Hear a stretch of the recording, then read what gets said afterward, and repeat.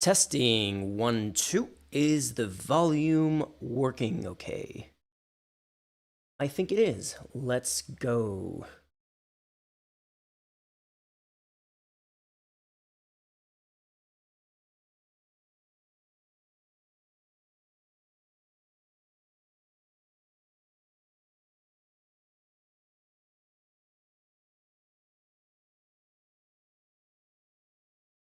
And there we are. Welcome. Okay, completely different, weird setup that I have today. I'm actually streaming from my parents' house in the south of France, so I had to set up all of this with either new equipment. This microphone here is new, so that I didn't have to, I can plug this directly to the computer, which is not what I usually do. And I also, for the first time, you can't see it there on YouTube or on Twitch, but I have a TikTok live going. I don't know what we're going to do. Hello, Greg. I don't know what we're going to do for the TikTok live, if we're going to have it going for the entire evening or if we're just going to go on and off depending on when there's breaking news happening. But yeah, the plan is we are going to be here all night long. Right now, where I am, it's 8 p.m. And the plan is to do a 12-hour stream until 8 a.m. tomorrow morning. And hopefully we'll have some kind of idea of what the situation is like in the US by then. How is my audio? Can people on TikTok tell me if my sound is good? Because I have this microphone here is for YouTube, and I have a small headphone earphones mic resting on the YouTube mic to try to get a decent sound. Audio's fine. Cool. Okay. Well, so I'm going to try to keep an eye on both chats at the same time. Hopefully it's not too messy, and hopefully we keep things entertaining. For those watching on TikTok, I can't share my screen on TikTok, which I'm going to do on the main stream, like the YouTube slash Twitch stream. So if you want the full experience, I think it's better for you to join there. But if you're just watching on TikTok and, that's your platform of preference, I guess that's fine too. We will be having there's at least one conversation that's going to happen simultaneously on TikTok and on the other stream. I already have my Red Bull ready for later on when I need a pick-me-up. And all other conversations, when they happen, are probably just going to happen on the other stream. So if you're watching on TikTok, you might only have my voice and not the other people's voices. But yeah, we'll do what we can. I'm kind of improvising here with this dual stream thing. I mean, triple stream if you count Twitch, but YouTube and Twitch are synchronized, so at least that's easy. But it's gonna be a long night. It's gonna be a stressful night. Probably no matter which side you're on, it's going to be a stressful night because it is basically neck and neck at this point. Hello, Gray. We exist, Stan. Well, there's 3 people watching on Twitch at the moment, so you do exist. I will concede that point. So should I guess I'll do some housekeeping about how the stream is going to work first, and then we'll talk about some of the actual political stuff. So there's a few new things that we don't usually do on Barely Informed streams. First of all, obviously TikTok being a thing, I'm really not going to be able to keep up with the TikTok chat. And then there's special for today's stream is happy HRT anniversary, Gray. Special for today's stream is a meme competition about the election that's happening on Discord. So if you go to the Discord, wait, let me open that on the desktop stream window. That's not working. Okay, so if you go to the Discord, which is behind chat at the moment, that is not very good. Okay, so in this column here, we have the meme channel, and in the meme channel, you have the election night meme competition. And then there's something else that's a bit weirder. It's in the collaborative research and live stream thing here. And you have the Meltdown Monitor Twitter account. So we created Twitter accounts just for tonight's stream. I don't know what I'll do with it after tonight. We'll see. But basically, I've followed every single account people on Discord have asked me to follow. And when the election results start to come in, we'll be looking at how people are reacting and see who's melting down. So the idea is to have people from both sides, and even like Jill Stein supporters or uncommitted voters, basically everyone, and have kind of all of their reactions happening at the same time. And I'm guessing we're gonna have a mix. No matter what the results are, we're gonna have a mix of people celebrating and people basically denying reality and trying to find a way to cope with what's happening. And for one side, it's gonna suck, that's for sure. So we'll see whose side that is. I know which side I'm on, but it's pretty insane that we're at the point where we're at right now, and that it's gotten this far when it was basically a joke candidate a few years ago. It's weird to think that Donald Trump as president was a Simpsons joke a few, 10 years ago, and everyone saw the Donald Trump presidency as, something that was something to laugh about just a few years ago, because it was obviously something to laugh about, and that's not how it turned out, and that's kind of incredibly frustrating, disappointing, depressing. The meme of "I don't want to live on this planet anymore" kind of comes to mind for sure, and that is very much how I feel. But we'll get through it together. We'll first of all get through this night together, and then we'll get through whatever the fallout is. Because the reality is, even if Trump loses, will you add overlays of the current results and maybe local time? Let's see if we can do something like that. That is a good idea. Or just what we'll probably be doing for most of the stream is have a web page open with the current results. Can I do overlays? That would have been a great idea if I'd thought about it before literally right this second. Yeah, the reality is tomorrow I will still have work. That is true as well. But the other reality is that even if Trump loses, the Trump movement doesn't go away overnight or over month. The reality is, even if Trump loses and doesn't run again, there will be a continuation of the MAGA movement. So whether they win or lose, we still have to deal with the consequences come what may. New background. Yeah, just temporary, just for tonight. I'm at my parents' house, so it's just it's still kind of funny, but you can't laugh about it now. Yeah, basically, I do find it like the inner cynic in me does find it extremely funny, and I usually try to keep that inner cynic down and not indulge in that too much. But it is very much a temptation that I have to just go, nothing matters anyway. We're all gonna die, so why do we even care about any of this? Yeah, and that's not a particularly constructive way to deal with the world. So yeah. I do think there is a world where where MAGA movement dies, as it proves to be unelectable. So the thing is, and this is the thing that I really have a hard time putting my finger on, which is how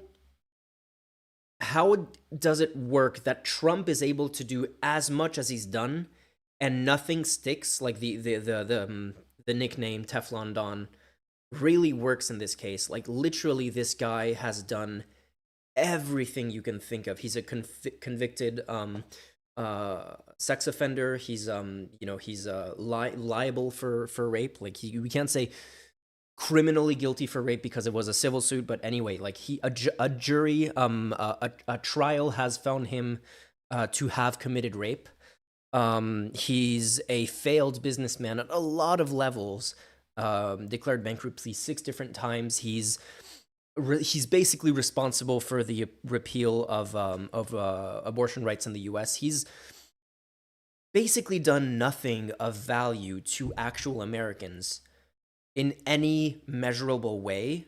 Every single thing that he takes credit for is not something that is attributable to his policies.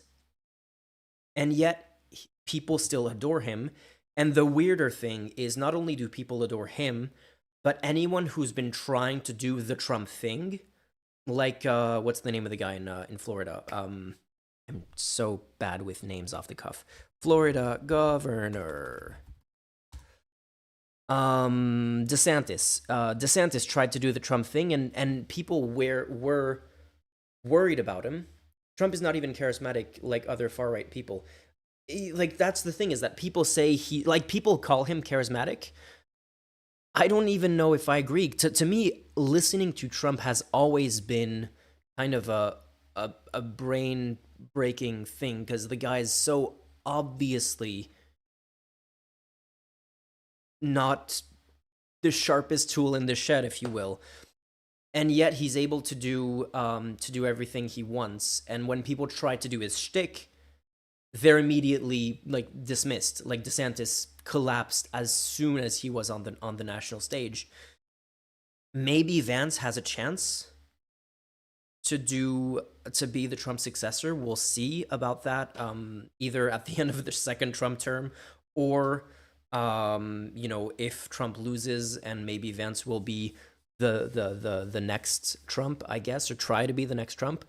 But yeah, it's weird to try to put the my finger on the thing that makes Trump work in a way that other people don't. So will the MAGA movement be unelectable after Trump? Possibly, maybe. I don't know. I'm not sure. Will the movement just collapse? I hope so.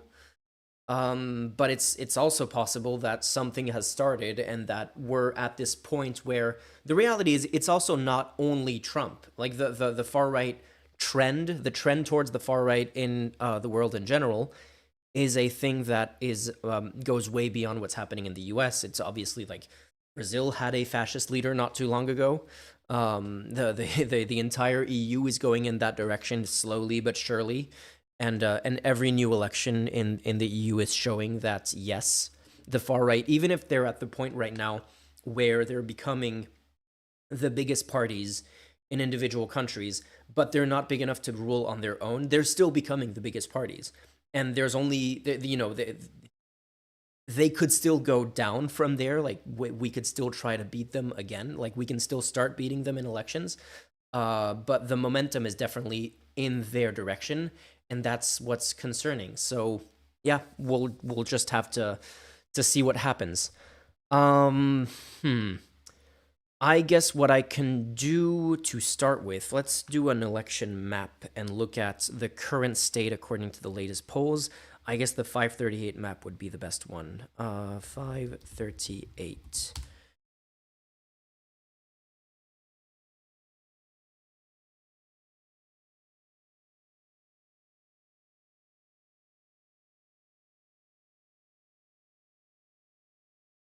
I think Vance appears too intelligent for Trump supporters. I also I don't think that's completely untrue.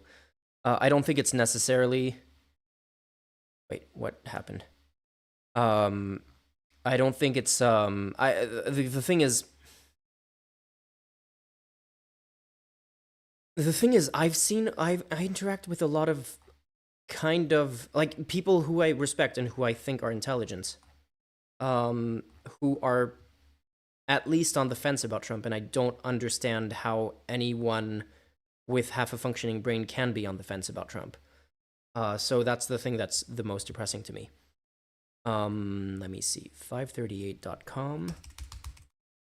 Boom. If I just do this, do I get the election map?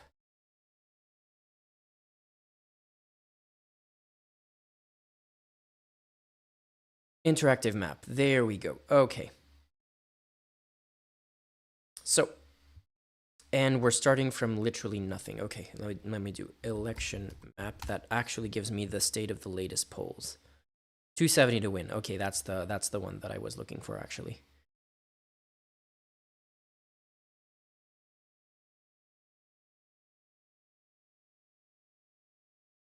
Do you think center left to center right parties moving further right can stave off far right fascist movements?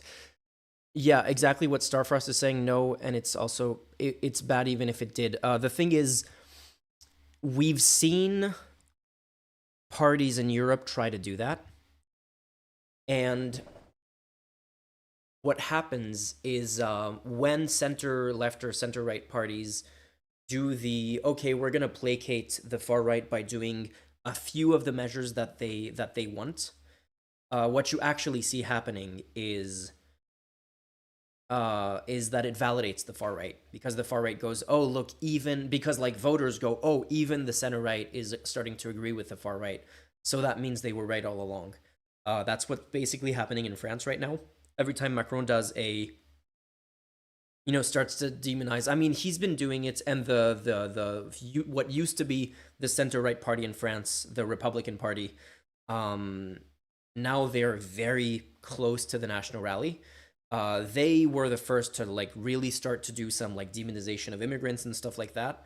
Um, to start to have really, really, really conservative rhetoric as a way of trying to peel off the voters that were voting for the far right, but that were kind of moderate-ish, like far right moderates, and trying to get them back into their movement. And the reality is, as soon as they started doing that, all of their voters either went, oh my God, this party is now too far right, so they moved to the party that was to their left, or they went, oh wow, if this party is going far right, I might as well actually go for the far right party, and so they went to the actual far right party. So the Republican Party collapsed in France, and now Macron is kind of doing the same thing. He's been placating the far right for a while on a bunch of things, and slowly but surely, the far right, even though Macron has been kind of presenting himself as the man who is going to stop the far right, it's been the opposite. The far right has been gaining ground and gaining support under his presidency like it never has. Anyway, so election map. We are here. Wait, I just wanted to do something with this camera. Boom, I'm gonna move this to the top right instead. Okay, because I'm looking down on this screen. So we have this map here. What maybe, thank you, Adorbs Kami, for the follow. We are looking at the election map with kind of the latest polls and the general assumptions about the country as it stands right now. There is one thing that we need to keep an eye on that is not really indicated on the map right now. So these are, if for people, and I know that a few people came into chat earlier saying that they didn't really know much about the US election system. So this is the basics. When you hear about, how can I start this? The US president is not, Iowa might be less pink than that right now. Exactly. We'll get to that in a second. The US president, unlike in a lot of countries, I don't know if it's most countries that I haven't checked, but unlike in a lot of countries, the US president is not chosen based on who gets the most votes out of the entire country. That's not how US elections work. So what actually happens is there are technically 51 different elections happening. Each state plus DC have their own election, and each state have a certain number of points. Like they're weighed differently in what's called the Electoral College. So the Electoral College has a total of 538 total votes.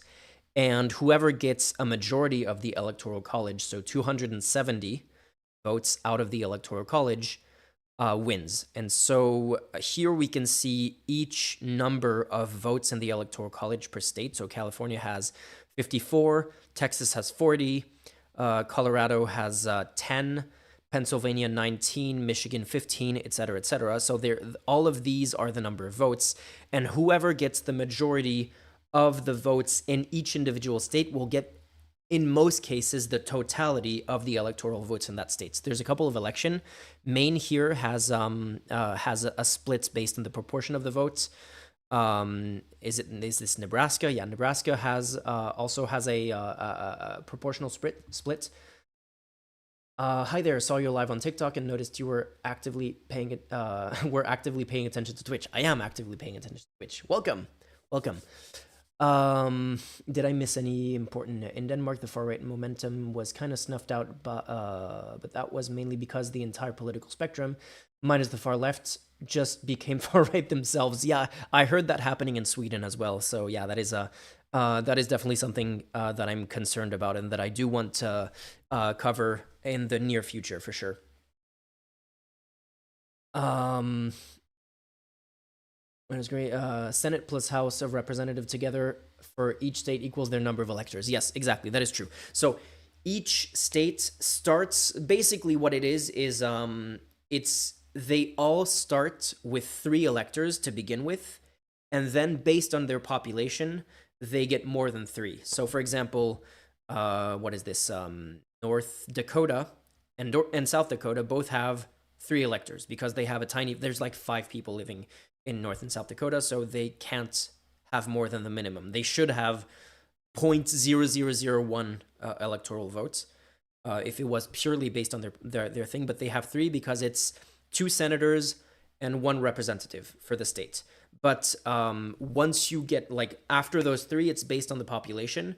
So California has the 3 basic ones plus 51 more because they're the most populous state in the country, and you have everything in between of that. In between that, so that's the basics, and then we have what's called the red and the blue states. Blue is the color of the Democrats, red is the color of the Republicans, and basically these states are the states that will always vote for a certain party. So California, we don't even need to notice the results coming out of California. We're not even going to pay attention to when the California results are going to come out, because California is going to vote. The 54 electoral votes of California are going to go to the Democrats, and the 28 electoral votes of New York are going to go to the Democrats. And all of these red states, Montana, Idaho, Wyoming, Utah, and all of that are going to go to the Republican. Nebraska's probably has one of their votes leaning towards the Democrats because it's one of those states that actually has a proportional thing. But even this one is not dark blue, it's light blue. It's leaning blue because there's so few Democratic voters in Nebraska.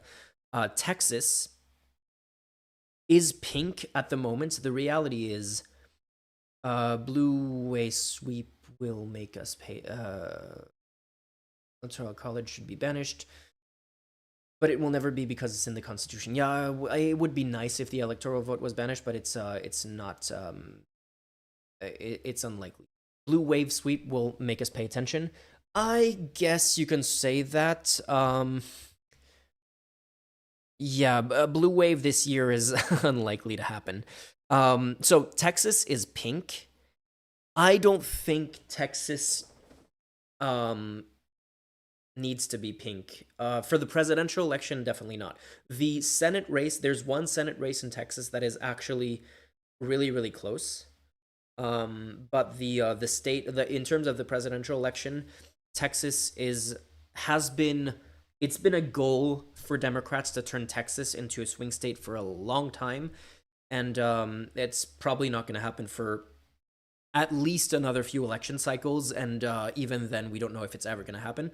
Florida used to be a swing state, and now it's a reliable Trump voting state.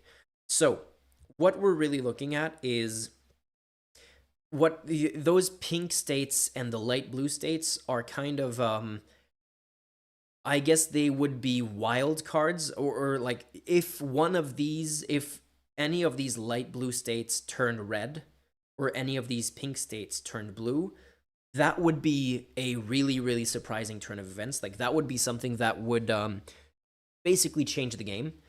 But what we need to be looking at is 6 states, but in reality, it's more 7 states. So it's Nevada here, Georgia, North Carolina, Pennsylvania is the biggest of the swing states, Michigan, Wisconsin, and possibly Iowa. So Iowa is kind of an open question because it's been voting reliably Trump for a while at this point, and Trump won Iowa by huge margins in the last two elections. So calling it a swing state is a bit of a stretch, but there's one poll recently in the last week that found Kamala Harris to be ahead in Iowa by 3 points, which is still in the margin of error, but it's a significant lead. And I mean, it's not statistically significant. It isn't within the margin of error, but it's like bigger than the lead that she has in some of the other swing states. And usually with a poll like that, you would just go, "Oh yeah, that's an outlier poll. We can dismiss it. It's not something that we need to pay attention to." But this was a super reliable poll that everyone takes seriously. So it's still just one poll, but it's an important poll and it's a really serious poll. So we need to pay attention. May suggest moving the chat overlay under your video feed. I guess I can do that. Yeah, let me check how to do that.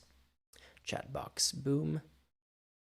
That's a bit of a problem. See, I put this gray, darker area here to make sure it was visible. I guess I can do this.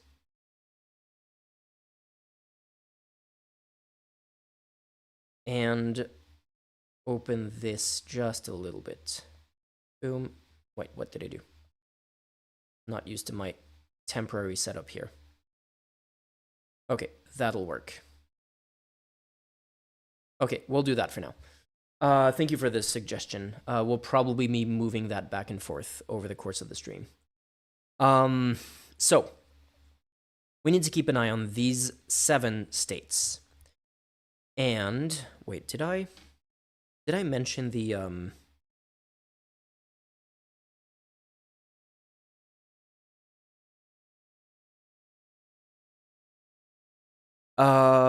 give me a sec.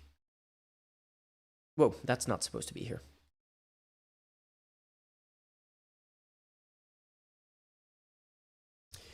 So yeah, 7 states.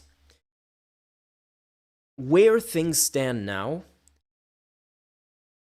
is a lot of pollsters are saying, and a lot of analysts are saying, that basically these 3 look like they're leaning Republican. This one usually goes Republican. And so that's already 268. So if this is true, if these 3 states do go Republican, and if Iowa turns out not to be a swing state at all, what we really need to be looking at, the only path to victory in that case for Kamala Harris would be Wisconsin. Can I do? No, I can't do. Okay, I just need to click until it turns the right color. Wisconsin, Michigan, and Pennsylvania is the only path to victory, and that's how Kamala Harris gets 270. Since I moved this, let me chat box move it down. There we go. It's still not very readable. I guess it's readable at the bottom. North Carolina is much more tied than the others. Well, I mean, they're all tied. The reality is they're all tied. I've seen a poll that Nevada was leaning Democratic a few days ago. North Carolina is very, very close. So we really will need to see. Let's look at the different possibilities with these 7 states in mind. Let's imagine, I mean, North Carolina is big. It's 16 votes. So let's imagine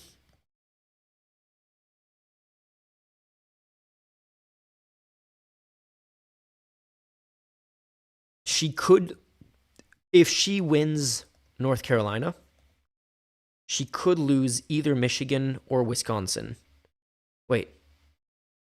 Either one, not both. And she'd have, if she loses Michigan but wins North Carolina, she'd have 271. If she loses Michigan, she'd have 276. Okay. My question is probably what's going to be the determining one. There's also the possibility of a giant poll miss in either direction. Yeah, we'll talk about that in a bit. Pennsylvania is probably going to be the determinative thing. If Trump wins Pennsylvania,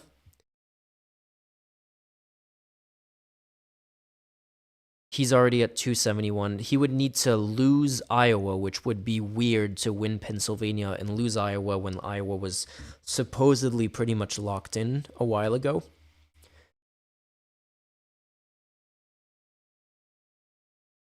And Kamala Harris could lose Pennsylvania if she wins North Carolina and Iowa.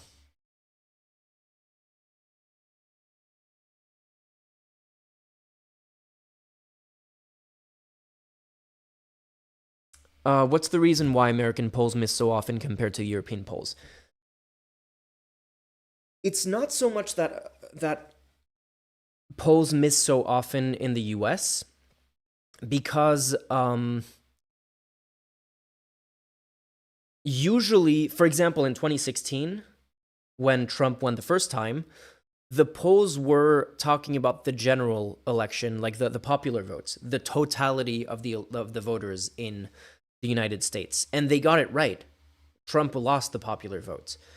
The thing is, for the polls to get it right, they have to get it right everywhere, which is why sites like 538 have become such an important part of predictions for elections, because they do the math in all of these different cases and they run a bunch of simulations. But it's way more complicated to do 50 predictions and you need all of your predictions to get it right, rather than you do one prediction and it's a close election, but you're leaning on one side. In this case, a very small difference in because all of these states, let me reset. Oh wait, can I just reset it here? Reset map. Okay, because of all of these 6 states are basically tied 50-50 and no one knows which way they're going to go, if the polls are wrong by 0.5% in either direction, what you end up with is basically a landslide for either party. If all of the polls in all 6 states are off by underestimated Trump's lead by 0.5% or even less than 0.5%, then all of these states simultaneously go to Trump, and that becomes an electoral college landslide. Not quite a landslide, but yeah, 300 electoral votes is a significant victory. And that seems like, wow, the polls were way, way, way, way, way, way off. But not really. The polls can be off by a tiny bit, and it makes such a big difference. And it's the same the other way around. So that's why the it's so much harder to be right in predicting U.S. elections. Once again, because of the Electoral College and because of how close the results are by default with the current way that these states have already set up their we know that half of them are basically going to go for one side and the other half is going to go for the other side. Are you for real for right now is asking, also is saying, I also feel that Trump and his team are feeling like they will lose based on his behavior and speeches, and especially when he said at one rally that they might lose, and he was already claiming fraud. Sorry. Yeah, we'll see. Speaking of, I mean, I guess, well, hey, Max, hello. Speaking of that kind of take that I've seen, let me just find this again. So wait, opening this. Yeah, so I did notice that there are some doomers in the Trump camp. And I definitely cannot play the music on this. There you go. Okay. So, Elon Musk, Trump's biggest and richest supporter, tweeted this a few hours ago.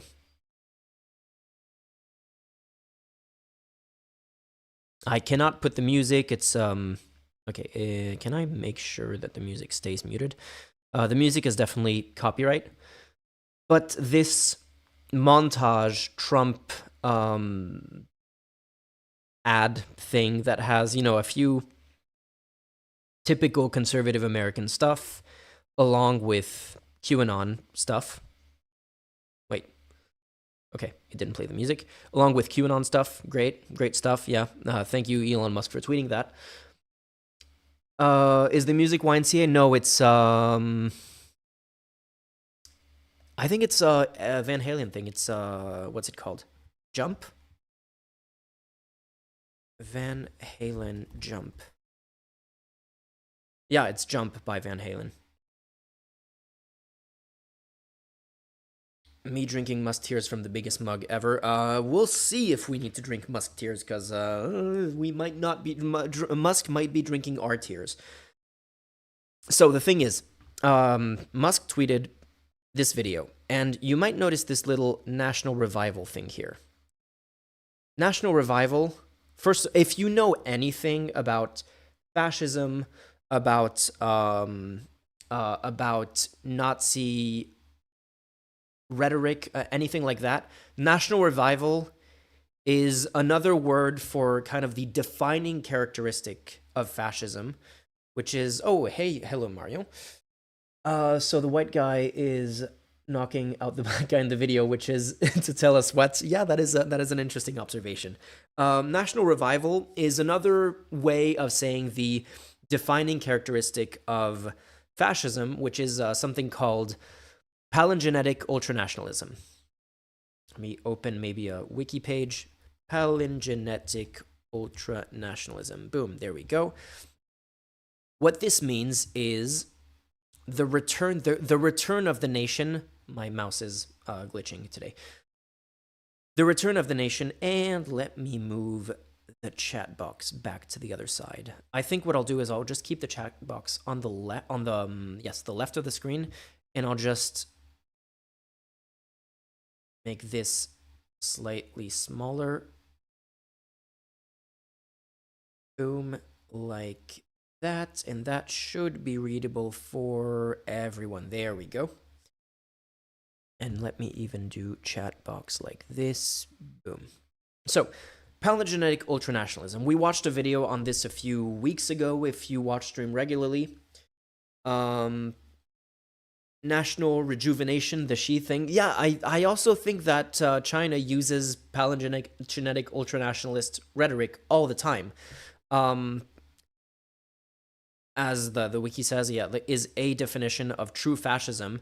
What this means, so it is palingenesis is the return to like the great past, and ultranationalism being like the nation being like the forefront thing. So it's returning the nation to its great past. And that is chapter 1, the basis of any fascist movement is always that. It's this idea that the nation used to be great, even when it wasn't particularly, and it's about returning the nation to that. In other words, make America great again. It's not to say that someone who uses that kind of rhetoric, like, our country used to be a great country and we're going to make things better. It's not. Politicians use that kind of rhetoric all the time, and it's not necessarily the immediate. Please play Voters for Trump ad SNL on YouTube. I don't think I can play SNL. I'm sorry. I think if I play some SNL, I will immediately get demonetized. So yeah, someone using kind of a, oh, our country used to be better than this and we can go back to that, is kind of what politicians say all the time. I can think of, center-left politicians after a few years of a right-wing government going, oh, the right destroyed a lot of things that about the welfare state and whatever. Our country was great, and now it's just helping the rich, and we're going to go back to how it was before. And that could be interpreted as palingenetic ultranationalism. So you do need to beware of kind of over ascribing it to that. But when it's really like a core element of their rhetoric, and when it's always kind of this vague greatness of the nation that oftentimes get tied to ancient Rome or the Vikings or ancient Greece or anything like that, that's when you really need to start paying attention, because those are the big fascist red flags. There's other elements to fascism, like demonizing people, demonizing specifically powerless minorities. So when you're demonizing immigrants, when you're demonizing LGBTQ people, when you're demonizing I don't know if you would call them powerless, but like demonizing the media and using rhetoric like the media is the enemy of the people, all of that is like really, really dangerous stuff. And you pair that and a few other characteristics. I do plan to make a video like on the a definition of a more clear kind of definition and way to identify fascism in the near future. But when you pair those kinds of like demonization rhetoric and the otherization of people that aren't part of the majority base of your party, and oftentimes the majority base of your country, and you pair that with palingenetic make America great again or national revival kind of rhetoric, that's when you're in the danger zone. And what's interesting is neo-Nazis have picked up on this thing. So this thing, National Revival, is actually both an Instagram account and a Twitter account. Let me find the Instagram account just to show it, because it is just a neo-Nazi account. Like there's no ifs or buts about that. Instagram.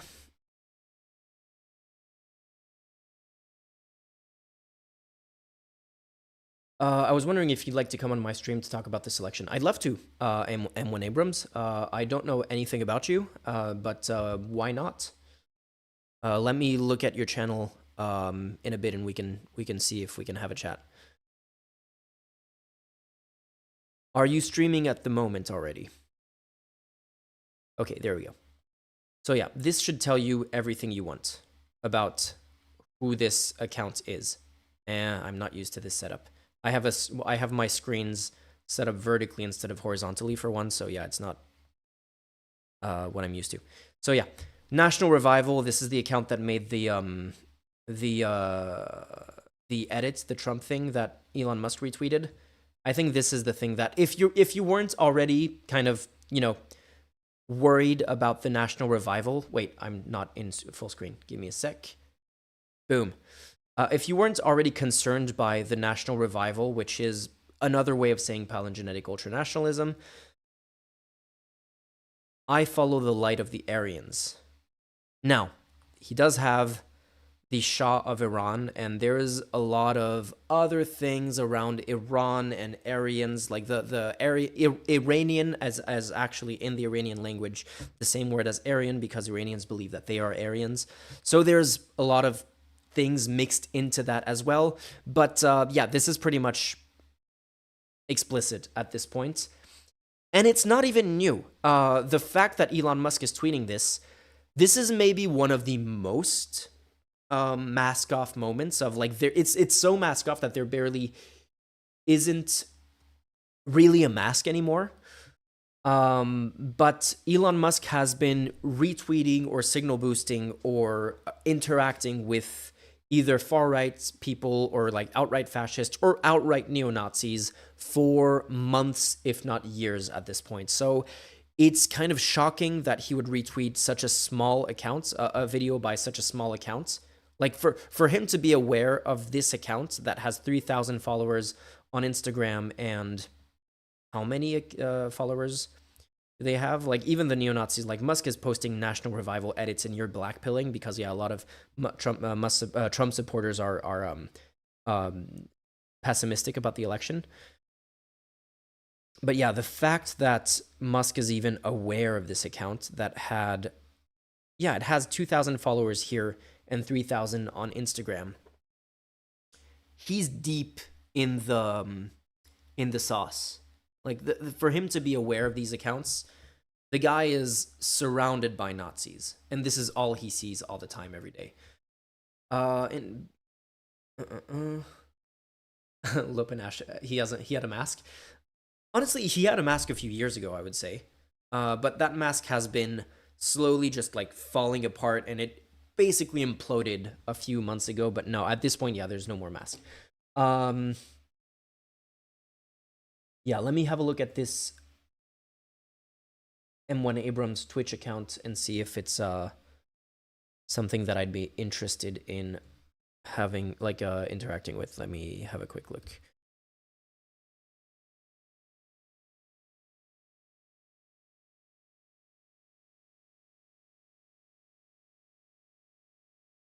Can I open this? Nope.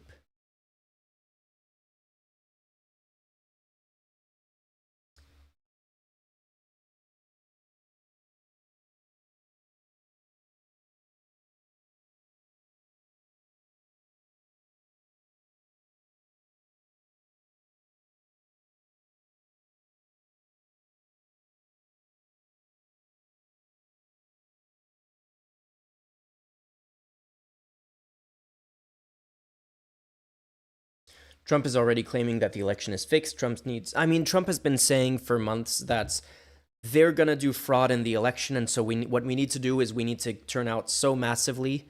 Why do I have sound? Okay, it's coming from here. Boom.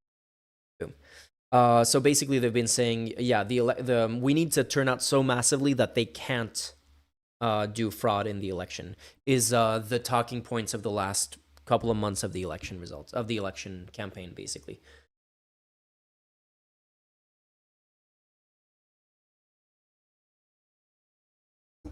Trump is already claiming that the election is fixed. Trump needs to take into account the Simpsons Curse 2024. What is the Simpsons Curse 2024? Because the Simpsons predicted that Lisa Simpson would be president after Donald Trump. So if that happens, that would mean. Could you get the Twitch link? Oh wait, are you asking Anno 2123? Are you asking if you can get the Twitch link? The Twitch link, let me put it in there. It's twitch.tv/barelyinfo. Should be that. I think it's that.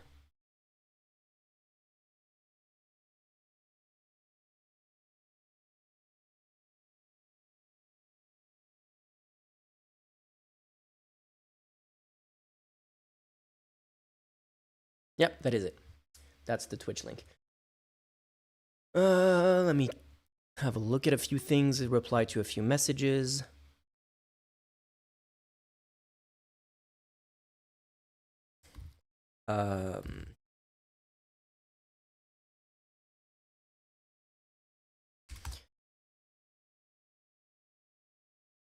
Man, so yeah, I plan to do a 12-hour stream, and my voice is already tired after 1 hour, so it's gonna be a fun night. Let me see. I wanted to check.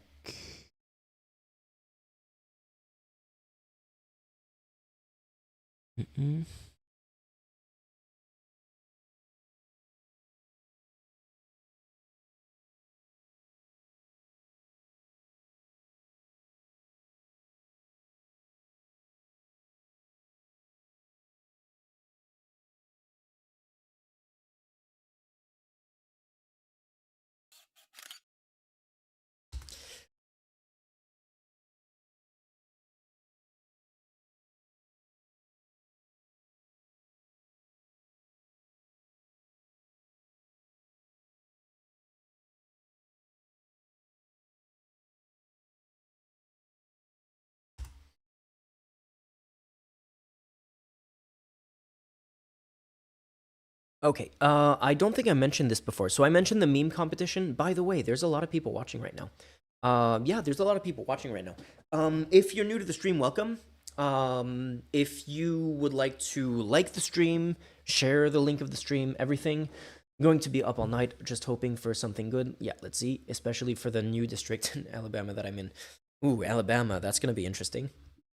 I mean, unfortunately, Alabama is going to go for Trump no matter what, but maybe you can have a Democratic or at least a not Trumpist representative in that district. That could be nice. So yeah, we for those who weren't here earlier, we have two things happening on Discord. We have a meme competition that's in the meme channel. Let me put this back on screen again.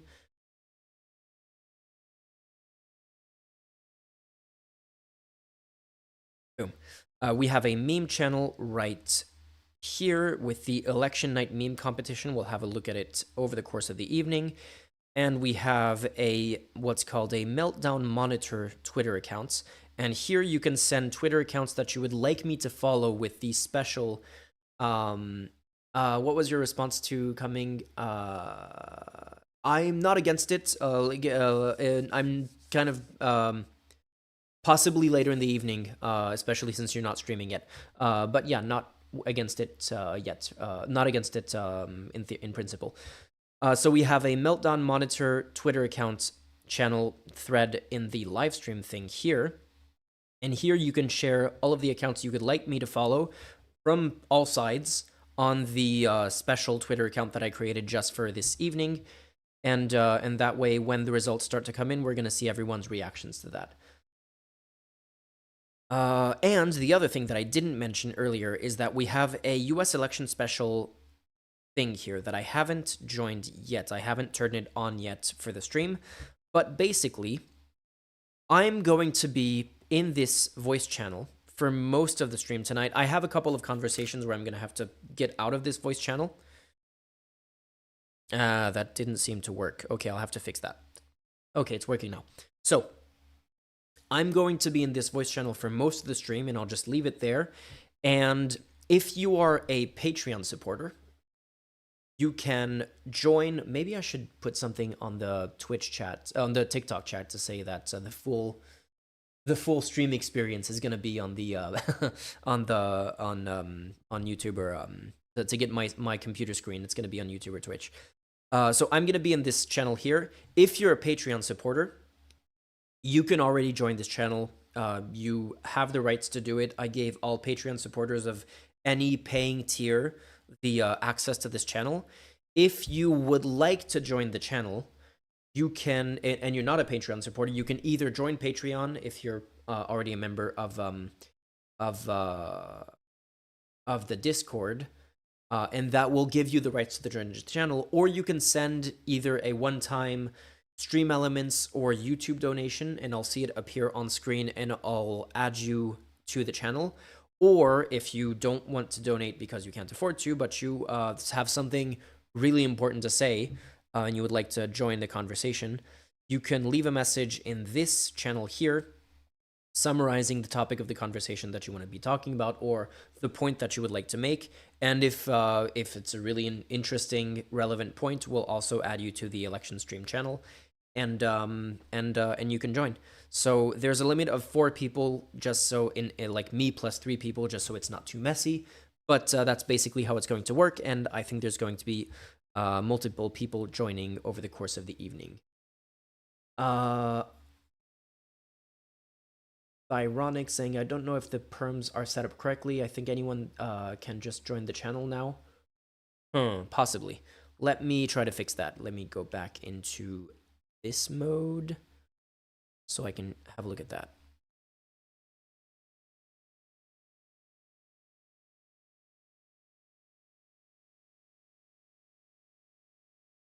Let's see.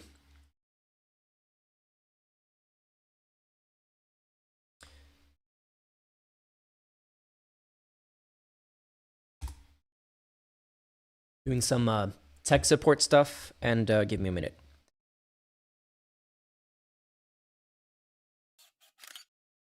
Oh, Anno2122. Thank you for the great job. Are you going to make a video about your wait, let me open that on another screen so I can finish reading.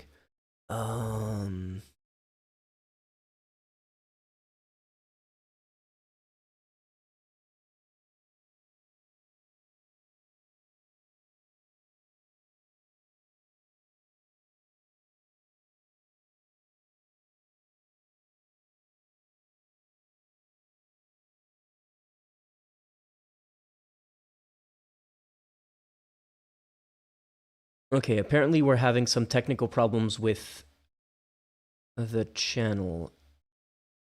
Later.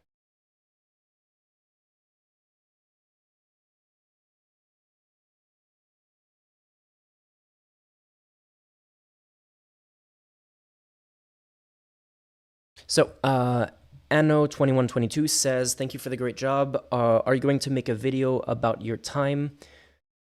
I worked for the Russian media, and how did you get out? I don't have time for the 4-hour stream. We are going to make we already have a segment of the live stream where I talked about my time working for Russian media. Cut that we need to release. It's still going to be pretty long, but it's not going to be 4 hours long. So there will be a video coming out on the second channel for that. You can follow the second channel on YouTube is youtube.com/@barelyinfodumps, and you can see it there. And when it comes out very soon, you can see it there. But yeah, thank you so much for the tip. I really like I'm not a very emotive person. Like, I don't really express my emotions, so I don't really know how to react. But it's really hard for me to process that people are actually like giving their money to the channel to make it work. So that's really incredible. So yeah, let me fix this channel thing. Edit channel. Permissions. So everyone should be able to view the channel, but should not be able to connect.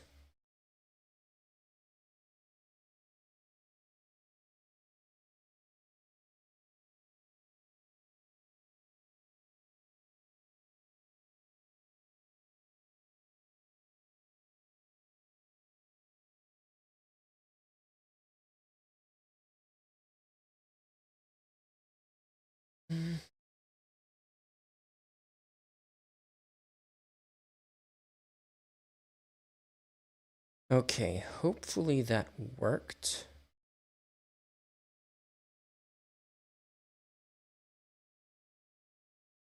Citrus Boy, can you try joining the channel again, please, to see if that works?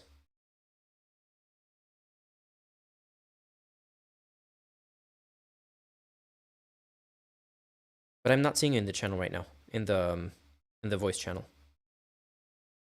Oh yeah, well there you go. You can speak. Okay, you're muted. You have joined, but you're muted. Huh, that's a problem. Mods, can you help me sort this out, please? Big Brother, maybe you have more. Big Brother is not. I don't know if Big Brother is watching right now.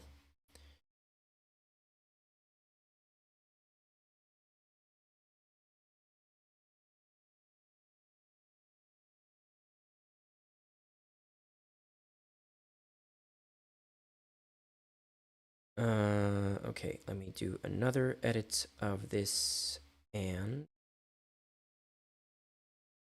view channel, yes.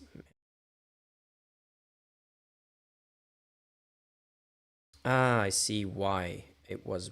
Okay, I think I know why.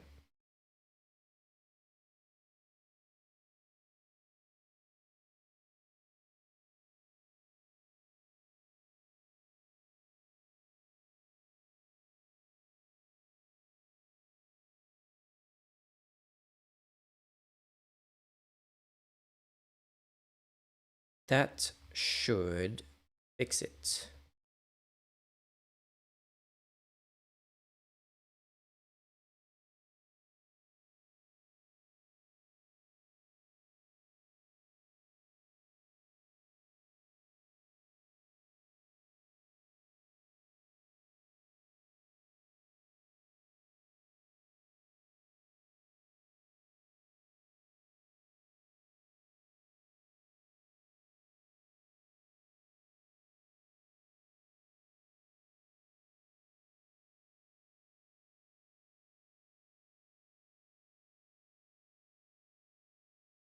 Okay, it's fixed now, apparently.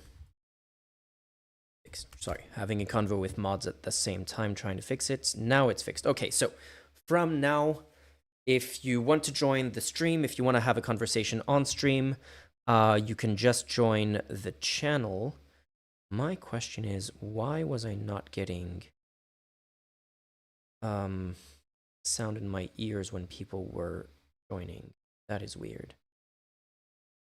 Input device is this. Output device should be, it should be this actually. Boom. Okay. That should work from now on. Okay. Streamer mode. I don't know how that works. I'm basically a boomer, guys. I'm just trying to figure things out. Usually I'm I guess 10 years ago I was kind of tech savvy-ish, 10, 15 years ago. But tech has gotten I've gotten older as tech has gotten more sophisticated in all of these tools that I'm not that familiar with.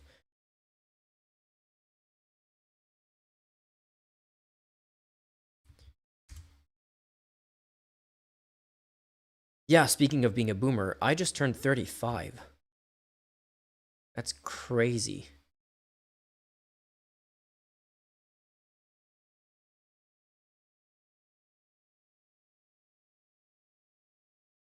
I was watching videos of what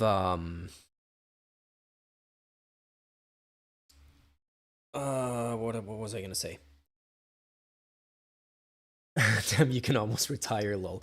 I was watching videos of Gen Z people being asked on the street like, "What is old for you?" And they were like, "Oh, anyone who was born before 2000 is old." And I'm like, not only was I born before 2000, I was technically born in the 80s. I was born in 1989, at the end of 1989, but still, I'm still an 80s kid. That makes me ancient by Gen Z standards, which is fine, but yeah. You look 28. If that can make you feel better, thank you. I appreciate that. Okay. Something that we haven't. Okay, it's been an hour of stream so far, so we still have. As a Gen Z, I can agree. Do you agree with me looking 28, or with anyone born before 2000 being ancient? Something that I haven't done yet is kind of set up some notifications, some news alerts that can come straight to my computer, because my phone is streaming here, so I can't really get news alerts on my phone. So we're gonna have to set something up on the laptop.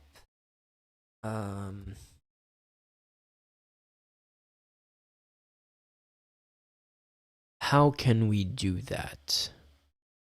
I guess we can open an AP. Oh, another. Thank you, Starfrost.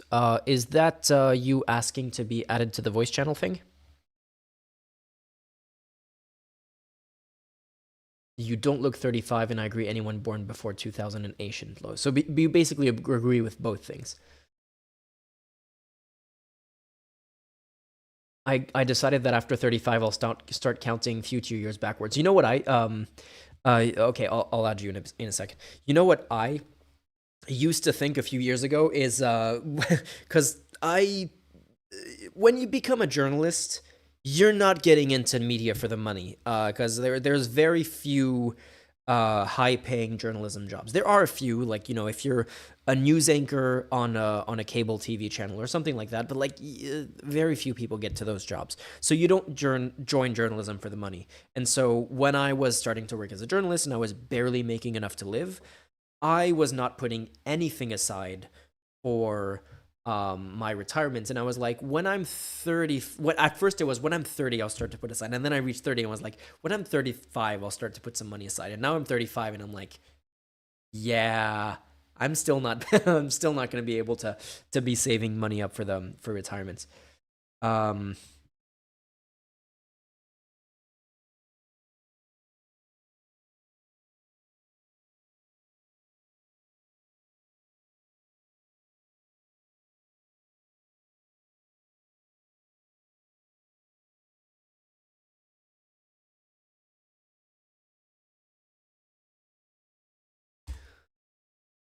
Starfrost, I'm 19, LOL.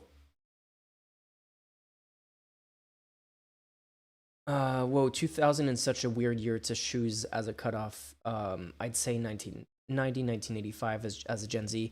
I mean, Okay, you are a Gen Z, so I guess you feel this, but like to me, imagining how it is to be born after 2000 is like when because I was old enough to remember. I was 11 when the year 2000, like when we had that, New Year's Eve party in 2000. And that was a big deal because like the calendar was like a whole other set of numbers. So I can imagine that when you are born after 2000 and you're an adult born after 2000, because now you can be 24 and whoa, something is happening. Live will end. Okay, what the hell is happening on TikTok? When you're an adult born after 2000, I can imagine that it feels weird to conceive of someone not being old who was born before that, in the year 1990 something, or in the year 1900 something. So yeah, it's I guess if you're born in 99, which would still be Gen Z, that wouldn't be the case, or like 96 or something, but yeah. So let me add, it was Starfrost, wasn't it? Yes, it was Starfrost. Okay, let me add Starfrost to the terms for the election stream. Edit channel, missions.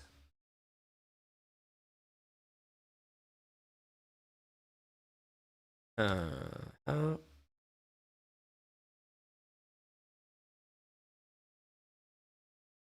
okay, mods, can you help me add Starfrost to the members that can join? Oh, everyone is in streamer mode. That's gonna be easy. I only see the first letters of everyone for privacy reasons. That's great. Okay. General, let's see what the...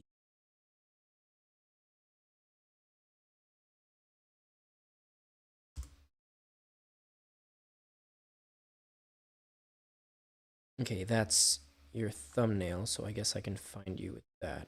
Edit channel. Permissions. Oh wait, can I just find you here and add you that way? No, I cannot.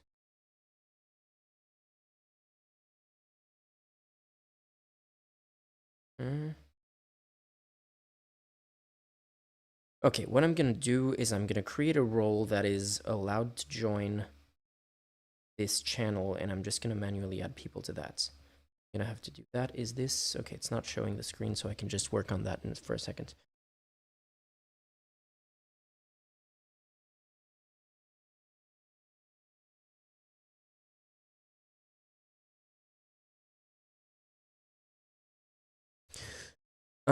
So stick around for technical stuff while I deal with this.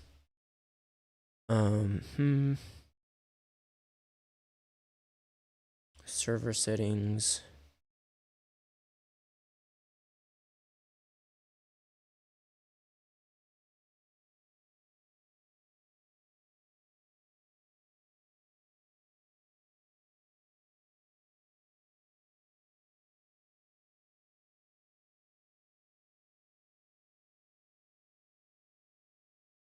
I'm gonna move this up to here.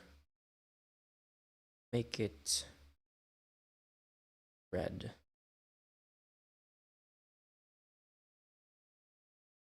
I'm gonna make it blue for the US elections. Okay. Very blue.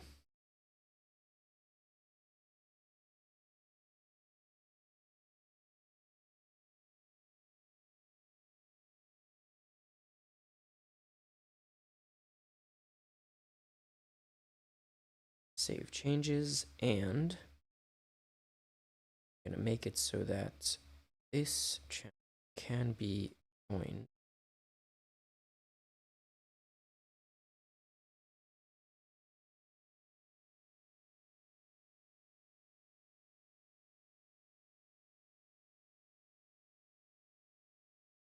New channel, connect, speak, video. That should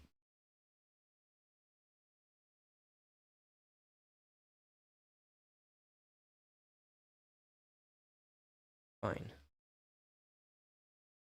And now, last step in this is to add Starfrost to that roll. Boom. Okay. Starfrost, thank you for your donation, and you are officially added to the channel.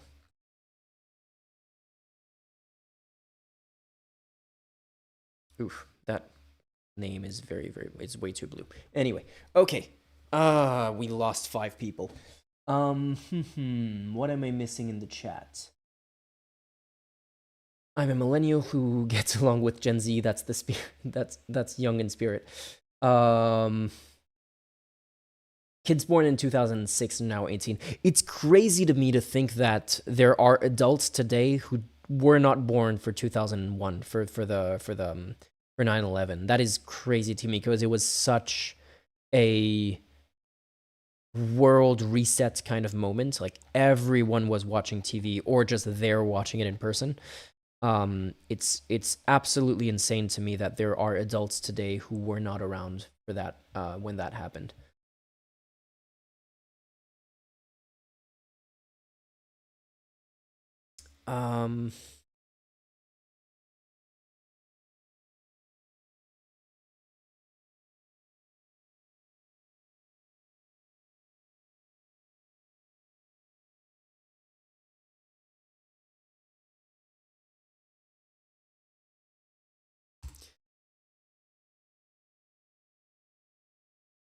UGPY, I feel old now and I'm not even 30 yet. Wait, I thought you had sent a message in chat a while ago saying that you were older than me. I didn't realize you were not even 30 yet. To be honest, I'm almost as scared of things in the world continuing as usual as I am of radical far-right change, if nothing. Well, the thing is, things continuing in the world as they are now is they've been shifting further right slowly but surely for the last I don't know how long. So we're basically at the edge of far right territory. We've been there for a while now, so is you know your both of your possibilities are the same. When you say I'm almost as scared of the world continuing as usual as shifting to the far right is like the only difference would be like the speed at which it shifts, but yeah. I was -3 in 2001 and now I'm 20. My 3rd year as of an undergrad. That's crazy, man. That's absolutely crazy to me.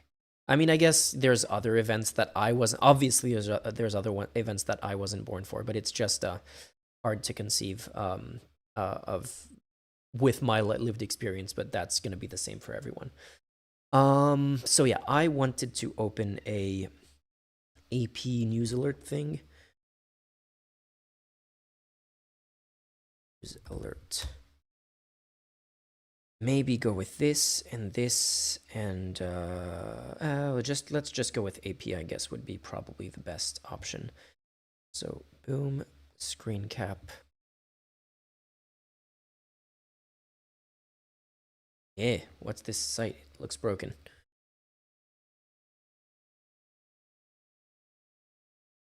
Oh, and I need to move Discord back to the top here.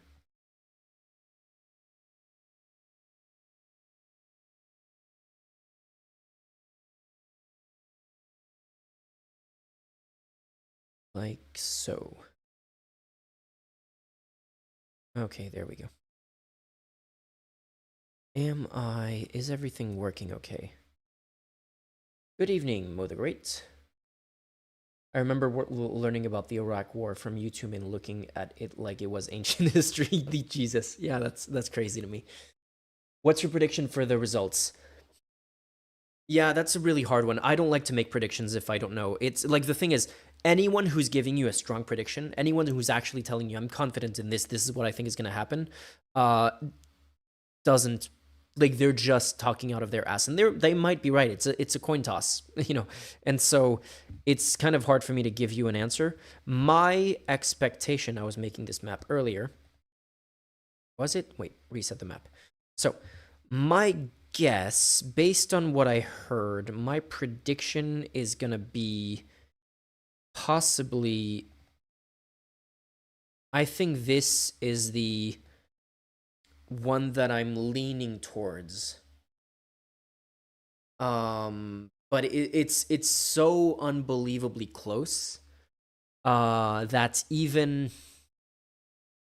like I was saying earlier in stream, even a 0.2 or 0.5% swing in either direction across all swing states would mean that it's either all red or all blue. It's so close that I can't give you a prediction.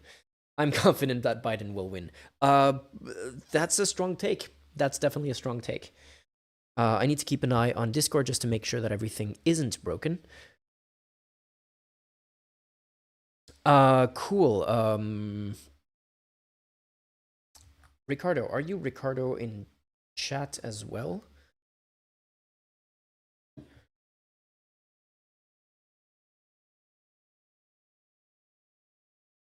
We can't see the map. Sorry. Was I not doing this? Okay. So let me say that all over again. My prediction is this. If I had to give you a prediction, this is the one that I would give you. And that's literally as close as you can get to a tie. But like there are possible outcomes where there would actually be a tie. For example, here, if you had this result, I don't even know how this works. If you had one fewer of these two, so it's main, so it would be. It's not even okay. You can't even do that. Technically, you could have a tie, and that would be nuts.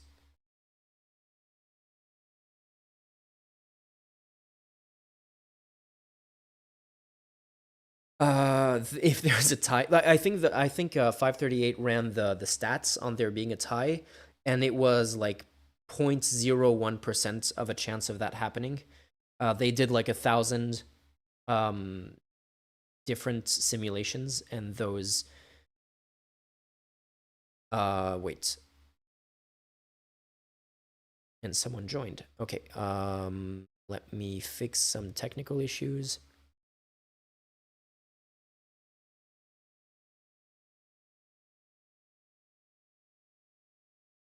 Okay, more technical things that I need to fix on Discord. Give me a second. How do I fix this? So apparently, when people join, they're on forced push-to-talk mode. Okay, I see why. I think I see why. Okay.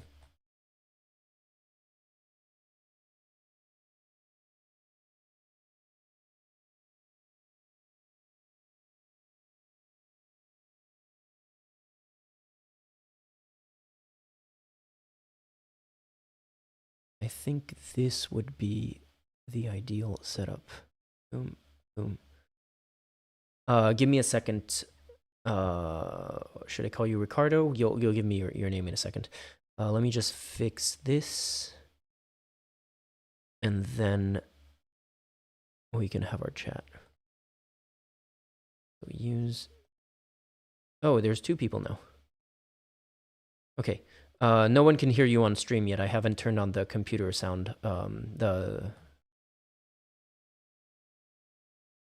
Give me just a second to set it up.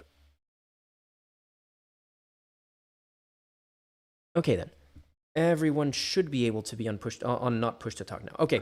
So, can you two please introduce yourselves? And do you Hi. have video on or just audio at the moment? No, just audio. I It don't seems. have any. I don't have any webcam on my desktop. So. Okay. So you are Starfrost from chat, and Hi. I'm Connor. I'm British, and I am studying computer science in the university. Cool. And I'm here because I was really bored, to be honest. That's fair enough. And we have Mr. GCG. What do you want to go by? And yeah, let me wait. How can I have this thing maybe full screen or something? Okay, cool. Let me do that and switch over to a full screen interview thing. You don't have to have your camera on if you don't feel like it, so that's totally fine otherwise. Oh, I'm good here. Cool. I don't have. I don't really want to go on my phone to do the camera, so I'm not gonna go on it. That's fine. Don't worry about That's it. fair. Okay, let me just make this bigger. And there we go. Okay, so welcome both of you. Yeah, let's do this. Hi. It's the first time we have like a call-in stream, so welcome. Mr. GCG, do you want to go by Ricardo? What do you want to introduce yourself and talk about yourself for a bit? You can absolutely go ahead and refer me by Ricardo. So real quick on a bit of an introduction of me, I live in Texas and the DFW area, a big metro area, as you That's the know, and the Dallas um, Fort Worth area for those who aren't from Texas. yes, exactly. um, yeah, I've been living in Texas for a while. I've been very active on the Discord as sort of I like to think the semi-America expert because I'm constantly talking about it in the news and it's very relevant. And yeah, I've been living in Texas for 14 years. I'm from Puerto Rico originally, and not 14, 10 years. I'm from Puerto Rico originally, and took AP Gov and AP Econ and got the highest grades possible on that. And I keep I mean, you don't do advanced courses on government without being a bit obsessed with politics, you know?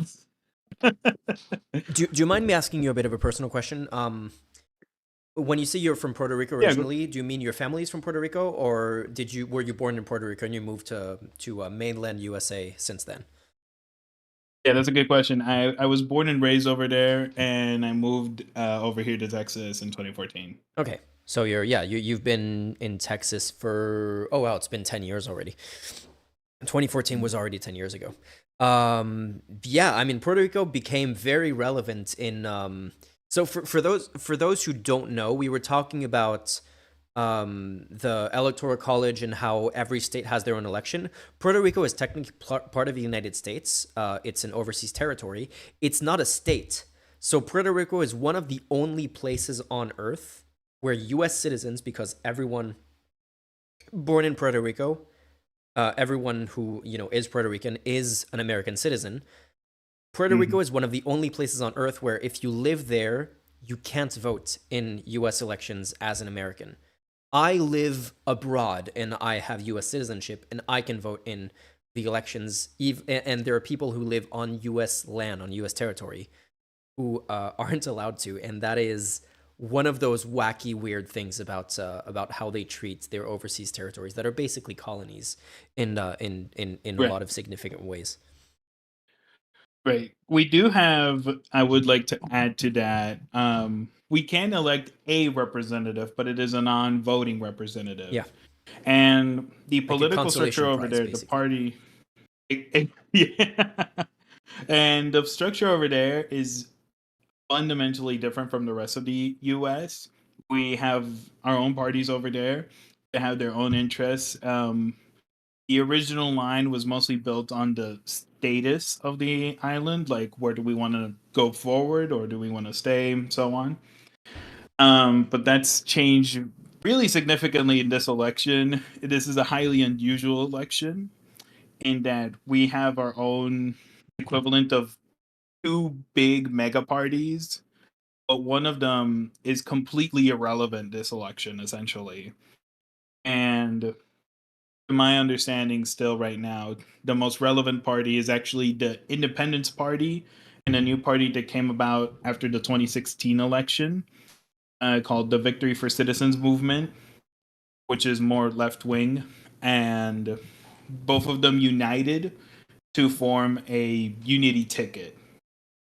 So the big way it works over there is that we elect our governor and the non-voting representative at the same time as the presidential election, and those are really the two things you really vote for. And So the Independence Party has the governor nominee, and the Victory for Citizens movement has the non-voting representative candidate. Maybe you've mentioned this before. I'm multitasking here, so I might have missed it. The Independence Party, based on their name, I'm assuming wants to be an independent state and not an independent country and not part of the U.S. Is that correct? Yes, correct. And the Victory for Citizens, what's their main stance? How would you summarize it?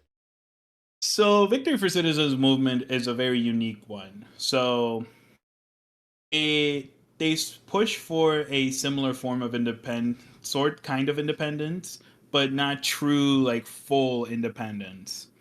So Victory for Citizens movement comes from a political movement in Puerto Rico called ETA, or Estado Asociado. And what that is that it's an associated state with the United States. You know, we are still citizens, we still use the dollar, but we're much more independent. We're more independent, we act almost like a country than in the current status that we currently have. Yeah, because the current status that you have is like all the disadvantages of being a territory and none of the advantages of part of the U.S., basically. Essentially, yeah. You get fucked, basically. Yeah, I guess you can say that, yeah. One thing that I was wondering is Puerto Rico became extremely relevant in the last week of the election with that the now famous remark by a comedian, Trump supporting comedian, during his Madison Square Garden like kind of final rally ahead of the election, where he called Puerto Rico a floating island of garbage. And obviously a lot of people, not only Puerto Ricans, but a lot of people got super offended by that. And I was thinking, of course, there's a large Puerto Rican population in mainland United States and people who can vote outside of the U.S. as well. And of course, that's going to maybe be the thing that can nudge, people who weren't already convinced that Trump and Trump supporters were openly racist to go like, okay, maybe I can't support that movement. Yeah, I guess the majority of the majority of Puerto Ricans still living in Puerto Rico at the moment? Like, I was wondering like how the reaction was in Puerto Rico, and if they felt like, well, it doesn't matter for us because we can't even vote in this, so it's kind of a moot point for a lot of them, I guess. So that's actually a very interesting question. So this year we have sort of like a ceremonial vote over there, actually, for president. Like it's not a really relevant vote at all. It's more like who would win here if we were voting for president kind of vote, you know? The fallout comes from a bigger chunk of people. More Puerto Ricans live outside than inside Puerto Rico. So, and I can definitely tell you for sure, a lot of them live in states like New York, where, you know, it isn't a competitive state. It isn't really one that's gonna turn on a dime here. But there's a very significant number that live in places like Philadelphia and Pennsylvania, and a huge amount of them who live in places like Orlando or Miami and Florida, which are, you know, especially with Pennsylvania, where we know it's a competitive state where every vote genuinely does matter there. That could have a much higher and much more significant impact. And the fallout has been a pretty big one that I've seen in media. Like literally, like hours after, um, you know, one of the biggest celebrities, which is Bad Bunny, it came out and endorsed Kamala Harris. The thing with Bad Bunny is that he's only really obvious with one thing, and that's how much he hates the two big parties over there in Puerto Rico. Anything else, it, you the people kind of have to connect the dots in what he thinks. Because when the media asks him, "Hey, who are you going to vote for in the election here in Puerto Rico?" he just says, "I'm not voting for either of the two big ones," and that's all he says. Yeah, no, that's a frustrating thing with a lot of a lot of people also around, for example, the Israel-Palestine thing. which is a big issue, and there's a lot of to criticize both parties. But even like someone like Mehdi Hassans, who is obviously a journalist who is very engaged on the side of Palestine, and is not someone that you can dismiss as like a Democratic Party shill or anything like that. Even he will point out how much it shouldn't even be a question to go like, well, sure, you're not happy with the Democrats, but Trump would be worse in literally every single way for the Palestinian cause. And I guess it would be the same thing with Puerto Rico when you're like, yeah, I don't like both parties because they kind of screwed us over. But it's still clear which, like, to use the term lesser evil, it's still pretty clear. There was just a comment that I wanted to react to on the TikTok chat that says, "I voted for Biden again because no retirement for you, buddy." Which yeah, that would be funny if that could work. There was a few questions from chat that maybe I could bring up. Yeah, Ano2123 asked, and I already gave a one-word answer to this, but asked if Puerto Ricans can vote if they move to mainland US. And the answer is yes, they can. So the thing is, your vote counts in the state where you live or the state where you had your last address. So the last time I lived in the US was in Texas. So even though I now live abroad, because I haven't lived in any other US state or US territory since I lived in Texas, my vote still counts in Texas, which basically means for the presidential election that it doesn't really count. Should have moved to Pennsylvania. Should have gone back and moved to Pennsylvania. Yeah, I was telling my mom that like earlier today. I was like, I need to move for a few months to a swing state and then move back abroad, so that at least my vote would count. But yeah, so if I moved to Puerto Rico and then I moved back abroad, I wouldn't be allowed to vote anymore because my last U.S. address would be in Puerto Rico. If you're Puerto Rican, you were born there, but you move to a U.S. state, you can vote. If you move anywhere else in the world that isn't a U.S. state, you can't vote. And if you live in D.C., I think DC residents didn't used to be able to vote, but now they can, or maybe they were always able to vote, and I'm just wrong on that. I'm not sure they when can that vote changed. for the president, but not for the Congress. Yeah, that's I true. think. Yeah, that one, the DC electoral vote came in via constitutional amendment. That's how they've been able to vote for president, if I remember right. And yeah, like a good example actually is one of my own parents. They moved here in Texas around January and in 2014, and 2014 was a midterm election year. So we already had the address change and everything, and so they managed to vote for the 2014 midterms. I wasn't of age yet to vote, so I couldn't vote. But the same thing would have happened to me like 2 years later in 2016. I would have been able to vote for the presidential election, if I was old enough to vote in the 2016 election. Give me a sec. I need to switch to a different screen. Yeah, we'll still be able to hear you, but I just need to. I accidentally either muted or banned someone who wasn't supposed to be banned from chat. I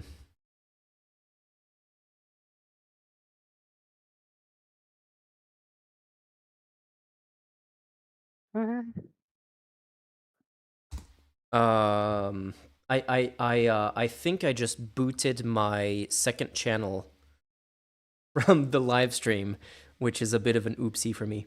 So yeah, trying to fix that, or asking my mods to fix that. Let me get back into the channel. Wait, how do I do that?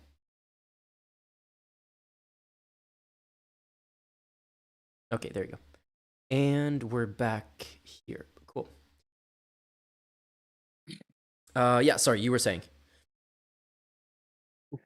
I see actually another question. I'm looking at the YouTube chat now. I see a question: is there also a movement how wants to be a state of the U.S.? I assume that it's asking like if there's a pro statehood movement, and I can absolutely and certainly say yes. I live in a very pro statehood family personally. Statehood in every almost every election where it was a widely popularly supported thing. Statehood ended up winning it by quite a few ample margins. Like the most notable one for me was 2012, and that one was there were sort of two options there. So there was the option of, do you support the status changing, yes or no? And then the second option was, if you if the status was to change, what do you prefer to change to? And the options were associated statehood, independence, or full on statehood. And statehood won with 58% of the vote, if I remember right. The issue was, though, that the guy who won for governor was very much against this vote in general. And he said, just vote no and nothing else.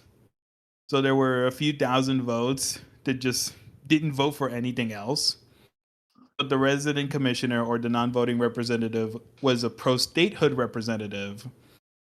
And so there was a huge divide between what both of them and both of their goals was on it. And so Congress just kind of threw up its arms and said, we're not doing anything.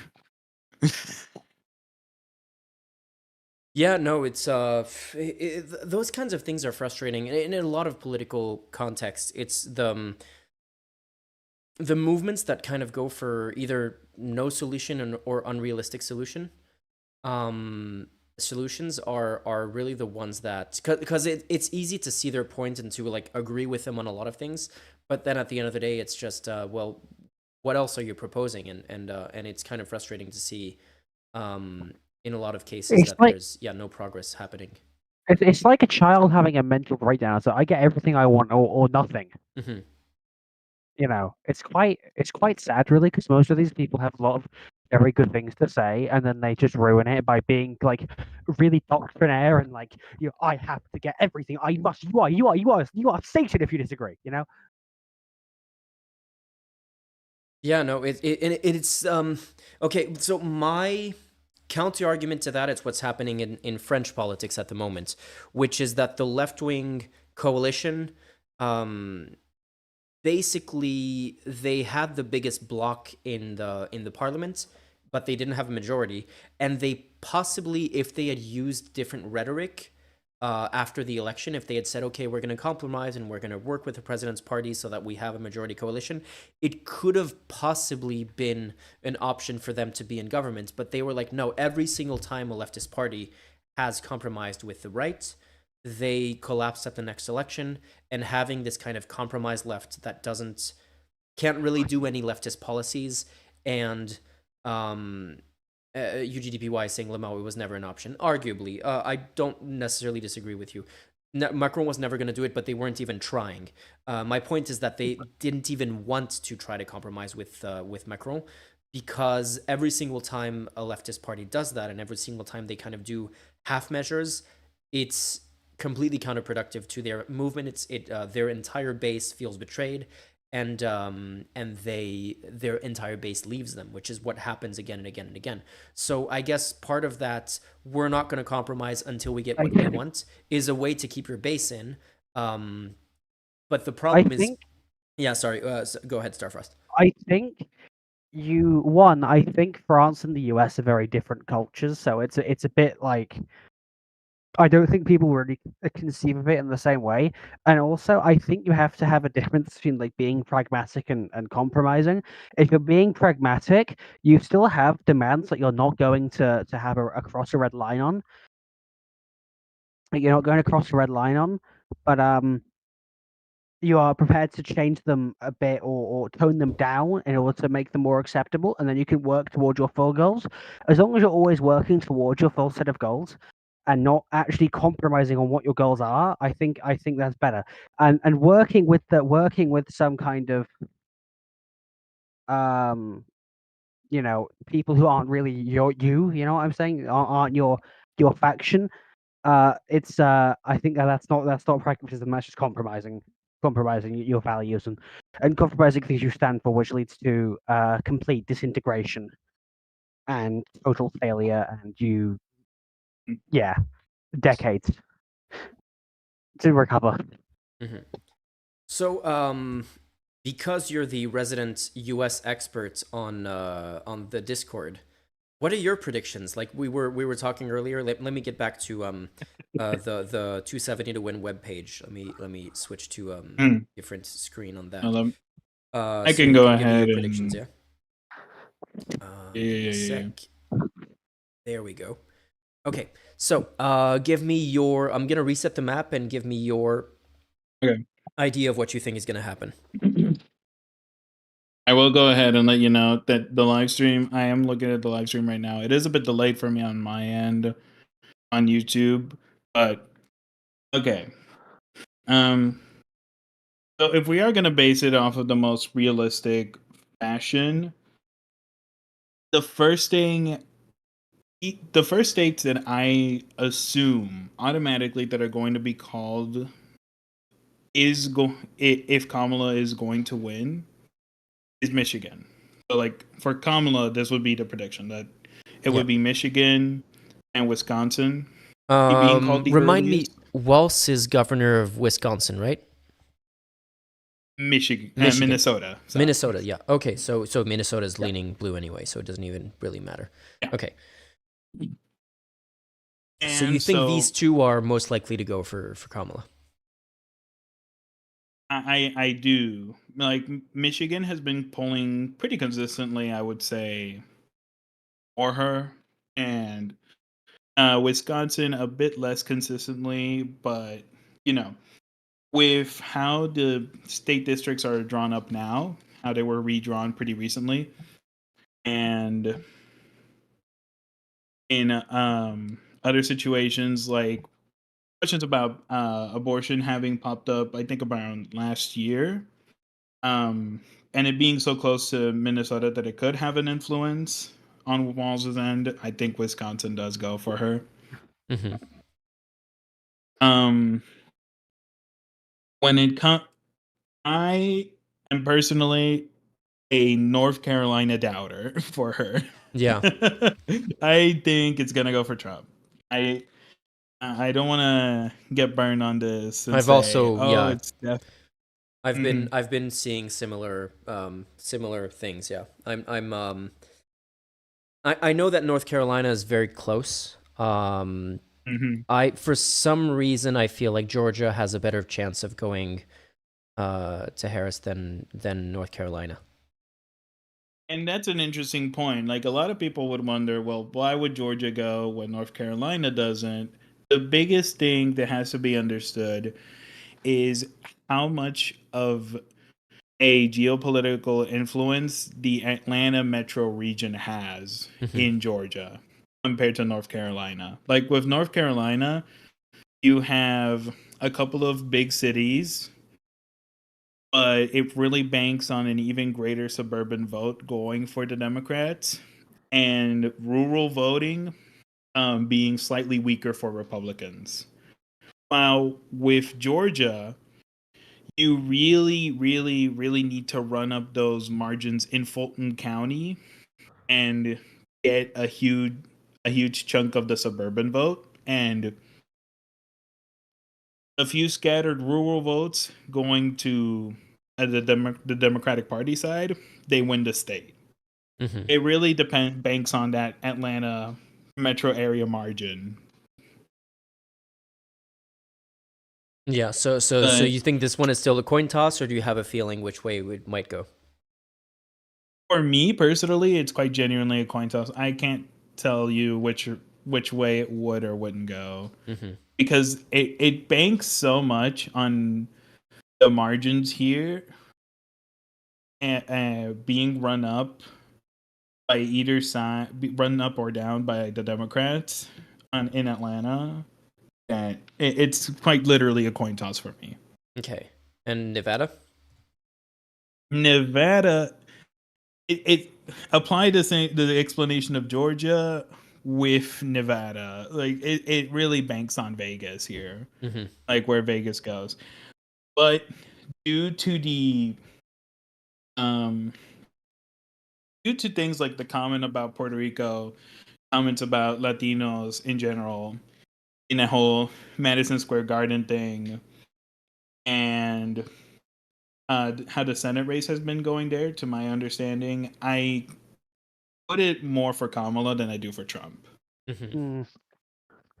Because, while with Georgia, it banks on the Fulton County uh, vote being hugely slanted for her and then getting a lot of suburban votes. With Vegas, you really just need the city. You don't need as many suburban votes as you do in Georgia. I'm willing to more put it for her. Yeah, we have Anno in chat saying, I really hope this is the last election in which the popular vote is not the key. And it's like, no, that's not going to happen. It's Yeah, definitely you still. need 3/4 of the state legislatures to agree to pass the constitutional amendment, and you need 2/3 of both congressional chambers. So good luck. I think you'll need it quite a lot. So I do genuinely think, in a way, this is something I really wanted to talk about here, that the popular vote does matter, but not in a way we kind of expect it to, if that makes sense. You mean in a symbolic kind of I mandate kind of way, or? and not exactly. So it depends on the percentages here. Is what we're talking about. So a theory I have now is a Democrat and a Democratic Party candidate can win if the popular vote margin is above the rough estimate area is 2.5% of the popular vote. So if a Democratic Party candidate gets above 2.5% of the vote, like Biden got 3% of the vote total, then I give it the odds that the Democratic Party candidate wins the election, if that makes sense. But if it's below 2.5%, like Hillary's result was in 2016, then a Republican wins. Now, of How course, do you this see is that happening, based. though? So that's another good question right there. This is looking at a broad national picture, and it's a very, I understand, flawed metric. And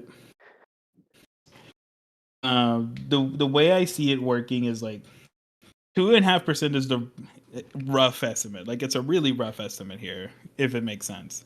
Like I could be wrong, and it could be 3% or close to 3%, considering how close Biden's total number of votes was.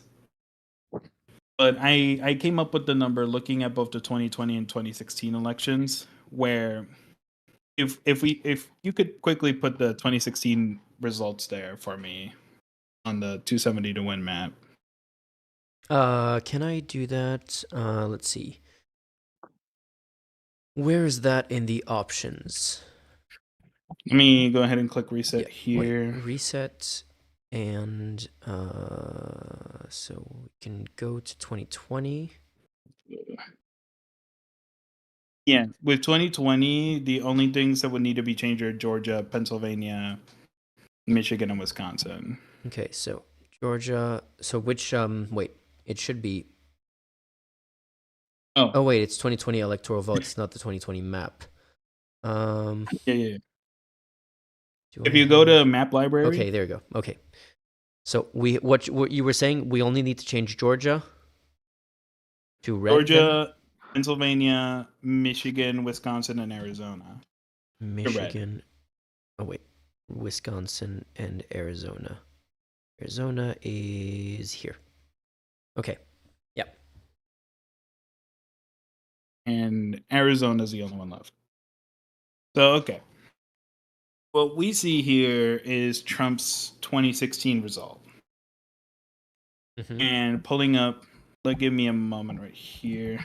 Wait, while you look for that, I just wanted to bring up Aino's comment on the idea of Texas turning blue. Let's put a pin on that and get to it later. Oh, yeah. So what we see in the 2020 result is Trump got 46.1% of the vote and Hillary got 48.2% of the vote. So she got 2% of the vote, 2.1% of the vote there. And this was the result. And in the 2020 election, which flipped the Midwestern states, Georgia and Arizona, Biden got 51.3% of the vote, while Trump got 46.8%. Mm-hmm. So that's why I kind of landed on the number of 2.5%, because while Hillary fell below the number, still won 3 million total votes, and won the popular vote. She still lost the election by not exactly the closest margin, but a decently close margin if looking at historical trends on what's a close election and what isn't. Yeah, but I mean, what I'm Oh, wondering is, so we're looking at mhm, the 2016 map right now, um, mhm.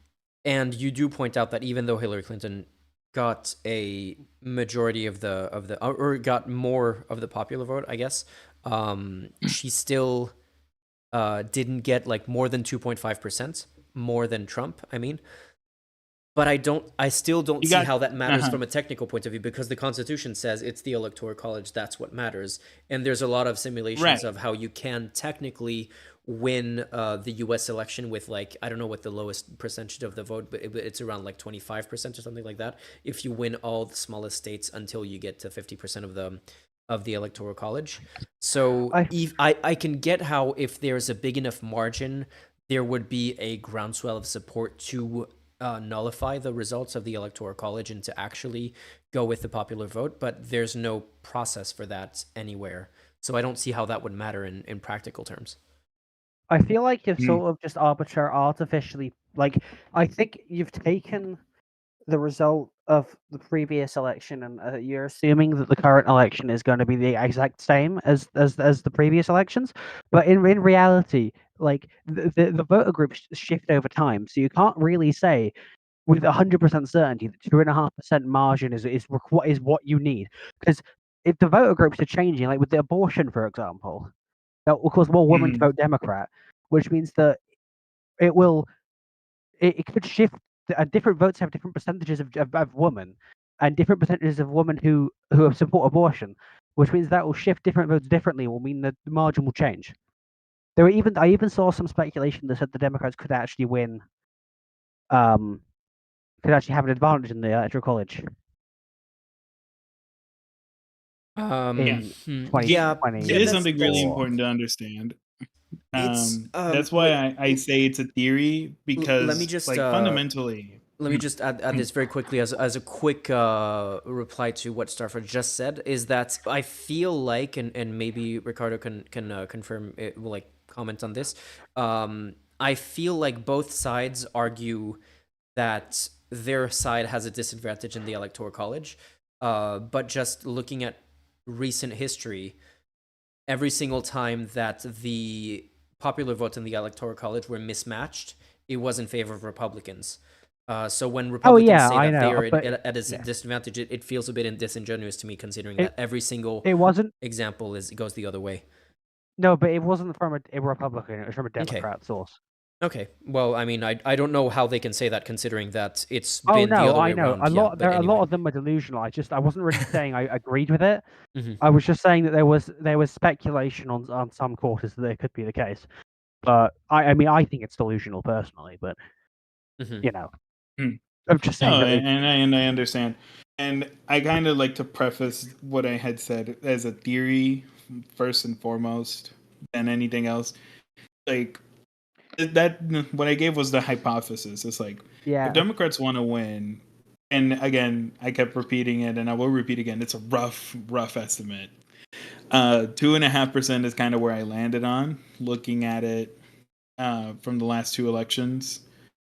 And you are right, Sarfast, in that it all changes. Like, like post Dobbs, electoral situation was fundamentally different pre Dobbs, and things like the Seltzer poll definitely highlight such a change. And it an election like this, this is what I really don't like about the last couple of elections or so, is just how unpredictable they have been. Um, It seems like Because the voter behavior is sort of boggling the mind currently. Mhm. Like it seems like whatever they say, it's like the opposite. Like first they were like, oh, it's going to be a Biden landslide in 2020, and then it wasn't.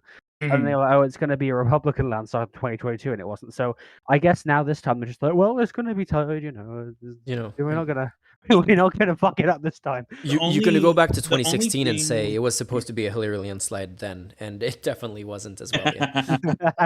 The only time it's been close to a landslide where Pulsar said, "Oh, this is going to be a landslide," where it was close to being or was at a landslide was 2018.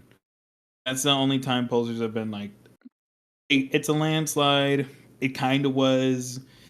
A few Senate seats got wrong though, which is something that people don't really remember much. Things like the Indiana Senate seat, which was held by a Democrat.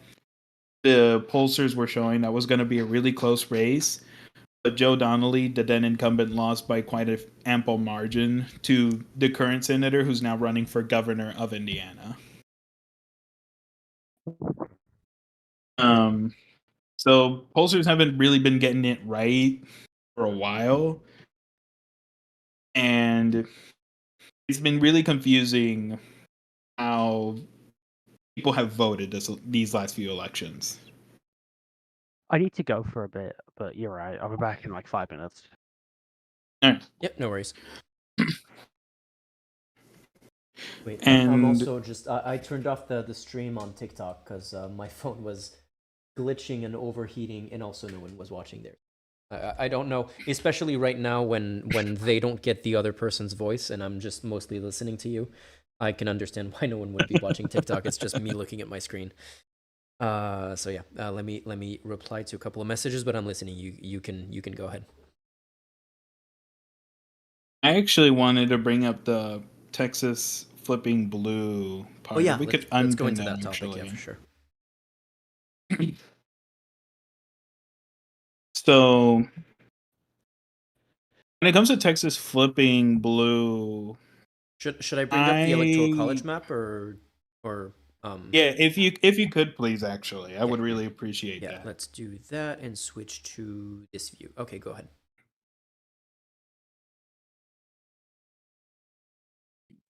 Okay, so really the biggest thing with Texas that first pops out to people is going to be the electoral vote count.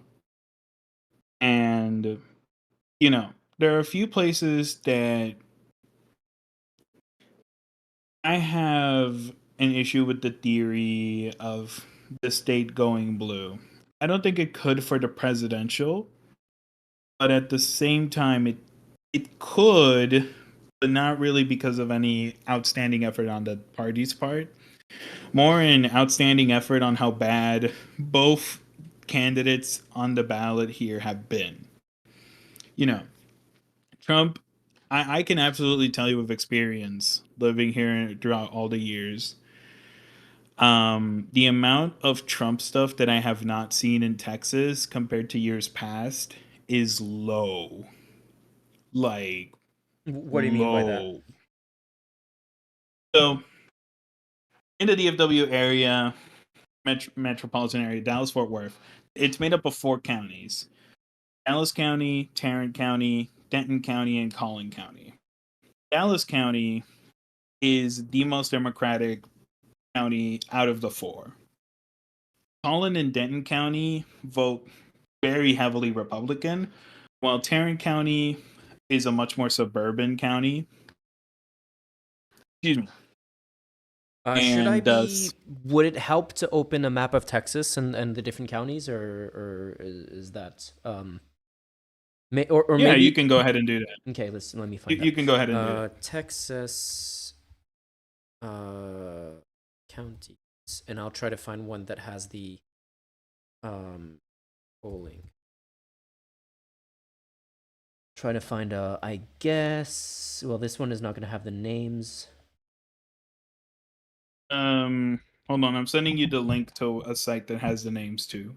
Okay. There you go. Oh, give me a sec.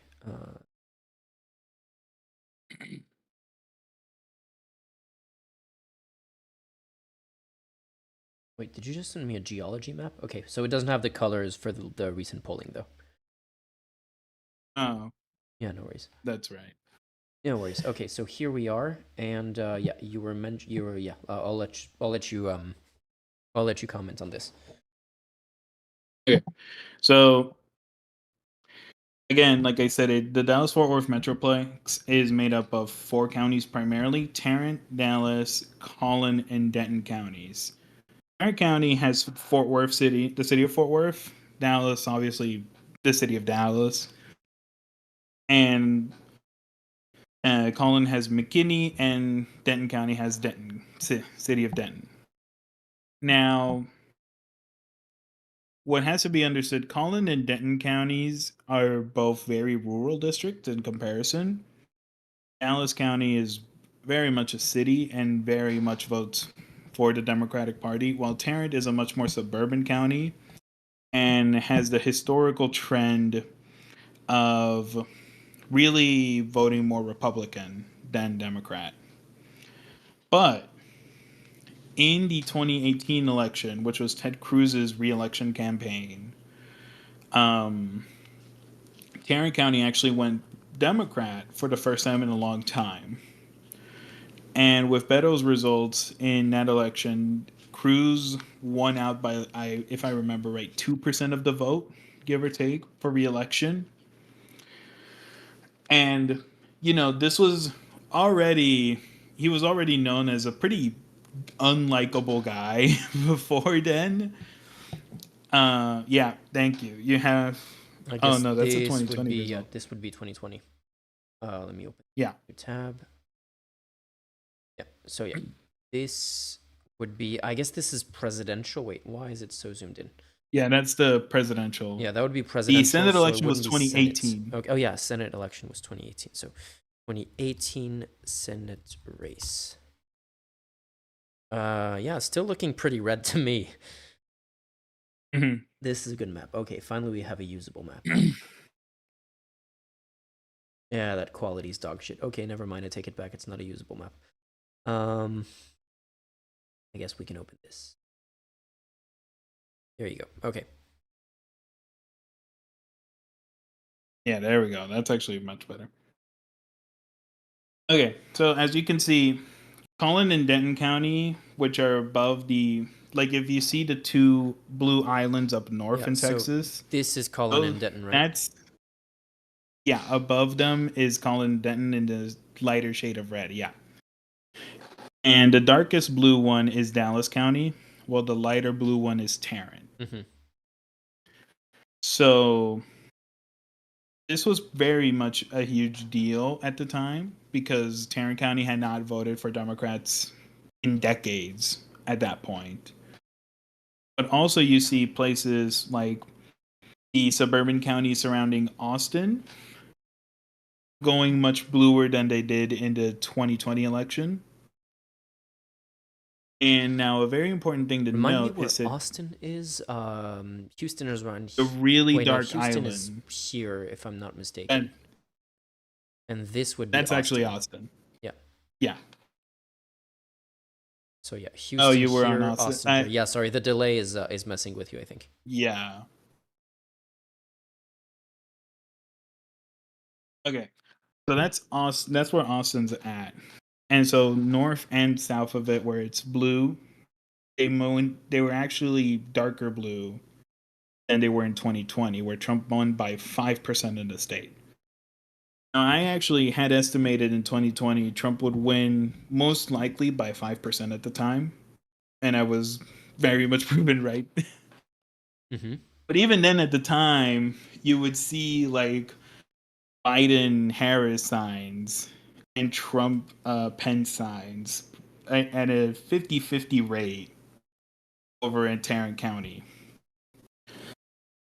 While here in Tarrant County, Remind me in Tarrant County. Tarrant is yeah, it's this one here, so it would be this light blue one here. Yeah. So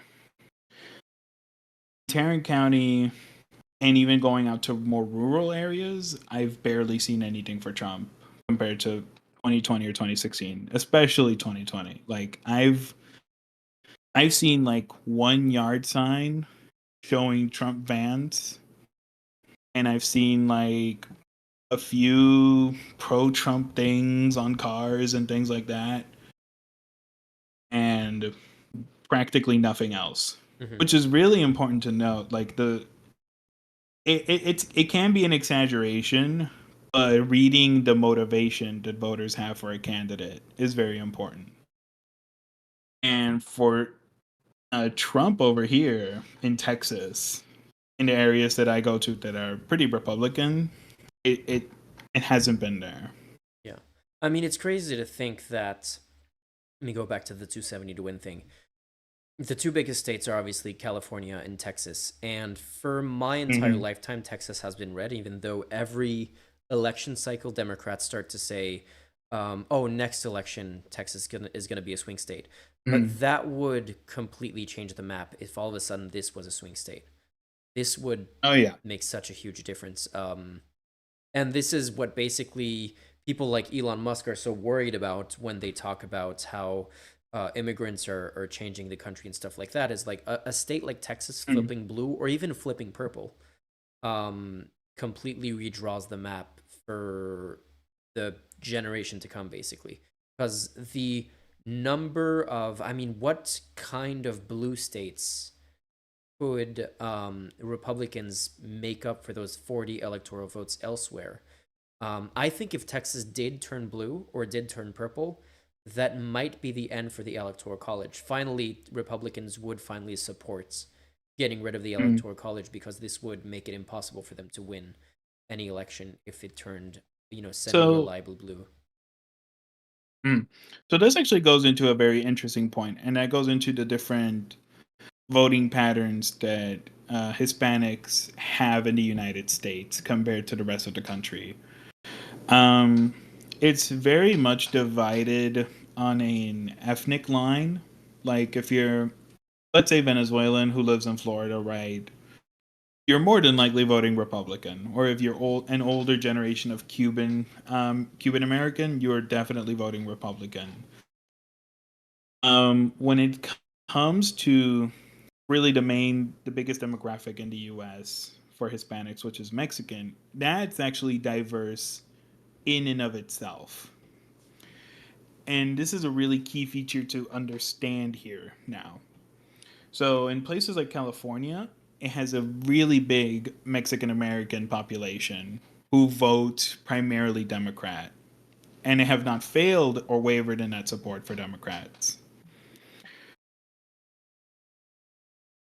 Wait, did There's a I? stream, and the quality of my camera just Yeah, yeah, dipped. equality. Yeah, I worried that your microphone had cut out, but it just that you that it didn't detect a voice, so it stopped recording you.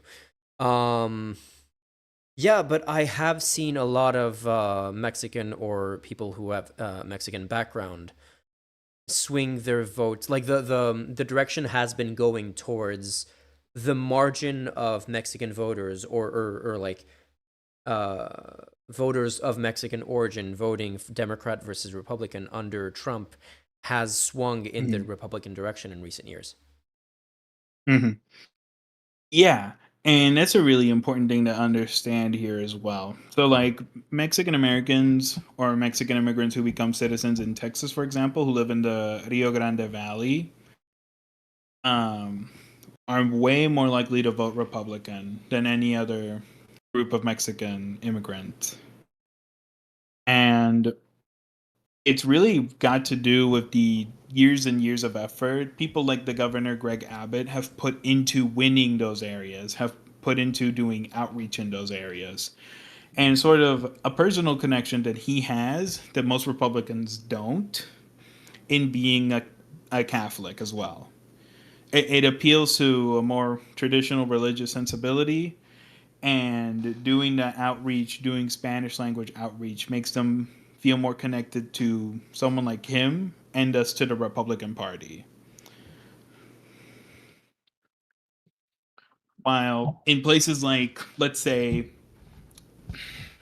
I really don't have the best example off the top of my head here, That would, I guess, the best example would be California. Actually, for the Democrats, like they pretty consistently field a very diverse range of candidates, but each one that is uniquely connected to the community in California.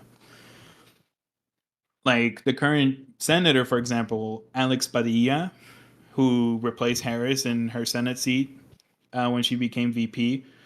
Like he has a very strong connection with the Mexican American community in California that gives him a huge base of support that no other California candidate has at their disposal.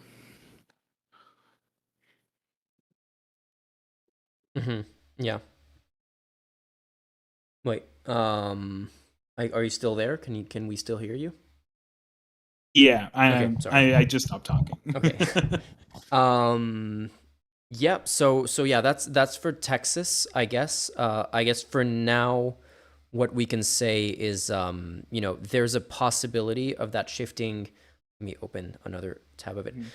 In the near future, but so there's a dynamic there that can't. It is a possibility of it happening at some points, but it's not something that's likely to be relevant for the presidential election this year. Although, yeah, there's one Senate race that is extremely close, so we can keep an eye out for that. But definitely for the presidential election, Like, it's not there for yet. this Yeah. election in particular, I'm not willing to put it for the presidential. But when it comes to the Senate, that's a whole other beast because you have again Ted Cruz as a candidate, and that could actually potentially have a reverse coattail effect where because Ted Cruz is such a fundamentally bad candidate in the 6 years he was reelected, especially no one in this state has forgiven him an inch or an ounce, I should say, for that Cancun trip that he took around 2021. Like nobody has forgiven him for that. Yeah. That the image of him going on the airport is genuinely seared into people's heads So in yeah, such a for negative context, way. there was a power outage, and a huge cold wave in the entire state, and at the same time, Ted Cruz was photographed taking a holiday with his family. But that was before the 2018 Senate election, so it didn't seem like It it was had. actually after Oh, was it after? Okay, in my the bad. I election. thought it was Yeah. before. Hmm. Okay, so do you think that is still likely to make him lose this election, or would that be the reason so many years later that he's going to lose the election, or that he might lose the election this time? Yeah, it quite genuinely could because it is an image in people's heads that is seared into the mind of the even like very pro Republican people, like Ted Cruz going to Cancun, and then after being found out, he blamed his own daughters for the trip. Yeah, that's what UGDPY is pointing out in chat as well. That he told reporters that it was his family's fault. Yeah. And so, like, if there is a reason why he would lose, I would point that trip being one of them. The other ones, you know, like he attacks his opponent Colin Aura the exact same way. I completely expected him to attack any Democrat that was fielded against him. Oh, it's an ultra liberal socialist who wants to take your guns away, who's for they dem or whatever. And yeah, like there's just nothing. Like if he loses, I'll be quite happy personally because I but mean, obviously, but yeah, it's more of a. Yeah, I guess we'll just have to see later on tonight. Hopefully, we can start getting an answer tonight about that. Mhm. I'm going to take a quick break. If you want to entertain chat for a couple minutes, and then we can move on to either another conversation or do something else with like maybe the meme competition or something like that. So I'll be right back in a couple of minutes, and we can see what we can move the stream to later. Let me put the screen on you. Give me a sec. I'm not sure my setup is the best one for this kind of thing. Okay, yeah, so I'll leave you in charge of the stream for a few minutes and I'll be right back. All right, you got it. So I know I'm back. 2123. Oh, hey. Welcome back. Stan just took a break. He will be Okay. back in a moment. Okay. How much do I think the Green Party will affect this election?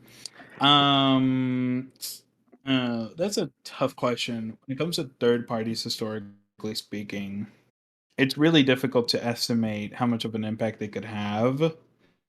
I'm more or less willing to say barely any. Like, you know, it's hard to read third parties because they poll much better than their results are pretty consistently. It's because they get in the ballot box and they're like, I have to vote for that, this guy. Mm. Like a third party getting on the ballot is a good thing in my opinion. Like don't get me wrong. I very much support third parties being in the ballot because there should be more options in this country, honestly. But their impact is more or less nothing. Wasn't that possibly, and it wouldn't have actually mattered for the result, but isn't there a possibility that maybe Michigan in 2016 was very there's a chance that it would have happened? Maybe would have gone the other way if she hadn't been there. But it wouldn't have actually mattered to the election because he still would have won. I'm more or less leaning on it really not mattering because like I'm more willing to bet that if Jill Stein was not on the ballot in 2016, that those left wing voters or more generally leaning voters who voted for her would just sit out the election completely because the other options were Hillary Clinton or Donald Trump or Gary Johnson, and you know left voters are not going to vote for a libertarian.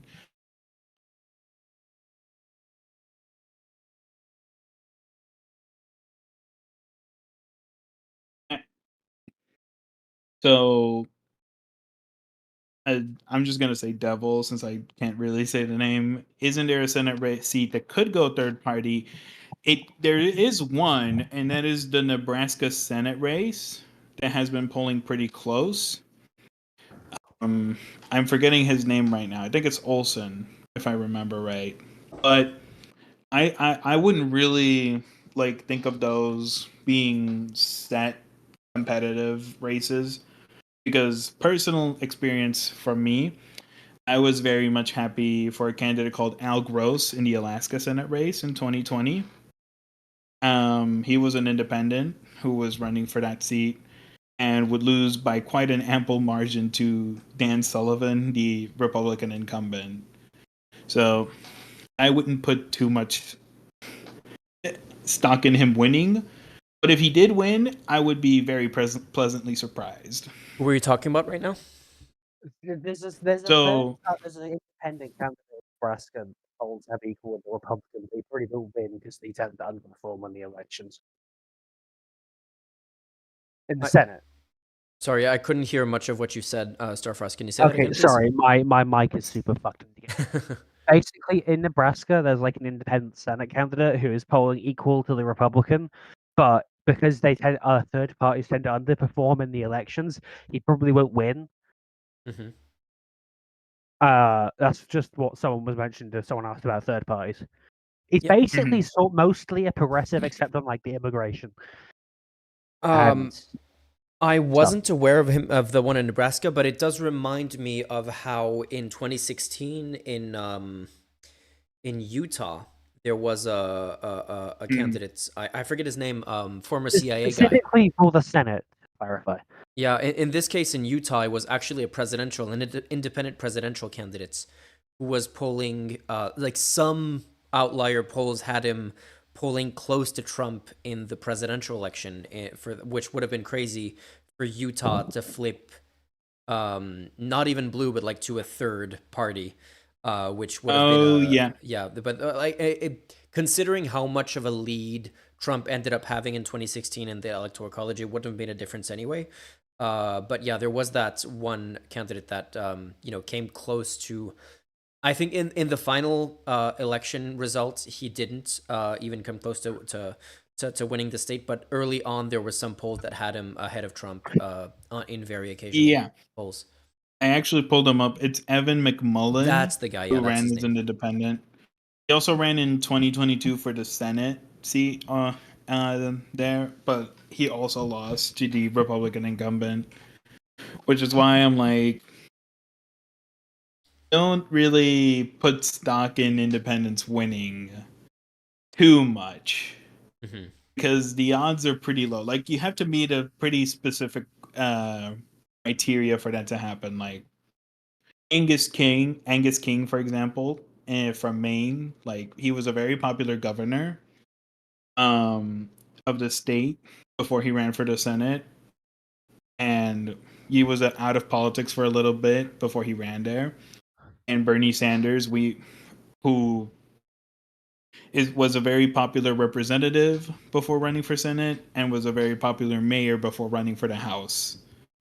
And the other one that I remember is Jesse Ventura when he was running in the 90s to be governor of Minnesota and won. He was obviously a wrestler and also he was backed by Ross Perot's people.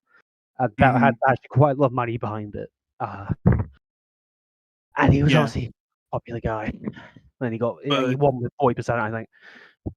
And then the party disintegrated, so he never got. He resigned and gave up. Like, and Jesse Ventura, was actually a mayor of a city, if I remember right, before even running for governor. So like, it has to be such a specific criteria for someone to meet to even have a chance in the Senate.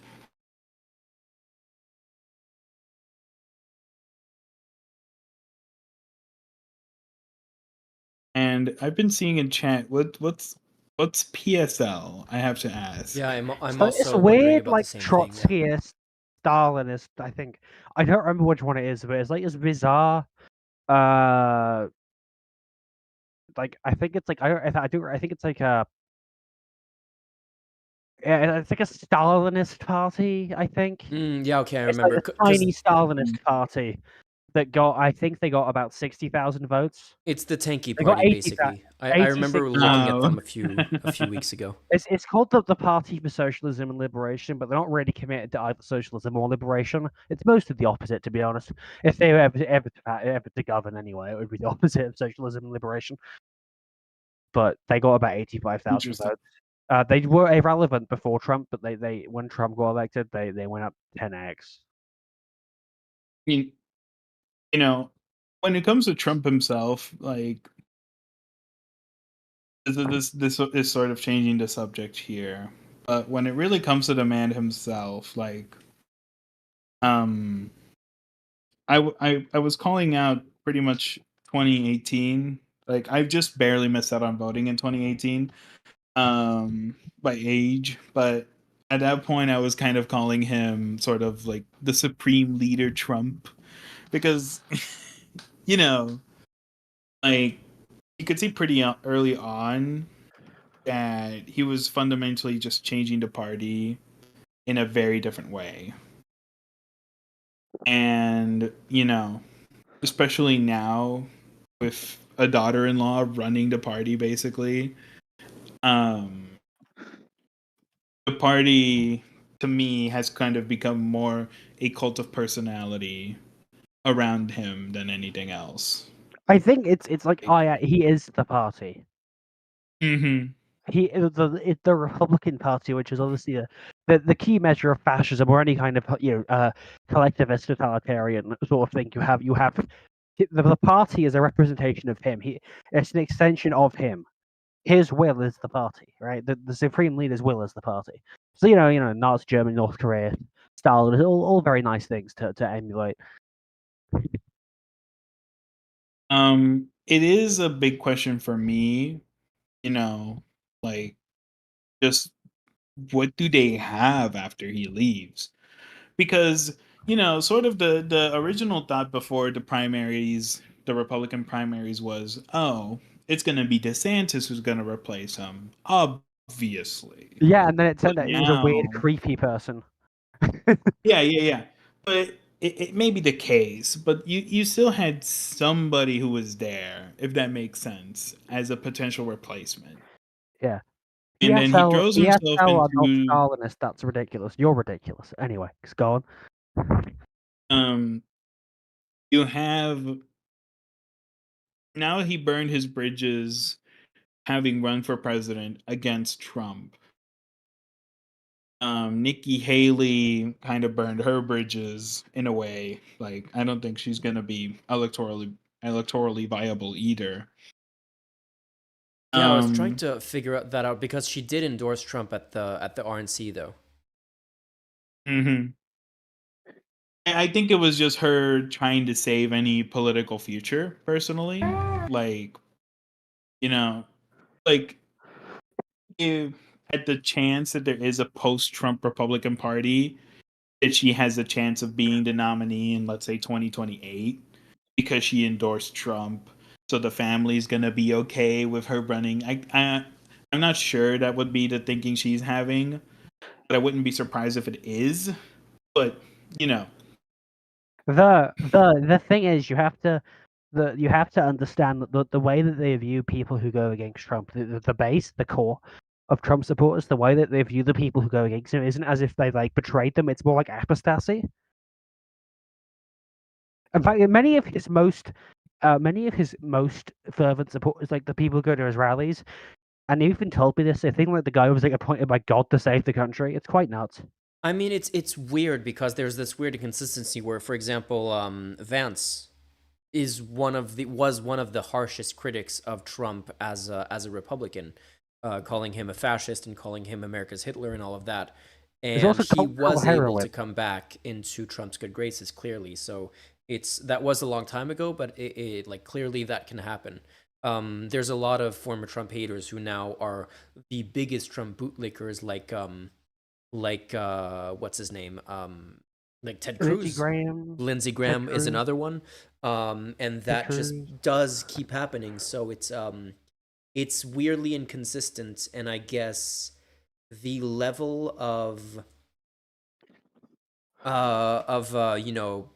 apologies that they have to undergo in order for them to be forgiven has to be something of the likes of what JD Vance has been doing, basically.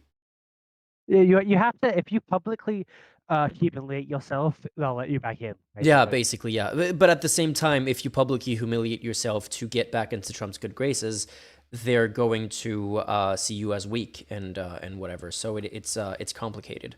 It's like that balance. It's kind of the same thing of what I was saying earlier in the stream is I don't know exactly what the thing is that Trump has and what balance of personality traits he has to be able to do what he does without ever suffering any of the consequences for that. And I guess there's a similar thing for what you need to be able to do to get back into Trump's good graces without being seen as weak. And I guess to some extent it is just self-humiliation because Trump was incredibly humiliating towards Elon Musk, and now Elon Musk is the biggest Trump simp ever, and everyone seems to have forgotten what Trump said about him a few years ago. I think Elon's move towards Trump has far more cynical motivations than anything else. Because one, the Democrats became more pro trade unions and stuff, and obviously Elon hates anything that would let him not exploit people horribly. Because even when he was a Democrat, he was even when he was a liberal allegedly, Yeah, a Democrat or whatever, he was still exploiting workers, running an incredibly bigoted workplace and such and such. And so I think the move towards Democrats from being 100% owned by corporations to something mostly owned by corporations, where they're a bit more pro-union and stuff, I think that rankled him. And also, if Trump wins and implements an authoritarian crackdown, all of these tech companies are massively dependent on U.S. federal government contracting. So if they're not, if they lose all, so if they go against them, they'll lose all these government contracts, and therefore they have to be seen as in his favor. And I think Elon accidentally radicalized himself during the process of being cynical because he's really, really stupid and dumb. And I think other ones like Mark Zuckerberg are a bit smarter, and they're just going along with him so they don't get gulagged, let's say. Yeah, no, that's exactly it. Because when Elon was still a Democrat, the one thing that he was saying, "Oh yeah, I'm a Democrat," but his but was unions. Number one, and number two, exactly what you're saying about like tech billionaires and just like giant company CEOs like Jeff Bezos of Amazon. The reason why Jeff Bezos decided not to endorse or decided to block the endorsement of the Washington Post that he owns is because he wants to keep the door open to be on Trump's side if Trump does win the election. If he had endorsed Kamala, then he knows that Trump would have done everything he could to sink Amazon. And I suspect it's the same thing for what was the other example? Obviously, Musk is like a big one. Zuckerberg, exactly. Zuckerberg has been doing the same kind of has been saying the same kind of stuff in recent weeks as well. Yeah. And the reason was actually they were already threatening him, even in 2020, even when they were out of power, they were already doing things like launching politicized investigations. And I have no sympathy for these people, but like it's obvious that they are very serious in their intention to go after even big business if big business doesn't get in line. Yeah, no, I mean, and it's also like, I know I'm overusing the word, but it's also like typical fascism as well. Like that is what fascists do. So Yes. I know it like looks bad, and like every time it was funny because I don't know if I wanna out him. My brother seems to be kind of my brother has always been a big Musk fan. My brother is like an IT engineer kind of minded person who's never been too interested in politics, and so he kind of feels a lot of kinship with the Elon Musk type, I guess. And so It's every like- single It's like I get it because I used to have that as well. yeah. It's like you sort of feel like that he's one of you. even Yeah, though no, he's it's not. basically it, and I'm not an IT person. Well, I almost became an IT person just because it's very much a family thing, and I started by doing studying IT engineering before going into journalism. But yeah, my brother just really feels like he's part of the Elon Musk and the kind of engineer-minded, scientific-minded tribe. And so when Musk has started to drift towards Trump, it feels like my brother is kind of like, oh, hang on here. Is there something that I missed about it? So he seems to be almost Trump curious in those conversations. And every time, like, he points out some of the really, really, really dangerous rhetoric that Elon Musk has been having recently, when he retweeted this Twitter Nazi called Peter Sweden. And Peter Sweden, like, the tweet that Musk retweeted was, I can find it if, I guess I can put it on screen. But the tweet that he retweeted was Peter Sweden saying, I'm in favor of defending, let me find the exact tweets. Put that on screen. The guy who was saying about SpaceX is generally accepted as far as I know that SpaceX, basically he doesn't really control it that much because it's basically just a government thing. He's just the spokesperson, really, the SpaceX. There's Yeah, even sure. been employees who would say, every time he'd show up at the office, we'll just pretend to be doing work for him, and we don't really. Tesla Tesla has he has a lot more control over Tesla than obviously Twitter, but SpaceX is very different. Yeah, let me just read this real thing. quick, So Peter Sweden said, tweeted, "I love my country. I reject the woke agenda. I am an anti-socialist. I embrace masculinity. I don't believe the media. I support the farmers. I expose the WEF agenda. This doesn't make me far right. It just means I'm normal." And Elon Musk retweeted that saying, "Makes sense." The thing is, like, every single one of these if you don't follow politics, they seem like kind of semi-reasonable, but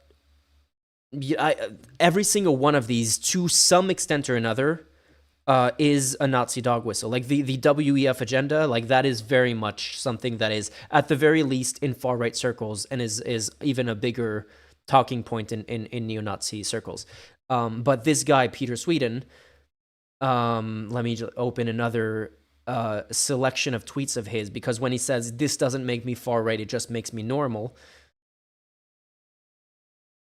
this is the kind of stuff that he tweets when he's not claiming to be normal. Stuff like Hitler helped 60,000 Jews migrate to Palestine and settle there, or I don't like fascism, but I think Hitler had some good points, or how is the protocols of the elders of Zion? I'm not a Nazi, but the Holocaust never like all of happened. these things are crazy. Like all of these selections of tweets should be like something that's immediately disqualifying. And it's the typical thing of like, these are the kinds of people. This guy's a neo-Nazi. Like you read these tweets, you go, okay, this guy's a neo-Nazi who's pretending not to be a neo-Nazi. And there should be zero doubt in anyone's mind about that. But then you get to that other tweet, the one that Elon Musk retweeted, and you don't know that the guy's a neo-Nazi, and you don't really understand any of the dog whistles that are going on here, and you can see this as reasonable. But the thing is, these retweets of retweeting neo-Nazis is something that Musk has been doing on an almost daily basis for the last year. It's not like he does it once and then people point out, hey, by the way, that guy you retweeted, he's a neo-Nazi. And then they just, he just goes, oh, my bad, and backs off. Like he keeps on retweeting these people. And so it's kind of crazy to me to be speaking to people who are otherwise like intelligent people, and I point these out, and they go, yeah, but maybe he doesn't know who this Peter Sweden guy is, so maybe it's not actually him endorsing a neo-Nazi when he's like supporting Trump after Trump has said like literal Nazi stuff. Maybe he doesn't or maybe he doesn't know what he's talking about, or what Trump is saying is not that crazy. Or the other thing is stuff like when I point out that, yeah, this guy is a neo-Nazi, or this point that Elon Musk says is an echo of a neo-Nazi conspiracy theory, like when Musk talks about great replacement and stuff like that, I hear people going, why are you always talking about neo-Nazis? Why does it always have to be neo-Nazis in these cases? Why can't it just be, oh, this is incorrect or anything like that? Why do you always have to take it back to neo-Nazis? And it's really hard for me to take the point of, it's because we're actually talking about neo-Nazis without seeming alarmist or whatever. But like that's where we are. That's what I've been trying to say for the past few weeks is we are actually in neo-Nazi. It's just sort of, it doesn't help that we sort of cheapened the word a bit, And Yeah, then yeah. The thing is, I'm back. I do wonder if we've cheapened the word, or because the thing is, I noticed this recently, that I use the word neo-Nazi more specifically than the word Nazi for some reason. To me, like Nazi can kind of be kind of a dismissive, like grammar Nazi or whatever, like someone who's really far right, but I don't have the specific elements of proof to say this guy is connected to neo-Nazi networks. I could still maybe call him a Nazi as a kind of a dismissive, like, oh yeah, this guy's far right, in the same way that I can call him a fascist, in the way that a fascist, like, is in the modern context is a slightly broader term than Nazi. But if I'm saying the word neo-Nazi, I mean it specifically. I mean this can be traced back to specific neo-Nazi groups. I can tell you the names of the groups who are spreading this conspiracy theory or stuff like that. Yeah. Yeah, I think that I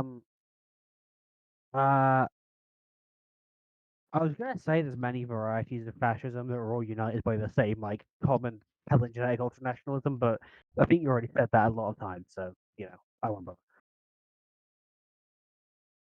We have a new member in the election voice channel. We have MPG Alex from Discord, or Tryon, as people know him in the YouTube chat. I don't know if you want to unmute yourself, or because I know that you joined, but I don't know if you're ready to speak yet. has been silent for a while now, I think. Yeah. No, Yeah, he's been here for a while. I think he didn't. I've been here the entire time. I'll be hidden until you guys finish. And then I'll don't worry, I'm waiting for this civil conversation to end before I kidnap the entire stream. So I'll Guys, let you guys finish Wow. and then I'm back guys, to Virgin. by the way, obviously they're not exit polls in terms of traditional exit polls. It's more like who voted and what they found important, but they will be released in 20 minutes. Oh, good to know. Yeah, okay. I'll keep an eye out Also, for that. then. I'm gonna send a pirated CNN if anyone. I mean, I have a link Yeah, to send pirated that. CNN. Either send that in the send that in the media channel, and I'll pick it up there.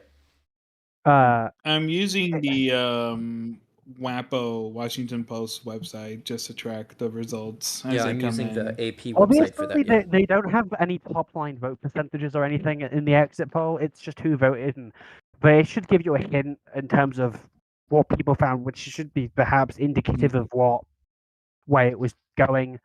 The actual results they start coming in, I think, in like rural Kentucky and Indiana in an hour and 20 minutes. Wait, let in me terms of take a notepad out and If I'll I write down remember some right, time. So actually, when there's did you an- say we're getting at 11 p.m. Which That's exit sort of- polls? So like exit polls of who voted, like what racial group and age and gender, and what they found important. And the reason they don't have top lines is because of all the early votes, I think. Yeah.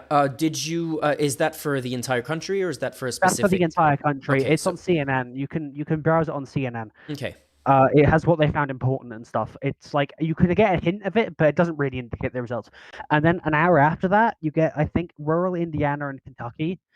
They're always the first to close, so it's always obviously it's going to be a super Trump area. Mhm. But you should start seeing Mhm. like the margins and stuff, Okay. and then the actual polls start closing, including in Georgia, an hour after that. But I'll probably be asleep by then. Yeah.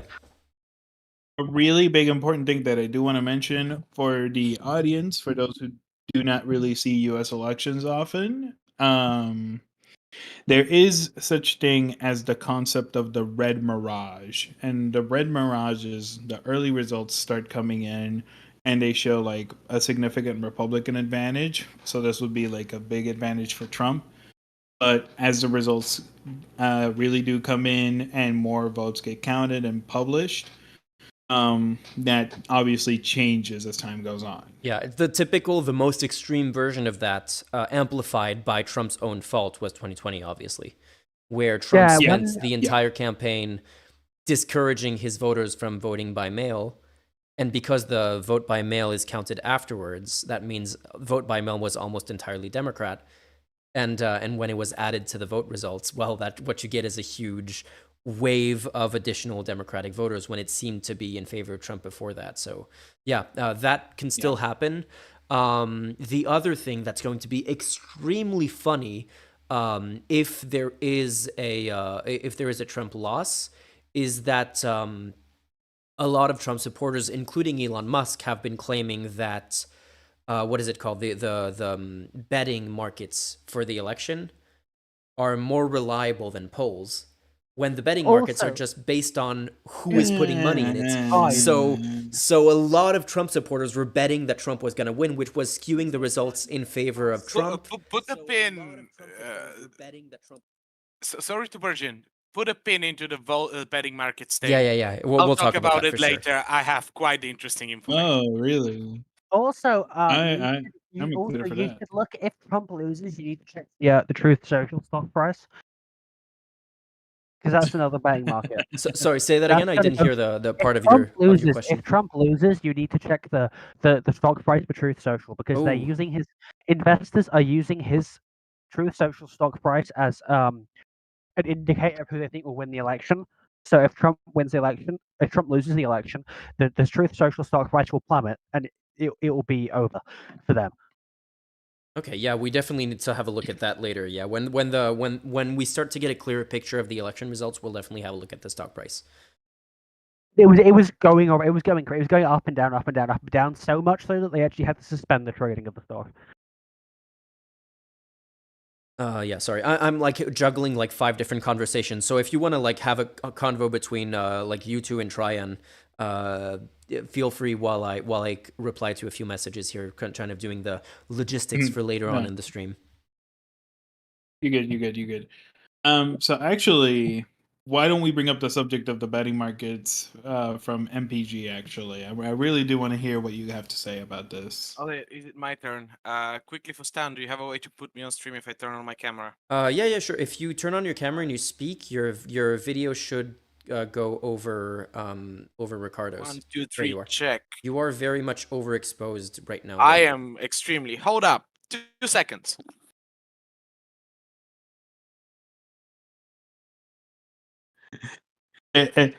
Alex is looking at heaven right now. Good lord.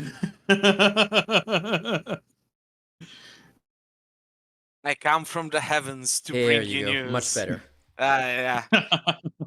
Quick, So quick tech tip for anybody. Let me just see myself on screen. I almost look like a human being. Okay. yeah, just one thing In to keep case in your mind. camera has a lot of overexposure, turn off all the light in the room. Just one thing for both of you to keep in mind. Right now, it's perfectly fine.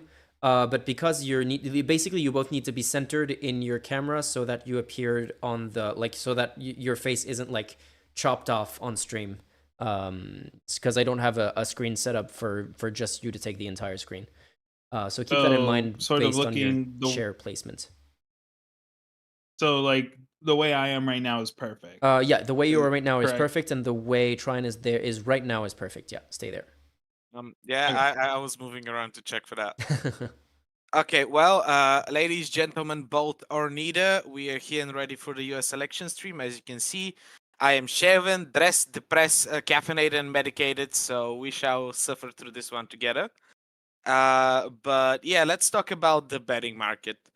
So I, of course, in typical me fashion, did not take notes this time. So US election betting market. Let's see what was this biggest one, the one that made the news. Yes, Polymaker.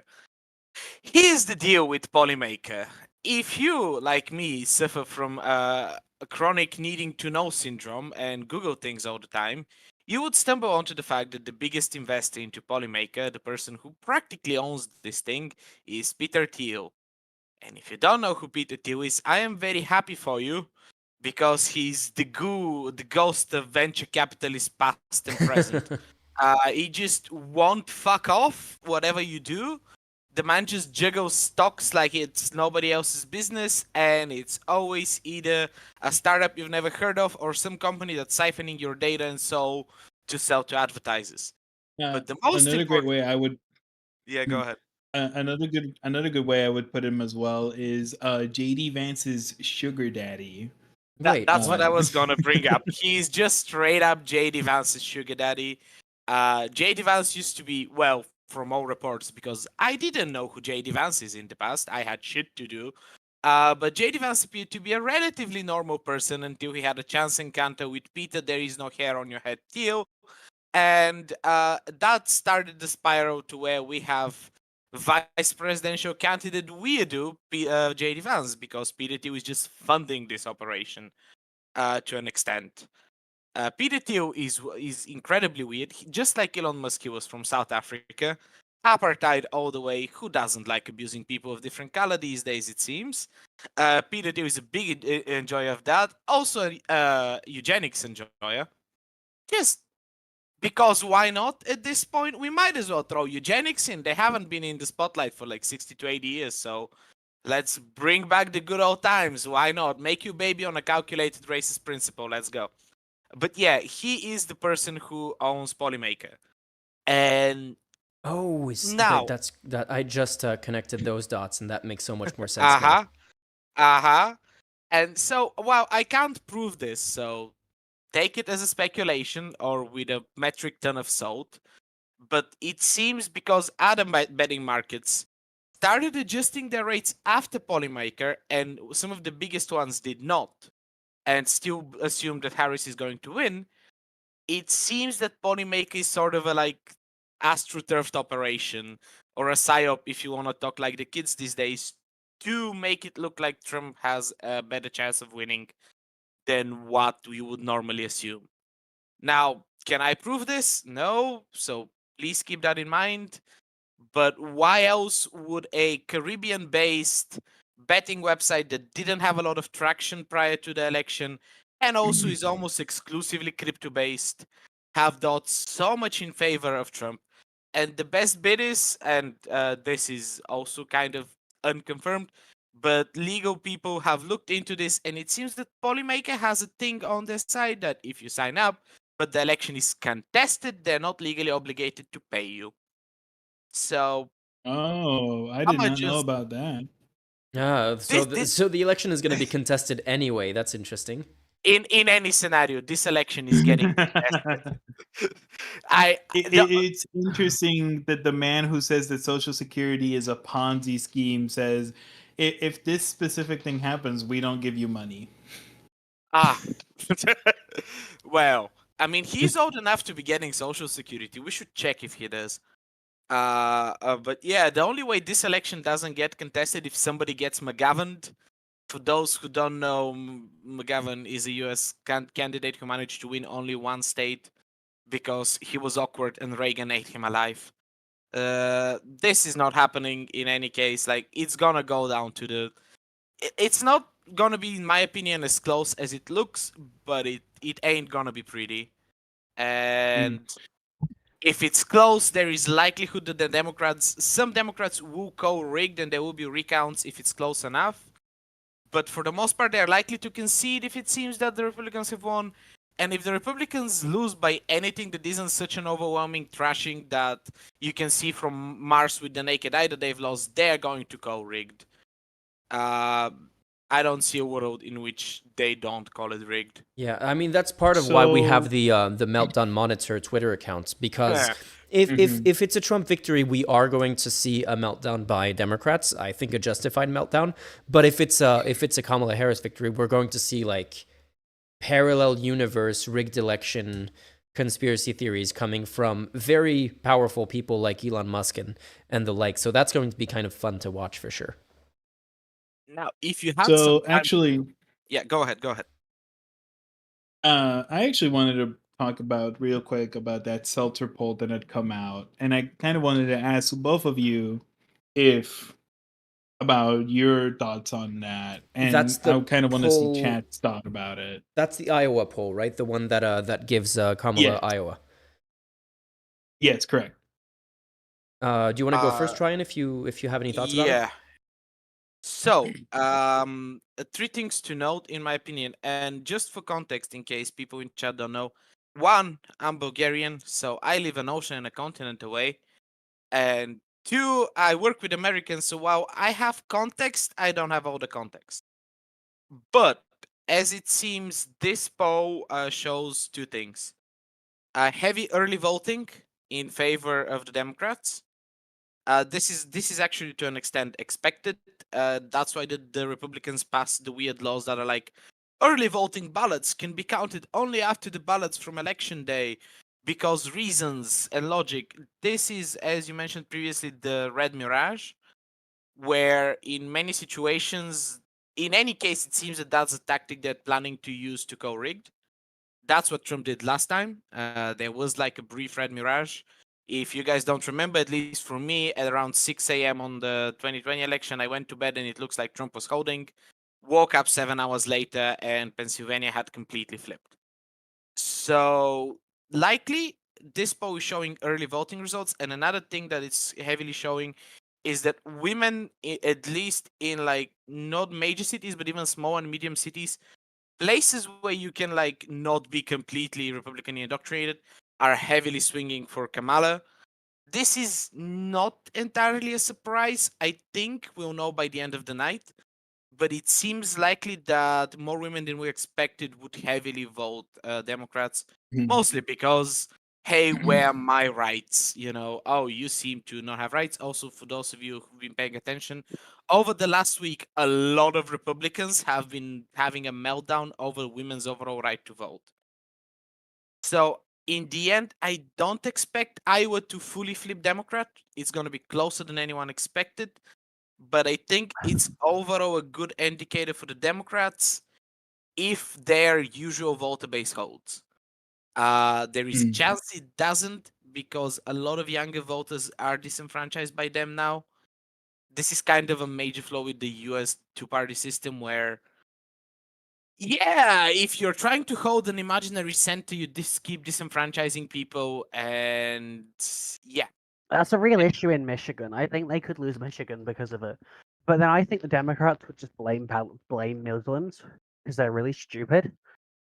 They wouldn't blame their suicidal Israel policy. They just blame it on Muslims because a lot of American liberals have this belief that people who don't vote for them are like insufficiently enlightened. We shall call this the Hillary the back.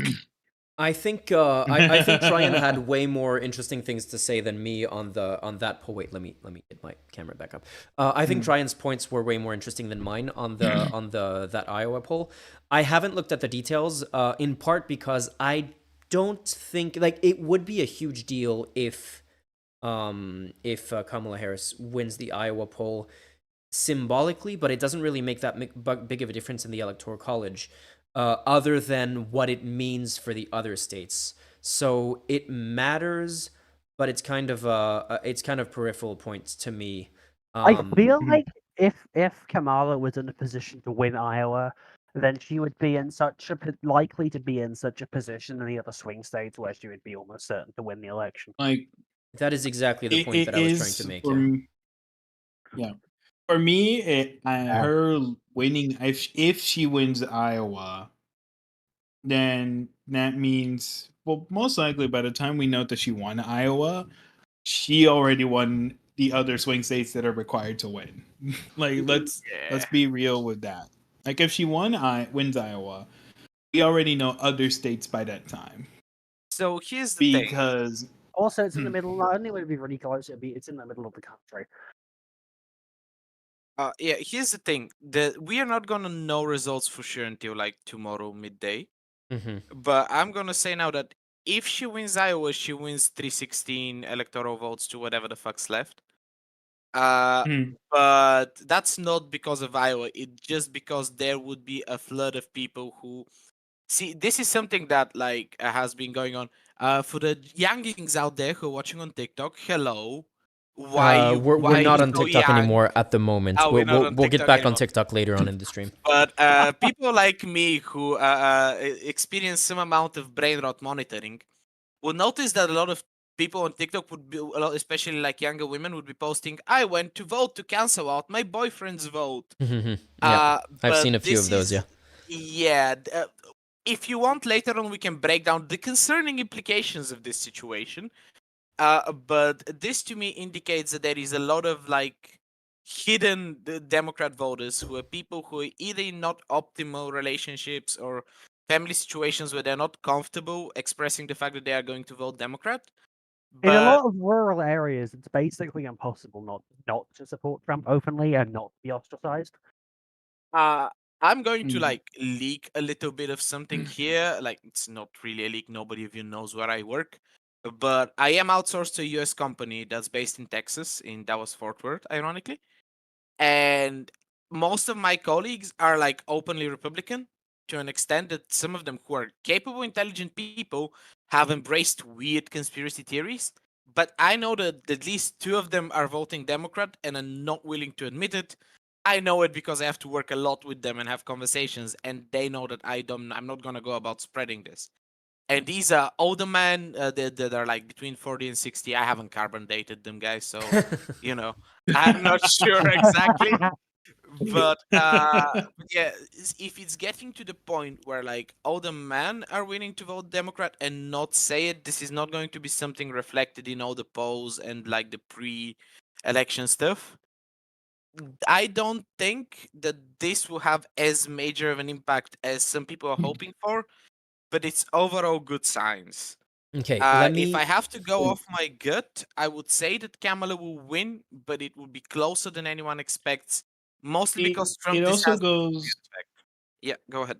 It also goes fundamentally into what I said earlier about what I see here in Texas.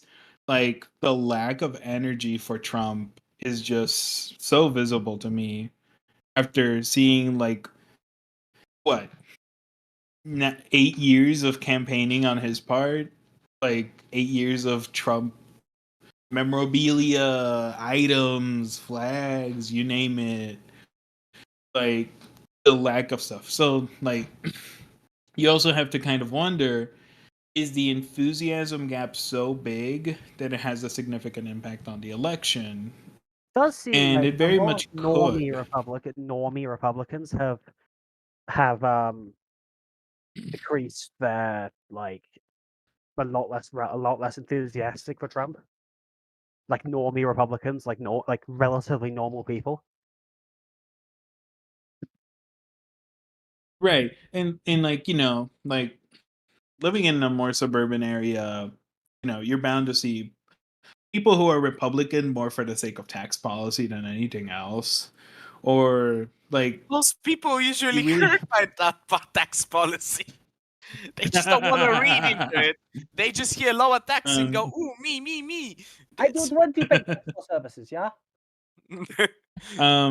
so you really have to go out there like for like an evangelical church to see like someone be like, "Oh, I'm a conservative."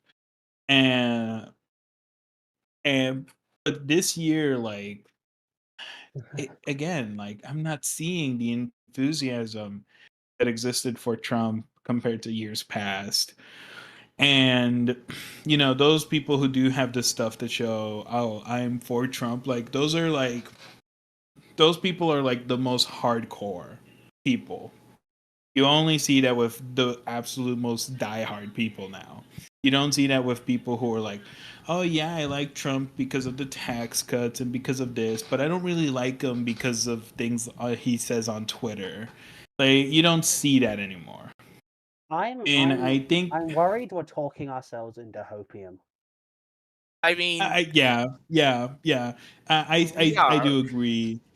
Yeah, but like it, it I personally can't help to ask the question, like, if there is an enthusiasm gap, how much of an impact could it have? You know, Well, that's and the only something way we'll see is I wanted. in the election. That's something I wanted to bring up earlier. This is something that was had to be learned hard through the Bulgarian elections, which is why our country is so fundamentally in a bad situation right now. Majority of the public can't be asked to give a shit. And this is also reflected in the US, where the voter turnout is currently expected to be around 56%. I'm hearing on CNN that Democrats are encouraged by the voter turnout in Philadelphia. Well, that's good news. Usually, when voter turnout is high, Democrats tend to win. Yeah. The only time with high turnout where Democrats lost was Reagan. Yeah. And Well, the yeah, but he Boogeyman won. is dead, guys. It's fine. Yeah.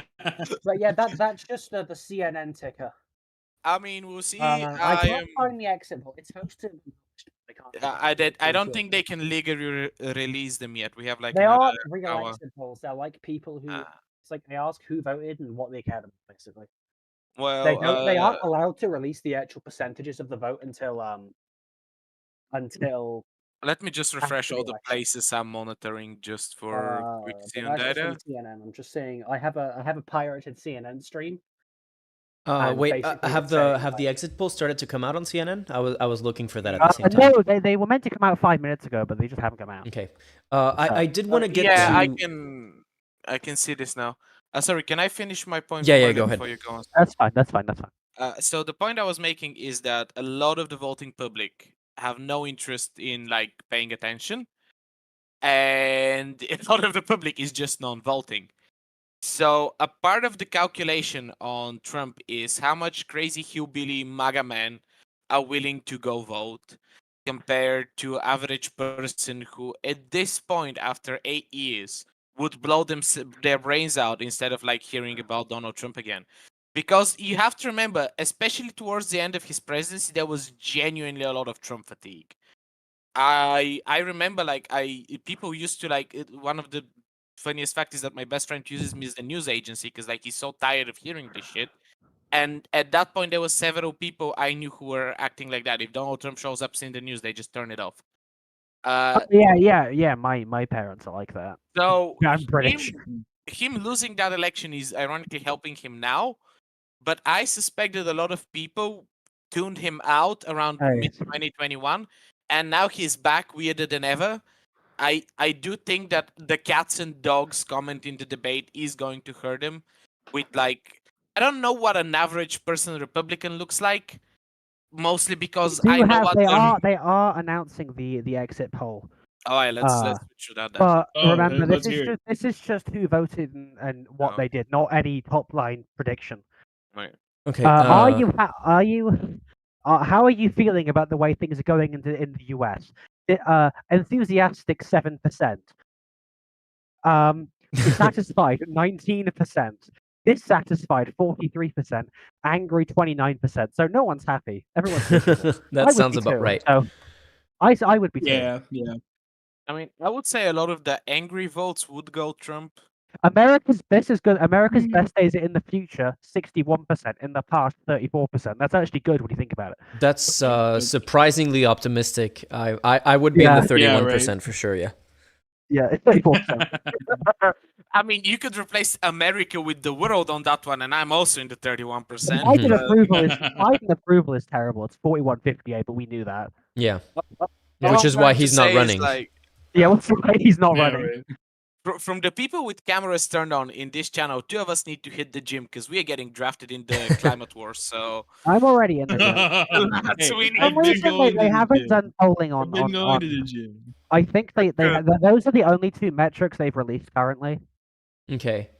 Yeah, like we still have to wait a few hours. I was looking at the NBC News exit polls, and they are announcing them in 3 hours and 22 minutes. So we still have time before more results come out. There was a question in chat. Okay, sorry, go ahead.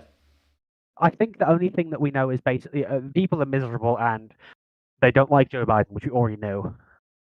Further news: water is wet.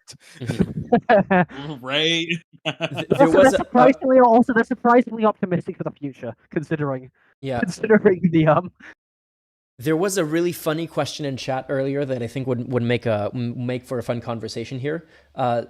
Zeph was asking, of the billionaires, who do you think is the most harmful? Musk, Thiel, Murdoch, Koch, Mercer, or Adelson? Without a single shadow of a doubt. Or some other that I Koch haven't brothers. considered. No, it's the Koch brothers. There isn't even debate. There is no contest. It's the Koch brothers. Elon's really stupid. Elon is so stupid he falls for his own bait.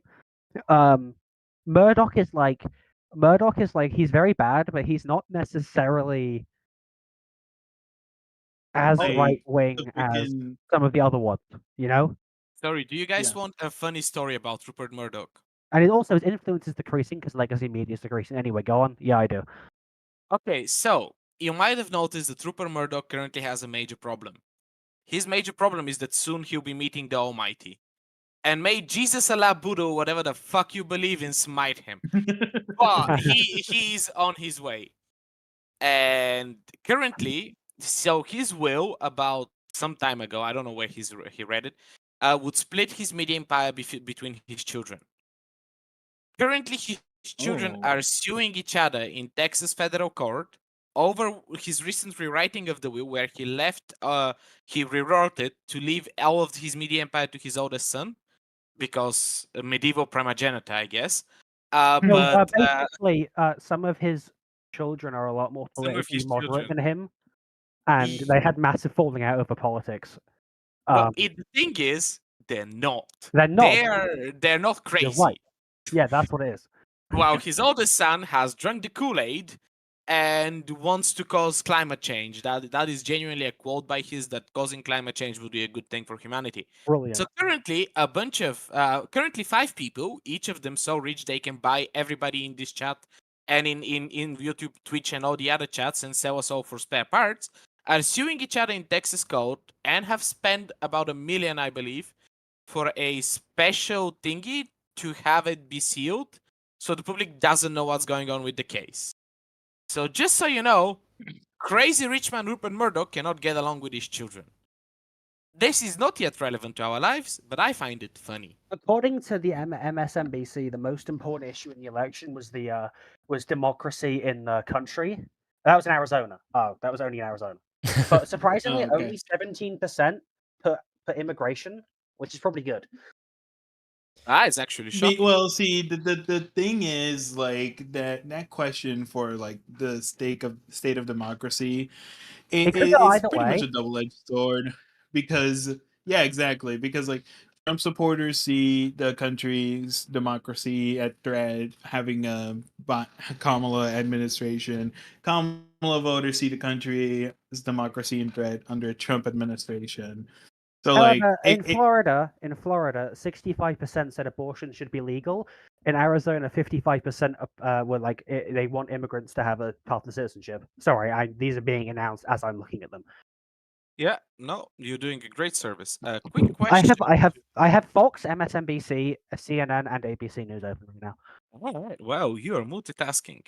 Yeah. Quick question, actually. Isn't like, because I know Florida has a larger Cuban community and, well, a large old fuckers community, which are both like heavily religious groups. Like, as somebody who knows so Cubans in Bulgaria, them motherfuckers are religious.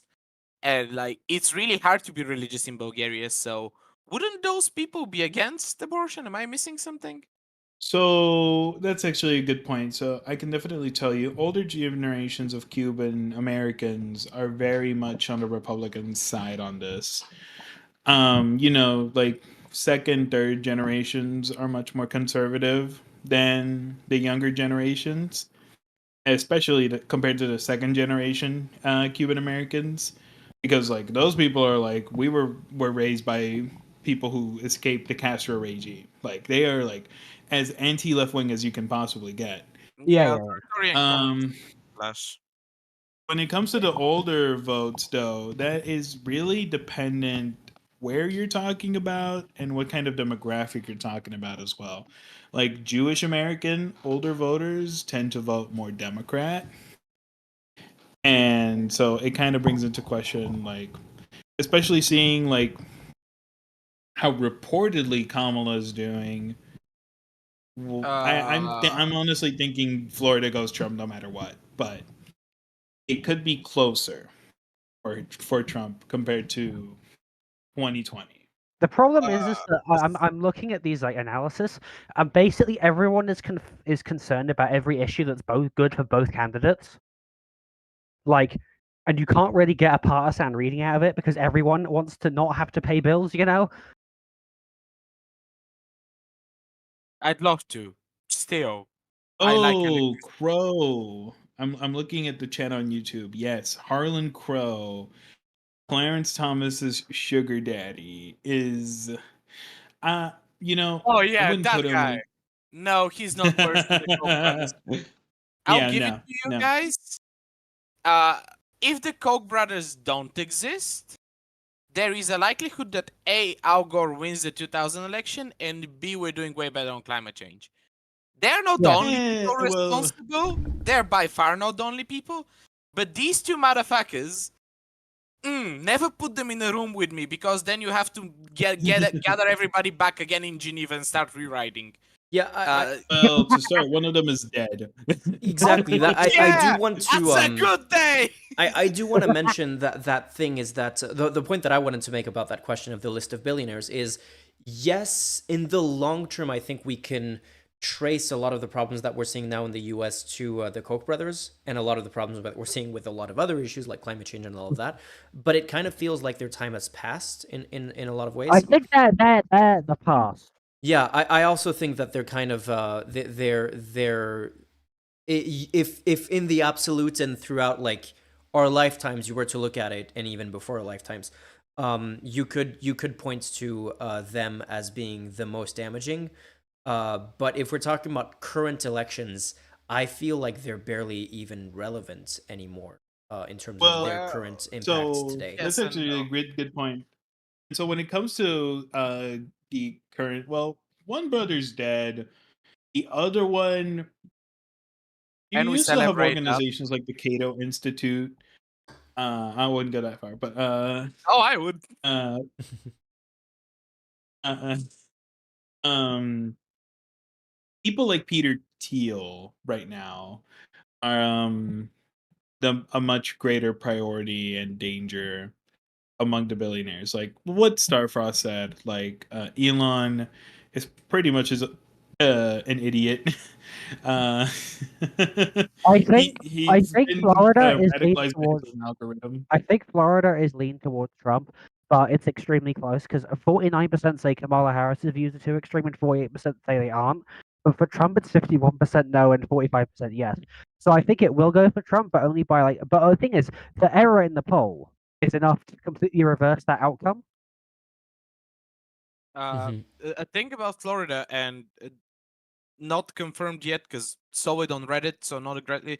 It seems there's some issues in Orange County right now. Like I'm Reddit. seeing on Reddit people reporting that there was scuffles in front of the voting stations. But I'm gonna wait for something that resembles a reliable But source. that doesn't particularly like. See, they could still vote for her even though they think her views are too extreme because they could be scared more of Trump. You know. Yeah. And also the poll, if it's 3% wrong, it's the other way around. So it doesn't. Yeah, that is true. I wanted to bring two more things on the billionaires point. First of all, to finish off on the Elon Musk thing, Elon Musk is impactful in a way most of you wouldn't notice. The biggest problem with him is that he's hitting essentially his brand of brainless activity is having major effects on how the IT sphere works. And you're not going to think about it until you realize how much of the everyday things you use are controlled by that. Now, for now, this isn't a major problem because there is a bunch of the IT industry people just pushing back. So, while a Trump win could empower him and that might be a problem down the road, right now it's not. And the other thing on the billionaires, there's one billionaire everybody misses off this list that I would say is the biggest problem. His name is Vladimir Putin, or Vladimir Vladimirovich if you're from Russia. I know officially he's a billionaire, but also I know Everyone how knows he's a European billionaire. He countries stole this. 70 billion or something. No, I don't think that's theoretically possible. People had calculated around 14 to 15. Okay. He ain't poor. Like, look, he ain't poor at all. See, a lot of the current bullshit is started by like basically Russian shit. If you don't know, Russia has we all know about the Internet Research Center, but even prior to that, they were really keen on. Russia's thing is that they have to destabilize EU countries and the US by spreading their bullshit. Because if they don't, imagine a world where they hadn't the Trump I was just around. newsflash. They considered abortion to be more important than immigration. This is the whole country, and the state of democracy and the economy. The democracy first, economy second, abortion third, and immigration is fourth. Okay. So I think this is leaning towards So- Kamala, but not super in her favor Mhm. in terms of the overall issue mix. Yeah. The abortion one is really like the one like that's most likely slanted the biggest towards her. Immigration obviously has been seen as Trump's best issue, so but honestly, who knows? With apologies to further curve the copium, and like, let's have a big cuff on that one. If immigration is so far down the pole, like the importance list, Mhm. the Republicans have been cranking that hawk for We're like talking 10%, 11%. That's the number, 11%. Isn't that like a pretty good sign for the Democrats? Wouldn't that be Yeah, considered? but abortion's only on 14. So it isn't that major of a difference. Yeah. Okay. But yeah. But it the seems like thing the is, cultural issues weren't as important as people think. Mhm. As always. Okay, Right. let's try to get like more questions. But the democracy thing is the most important, which could go either way. Yeah, the Mhm. funniest thing for me Yeah, is the people who are saying that democracy is the most important thing for them, and that's why they're voting for Trump. Which is the case, for example, that's Elon Musk's argument, for example. That is bonkers to me. Elon has a negative IQ. Yeah. I mean, don't do ketamine, kids. Can we get some more questions from chat? Because yeah, let's talk to chat. I almost forgot they existed. I was yapping at unbelievable velocity. I'm gonna be solving keep some getting- technical issues at the same time. So yeah, you can ignore me and just I'll Hey be guys, back in a Stan bit. doesn't exist. We kidnapped him. He's Yeah. gone. This is our channel now. Yeah, he's in Let me- he became too informed. We had to stop him. Exactly. Yeah. Okay. So yeah, Let's give I'll the be channel solving back to the some people who technical want to issues. know. I'll keep on listening, but I'll leave you in charge of the stream while I take care of this. All right. Stan became ascendant. Yeah, Anyway, he ascended and then he put on the thing on Discord that made me bright as fuck. Okay, Oh, let's by keep- the way, the foreign policy thing, foreign policy, the number of people who've backed that as important is only 4%. Which really says a lot about the United States, I think. What is even I like? mean, I can 4%. absolutely tell you. I Is can the absolutely difference tell in you the foreign policy. Yeah, isn't the difference in foreign policy between the Democrats and Republicans like completely level Gaza or leave a few buildings standing? Is there like anything else I'm missing? No, you're right. Talking to It- the policy they've advertised, in reality, there would be a massive difference. Seeing how like the European Union Yeah, has but you- already prepared to like reduce ties with the US if Trump wins, based on some leaked information. But otherwise, from the things they've advertised, is there a difference? Not really. So I can tell you that there is a bit more of a difference historically. I'm not too sure now. The Republican Party, especially under Trump, has taken a highly isolationist turn and obviously a much more pro-authoritarian turn. Like Apparently, obviously, Trump like supporters are more pro-immigration than last time. So why are they voting for Trump? because it's Trump. They're in sudden rapid need of Latino waifu. Stan, your device thing popped up on stream.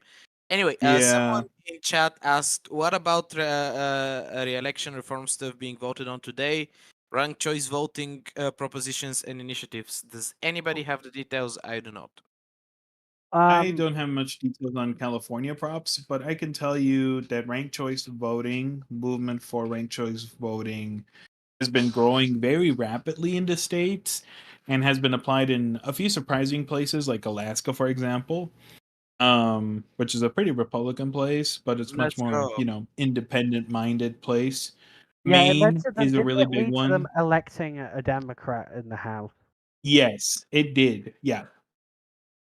Let's go, moose people. Um, Good for you.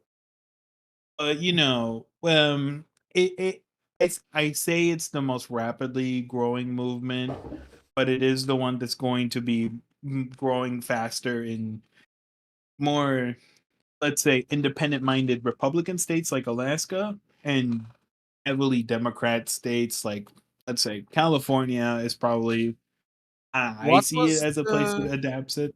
what was the Mormon state? Utah. Utah. Utah. So I think they would be likely to adopt something like that. They tend to be very weird like that.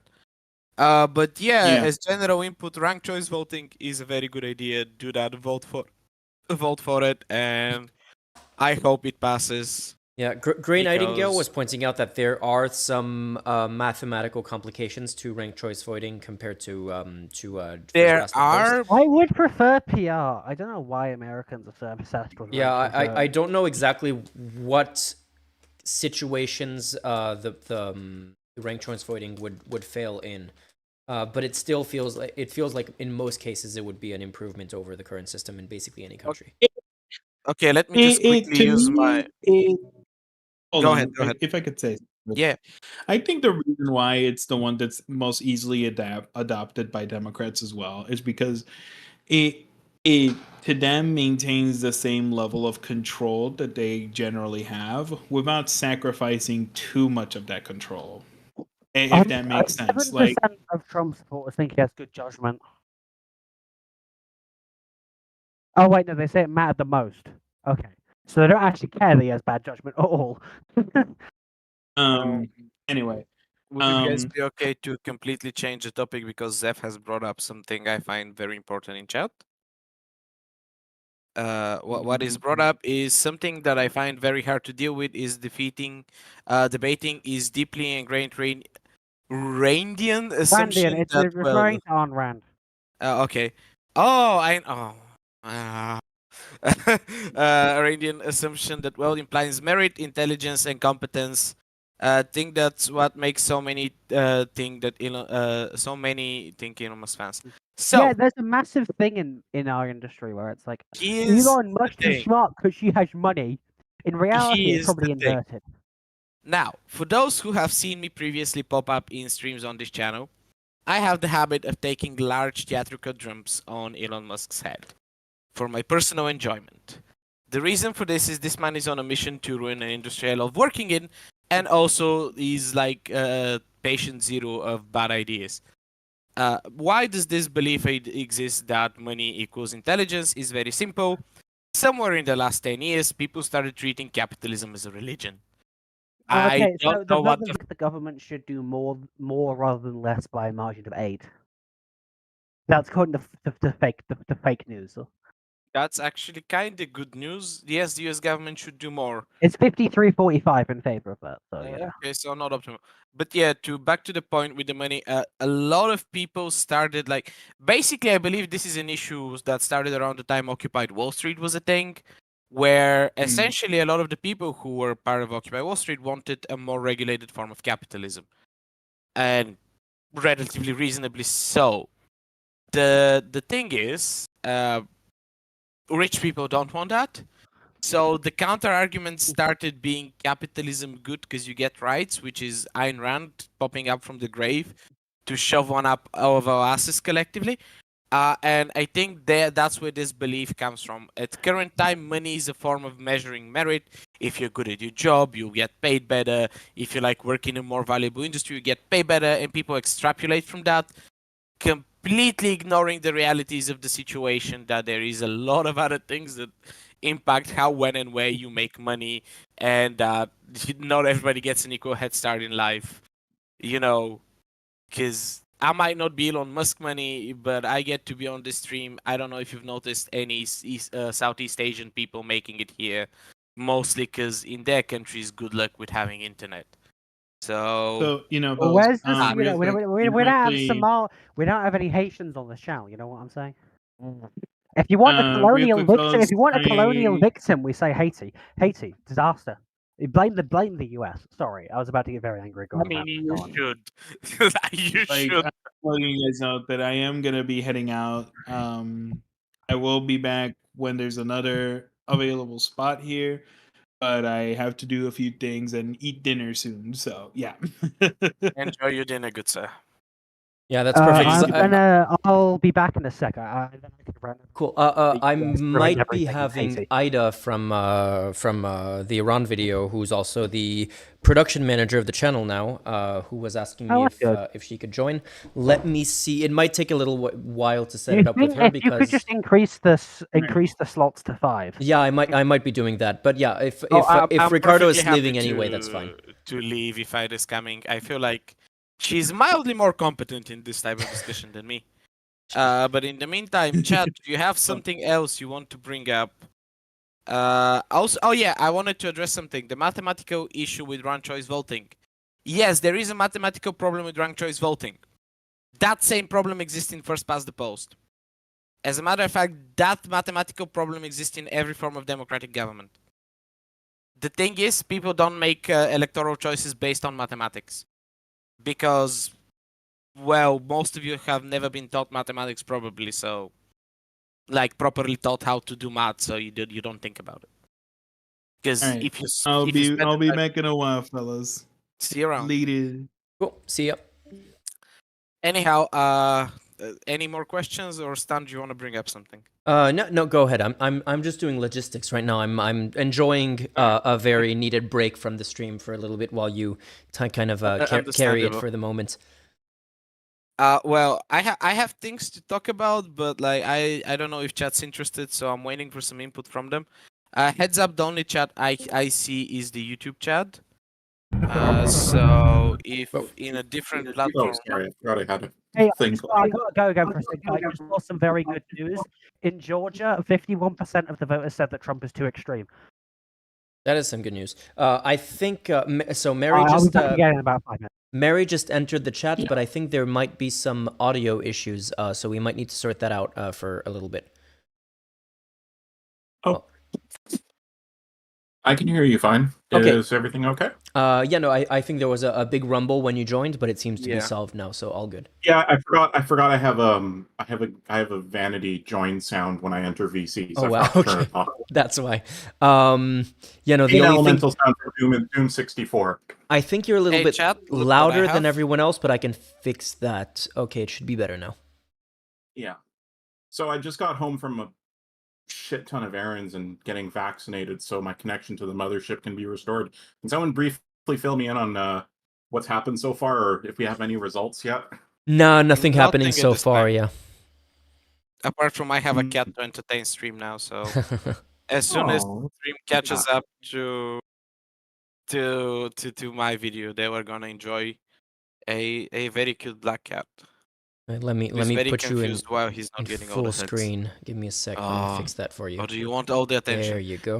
Heads up, stream. This cat loves booping my microphone, so if the sounds get weird, he By the has way- decided that he's more important than all of you hearing me. And frankly speaking, he's right. Yes, I love you, baby. Oh, Wait, So And when should we expect the first numbers to start coming in? Like I don't know, exit polls or whatnot. I guess that would be.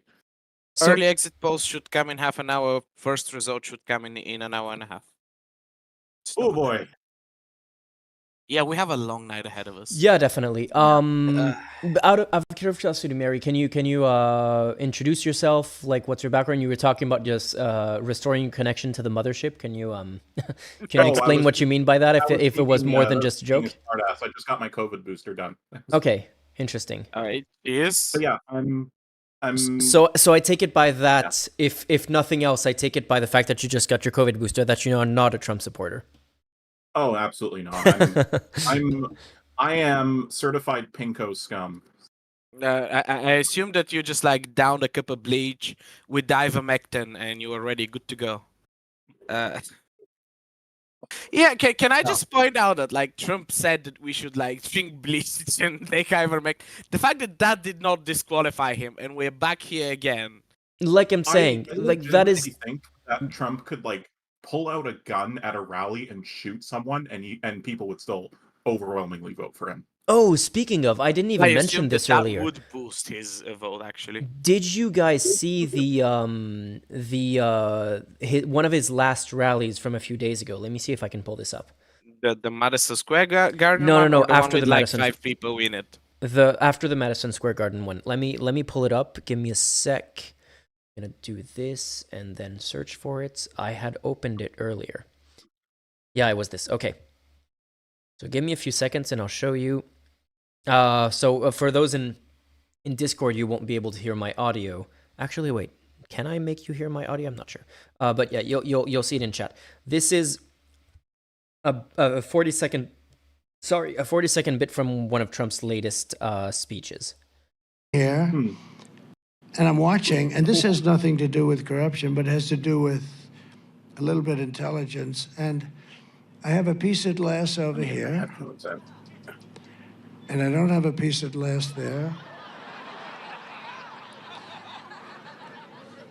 And I have this piece of glass here. But all we have really over here is the fake news, right?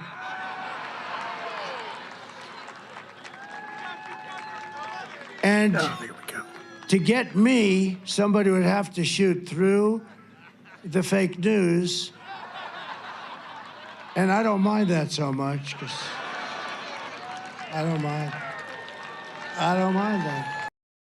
And I would like to say, like, first of all, I guess this does kind of illustrate some of the Trump charm, because in isolation, it's kind of funny. Like, it's kind of weirdly funny. Like, if this was coming from someone else, it would be okay. But coming from a presidential candidate, it's insane. It's just like bordering on insane to have a major, front runner for the election, or like co-front runner, I guess, basically calling for violence against journalism, against journalists as part of his campaign rally, and then people get like super offended by the Biden Trump supporters are trash thing, which was definitely a clumsy statement to make. But between that and I don't mind journalists getting shot at one of my rallies, those are like very, very, very different statements to make. Yeah.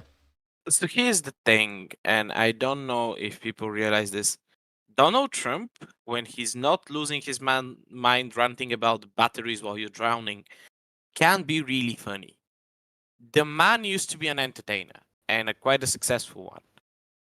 If he had collected his brain cells at an earlier age and had spent a lifetime of owning his like real estate business on the side and being like a news type of entertainer and never ran for office, he would probably be very successful.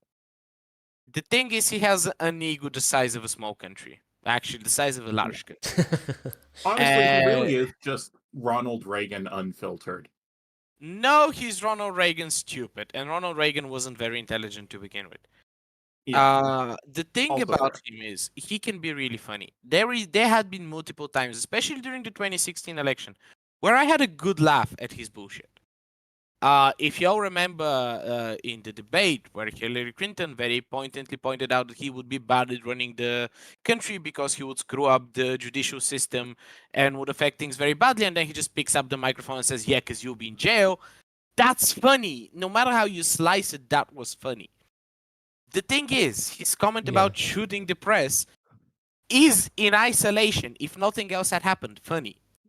But knowing that he had kicked journalists out of the press, tried to bully media, Washington Post situation right now, all the like fascist shit he done really does the joke.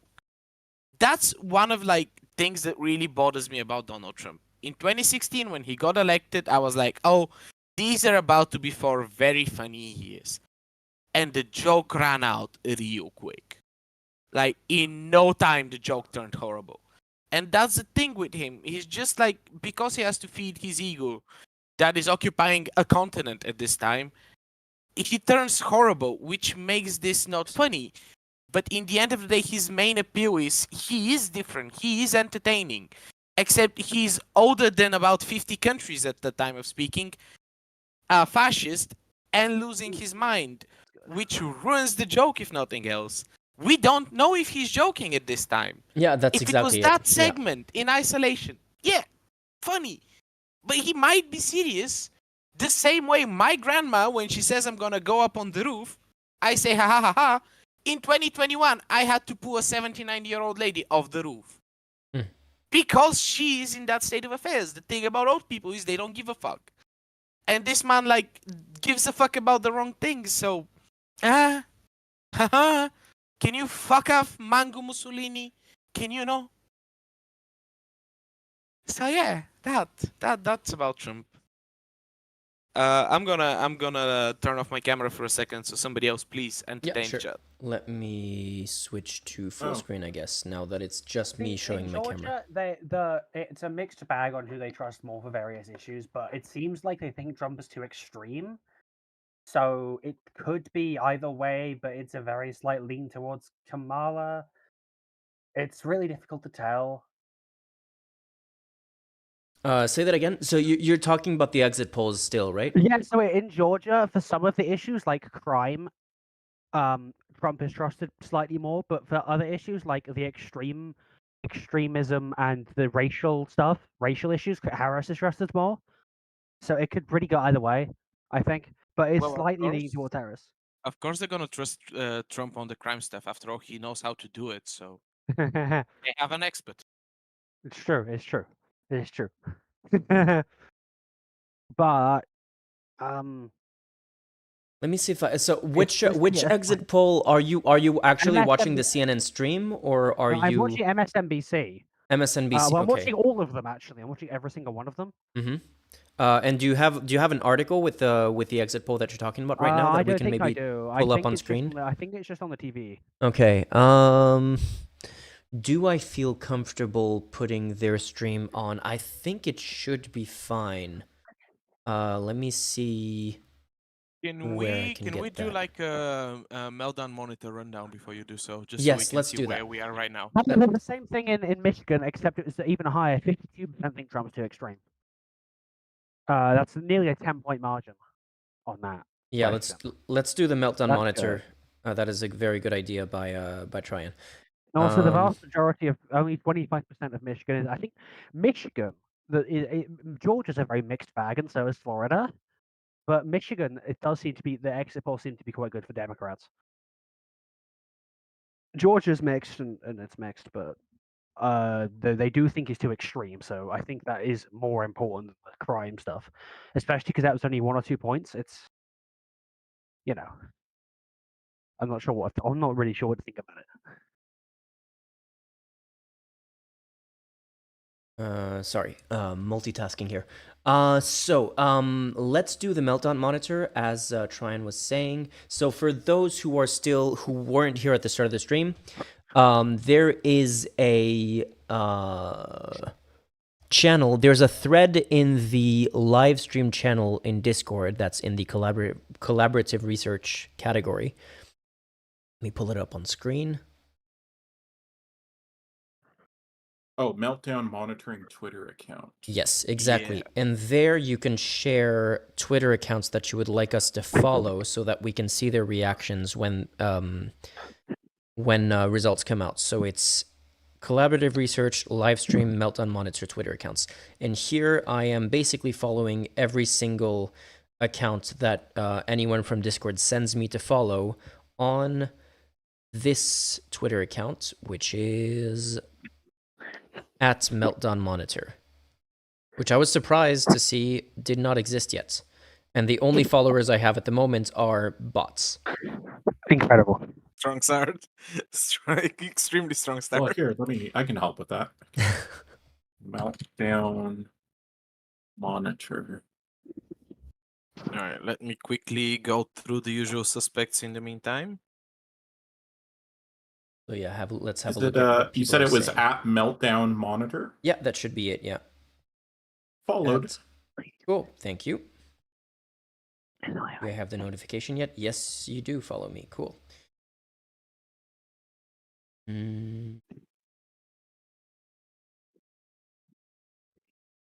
know this the stream is about the American election, but like in the past week and a half, there have been 3 provincial elections in Canada, and every single one of them was a nail biter. And there was one in the province I'm in that was like, Well, no, it nearly gave me a heart attack. Yeah, Canada seems The to be in a NDP pretty just fucked place right now. barely managed to squeak out a win. Holy cow. I think they got a majority by 27 votes or something. Something like that. Like 2-digit number of votes across ridings. It came down to judicial recounts. Hey, don't worry. In Bulgaria, we managed to block one of the fascist party entering parliament by 25 votes. That was... I didn't have the ability to talk about the Bulgarian election because Stan wasn't streaming. Well, you'll be doing that until like the day you die, probably. But you know. Yeah, no, I believe we'll be having early elections from now until I retire.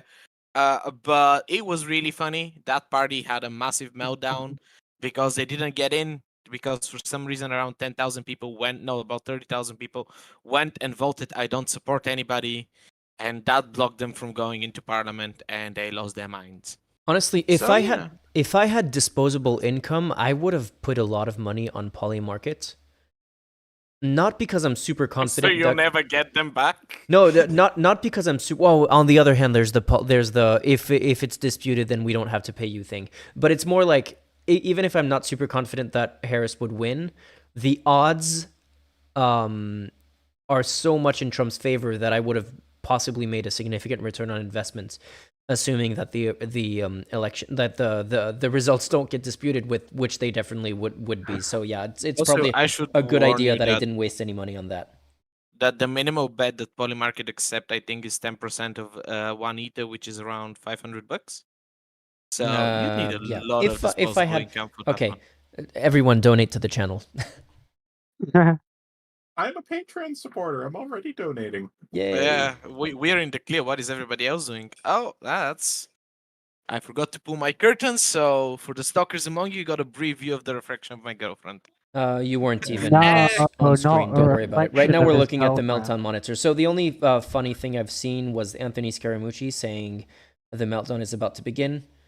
Oh, the mooch is The mooch. alive. But that was from yesterday, so nothing new there. There's apparently there is a let's look at this video, I guess. Let's have a look at what it is. Let's just go to hashtag election day and see what the top tweets are. Oh, cool. So supposedly this is Kamala Harris pretending to call a voter, and then she shows her screen, and turns out that she wasn't calling anyone or something. Okay. You did, thank you. In surprising news, politician does fake shit. Also, I would like to report that sky is blue. Yeah, it Yeah. does seem like... Wait a second. We saw the I screen had no idea. here. I had no idea the sky was good. Oh, there was a funny thing I saw. I shared with my Okay. girlfriend a couple days ago. I want to see if I can find it. Also, in further shocking news, and this one is controversial, Earth Round. I don't find any of this interesting. U.S. elections are very performative anyway. They Yeah, I are- mean, exactly. I honestly, first of all, I didn't even see anything that was super damning when it comes to the screen. It seemed to be that she was Her doing... cameras on. Yeah, her camera's on. But that could just be that it was like a video call or something, and that she would holding it up to her. Like I was at the restaurant yesterday with my dad, who was doing a video call with my brother, and holding the camera up to his ear. So I don't even necessarily see it as proof. But it's possible that it was a faked phone call. But Reminder like, that she's like 60. How old was Kamala? exactly. And Either way, but either way, like it doesn't even make a difference. It's Oh, like no. like Is it- like Trine is it was saying, gone? it's a performative election anyway, so it doesn't even matter. Oh, damn, she's Internal the server error. the exit That's polls seem to unacceptable. be completely formative. They're basically tied, and they don't really make a lot of sense. Like, they both think Trump is too extreme and slightly trust him on the economy. Like, huh? Like, a majority of the voters in all the swing states think he's too extreme, but he's trusted by like a 1 or 2% plurality on the economy. It doesn't quite make a lot of sense. Sure, why not? I just bookmarked a Twitter space that Elon Musk is hosting, election discussion. I'm kind of curious what they're saying there. I would jump out the window before I listen to that. Okay. Yeah, I found the funny thing and I put it in the meme channel. I'll Let's keep have a that look. for... Wait, let me open the meme channel. Give me a sec. I'll keep the... That would help the situation a lot. Can you pull it up on screen, Stan? Yeah, give me a sec. Meme channel. Did you put it in the meme channel or meme competition channel? Okay, I found it. Meme in text channel, just meme with the clown face. Yeah, I got it. Give me a second. I also wanted to add a contribution to the meme competition thing. Wait, I There's have... a meme competition channel? Yeah, there's a meme competition Yes. thread in the meme channel. For those of you who missed it, we are hosting a meme competition. I will personally provide 10 euros. to Oh, the I winner. should try and come up with something. Y'all should send memes. Yeah, Wait, Stan, can you it's put not me on even... You don't screen? even necessarily have to make the meme yourself. Just send memes. I'll put it funny here memes as well, that you find. just for So yeah, just wait, for let me posterity. move this out of the way. Stan, can you pop me on screen for a second? After Oh we yeah, enjoy I the meme? had seen this. Yeah, I'd seen this thing. U.S. presidential elections results if Yellowstone super volcano erupted on election day. Yeah, that is that would be news for sure. Yeah. You know how The leading candidate, pyroclastic ash and debris. You know how Trump supporters Hydrochloric acid wins. You know how Trump supporters were pretending that... wait, let me get back to a decent... Sorry, can I be on screen for a second? Yeah, you're there now. Chat, I want you to send memes. You, now, memes, let's go. If the world is ending in sarcastic fashion, your motherfuckers better be funny. Okay? The politicians are taking the piss, so shall we. I want memes. I want Elon Musk looking fat. I want Donald Trump looking more orange than usual. And frankly, if you make me a meme, I approve that too. Let's go. Cool. That works. So yeah, if you're in Discord, send memes for sure. Let me do... The Michigan voters approve of the Democrat governor. But they also say by 2 points they want the Republicans to control the Senate allegedly. Oh, this is a good one. That's a massively encode system. But it's just, I did want to say... Oh yeah, you know how the massive cheating, guys. election... Like how the... both hurricanes were supposedly controlled by Democrats according to Republicans. Oh, If don't Ye- start me. If Yellowstone blew They had up... a hurricane. If Yellowstone it blew was- up, that would definitely be the talking point by Republicans for sure. Yeah, Kamala nuked Yellowstone. What the Yeah. I want to bring up something that I know this is not relevant or important to the topic at hand, but let me clarify. If we had the technology to cause a hurricane, aka in a short span of time, deployed this much energy at this wide a position to heat up the entire Caribbean Sea, we would be able to send people to Mars in a matter of minutes. So, like, could we have the conspiracy theories be more realistic? Because I'd rather prefer yeetage to Mars in minutes than hurricane. Dear Republicans, if it's gonna be a conspiracy theory, can we invest that energy into something better, please? Or, well, dear weirdos, I assume would be the correct way to put it, because people were shooting at FEMA workers, so we're not doing good over here. Sorry, doing some logistics. We're gonna um, get Ida on stream any so- second now.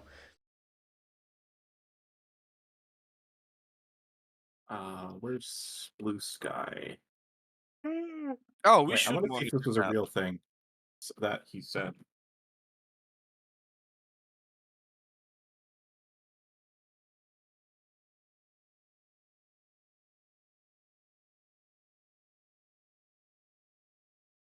Finally, a real reason. Wait, I guess maybe this kind of counts. It's not. It wasn't technically on the election, but oh shoot, where's the? I can't find it anymore. Well, I'll just put it in. I'll just put it in general. Probably already seen this, but Musk basically said if Kamala Harris wins, Twitter's going to get shut down, and I'm like, is that supposed to encourage people to vote No, against her? I would vote. That's a good thing. he was very committed to that. He was like, if the Democrats win, I'm going to jail. And I'm sitting over here. How can I quickly acquire US citizenship? I need to vote on that one. That just made me a single issue voter instantly. I want to see this man in jail yesterday. In Pennsylvania, a thin plurality want the Democrats to control the Senate. Sorry, what? In Michigan, it's the other way around, but they also think Trump's too extreme and approve the Democratic governor, so it's a little bit mixed, but I think it's okay. It's just there are some split ticket voters, I think. Sorry. Yeah. Oh, we are going to have Indiana results in 7 minutes. It's Kentucky. only rural areas of those states. Actual results in Indiana? Yeah, Yeah, but it's what happens is at this rural Kentucky and Indiana counties close in 5 minutes, and they start counting pretty quickly. Like, this is the kind of place there's only a few thousand people, and you'll vote for Trump. I mean, are we expecting Kentucky to flip? It's gonna be hard, right? No, it probably won't. No, although they do have a Democrat governor, which is interesting. Is it Colonel Sanders? No, Unfortunate. unfortunately. Come on, Kentucky, you can That's do weird. better. I haven't seen a Jeb sweep meme yet. What's going on? Jeb Those what? ran out last time. The Jeb sweep meme where it's like 100 Jeb wins 100%. People joke about it with like every election nowadays. Kamala and Walz. I even made one once. Currently, this is the most voted thing from Bulgarian Reddit, so super thread for the election. I'll put it in general, and then I'll have to give you context. But no, I'll put it in meme. I'll be civil about it. Yeah, I remember Trump saying that if he lost, he wouldn't run again. And I don't know how honest was he being there? I mean, I would expect a lot because I don't think he'll have the chance to run again if he lost now. His entire set of bullshit would Also, come even crashing Trump, down on he's him. going to be in his mid-80s by the time. How old is he now? He's 79, isn't he? Or is he 80? I think he's. I mean, he's already like very clearly not mentally 100% there anymore. So He was never there in the first place. yeah. He's 78. Okay, The Boomers really holding on to power with that one. I'm giving the... Maybe this counts as I don't know if this is exactly meltdown material, but just the where. Let me find the there. Oh, it's not as funny when you can't see the profile pic for this account.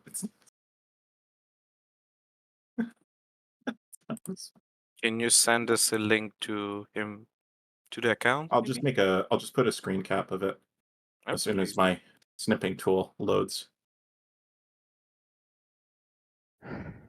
Meanwhile, I have some national election exit poll result where basically they don't think Kamala is too extreme and they think Trump is too extreme.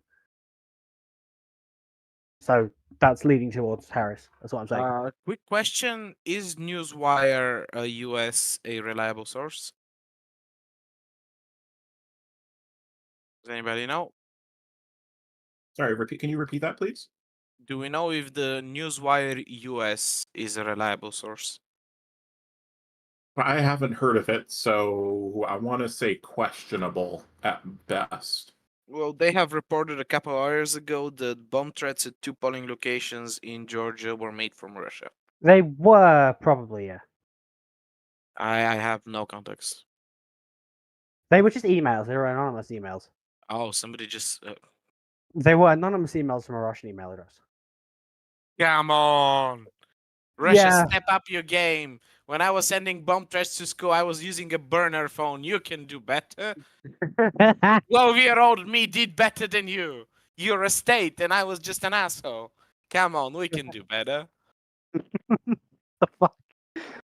Oh, you don't want to know. I never got caught.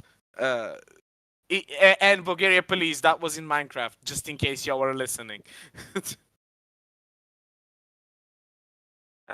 Okay. Moving swiftly on from that. A slight meltdown from unexpected source, Truth Social. I'm gonna put it in general. Trump tweeted, "If you vote illegally, you're going to jail." Which, I mean, I guess that's the law. Yeah, but he classifies voting illegally as disagreeing with him. Yes. Also, JD Vance classifies you being mildly brown as being illegal. After all, when people pointed out that the Haitians in whatever that place in Ohio were legally there, he basically put the complicated version of "Nah, no, me no like it." Are they so the most optimistic poll? Are you concerned about violence? Yes, 71%. I am concerned about violence breaking out at like polling stations and whatnot.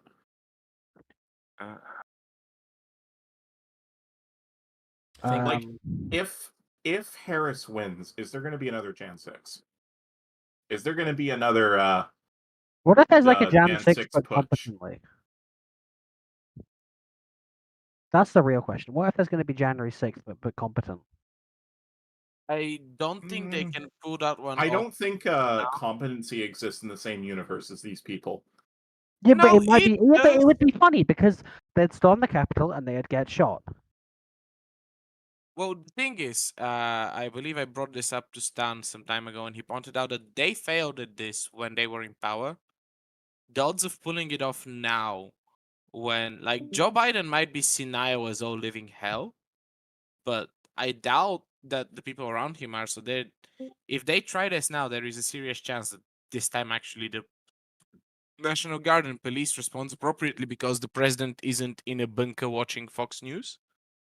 It's true. So I doubt they'll be able to put it off. Anyway, I see that Ida has showed up, so I'm going to disappear for a while so I can let the actual journalist do journalism. Hey, you've been doing a better job than me so far, so I'm not complaining. That's because you're a journalist and I'm a professional shit talker. See, I'm what happens if like Donald Trump had brain cells, you know. Yeah, spending my time being funny instead of fascist. I does having tech issues anyway, so yeah. Okay. If you feel like staying, you can, because it's not yeah, it's not I happening so I would far. like to disappear for half an hour, and if you need me back on later, I'll be here.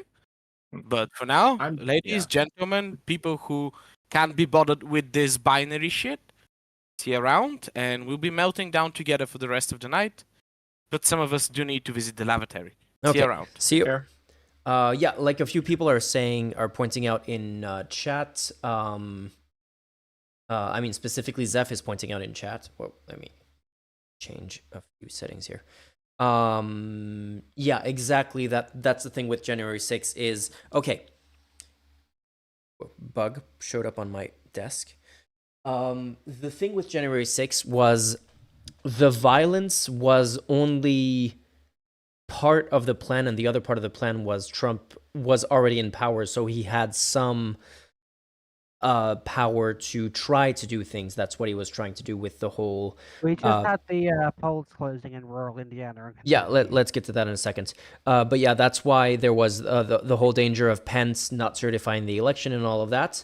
That is not even a question anymore with the current government that we have, because we know that Trump doesn't have any power, and no one that follows Trump has any power in the current government. So could there be like a violent Trump supporting revolution coup attempt?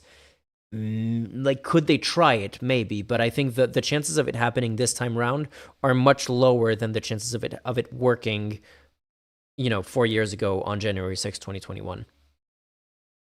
Yeah, that makes sense. Let's continue.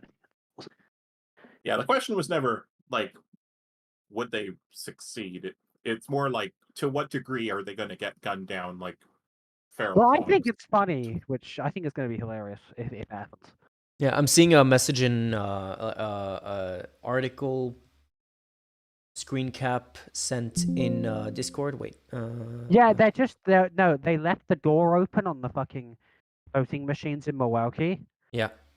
And then they have to recount them. Yeah, let me open that. Yeah. So yeah, I'm guessing no one else here was particularly following the BC provincial election, but there was a minor stink brought up because it was reported that poll workers in some areas would take the ballot boxes home with them, like poll workers would, and people are like, oh, this is clearly they're tampering with them and whatnot. But like, this is only happening in, like, conservative voters were pissed off about that, but this was only happening in rural voting areas where they didn't have secure facilities to keep the ballot boxes in, and like literally the poll workers' homes were the best bet. And those places pretty much all ended up voting conservative. So I don't know what the hell they're angry about. They just wanted to be performatively upset that they didn't win, I guess. Yeah, sorry, I'm managing some tech stuff, so yeah, I'll let you to continue carry the conversation while I'm busy.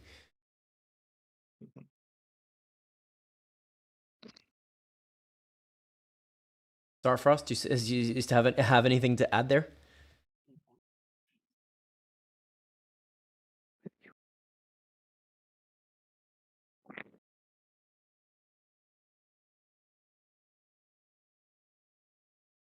Yeah, it seems like I might have messed up the Discord channel. Wait, can people still hear me?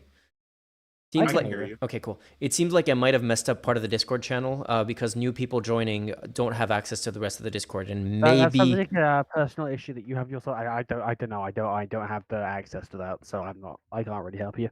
Yeah, the mods should be looking into it soon. It's just that when I created this election special thing, I may have messed something up. I didn't think I did. Hopefully I didn't, but yeah, if I did, that's my bad. Oh boy, should I get some coffee? Yeah, sure, go for it, man. We have like, depending on how late you want to stay on stream, we have all night basically. Yeah. I'm just wondering if that's a good idea or not.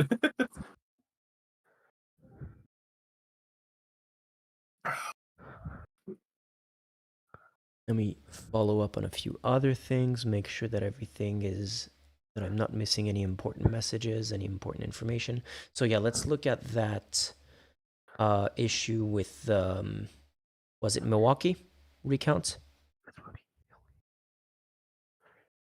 Let me open this on stream. In Fox News are reporting 6 total votes from New Hampshire because of all the Dixville Notch stuff, but they're actually acting as if it's a big deal.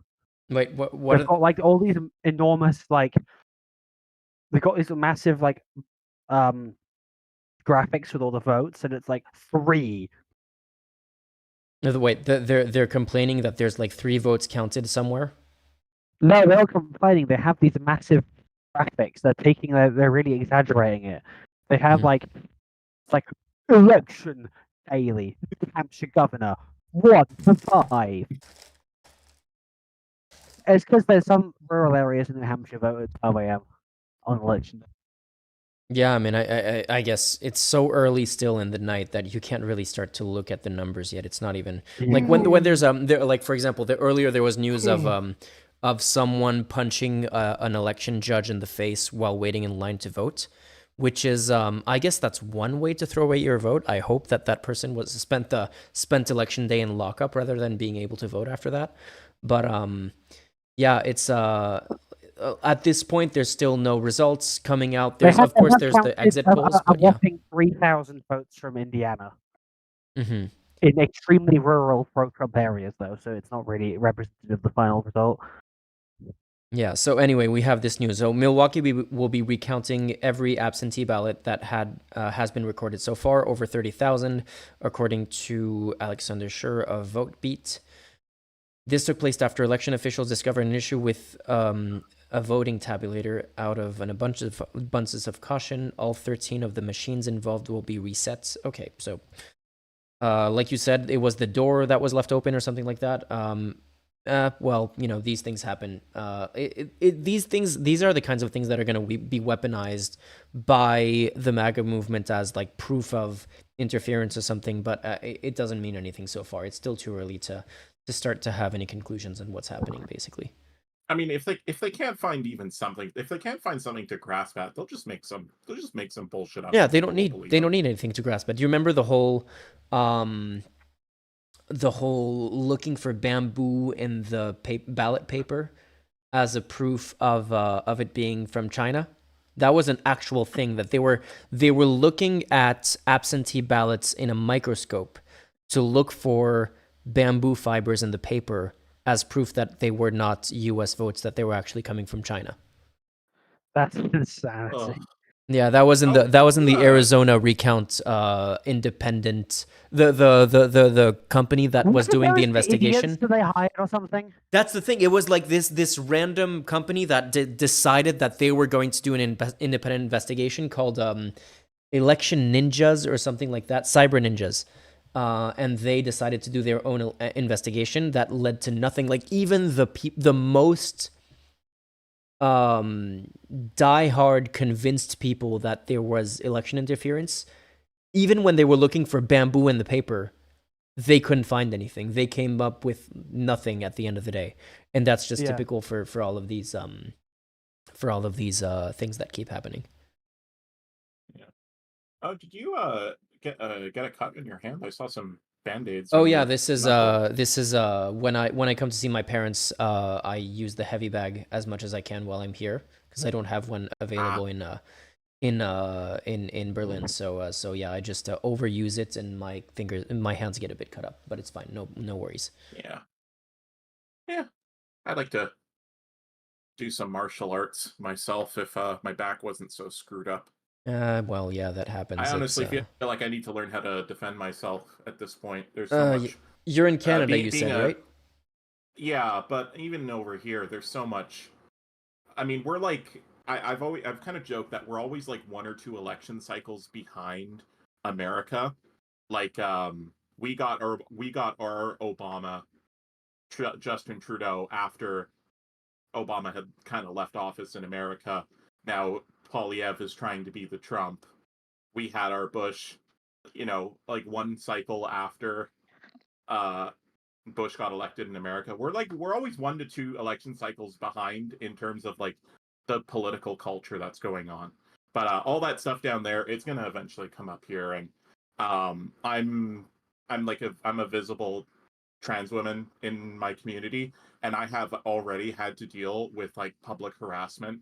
Um, I was on the news because I faced gender-based discrimination when I tried to join a lady shim, and the owner, who is a man by the way, decided to revoke my membership, and that led to me being reported all the way in German and Spanish right-wing newspapers. Like it made it across the Atlantic Ocean. That's how big. That's ugh. Wonderful. And I had That sounds people, fun. I had people calling me. I had to change my phone number. I had to change my email. I had people heckle me on the street, like drive by in like a pickup truck and like shout slurs at me. Like Jesus, so, yeah, that sounds yeah, horrible. That sounds horrible. I'm sorry. I'm sorry to hear that. yeah. I mean, do you have you been able to solve that? Like, has changing your phone and I mean, changing your it's quite. I think people. I'm no longer the main character of the moment because this was a year ago. But I am currently suing the gym, and if that makes it onto the news, I'm sure it's going to start all over again. Yeah, no, it's rough. I mean, it's especially rough for you, like you were saying, like being like visibly trans, or any kind of visible minority, especially the kinds of minorities that are targeted at the moment. And I think the trans community is maybe the most targeted, in Yeah. the last few years. Yeah, the trans rights are the civil rights movement of the current era. Yeah, and it's so frustrating to see the way that it's been. I want to say welcome, but like the way that it's not been welcomed by other movements. Like, I mean, I guess in the US, I feel like most of the LGBTQ community has been pretty welcoming, but like the UK is a whole other thing. And there's a lot of like old school Yeah. feminists who are now saying that the trans rights movement is, has a long history of being complete garbage. yeah, Like but basically, it's not even tertiary. The British feminists have this long, strange, bizarre history of having weird ideologies like let's build a lesbian separatist country. wait, was that actually a thing? Yeah, that's the thing. So like Yeah. Britain had in the 70s and 80s there were people who would run like lesbian how do I they would run like lesbian Like communes or something? communes. Yeah, this was the so-called political lesbian movement. Mhm. And I want to stress most of these people were not actually like women who love women. They're mostly straight women who just wanted to call themselves lesbians to distance themselves from men. I was gonna say that I know a few either lesbians or bi women who would be into that if it weren't believed full of sexuality was a British choice. lesbians. Yeah. But yeah. Yeah, and like Yeah, the that other movement thing- has kind of died. They're all. I mean, it's not dead, but they're very much in the background noise now. Actually, it goes back all the way to when the suffragettes are around and like committing like bombing people. Yeah. There's an odd in Britain. There's an odd streak. Like I think it is bad, but it's also exaggerated as well. Like Yeah. like it's simultaneously bad, but like it is massively exaggerated. But Yeah. Like Philosophy Tube highlighted in her video about women and the nation about how a fair number of very prominent British suffragettes later ended up joining the British Fascist Party. yeah, and like it's so weird. I can't explain it. It's like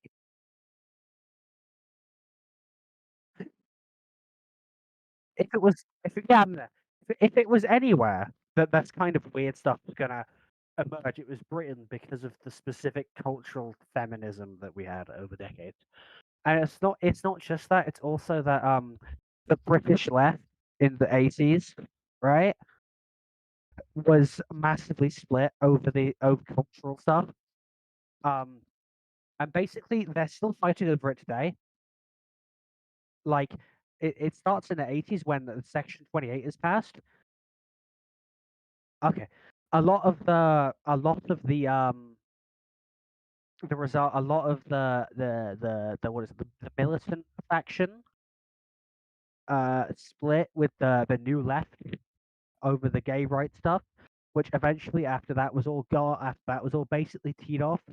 Because no one in Britain is pushing the ads. I mean, there are a few, but even like Reform UK doesn't push the anti-gay stuff now. It's because Britain's very secular. The religious arguments don't work. You have to invent your own arguments. But like we have a really like I think the best way to describe Britain's relationship to transgender people is like schizoid. Because not only did we have high levels of institutionalized transphobia from TERFs, but we also have many prominent trans people and also passed the first gender recognition bill ever. It's very weird.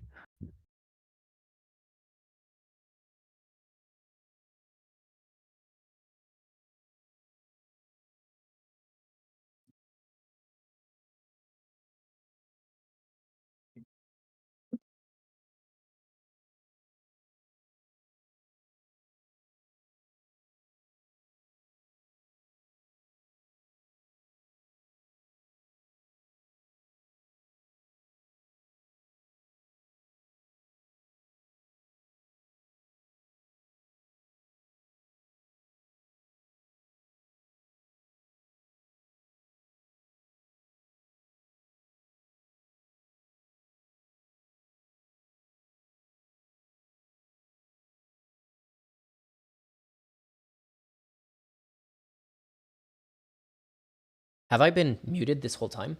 You haven't, but No, you I haven't can been Okay. muted. I can hear you. Apparently, I've been muted on stream this whole time, but not in the chat. Okay. My bad. Okay, let me start over from where I was. Give me a second. I was saying that what Mary was describing in terms of her targeting earlier is one of it's such a difficult problem to solve. So there's a journalist that I've been trying to get on stream for a while called Mathieu Burgelassi. He's a French journalist, and he wrote a book about the prepper movement both in the US and France, where his take is that there's basically no responsible way to engage in prepperism or whatever survivalism, because it's such a rabbit hole where you start to do something. And someone that he followed through his book was this woman who was, a moderate, who was just, maybe wanting to defend herself.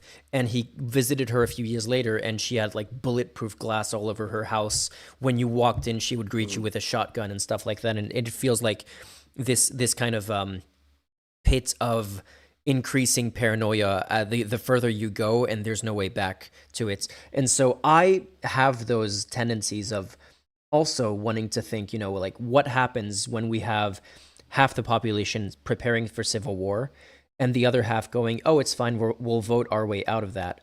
And I also want to go like, well, the solution to that is we also have to be ready in case shit hits the fan. And I don't have the answer to that. I don't have the answer to that. Yeah. That's how you get war. Yeah, exactly. That is how you get war. But like, it is At the same time, if they're already preparing for war. exactly. That's the thing. Is like, is it better to get war because you're also preparing for it, or to just be lambs to the slaughter because no one is getting ready for it on the other side? Like, is that a way to avoid the war? It's such a catch-22 where there's no good way out of that. And I would love to have that conversation with him to know what his answer to that is, because he's always criticizing the people who are talking about like doing some level of prepperism on the left.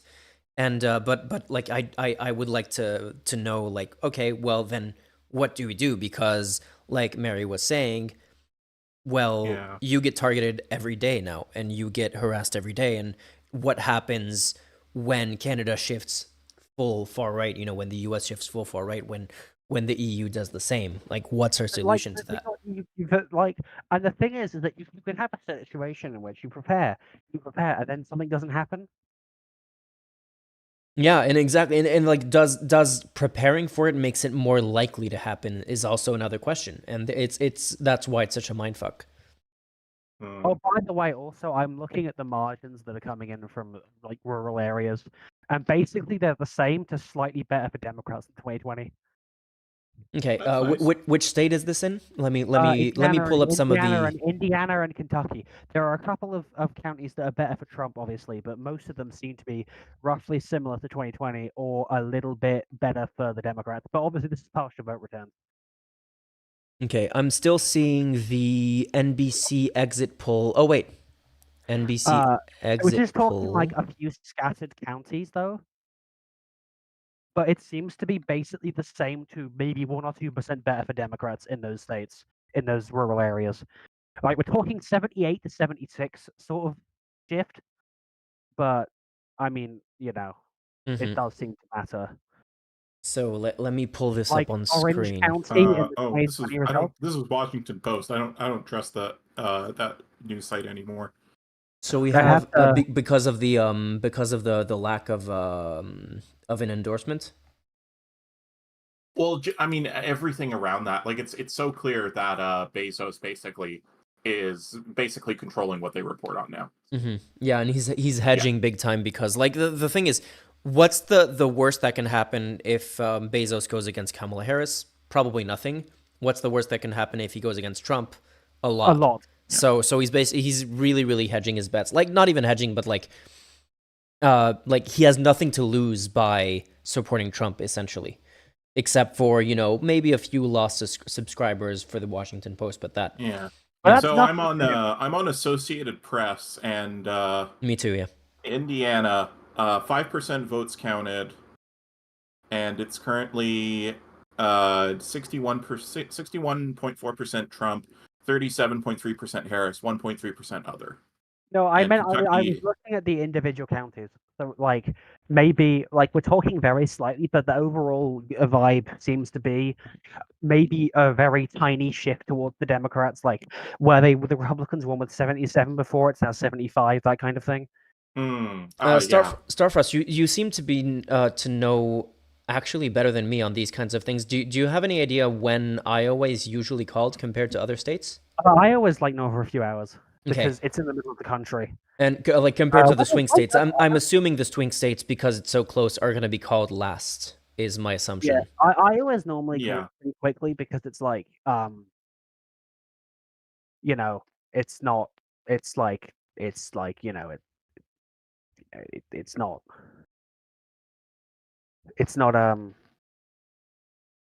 you know what I'm saying. It's not close usually, but it can be. It was reported to be possibly close, It so can I be think that's possibly going close to this be time kind of around. an indication of it's If going to color the rest Iowa of the night's turns out reporting to for sure. swings, if Iowa turns out, even if the Trump wins, but he wins by a lot less than expected, that's a big swing. But from what I'm seeing in the rural counties, it does seem to be a little bit of a shift. But obviously, that's a very, very early indication, only in a couple of states, and only from a very specific subset of the voters that could change things as time progresses. Mm. You know, so that's that. What do you think if I the? can, Go ahead. oh. I just wanted to return to that earlier point about like what do we do. In this case, like what something I've been grappling with a lot is this at this point worldwide growth. Wait, we're of losing you. You're cutting out. You're cutting out. Pro-authoritarian. We lost you a little bit. Are you on a Wi-Fi or are you? On Wi-Fi, yeah. Yeah, I don't know why we're missing Can you hear me? every third word coming out of it. Yeah. My connection is in the red right now. Yeah, I can tell. I'll just wait a sec for the connect. I have hashtag the Canadian Wi-Fi, so give it a sec. Are you getting fucked by the duopoly? Yep. We know it. Rogers Wireless. Canada has the worst telecom rates in the entire world, especially for cell phones. We pay the most to get the least out of like literally the entire world. I would have assumed that the U.S. was a close second behind Canada. Yeah, because everything. No, the U.S. is way better in this than Canada. Even It's, like in like noticeably rural better. America or something, or. I think so. Yeah. Because I would assume that. Anyway, okay, my connection. It seemed to be better now. Green. Go ahead. So I just wanted to something I have been mulling over my head trying to figure out is like how do we as like I don't want to say rational, but like people who are pro-democratic, pro people having rights? How do we counter this growing, at this point, worldwide trend of anti-democratic, pro-authoritarian sentiment among people? Like, Well, because it feels it's like simple enough. trying to challenge them on their grounds is just never going to work, and trying to change their minds is I don't know what there's a psychological phenomenon of like the more someone tries to change your mind on a subject, the more you actually become convinced that you're right. And I kind of feel like the only like the option I feel most assured of is basically like we basically just like the only thing we can do is just wait them out and wait for these movements to implode to the point where living in the real world becomes preferable to their imagined reality of how they want things to run.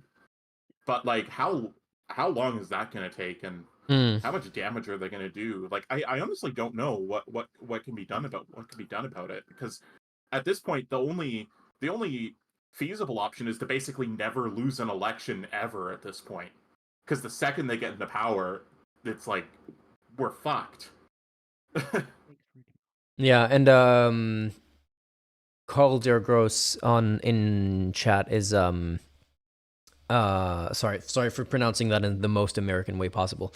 Is saying, yeah, Germany is fucked too, because like the thing is how much of what's happening in coalition might just collapse at this point. Yeah, I mean, it doesn't necessarily mean that the far right is going to take power overnight, but it's not good. And the thing is, like, the U.S. seems to have been kind of the first to break towards basically fascism, and I'm only saying basically to placate the people who still don't think Trump is a fascist.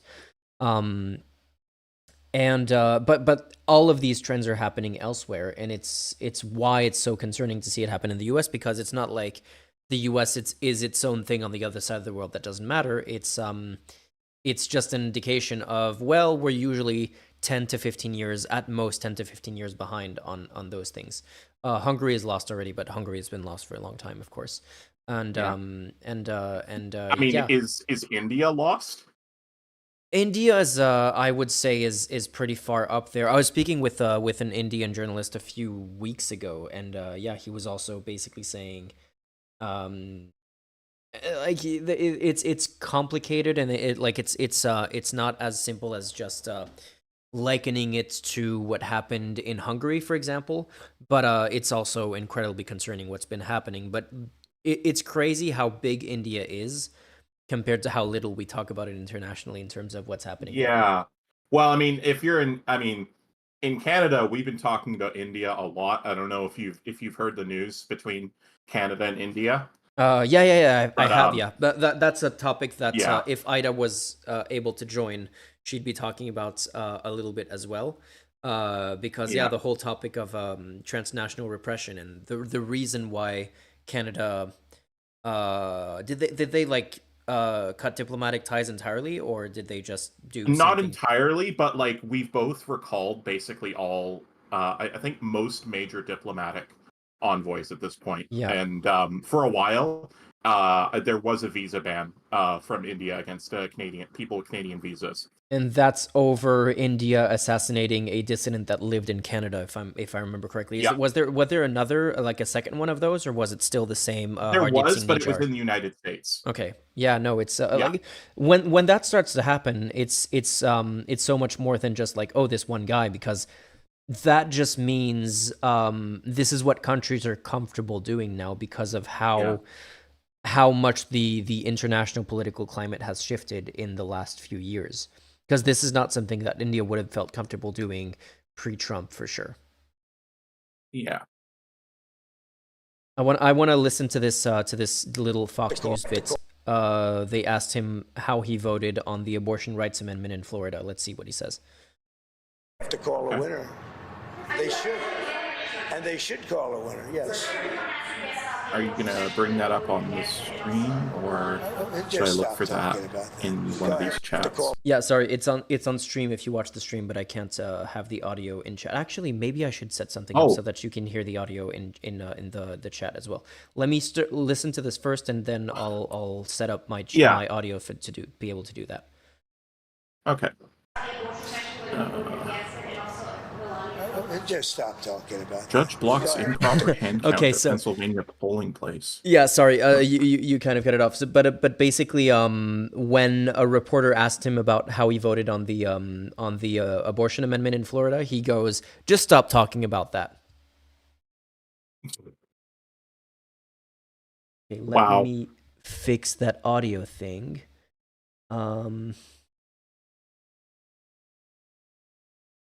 Wait, I should have desktop audio playing here. Oh no, it's because okay, I know what's happening. Yeah, I don't know how I would be able to fix it so that you can hear my audio. So you would just have to listen to it in the stream. Yeah.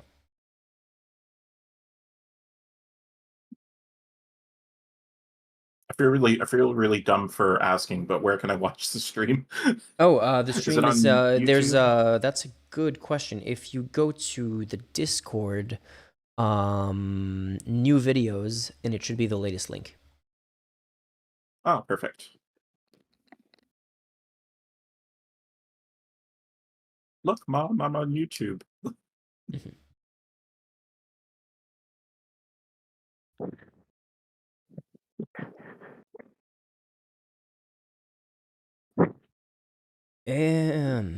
Man. It's so frustrating to be sitting here waiting for results and not have anything happen yet. Like it's so hard to, because like we're getting like little bits of crumbs of information from the exit polls, but it's so little to be drawing conclusions as to which way the wind is blowing so far. Because of course, like you go to Twitter, and Everyone thinks their candidate's winning by 1 billion votes. exactly, yeah, that's exactly what I It's was gonna paid say. off by the forces of evil. And if they lose, we're gonna have you shot Oh, basically. damn. There was a bomb threat at polling places in Georgia's Fulton County, Huh? Wonderful. and they extended the voting hours there at five places because of it. Oh, they're gonna say that that's election interference, that they extended the voting hours. Of No, course. the Republicans were suing to have it increased. Believe it or not. So yeah, hoax bomb threat linked to Russia target polling places in battleground states. Yeah. Yeah, that's another thing that I'd love to bring up is the whole something I don't think gets talked enough about is how much effort Russia and China have been doing to like discredit the whole notion of democracy in Western governments. Mm-hmm. I mean, I don't want to say it's like the biggest reason for like the growing trend of It must be the anti-democratic foreigners. sentiment. It must be the foreigners, right? Whatever's wrong. Yeah, it's but foreigners' like it's fault. not nothing.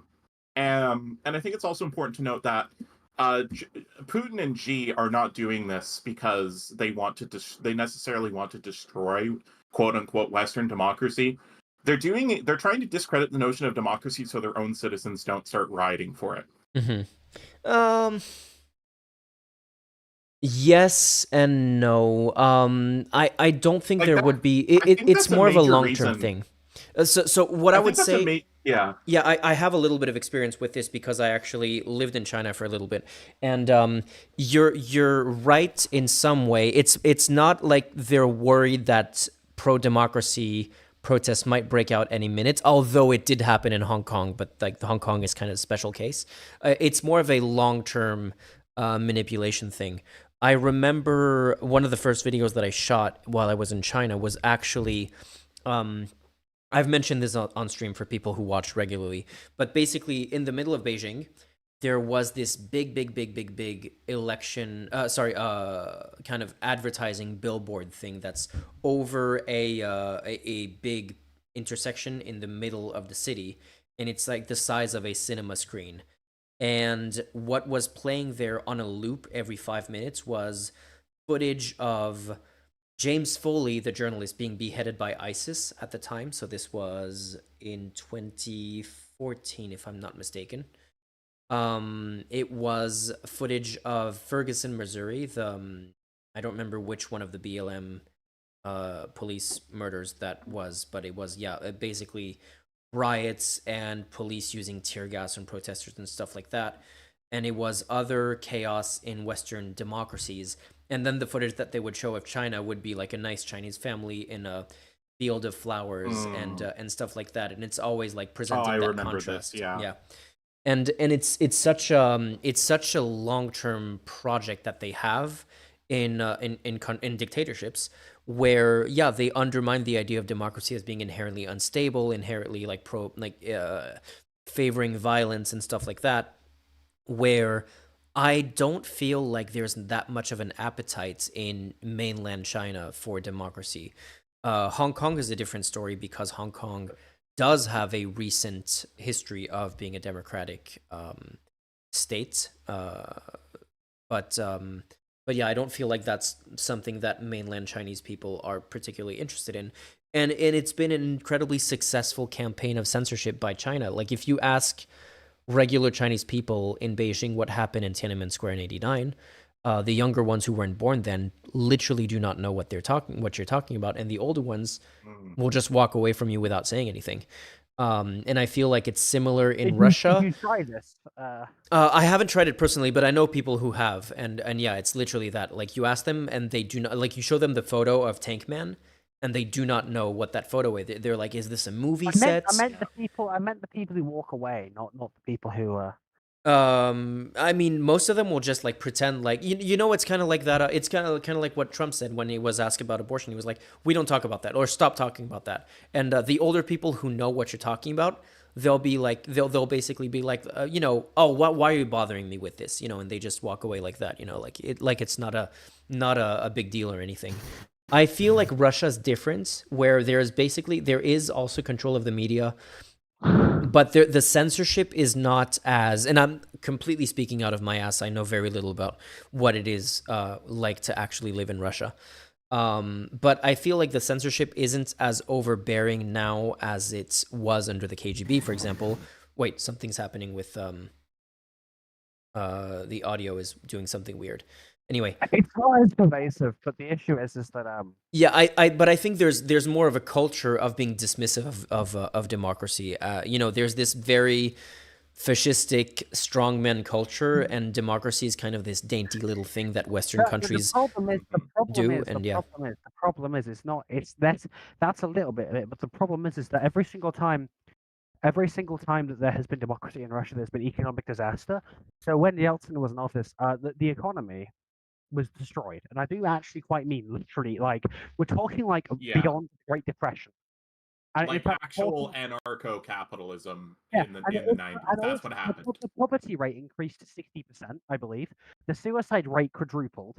It wasn't just the economic disaster; it was a social disaster because alcoholism increased, suicide quadrupled. There was a 70, 80, 60, 70, 80, percent poverty rate. Inflation rate of 2,000%. We're talking like money is worthless. Budgets cut by literally 98%. Endless strikes. Massive wave of suicide and alcoholism. Endless riots and everything. And everything was a disaster. And the same was true in 1917. So each time they have tried it, it has been a disaster. Can I chime in, being the resident almost Russia expert? Yeah, and turn your video back on, and I would also like to welcome Ida to the stream. Hi everyone. Hello. Hey everybody. I'm sorry, I just jumped in the middle of the conversation. I'm not exactly sure what is happening exactly at this moment, but happy to be here. Yeah, we Hi, were everybody. we just found out that, wait, let me pull up the article on screen. We just found out that there was a Russia-linked hoax bomb threat in Georgia at a polling Oh God, station. okay.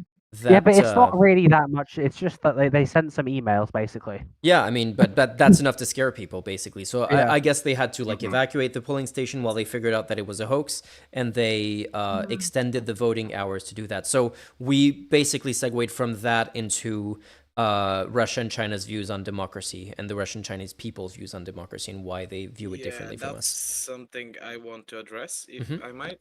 First of all, how's my sound? Second of all, your stream can see I have acquired a different cat this time. Nice. A different cat has decided to demand the huggies, and she shall receive. Okay, so a bit about Russia. For context, I am of Russian heritage. meaning I have Russian ancestors and I speak Russian. I'm just 100% Bulgarian, but I like talking to a lot of Russian people. Well, the ones I know, because they're really funny. As a general rule, Russian people are really cool if you get to know them. But the thing with democracy and stuff like that. Now you brought out the Yeltsin years, and that it's completely ridiculous to pin those issues on democracy. I'm not If pinning it on you're, the yeah, I know, people, but the major aspect of Putin's propaganda is pinning those issues on democracy. I'm that's the not. thing. Mhm. That is the thing. This is like exclusively Putin talking points, especially the way I recognize that it's a Putin talking point. It's about bringing the 1917 situation. Nobody in Russia sees 1917 as a time of democracy. It's seen as a time of mad civil war.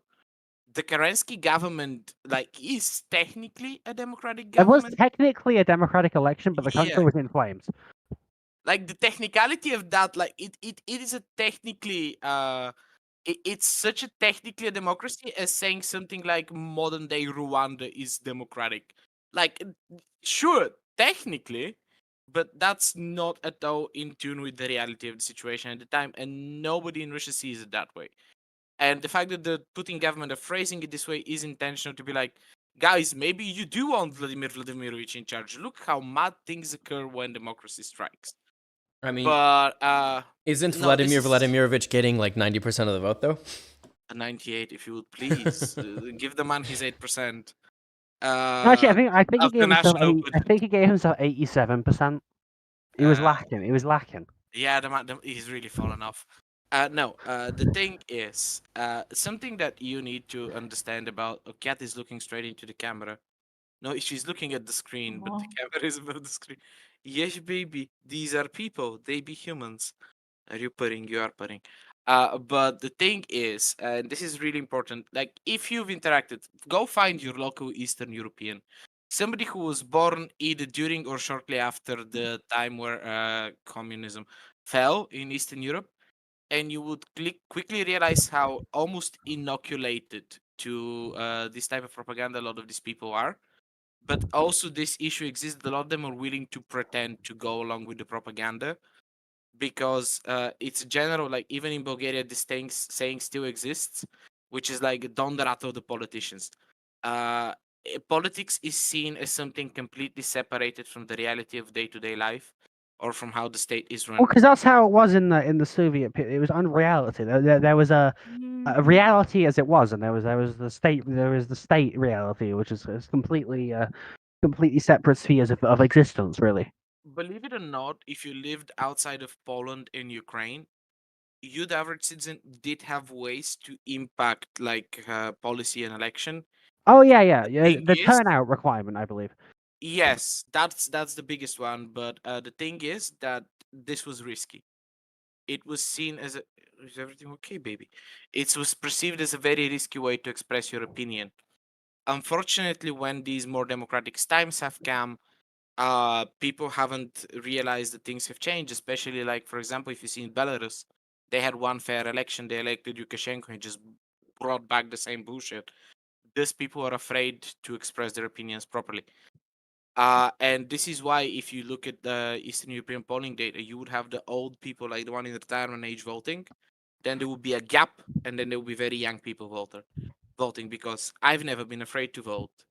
In the reality I lived in, there was no chance that my door would get blown off or I'll be dragged to the police station because I've expressed an opinion. And that is mostly true for everything outside of Belarus and Russia. It was briefly a problem in Ukraine, but that's why they had the Maidan revolution, and now things there are different. Well, Russian bombs aside, uh, so it's very complicated to see how people in Eastern Europe look at democracy. I know that in the countries that are now in the EU, it's looked more favorably because essentially it's looked at democracy brought us into the EU made our lives better. But the old people would disagree with that, but I can't help them. They In have problems. Russia, this is something that gets suppressed a lot. You would see it between like 2013 to 2017, 18. There was a big, like, not political but cultural movement that says it's time to get rid of Putin. I don't remember her name, but there is this big Russian influencer who famously did the interview where she said, "Putin Bausa," which means "Have you not had enough?" And then in the last few years after basically the shoe dropped. Now she's like, "Oh yeah, you want to be in camera frame, baby? No, you want to leave." Now she's like, "Oh, how can I help?" Because it became risky again to publicly express these opinions. While for China, I have no valid input. I have seen things about China. Unfortunately, one of the places I've seen about China is a channel called, I think it's Lawin98 or something like that. Oh, But I in know him. time, I Yeah. realized that that channel is a bit anti-CCP propaganda, maybe for good reason. But this particular man has the habit of painting China in a very shitty light, and just off the experience of being in different countries, no, countries aren't fundamentally that shit. People are people in the end of the day. Mhm. So I cannot provide any valuable input on China. I can have input on what I've known from the CCP, but CCP ain't China. Like, you cannot describe a country of 1.5 billion based on the couple 100,000 people who form their ruling party. Also, I'm Yeah. willing to bet that most of them are operachiks, which, if you don't know, is an insult from the former Soviet bloc for people who joined the party or administration just to do whatever they're told from above and try to backstab themselves into a better position.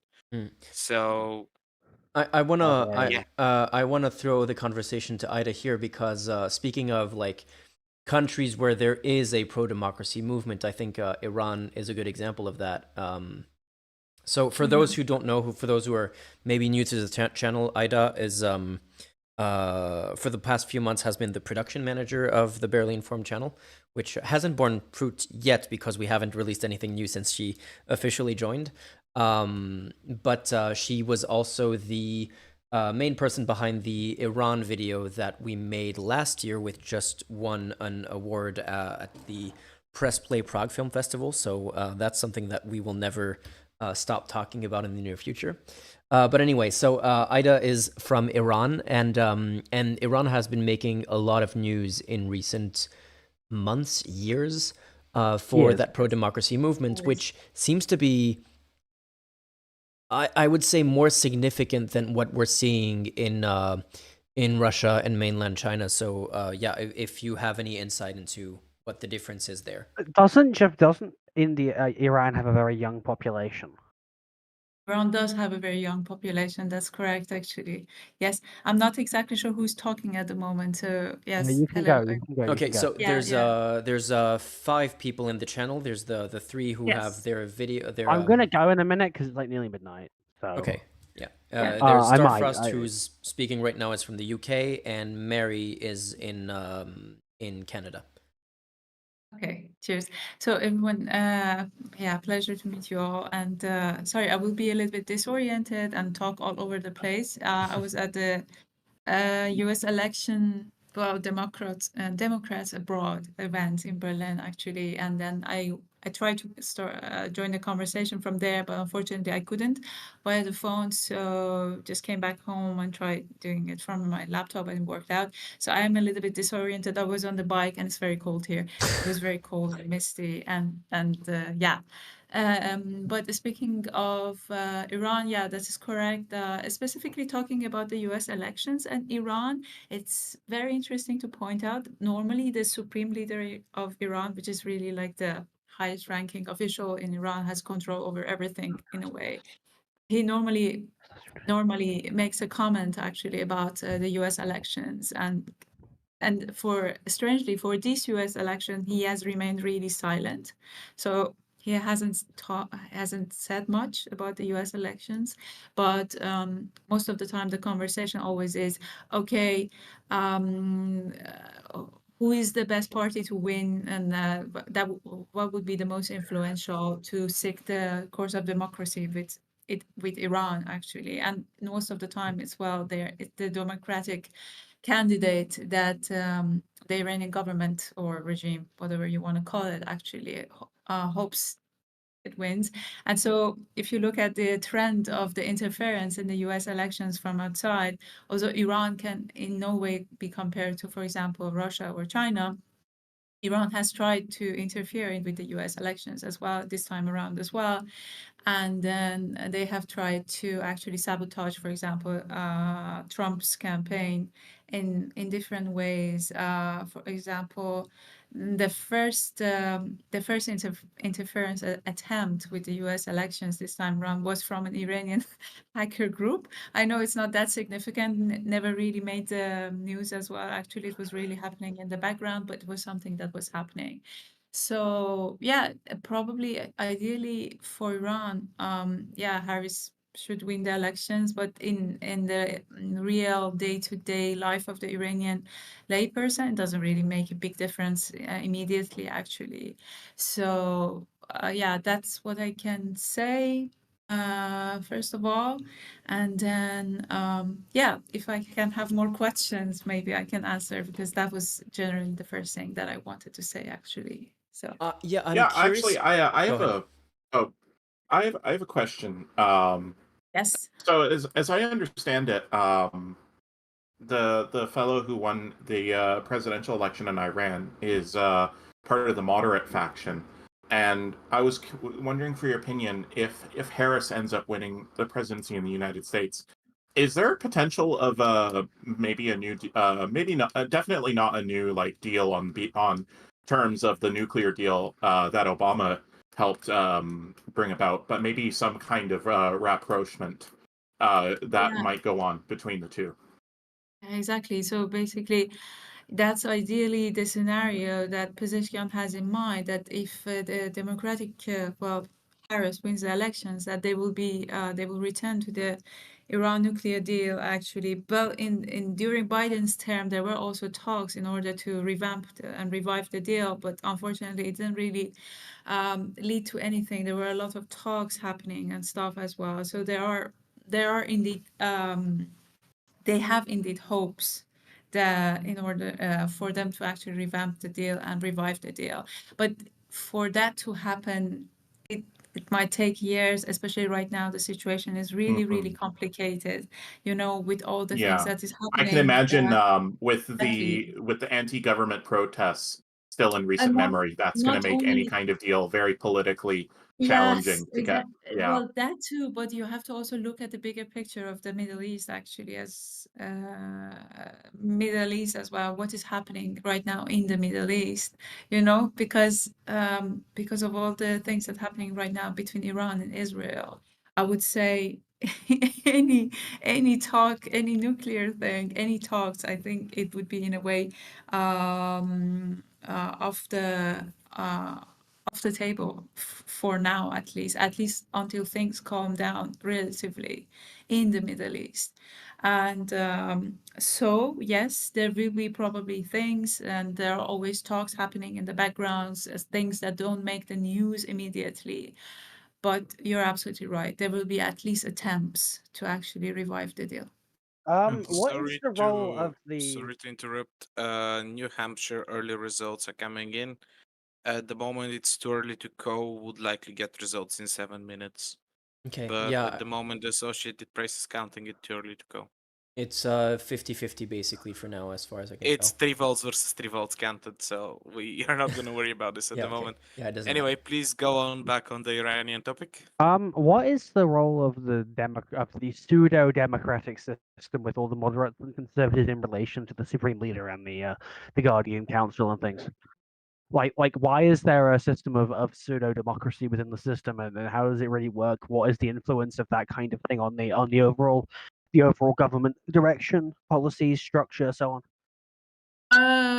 Yeah, I think I understood the question, but not really. Actually, your voice was cut off, so I would really Okay, appreciate it if what you can influence actually. do the pseudo-democratic president, elected parliament and president, and all the different factions have on the overall government? Because obviously it's all controlled by the supreme leader and the Guardian Council and stuff.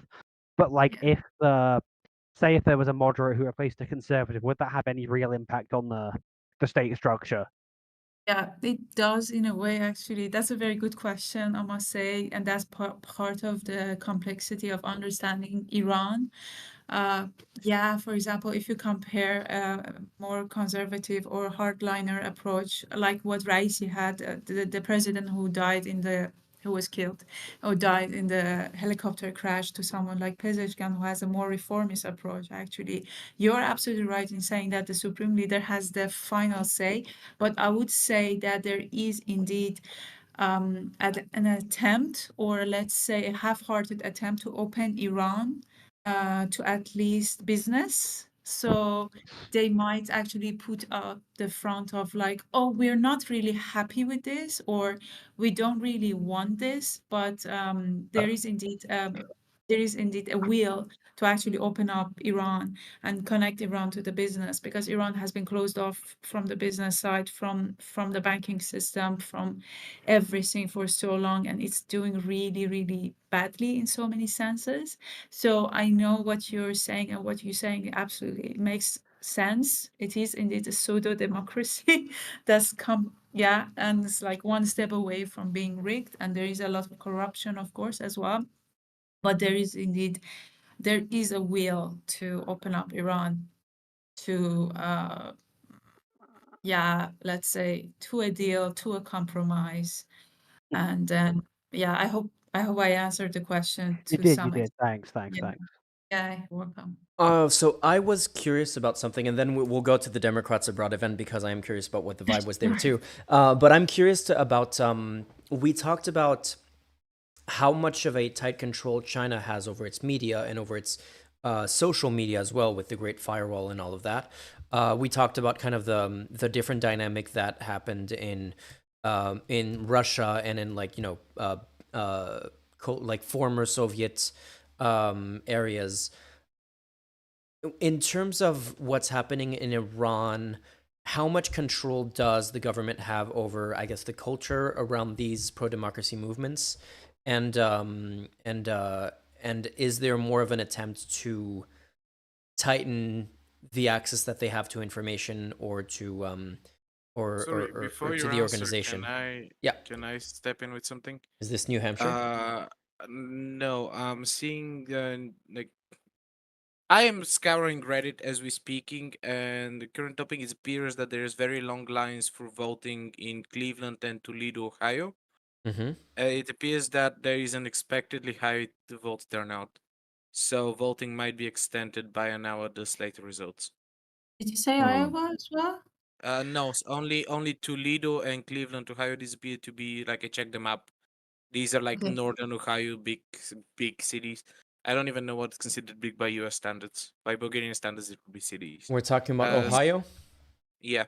Okay. Ohio. So unexpectedly Yeah. high turnout there is what I'm seeing. Okay, I mean, that's interesting. I guess we can keep an eye out when they start to make predictions, like when they start to call the states. Yeah. But Ohio, as far as I know, is leaning, Is like, is a expected to go pretty, blue. yeah, is expected to go blue. My bad, yeah.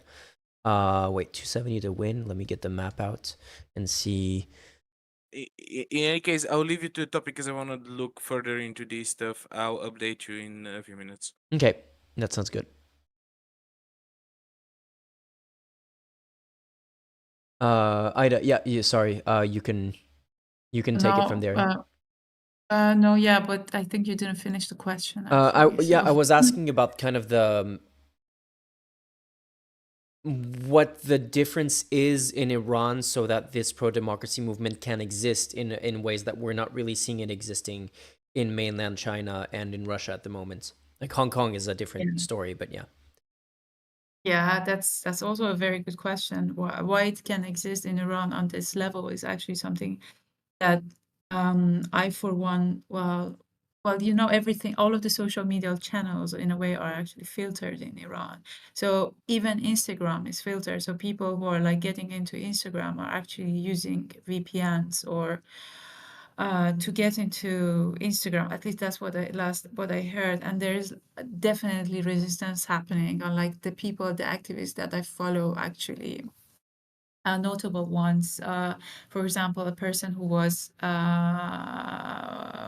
in prison during the last protest in Berlin 2022, was the big protest happened in Berlin, and he was then in prison. He went on hunger strike, and then when he was being arrested, they broke one or two of his legs actually, so he was in really bad condition. And then they let him go on a very big sum of bail actually. So basically, he is in kind of a house arrest in Iran. I would say actually his activities are very limited. But then I look at what the things that he posts on social media, like, oh, we don't give up, we don't go, we're angry, the only way for us is the Islamic Republic to disappear, and things like that. And then I think to myself how brave these people are actually.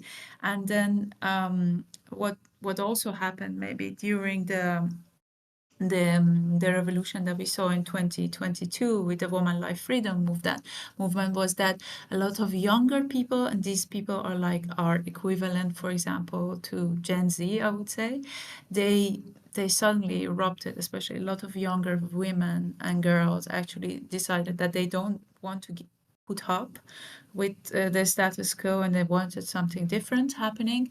And how did that happen is that I think Iran never was a closed off country in a way. They tried to make it a closed off country, but it was a very open country right before the Islamic Revolution, which happened in 1979.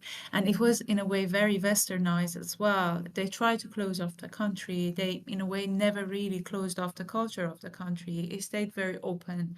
It stayed open to the world. It kind of caught up with the world maybe a few years later culturally actually. So Iran in a way has remained very, very open, but the government has had this plan in place for a long time to also create this sort of the intranet, or this what they call, there has been like really weird terms for that.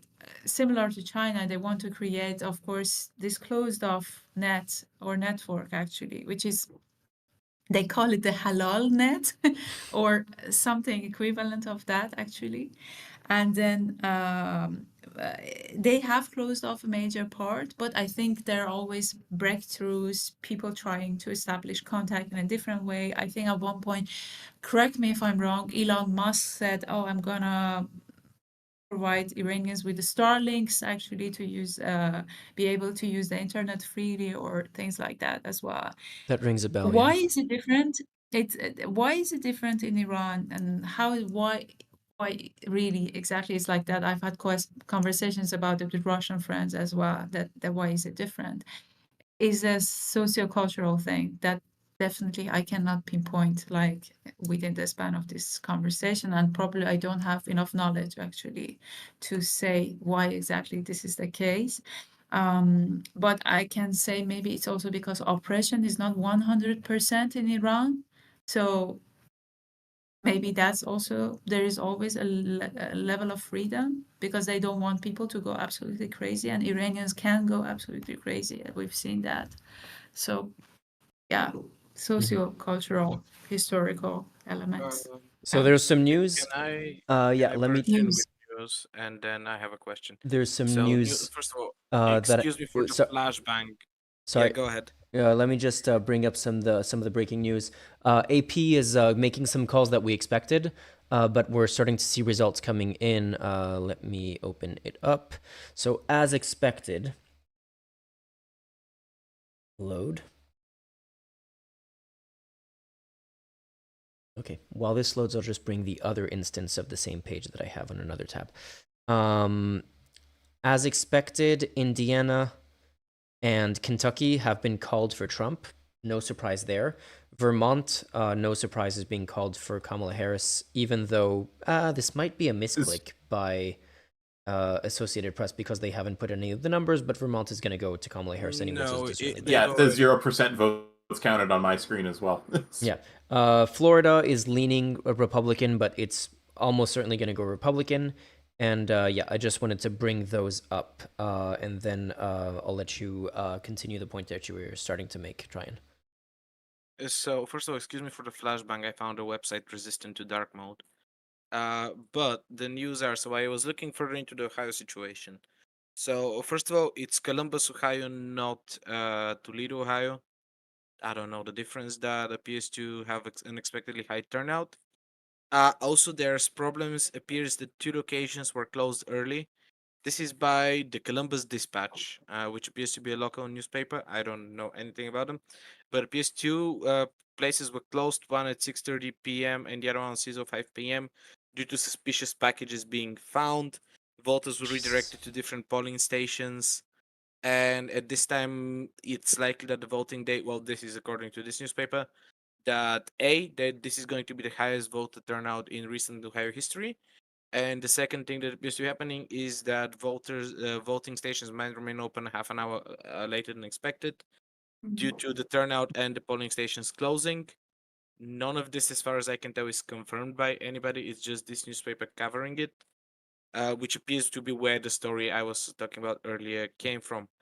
Also, apparently, there were 23 ballots that are invalid counted. I don't know what this has to do with anything, but it didn't see in Yeah. here.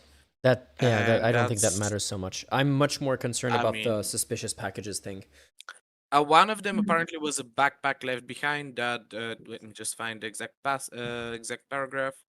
It was a backpack left behind by an unknown voter at Church of the Redeemer, Erie Avenue voting location. Please, Americans, pick better street names. Which Redeemer? You know, there's a character in World of Warcraft called the Redeemer. I'm choosing to believe that that's who you named the street after.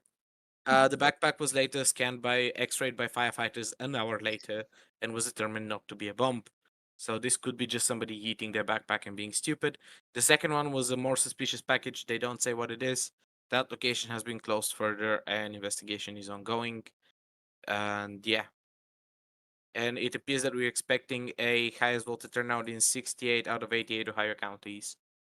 Whatever that means. I do want to correct what you're saying earlier, because Ohio was not expected to go Democrat; it was expected to go Oh, my Republican. bad. So if there is a significant shift there, that would be That pretty would be huge. surprising. Not just surprising, but And like really like election defining thing. I'm really concerned about what you're saying about these suspicious packages though, because apparently we already saw the Russia linked bomb hoax in Georgia. Georgia being a swing state, that is incredibly significant. And if we're gonna start to see kind of a coordinated, even if they're all hoaxes, like abandoned backpacks, like threatening emails or bomb hoaxes or stuff like that. Even if we're gonna see that, and nothing actually violent happens, it seems to be that an even would more be concerning, significant. Yeah, yes. it's an even more significant interference than anything that we've seen in 2016, which is incredibly scary because at the start of the stream, we were worried about how close the election was without taking interference into account. And if we're I going to start to think talk about like the actual day of the votes having these kinds of events is pretty freaky. I think first of all, if anybody wants, I've left the article I found in general if you want to look through it. But I think that that might be a bit of a misnomer. For a lack of a better way to phrase it, if you guys remember in 2020, a bunch of people in Alaska were protesting something about the election vote, and they went to protest in Anchorage, and they were like going to occupy the capital of Alaska, which is not in Anchorage. Come on, guys, let's get it together. I suspect that a lot of these type of things might be MAGA voters self-sabotaging, and essentially, like, I'm sorry, I'm gonna sound a bit rude here, but I am not concerned with the intellectual properties of MAGA voters. There is a big chance they self-sabotage. Yes, this is concerning, but I wouldn't put too much worry in it because they seem to have gotten 2 police stations in Ohio, and it would take more than that. If it gets to be worse by the end of the night, I'll apologize and eat my own hat. But at this time, I think this is mostly annoying, and some people will spend jail sentences for stupidity rather than anything else. But yeah, now I'm gonna turn off the flashbang. Ida, can I ask a question about Iran because genuinely interested? Yes. So as somebody who comes from a formerly authoritarian country, there is like in the minds of a lot of people, young and old here, there is this notion that politics is separate from day-to-day life. And from what I've been told, a lot of Iranian people are way more liberal than the government would like to portray them. So A, is that true? And B, does a similar mindset exist for the Iranian people? To your knowledge, Yeah. obviously. I don't think you can speak for all of them. No, of course not. It's Iran is a big country. We have more than 80 million people there actually as well. And have you ever heard of the idea of four Russias? I don't The know what if you've now? heard. The four Four Russias? Russia. Four Would Russias. that be Yeah, Russia, this China, Iran, and North Korea? now four Russias are basically different parts of Russia itself. It's within Russia. So they talk about Russia when they say four Russias, they mean Moscow, St. Petersburg, that's one Russia. And then they Yeah, talk about second Russia, which means the bigger cities. I've heard Third, this under a different idea called Nakrayovka, which means krai is like the Russian word for something that's border related. And the people call it Nakrayovka, which is meant to mean I'm from the province far away from Moscow and St. yeah, Petersburg. so yeah, exactly. So the idea is that basically the people who come from Moscow and St. Petersburg are more liberal than the people who come from the other bigger cities and then rural areas and stuff are people who are always watching the state TV and listening to the government and they believe everything that's being said. Yeah, that's just an idea, actually. But like, I just wanted to say that to say something also about Iran. I'm not saying there are four Irans or something, but I say Iran can also be very fractured, and there are big echo chambers within Iran as well. So there are big liberal population, and I grew up liberal as well. And my father was very liberal, a liberal family, but yeah, and Also, I grew up. there a What's that? isn't there significant ethnical divide in Iran? Like I know that there is That's very good. Kurdish parts of Iran, and Yeah, my apologies, that's I true. don't remember which was the dominant ethnic group in Afghanistan that also spreads into Iran. Yeah, but like so the ethnicities in Afghanistan I actually won't maybe make any uh sorry, my English is also running out right now because I'm like very tired and sleepy. So yeah, I wouldn't talk about Afghanistan at the moment, but I do. I just what I want to say that No. like a big population within Afghanistan, they speak Dari, which is similar to Farsi actually. So if someone speaks a standard Dari, I will understand, will be able to communicate as well. So our Afghan brothers and sisters, they are also in Iran as well. They're not treated very well, but yeah, they are there too. What I wanted to say is that a big proportion of Iranians, yes, they are liberal, I would say. But as I said, it's a big country and it's more than 80 millions of people with different ideologies. And I always say that there is at least 10 million of these 80 million who have their hands within the, I don't know if what happened now, All but good, all good. yes, Don't worry about it. all good. Yes, okay. I just So turned off my camera for a bit, don't worry about it. yes, sure, all good, all good. Sorry, I'm also very new to Discord, so and I'm also trying to structure my thoughts as best as possible. There are a lot of people who are liberal, but there are also a lot of people who actually really follow the line of the regime. They're not a big percentage, but since they are closely connected to the government and the regime from a financial point of view and from economical point of view, it's really difficult to break them up in a way. And I hope I'm answering your question as well because I don't remember the last part of your question. What was it? I'm not sure even if I'm answering your question. No, it's And a sufficient answer. We'll call it as legally valid. Do you think that there Legally is valid. a mental sort of divide in the opinions of people in Afghanistan where they think politics is something heavily divided from everyday life in a way? Do they see it as like a different thing from just living day to day? in Afghanistan, No, sorry, Iran.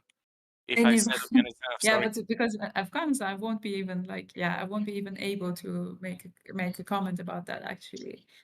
In Iran, oof, yeah.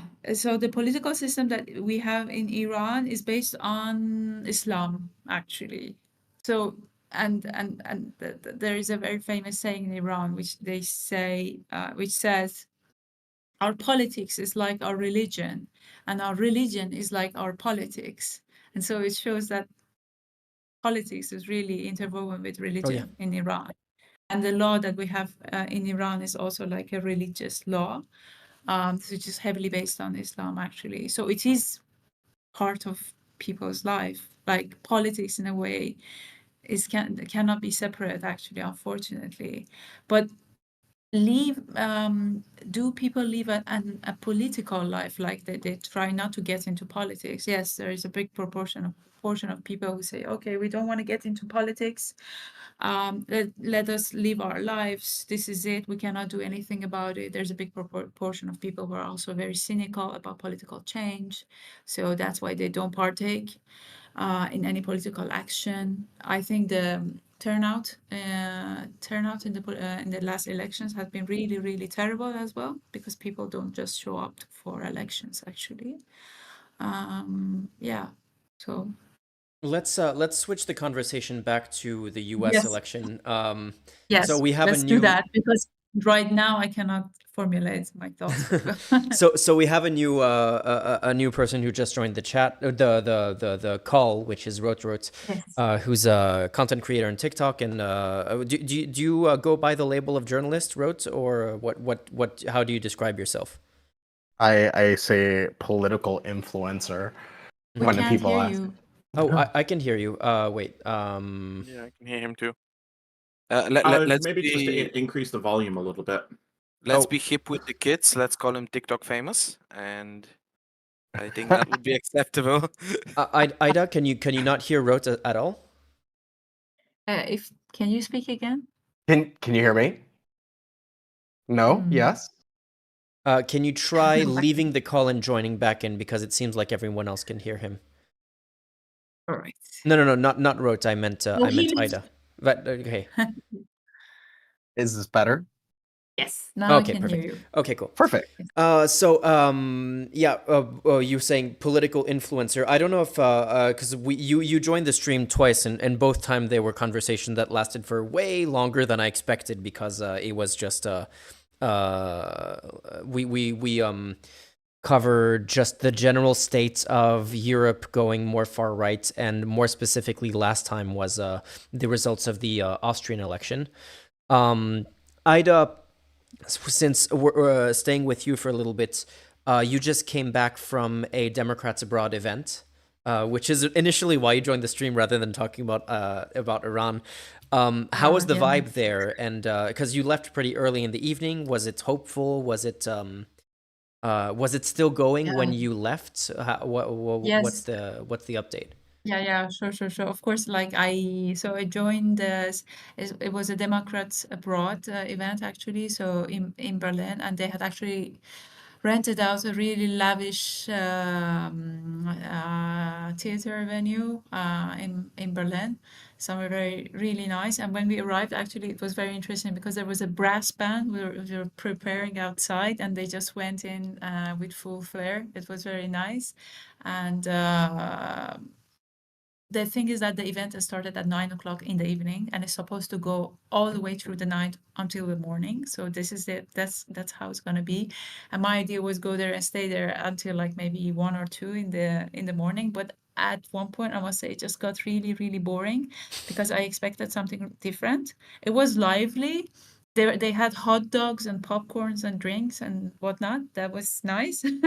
But I expected something more. I expected also something of a political side. Oh, what is happening? Let's follow up on the race, the news, what's coming in, and stuff like that. And it was not like that at all. It was just mostly music with some intermissions. And but yeah, the people who had showed up, like, they were hopeful, like, and quite certain that Kamala Harris is going to win. But in the end, it wasn't a very serious event, actually, and it wasn't really of a watch party as well. I expected that they would show the results on the screen, or they follow the news in a way on the screen live, but that was not happening. Maybe that will come only later on. I'm not sure. So when I left, they were still playing music. Yeah, So I think you might have left too early for that, because like the real results are not going to come in for another couple of hours. So yeah. No, exactly. And I have to work tomorrow. So I mean, yes. Sorry to burgeon with an update. Early Yes. results from Georgia are out. Yeah. well, very early results, under 3% of all votes counted.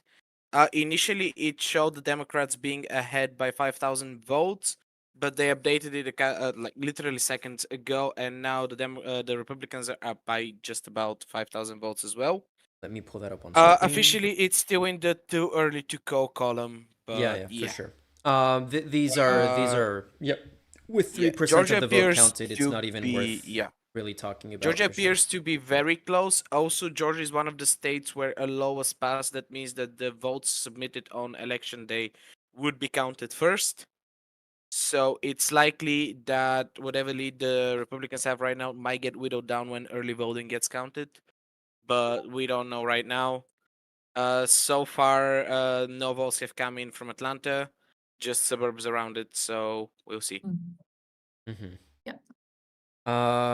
Wrote. Ida was talking about how hopeful and certain of the Kamala Harris's victory everyone was at the Democrats Abroad Party.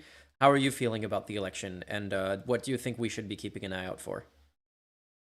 Well, I think so. Like, one of the things that is making everything a little bit more unpredictable is we have the highest turnout ever in a presidential election. Already? Yeah, I mean they said that well, just from like the early voting, you hit like around 80 million registered voters voting, and that's like half of the voting population right there. Mhm. So even if you had like the last election numbers, you would still be way overshooting where it was at. So I think they were projecting something around like 77%, and like really, really high turnout rates, like especially among young people, like historical numbers, like things like general countries would be very impressed with. So I think that is hard to predict because we have a lot of people voting who, never have voted before or maybe voted super irregularly. Both campaigns spent a lot of time and a lot of money trying to convert non-voters into voters. And last time we were chit-chatting about an election, it was Austria, where like the FPÖ put a lot of time and money and energy into trying to turn non-voters into voters, and they were able to do it. So it's a high risk, high reward kind of thing. So like if turnup's like jumping up, 1, 2, 3, 4%, that means they're doing that it's succeeding. Where that breaks, that's highly dependent. And basically Harris needs quite a strong break of independence to go her way. And she also needs quite a few Republicans also to peel off. Unfortunately, for Democrats to win in a generic lineup with the Electoral College, they need to overperform quite a bit, like 54% nationally, which is not a great situation to be in for a political party in a two-party system. Sorry, But can I chime in again? Let me just turn on camera. Two updates from like the Reddit scouting. First of all, is rumor. Well, this is somebody on Reddit saying it. Somebody posting a screenshot from Twitter. So we're going very highly confirmed here, guys. Like government level confirmation. It appears that yet at least one more bomb threat has been made in a heavily black polling station in Georgia. I googled it, not found anything, so might be nothing, but that's what Reddit says. And also, Donald Trump posted a new thingy on Truth Social, whatever tweets on Truth Social are called, saying a lot of talk dude, about they're called truths. He posts truths. surely. He truths I was just gonna say we should call them lies, but Yeah, and also I'm thinking the talks in tubing the use. But Donald Trump has posted there saying a lot of talk of massive cheating in Philadelphia, law enforcement coming, which means that there is likely the Republicans are not doing well in Philadelphia. So that I'll leave you to the topic now, and I'll go scouring and trying to find some more sources for these things. We'll update you if I find something. Yeah, I'm seeing some very early results coming in Virginia, but it doesn't really matter because like Virginia is not a swing state. South Carolina, same thing. Yeah, there is nothing new on the vote count side yet at the moment. So yeah, sorry, you can take over again, Rut. Also, New Hampshire results are very close at the moment, but it's all but confirmed Democrat. Yeah. According to what I'm seeing right now. Yeah, so one of the things I think is also weird in Trump land is the complete outsourcing of the election to paid volunteers through super PACs. I mean, we've seen lots of super PAC stuff, but we've never seen like a campaign basically go full in on trying to like crowdsource short-term contract workers to run a presidential campaign, and I think that kind of blew up really, really hard in Trump's face. He also had just a bad last 2 weeks of the campaign. Like, if he wasn't Donald Trump and you were just looking at him as like a regular Republican candidate, you'd be like, this is not the most ideal way to end your 2-year-long presidential campaign. Yeah, we were talking about the floating island island of garbage called Puerto Rico comment by a Trump supporting comedian. And I mean, there are a few other things, but the one that I showed on stream earlier was Trump saying that he wouldn't mind if journalists got shot at a press event, at a election event, at a rally. Yeah. I only heard about that one like a few hours ago, and I completely missed it. And I was just like, damn, he has had just bad news cycle after bad news cycle. Because like it works in Trump world when he's saying these things, but like once regular people start hearing about it, people are like, what the actual fuck is going on? Exactly. That's what I and was there's just been saying too. one after another. So it's yeah, I mean, I think the other thing is like we watched the Harris campaign in the last like couple of weeks go really heavy on kind of new media channels and running this very, very heavy like celebrity focused like cultural influencer campaign. And I was like, this I think is a very clever way to leverage every single aspect of every single person's platform for political ends. And this is something I think a lot of political parties who already have like celebrity supporters could definitely leverage in their own domestic campaigns. You know, when you have like people like Ricky Martin and Bad Bunny like doing nonstop comms for you, it's going to yield voters no matter what. So this is something I think people should take it to heart, because you could also do this on like a local or regional level as well. Yeah, I was wondering about that because I've been looking at all the very many celebrity endorsements, and I kind of feel it can cut both ways in that on one hand, if we're talking about like independent voters, I don't feel like it's going to convince that many people to vote on that, like to switch their vote to Harris. But on the other hand, it could convince a lot of non-voters who are just generally liberal but apolitical to get off the couch basically and go to the poll as a last minute. Well, you know, Jennifer Lopez told me to go vote, so I guess I'll go vote, you know, or whatever. So I guess that helps, but it definitely for people who lean Trump, having the like, you know, Hollywood elite, quote unquote, supporting Harris is not gonna work in her favor. But I guess that's not what those endorsements are aimed at. Like that's not the voter type that those endorsements are aimed at convincing. Yeah, and I mean, in the same time frame, we have Trump and Vance hitting all the podcasts, like the Bro podcast, like one after another. So like we have to think of these as like co-equivalent spheres of influencers that they're tapping into. One is more like normal and legitimate in many respects, but like Joe Rogan and all these like manosphere influencers still have numbers behind them. They have followers, they have people. So like, even, you know, and I don't think like as I agree, like these audiences are more or less like the people who are already converted. It's about getting them to go to the polling station or reminding them, and just like having this kind of ambient cultural presence of reminding people to go vote and make sure they're registered to vote. It's quite important. And we shouldn't really undersell that. I was always like super impressed with like the wild numbers of voter registrations, like people like Selena Gomez and stuff do at their concerts. Like we're talking like tens of thousands of voter registrations. Like that's more than most political like activists could hope to achieve in like their lifetime. They're doing in like a single concert tour. So like if you view them as not only people who have very, very large communication channels as individuals, they also transfer their kind of legitimacy and capital that they have as cultural figures, but into like the political realm too. And I think a lot more with like the younger artists, they obviously understand that part of their like celebrity brand is political, like they have to have positions on things. So they are also obliged to participate in this. So political parties are, you know, it is a smart political party will see that is like the moment and be like, okay, well, if these celebrities are already understanding they have to be socially aware, then I should tap into that and leverage this to help win campaigns so we can actually achieve political ends. Because that's not just going to be isolated to the US context. Can I ask a question of you, dear influencers here by present? This is something about the podcast, so I can't be asked to remember the name, but Trump went on the podcast of a big kick streamer and also the Joe Rogan situation. A lot of these podcasts slash streams, their audience is like a significant portion of them are too young to vote. Do you think that would have like visiting these streamers would have enough of an impact to matter?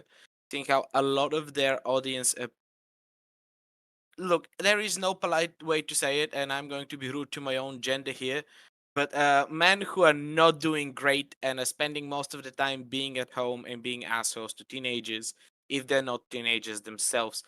So, do you think that these people would be able to vote? Because this is something that genuinely we saw in Bulgaria, that a lot of the more rightly, let's call them fascist party here, looked very appealing to teenage boys, but they don't get to vote. So good job, you've appealed to somebody who can't vote.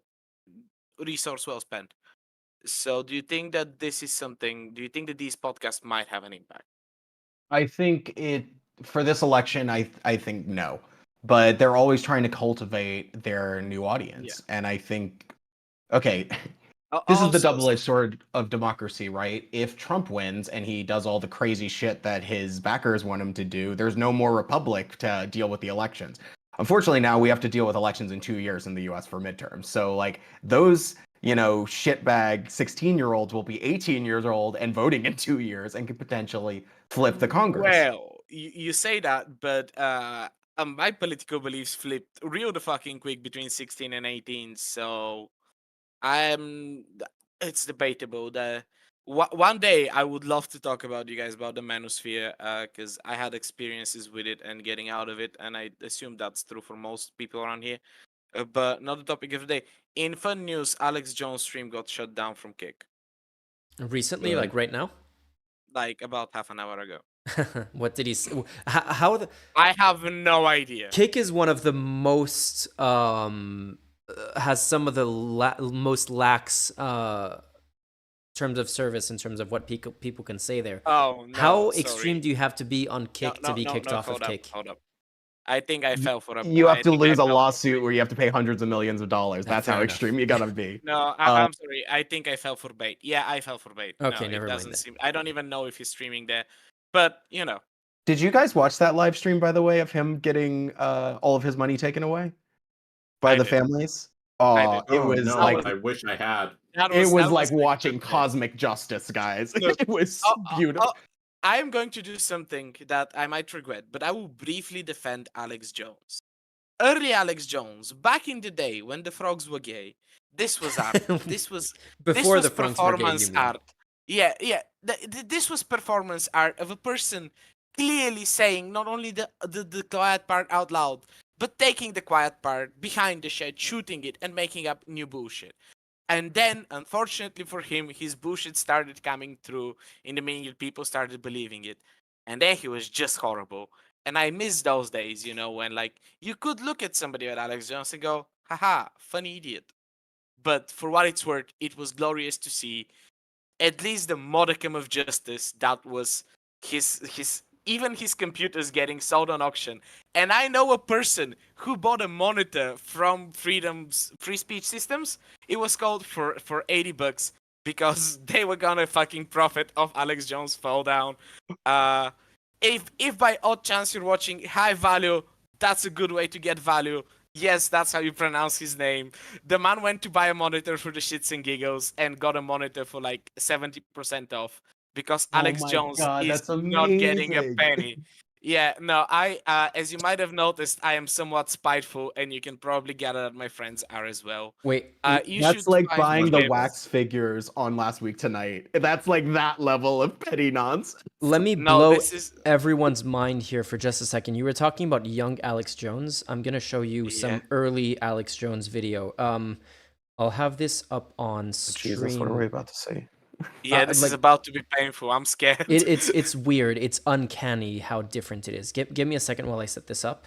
What year would this be? Like the 90s, or is this the late 80s? This think- That may- 95. Is this like Five. Iran Contra conspiracies? Because I would like to see some vintage Iran Contra conspiracy. Okay, so this is gonna be on stream. So if you want to look at the stream, because I can't really show it on in the chat.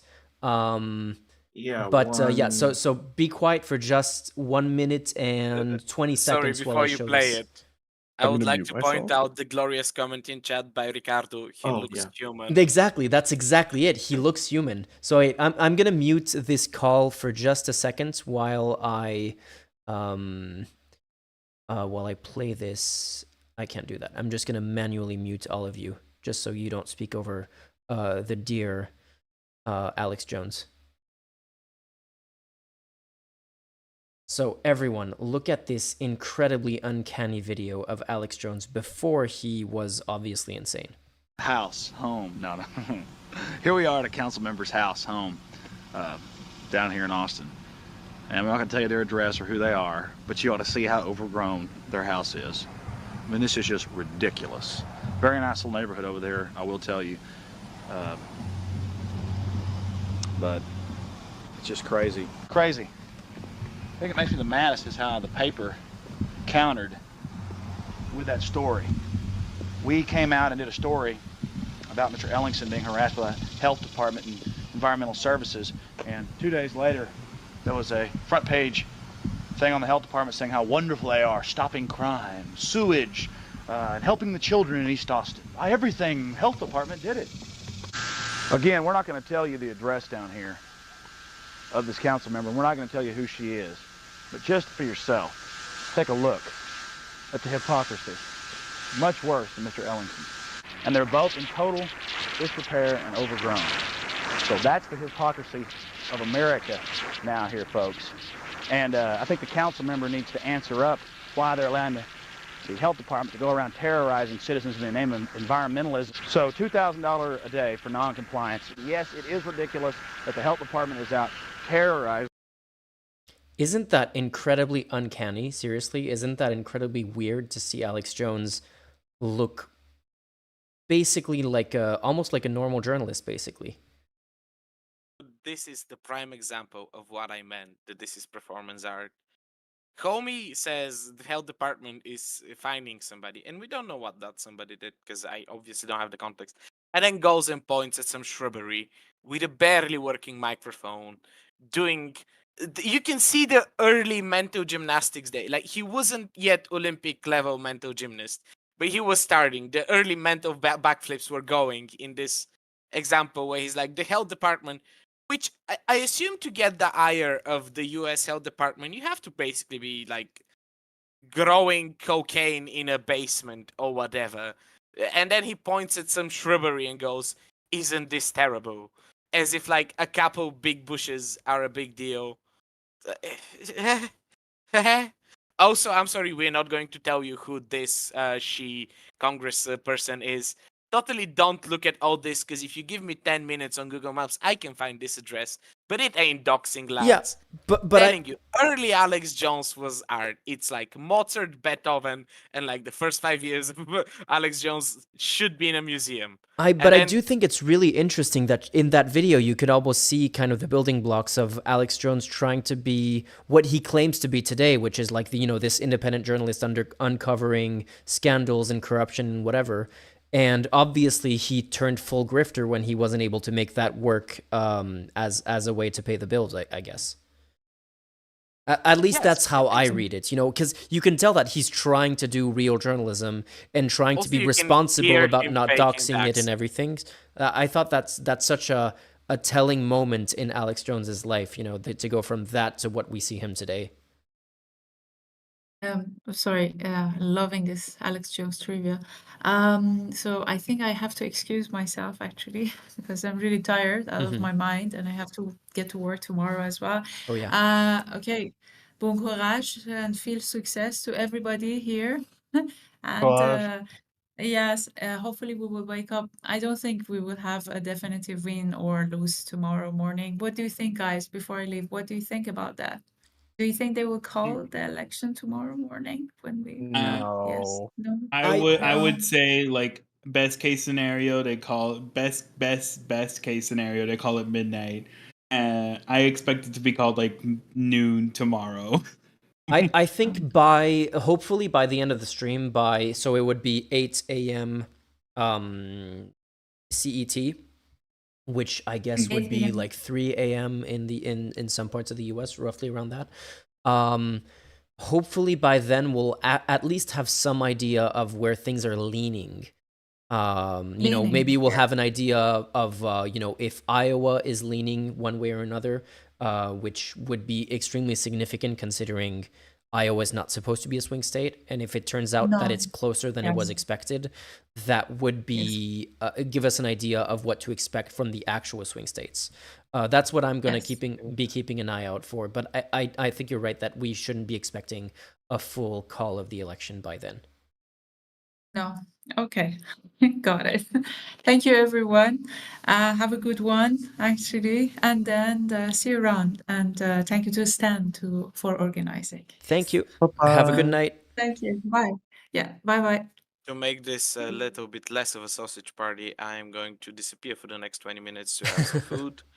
At which point, I will be scouring Reddit. So if I find something interesting, I'll update you after I eat my pizza. So Oh, see I you in had a such a good Alex Jones bit though. Let me do it Okay, first. go Okay, ahead, do go the ahead. Alex Jones Okay, bit. thank you. I was holding it in. Okay, look, I think the easy thing to understand here is it's not just Alex being younger and a little less crazy. This is just a man before he's messed up his cycles of HGH. See, human growth hormone is not something you can really mess around with.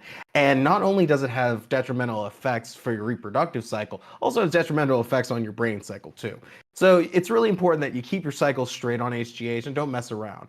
And, Arnie doesn't use it anymore. He said it was not the right way to go about it. So if you really want to get big, don't do what Alex is doing.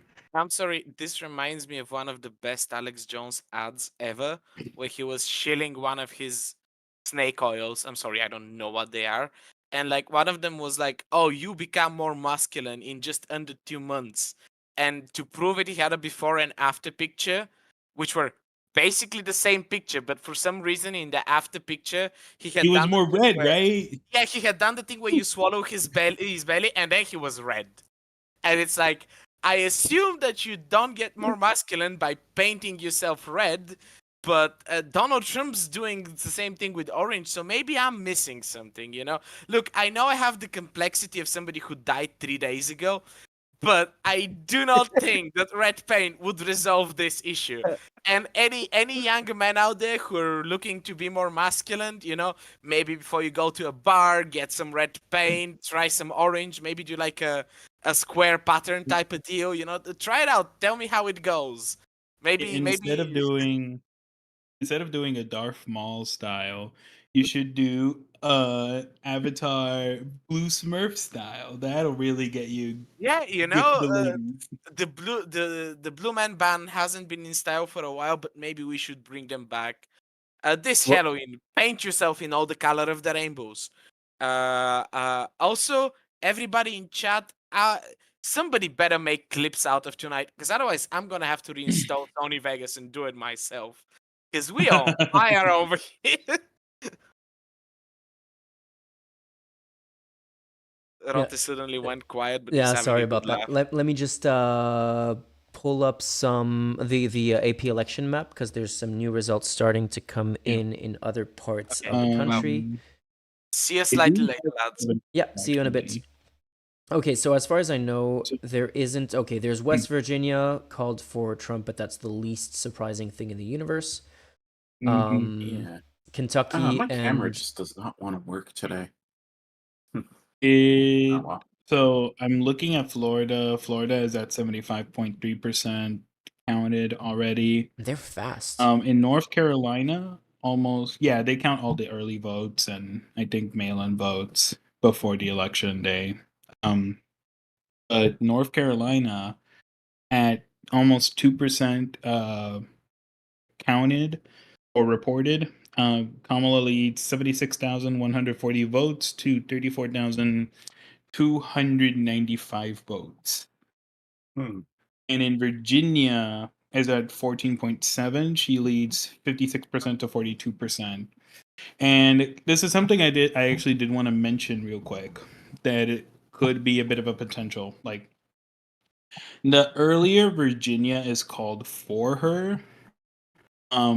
This is something I saw online in other spaces. Like, it is believed to be better for her. Like, if Virginia's called my time, it's about to hit 8 p.m. Eastern time. If it's called for her like just before then, it could be really great for her. But if it's called around 8 p.m. to midnight, then it'll be a close election. That's like the estimate I saw spinning around. There's another map that I'm gonna pull up on screen here. If you watch stream, it's the map of which way each state or each county is swinging compared to last election, and this one is quite interesting. Because Florida is going. Oh, can you share a link for that if you don't mind? Yeah, it's in the media channel on the Discord.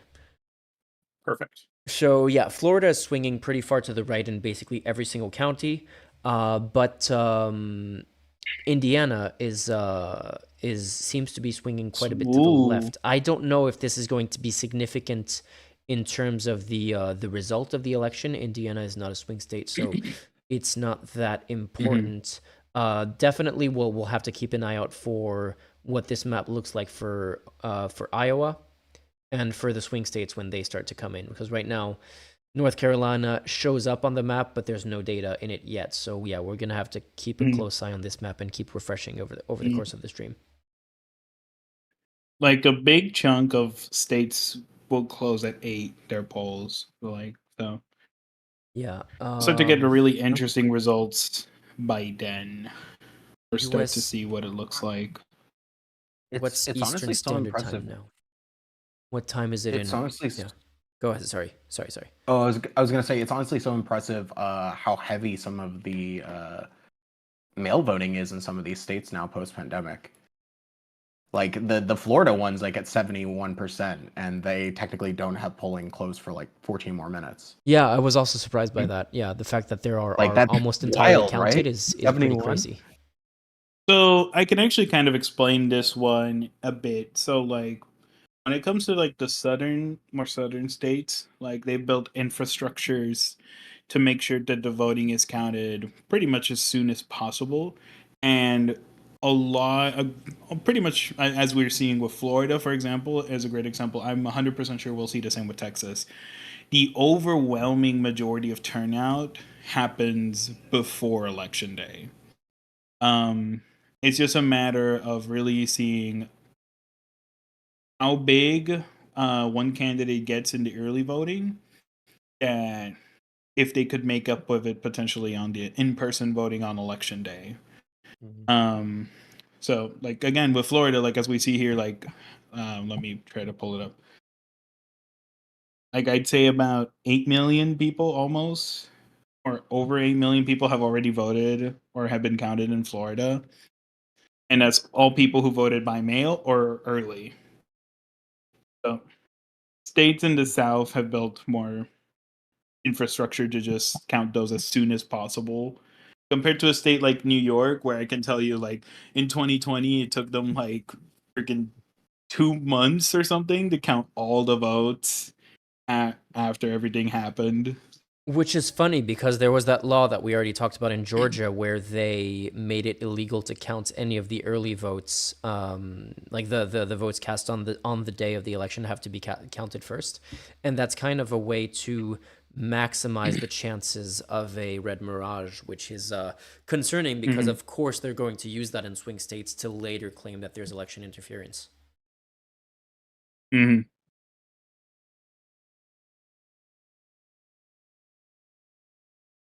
Wrote you okay?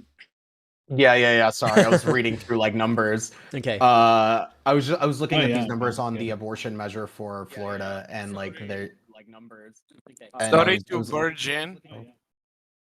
Oh. 1 second. Sorry for doubling the sound and for barging in. Stan, you might want to pull up the meltdown monitor. It's beginning. Okay. Both Elon and Ron Filipovsky are having a moment. And frankly speaking, I want to watch Rota's reaction to some of this. Yeah, we haven't even told Rote and what the deal is with the Meltdown monitor. So we created a Twitter account where we only followed people that Discord has told us to follow. Oh Jesus Christ! And so yeah, it's obviously a lot of Trump supporters. Oh, what have It's- you done? exactly. So wait, let me Oh, pull it up on no. switching to this screen, and the Meltdown monitor is here. Let's look at what we can see. That's nothing. What should I be looking for?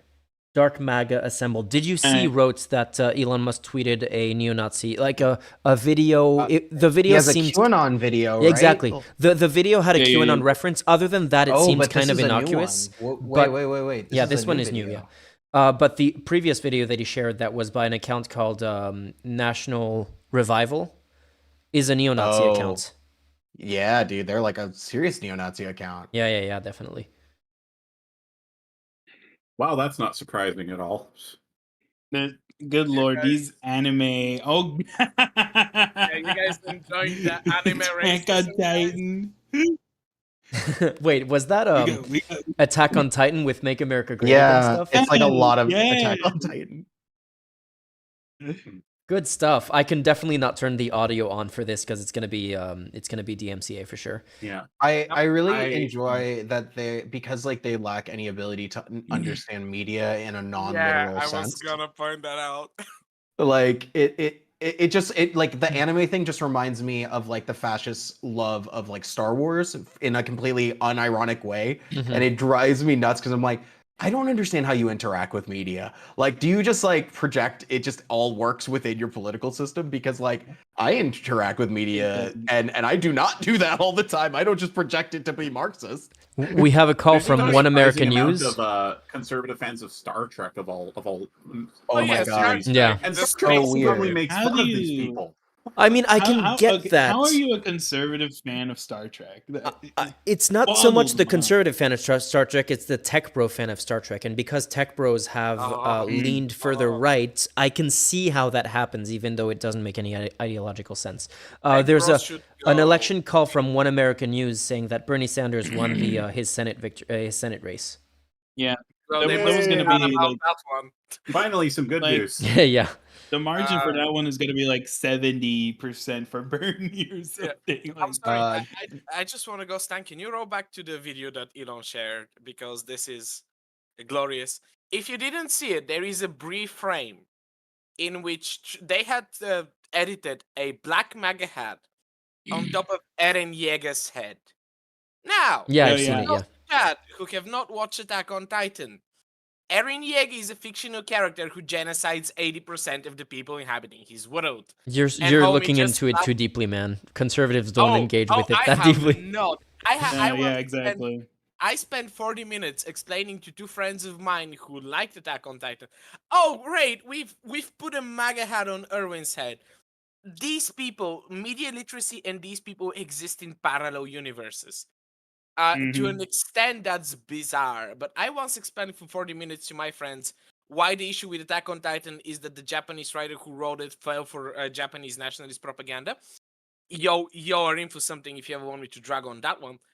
But the fact that you would put a MAGA hat on literally fictionally confirmed genocidal character says more than anything I can say about these people. They did this unironically. I can't help Brad out here, you know? I mean, this Please. video is honestly, it's what I was saying earlier. To someone who isn't into any fascist dog whistling, this video seems like, oh, it's like over the top internet meme, whatever. But then you have a lot of the weird stuff, like the ice skating video that's on there for like half a second, and like of course all of the Attack on Titan stuff, and it's always all of the religious imagery and stuff like that. It's really weirdly I want to see what internet archaeologists are going to think about this in 50 years when they dig it up, basically. I hate that the tech bros found religion. I- It's just so frustrating. Yeah, the religion's on, called man. capitalism. But in much more funny news, I want you to now find me an alien, the extraterrestrial time, not the illegal one, and try to explain to them what's going on in this particular tweet. I'm not gonna call them whatever the fuck they are. Like, I want you to try to contextualize what we have just seen to somebody who has no context of these type of people. Go. Yeah, I mean, Which yeah, one good luck of you with that. thinks Yeah. they can do that Herculean task? It's like, okay, first of all, there's this thing called Twitter. And you've lost because it's not even Yeah. called that. You know, Not it even, makes yeah. you think.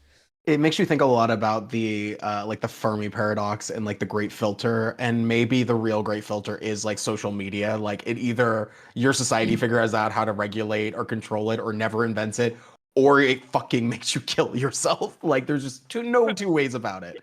Wait, who were you telling me to look at when you told me to pull up the Elon. Ron Filipovsky. Now, this is the Elon bit I wanted to show you, but there is this character called Ron Filipovsky on Twitter. Yep. He's I also haven't. having. Yeah. He's also having a moment already. Mind you, we are so early into the election that Oh Jesus! What's they this? should not be. Ron Filipowski saying Melania's been wearing sunglasses inside all day today.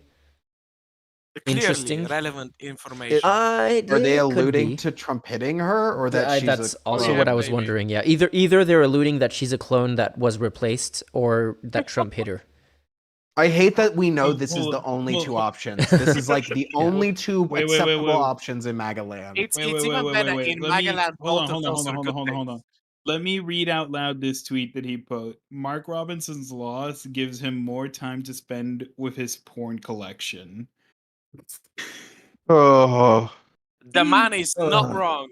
Look. That, Well, it oh doesn't wait, I because- just remembered who Mark Robinson is, and yeah, that is but actually it- funny. Wait. doesn't because Project 2025 includes a bit about banning pornography. So Are we the man ignoring gotta the use it while he can. Joe Arpaio Candace Owens tweet right below that one? Wait. Let's what? let's first give the full context of who Mark Robinson is for anyone watching who isn't aware.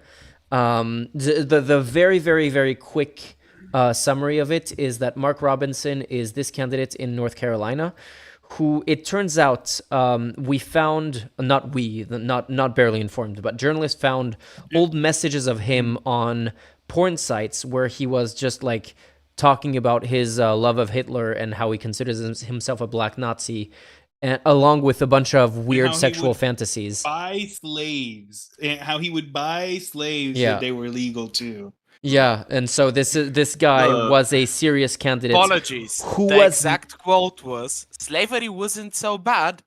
I will buy a few." And to be I need clear, to clarify. Yeah, this is the man we're talking about. and this guy was never condemned by the Trump campaign. They never distanced himself from him. That is the thing that you need to keep in mind. Yeah. The worst It- kept Trump- secret in conservative circles is that conservatives, by and large, they're big old sex freaks. Like almost all of them. Like Sorry, I need to add one last thing about Mark Robinson. After his comments, somebody asked whatever the Grand Wizard of the Clan is right now, if they would endorse him based on his belief, to which the answer was boiled down to no, he black. So these are such times to be alive. And leopards once again eat faces. I don't know if you've been following the Telegram stuff, have you? That word rings a bell, but I don't remember what it is. So I guess the answer is no. This was like the like exactly what it sounds like a white nationalist terrorist chat group on Telegram, and it was recently busted. But one of that's where their I heard of it, yeah. existential long-running debates was whether or not white nationalists who were not white, who committed mass murder, could be brought into what they called their pantheon of saints. And they spent years debating on whether or not non-white white nationalists were white nationalisty enough. And it's honestly like it's looking into like a parallel reality of stupid things. It's like they were debating if Uncle Ruckus is valid. I'm so sad that the crowdfunding for the movie didn't succeed, because I would have loved to see that. I do need An to Uncle read Ruckus this movie? tweet out loud because it's quite amazing.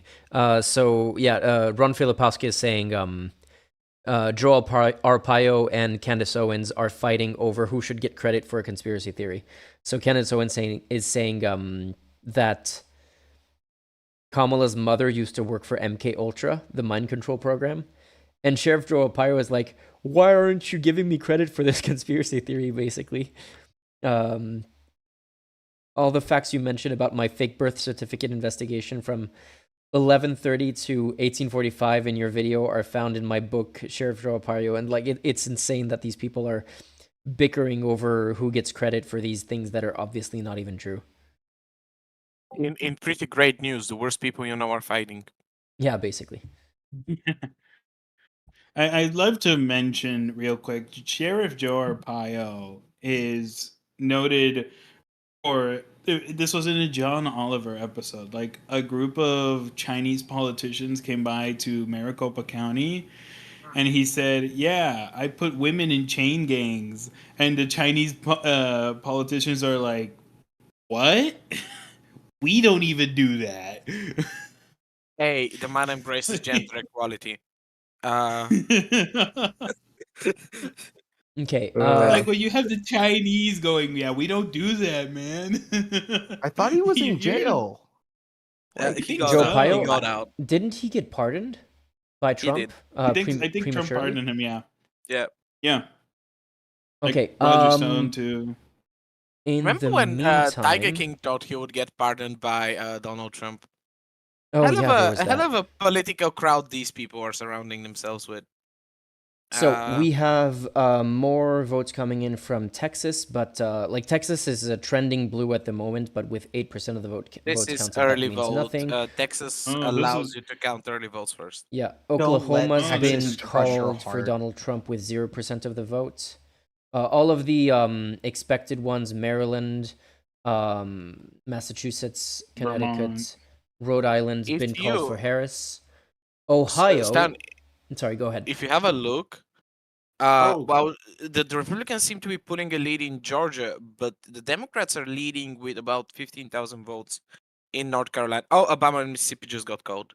Yeah. Well, that's not a surprise. It's Florida actually right called at time. for Trump. No with surprise 8% there. of the vote counted, Harris is in the lead in Texas. Yeah. But Yeah. it's early voting being counted first, so Yeah. 8% of the vote is not not also all enough for from us to Dallas. draw any So, interesting conclusions for that. Like Yeah, with and the I Red also noticed Mirage Ohio is situation. now blue leaning. Which I is good think to see. Ohio is way more significant than what we're seeing in Texas. 25% of the vote counted.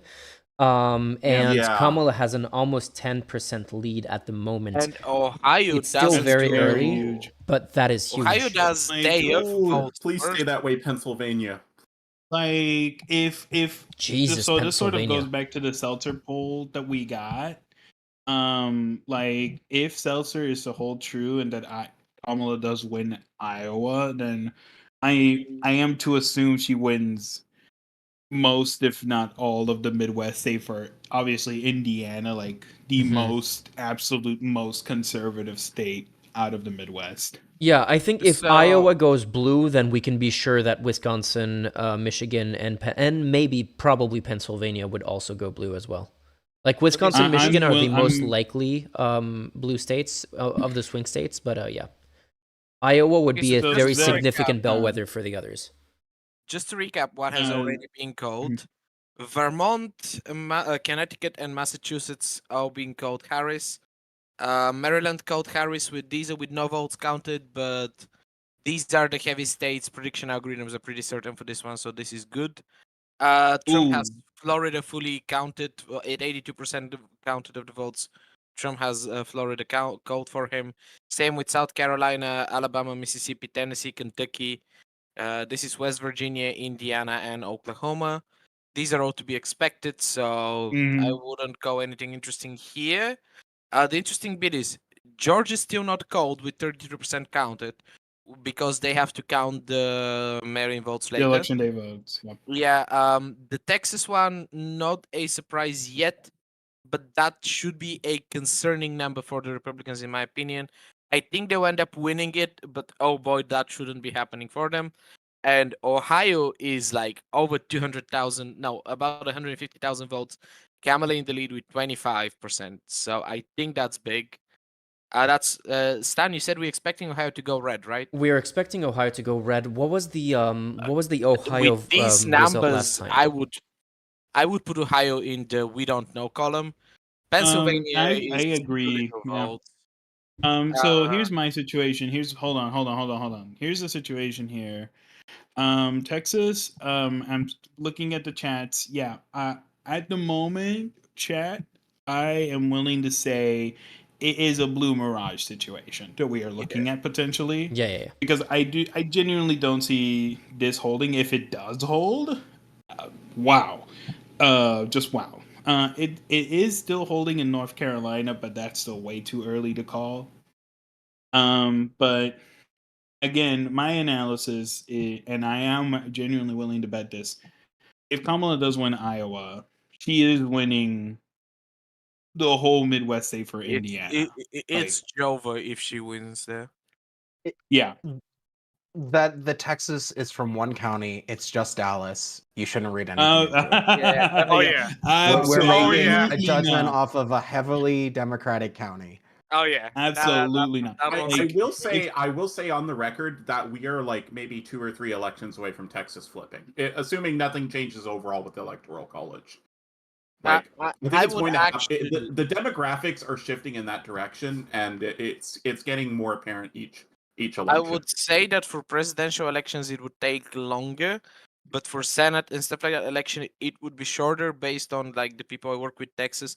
A lot of people are moving to Texas to work in the because Texas invested in their IT industry there because their state wasn't doing as great as they would portray. The state is swinging, so I would say locally things will start going more blue based on what I know as information. But these things don't get immediately reflected in presidential elections. Yeah. So. Oh, absolutely. Didn't Musk also move his offices from California to Texas?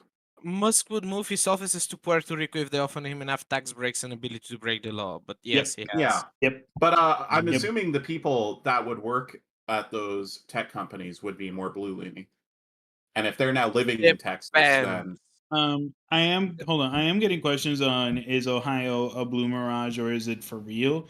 I will say it is genuinely hard to tell, but with the numbers it is right now, it could very much be real, but it's just too hard to tell. I'm looking for information on that because I'm looking at this map as well, the swing from last election map, and Ohio does seem to have significantly swung Democrat. So I'm looking at the latest polls from Ohio, trying to look for that right now. I will say about Ohio, the vote just bumped up by 3% more counted, and the Democrats' lead is still holding. So we're at 28% counted. And reminded that earlier during the stream when we were checking about the bomb threats in Ohio, the local newspapers, the ones I checked, said that there is an expectedly high turnout. So with an expectedly high turnout, this, I would say, let's have a bit of the copium again. I don't know why I'm using my carbonated water drink bottle, but that's my copium for today. And I think that this is quite possible. Also, New Jersey results came in, and the Democrats are bleeding by a factor, and it's gonna get called very soon. Yeah, New Jersey's 100% gonna be called for them. I'm willing to hedge my bets on that. Yeah. But man, North Carolina is actually taking a shockingly long time to publish their report. If you go on to NBC, they have a pretty depressing report out of their exit polling out of North Carolina. They're saying that the Black and Latino voters have swung towards Trump, 5 and 7% respectively, but white voters have swung away from Trump by 6%. So I think that just negates each other out. It could negate, yeah. I'm pretty sure that just straight up negates. That's actually something we saw. Comparing 2016 to 2020, Trump gained in every voter demographic. Like black men, black women, minorities, queer, even trans people, gained in all of those categories except white men, which he lost 5% of the swing in. I would like to know how the hell Trump can gain with trans people. Considering If you he's- start very low, you can always go up. That's okay. Who Fair knows? enough. Fair Yeah. enough. I take it back. Fair enough. That's- If you start from 5% zero, up you off can of only go like up 10 from there. people. That's a lot. That's not Yeah. hard. Yeah. I am But I am that submitting. swing in the white male vote, I think, is why he ended up losing 2020, and I'm curious to see if that's going to hold going into this one. I'm mostly worried about white women because, yeah, the abortion stuff is concerning, but I mean, they've been consistently voting Republican in several of the recent elections, and I still don't know if what's happened with the Supreme Court and all that stuff is going to be enough to swing that. And plus, you have I'm going to say it, people who are pissed of the potential of a black woman becoming president before a white woman. Two things. One, I have submitted a meme, North Carolina-based meme, in the meme channel. Oh yeah, I would we need to start appreciate if looking at the Stan meme shows channel it. at some point soon. Yeah. Yeah, and Oh, on a different note, Elon is going wild on Twitter. We should check this out. But on the white women thing note, while Americans are always impressively capable of not realizing that this will affect them, I think it takes a specific type of indoctrination to not notice this is going to hit you. We all saw a story from like Texas from 2 days ago, which is sad, but also you get what you reap what you sow. So Yeah. There were some fake reports of like Tarrant County voting machines flipping your vote, and nope, that's fake. but it's gonna get sued for another billion soon. Oh man. Oh, it looks like they called Florida for Trump. Yeah.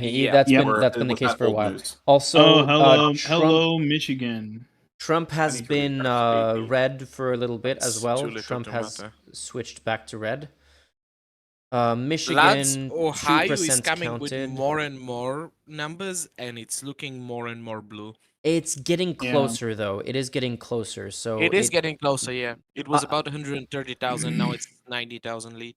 I'm much more interested in this map here that's showing a significant switch of Ohio from, and this is since 2020, and I was just looking at the results from 2020, and Ohio was Republican +3. So they don't need that much from 2020 to shift Ohio blue. And considering Ohio was not even considered a swing state a few hours ago, that would be pretty big. So Trump won Ohio 53-45 in 2020. Why is it +3 then on this thing? Okay, so 53-45 is 8. So that would need a significant switch. Yeah. But Ohio is 17 electoral votes, so yeah, no, that would be huge. That would be a huge switch if it flipped. But I don't. It's getting closer, but this is time will tell kind of situation. Yeah. Michigan is already at 2% counted. We could be seeing another blue mirage situation there. Pennsylvania is at Michigan. 5%. I'm very interested in following because of the whole Palestine situation. Just an update. This is from 2 hours ago. Something called WOW, which is affiliated with PBS and NPR. They reported that the Columbus, Ohio government, Frank LaRose, says that 2024 will shatter turnout records. In 2020, about 5.8 million people had voted. As of this morning, over 5 million people, like slightly over 5 million people, have voted already in this election. So it is within the realm of possibility that Ohio goes blue if enough turnout shows up. Because to my knowledge, every time voter turnout is high, ever since Reagan, Democrats tend to win big. After all, that's how Obama won both times. And again, I'm getting flashbanged. What is with all these Americans? That's why the Republicans are the only party trying to pull this pull voter disenfranchisement bullshit. Yeah, the only time voter turnout was less than 50% and a Democrat won was Bill Clinton's re-election. But that one was like, of course, and we know who's gonna win this kind of situation. So Roderick, can you turn behind you and tell me what's going on that new screen? Because this seems like a moderately relevant graphic. Yeah, so he's got a So this is basically like the split between independent voters in Pennsylvania from the exit polling done like 2 hours ago by NBC, and they're saying it's breaking 44 Harris, 50% Trump, which is not good. And now they're putting up another graphic that show that Trump has 50% support versus his 44% support in 2020. So that's not great. That Which would state mean is Trump that in? would win. That's in Pennsylvania. Pennsylvania. And Okay. so that would not be good. Okay, I also shared another exit poll that says it looks like Kamala has a 20 or 10% like is behind with Latino voters nationally, and Oof. that's not good. That is really yeah. not good. I mean, it's not surprising, but it's not good either. Stan, Yeah. can we do a quick experiment? Can you pull up that map where we were checking the numbers, the electoral vote counts? The 270 to win or this one? Yes, that one, the 270 to win. Where is it? Here. Okay, got it. So the experiment I would like to do, can you flip Ohio blue Mm-hmm. and Michigan and Wisconsin also blue? Let's leave Nevada out. Michigan and Wisconsin, the two ones at the top, yeah? Yep. And then can you make Pennsylvania red? Right now, that with Ohio blue, Michigan, Wisconsin, that's 268. That if this like theoretical result we come up on this map is the reality, because I think North Carolina. Let's have a look at the map. What the data showing. So I think Georgia's going red, but North Carolina might go blue. It's very close. We don't know. Okay, for the sake of the experiment, can you make North Carolina and Georgia red? And does it then just come down to Nevada? Where's my Is that 270? what our thought experiment is saying? I think it would either comes come down down to to Nevada. Nevada or Iowa, like we were saying earlier with that other poll. Oh, damn. Oh, dear Americans, don't do this to me. It could be Yeah, I either just one turned of off these my, or neither of them, basically. I just turned off my camera. I just need to get up and stretch the legs a bit. Yeah, no worries. I'm still You here. know what? Good call. So, but like she still gets 274, right? Like picking up Nevada, If she picks up Nevada. Ohio, Michigan, Yeah. Wisconsin. Yeah, like that doesn't seem too Like the bad. big key here, it would be Nevada, I think. She Like, can for lose Nevada. Pennsylvania then. That's like a big If she, that's a big one to lose. If she gets Ohio and she gets either Iowa or Nevada, she can lose Pennsylvania. I think she's got Nevada. I think this is like well overplayed as a swing state.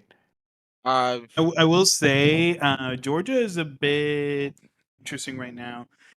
No one is calling anything for it, and I think I haven't seen it yet. It could be Fulton County's early votes have not been counted, which what I said earlier, like Fulton County, Atlanta metro area is really the biggest key here. Keep in mind that they kept some polling locations in Georgia open later because of a bomb threat. So, so that could have an impact on how late the vote comes in for some areas.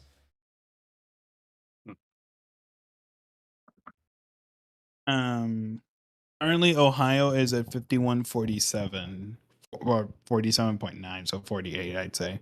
Starfrost is saying that 36%. Is very close. Starfrost is saying that turnout among Democrats in Pennsylvania is very high, which could counteract what we were seeing earlier.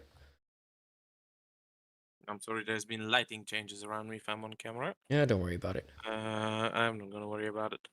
I'm like deep into my like election crackhead mode where I'm looking at so many different feeds. Like I have tabs, I got a screen, I got another screen, I got a screen behind me. I'm gonna come back with a Red Bull refill in a bit because it's gonna be a late the benefit for you here. is you have the TV screen right there where you're at. I don't have a TV.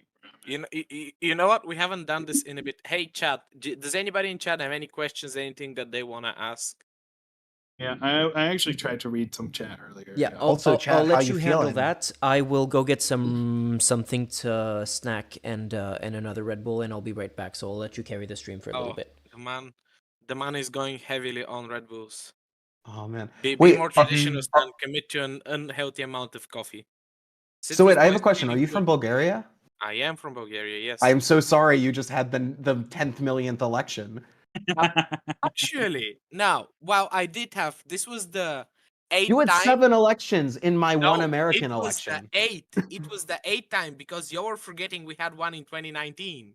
This was Oh the yeah. 8th time we have voted since because it was January of 2019. People forget, but it was then. This was the 8th time we've gone to vote, and in total, the 11th election because we had a presidential, a parliament, a local, and European elections, all like combined with other elections that were happening. So we voted 11 times Lord. in 5 years. That is wow. That is, but no, the last election, while it seems doomed, was actually good news. Because one, the fascists hit the cap. There's been a long-running theory in Bulgaria that any fascist party hits a cap of 15% and then they can't go above. Only one time they were able to break this mold, where they ran a presidential candidate whose name translates to something ridiculous, but I can't be bothered to explain how Volen Sidorov translates right now. He got 30% in the first round, and then got eaten alive in the second round because everybody was like, "Oh hell no, we voted in a person the entire country knew that guy's probably dodgy and a criminal, but we pick him over the fascist." And this election reinforced that the Bulgarian fascists can screech and scream and do all the shit they want, and they realistically would not be in charge in the next 10 years or something like that, because they were poised to win. The leader of their party was on all the TV news. He was by far the person with the most exposure, with the most everything. The internet conspiracy were going wild. Like this, you have to understand there is significant portions of Bulgarian who were looking at the news, and these news are relevant in like Alpha Centauri or a different. There was pizzas with crack on them. There was a dog with money. At one point, there is a satirical website who started just parodying all the disinformation websites and they call themselves Pig, which doesn't mean anything. Bulgaria is obviously a pig joke. And at this point, they got so tired they ran the story. Leader of the Liberal Party is breeding, because like at this point, that's everything. Like, if the libs did a thing, the misinformation was going wild. And that's the thing where the Bulgarian libs are eating so much shit. On the one hand, they have to deal with the corruptocrats, and on the other hand, they're considered the people who are blocking the fascists. So everybody's shitting on them, and it doesn't help that they're libs, they have like, they're bad at being politicians. Look, they're great administrators. They were in charge for less than 2 years on 2 separate occasions. One for 9 months, the other one for like 6 months. They did magic in that time. I am very annoyed at them being incompetent politicians. I keep voting for them because they're competent, but they ate so much shit and they still beat the fascists. It's genuinely impressive. Also, one of the small fascist parties did not get in parliament by 25 votes and had the meltdown of a lifetime. I was eating popcorn, like I was here like, no. The day after election, I was here, oh yes, another YouTube video of their leader going, eh. It was glorious. It was beautiful. So yes, we are probably going to another election. Technically, the corruptocrats, if they decide to combine all their corrupt parties together, they'll be 2 votes short of forming a parliament. But that seems impossible because only one of the corrupt parties can get away with bullshit. The rest cannot, because they'll lose votes. And it's beautiful, you know. Like, it's art. Man. Bulgaria has achieved a new form of performance art involving voting and the government spending about 70 to 80 to 100 million per election. At the cost of our national debt, we are committing to entertain you for as long as we want. Also, Roti, good news for you. I was gonna say Meglena Kunova. You probably don't know who Meglena Kunova is. How did her name leave my head? Annoying corrupt commie lady. The one I love the You mean Bulgarian Cornelia election from live the stream. BSP? Yes, Cornelia Ninova is out. Yeah. She's technically still in charge of the party until they pick a new leader, but essentially the only way she can get into parliament if her party decides to sacrifice a seat somewhere else, and they're not gonna do that, so she's gone with the wind. They put her in the safest seat for their party, and they lost. For those of you not into your deep Bulgarian lore, there was a Yeah. political party called the BSP, the Bulgarian Socialist Party. They were a bunch of shitbag, corrupt fuckers, but they controlled everything for ages. and they were like successor party to the communist regime. That is They is false. collapsed. They did not control everything for ages, but they were always sneaking into parliament, into Yeah. government. I should clarify. Yeah. They collapsed, and then the Bulgarian Socialist Party is one of the parties in Bulgaria who performed a very gymnastic form of political suicide, where they were very vaccine skeptical and somehow forgot that the majority of the voter base is about the same age as the dinosaurs. So actions had consequences on that front, and now they can barely scrape by. It's beautiful. I would just also- like to bring a Yeah. couple of things up. Just I want to thank everyone for taking part in this, and I was just thinking right now that it's pretty amazing that we can basically do news coverage where we can openly say the phrase shitbag corrupt fuckers on in what is essentially a news broadcast, and it's fine. I like to keep away from that language, but when it's an accurate description of someone, Yeah, or Look, man, something, then feel free to keep away from that language. I'll do it all by myself. Everybody in chat, subscribe, like the video, share this with your buddy, because if this channel gets big enough, there is a non-insignificant chance that like we get invited to some actual news broadcast where I'll make sure to say that phrase That would be fun. loud and clear on public airways. I am willing. I thought you were and gonna say we make Stan an MVP like Fadias. That would be nice. That would be cool. We have Harris in chat saying, "Hi, how is it going so far? I just woke up." How would you summarize it so far? We're waiting. Yeah. Okay. I Yeah, guess. so, Okay. I have some bad news. I have some bad actively news. waiting. I forget who it is from The Simpsons tugging at their collar. Ohio has shifted Okay, red. Just FYI. Yep, I was about to say, yep, 49.7 for Trump, 49.6 for Harris. don't do me like this, Ohio. I believe in you.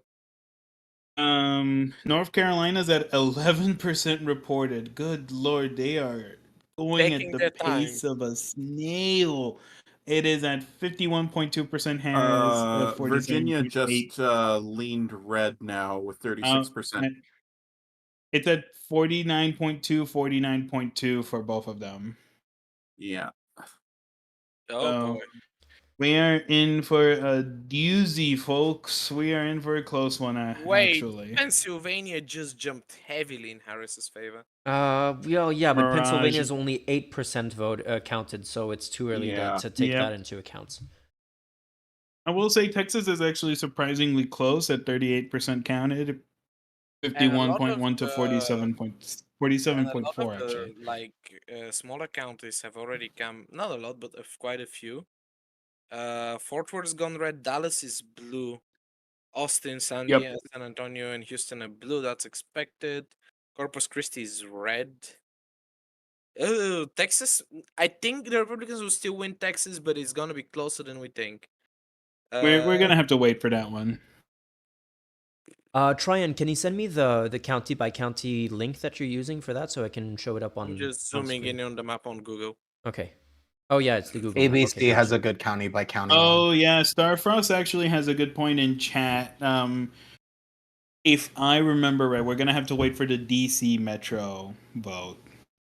But isn't DC a because Americans cannot do small cities, so parts of DC extend into Virginia. Is that what you're saying? Yeah, I think it is. Yeah. Yeah, dear Americans, Yeah. please make your cities more compact. I'm sorry, how many Americans do we have in chat? No, just no. You're gonna drive your house-sized car on your city that's bigger than like some countries. There is 9 cities in the US who are bigger than Luxembourg. I love my wanna know? city to be bigger than Luxembourg. I just love it.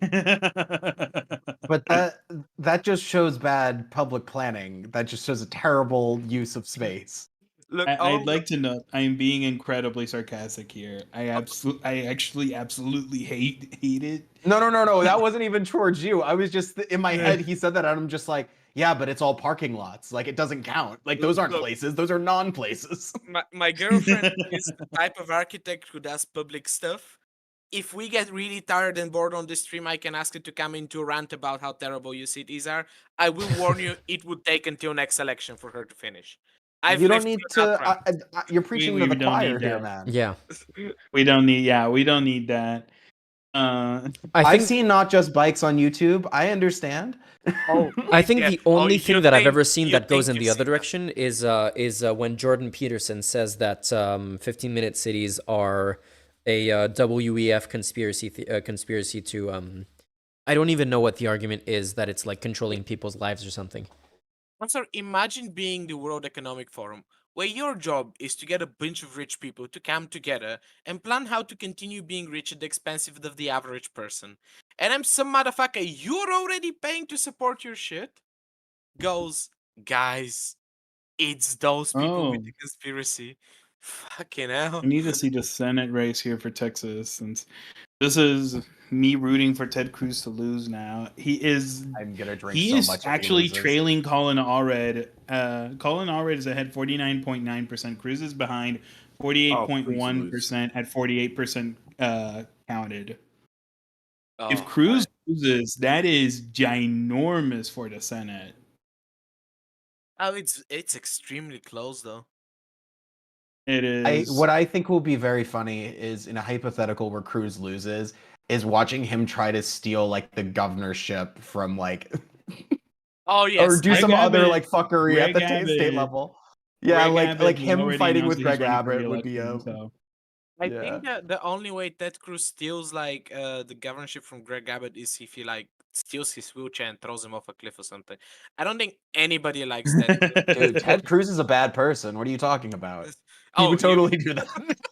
Yeah, he would have. It's like, hey, Look, I'm not saying hey. he's the Zodiac killer, but you know,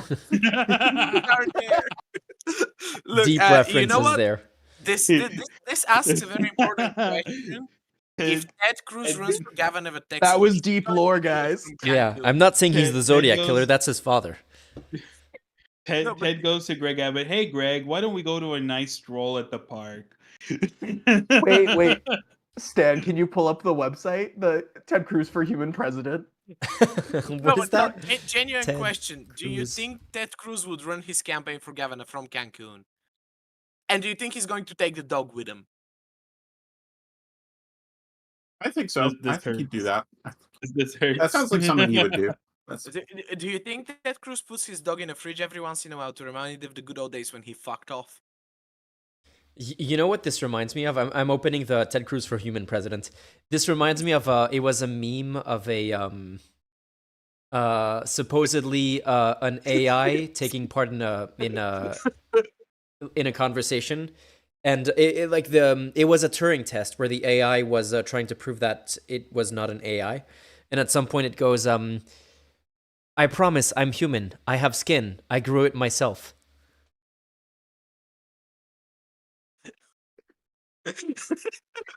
And Look- that is exactly something that I would imagine Ted Cruz saying. You know, I guarantee if you get a large language model, you could get it to pass the Turing test. If you could just convince the person into asking the questions that it was just a weird politician. It's like, it's just Ted Cruz. I'm just talking. This is awkward. you know what? This is the Lope reason Nash we stopped actually using just Turing said. tests. Lope Nash actually just said that he would eat a baby if it would help, and I agree.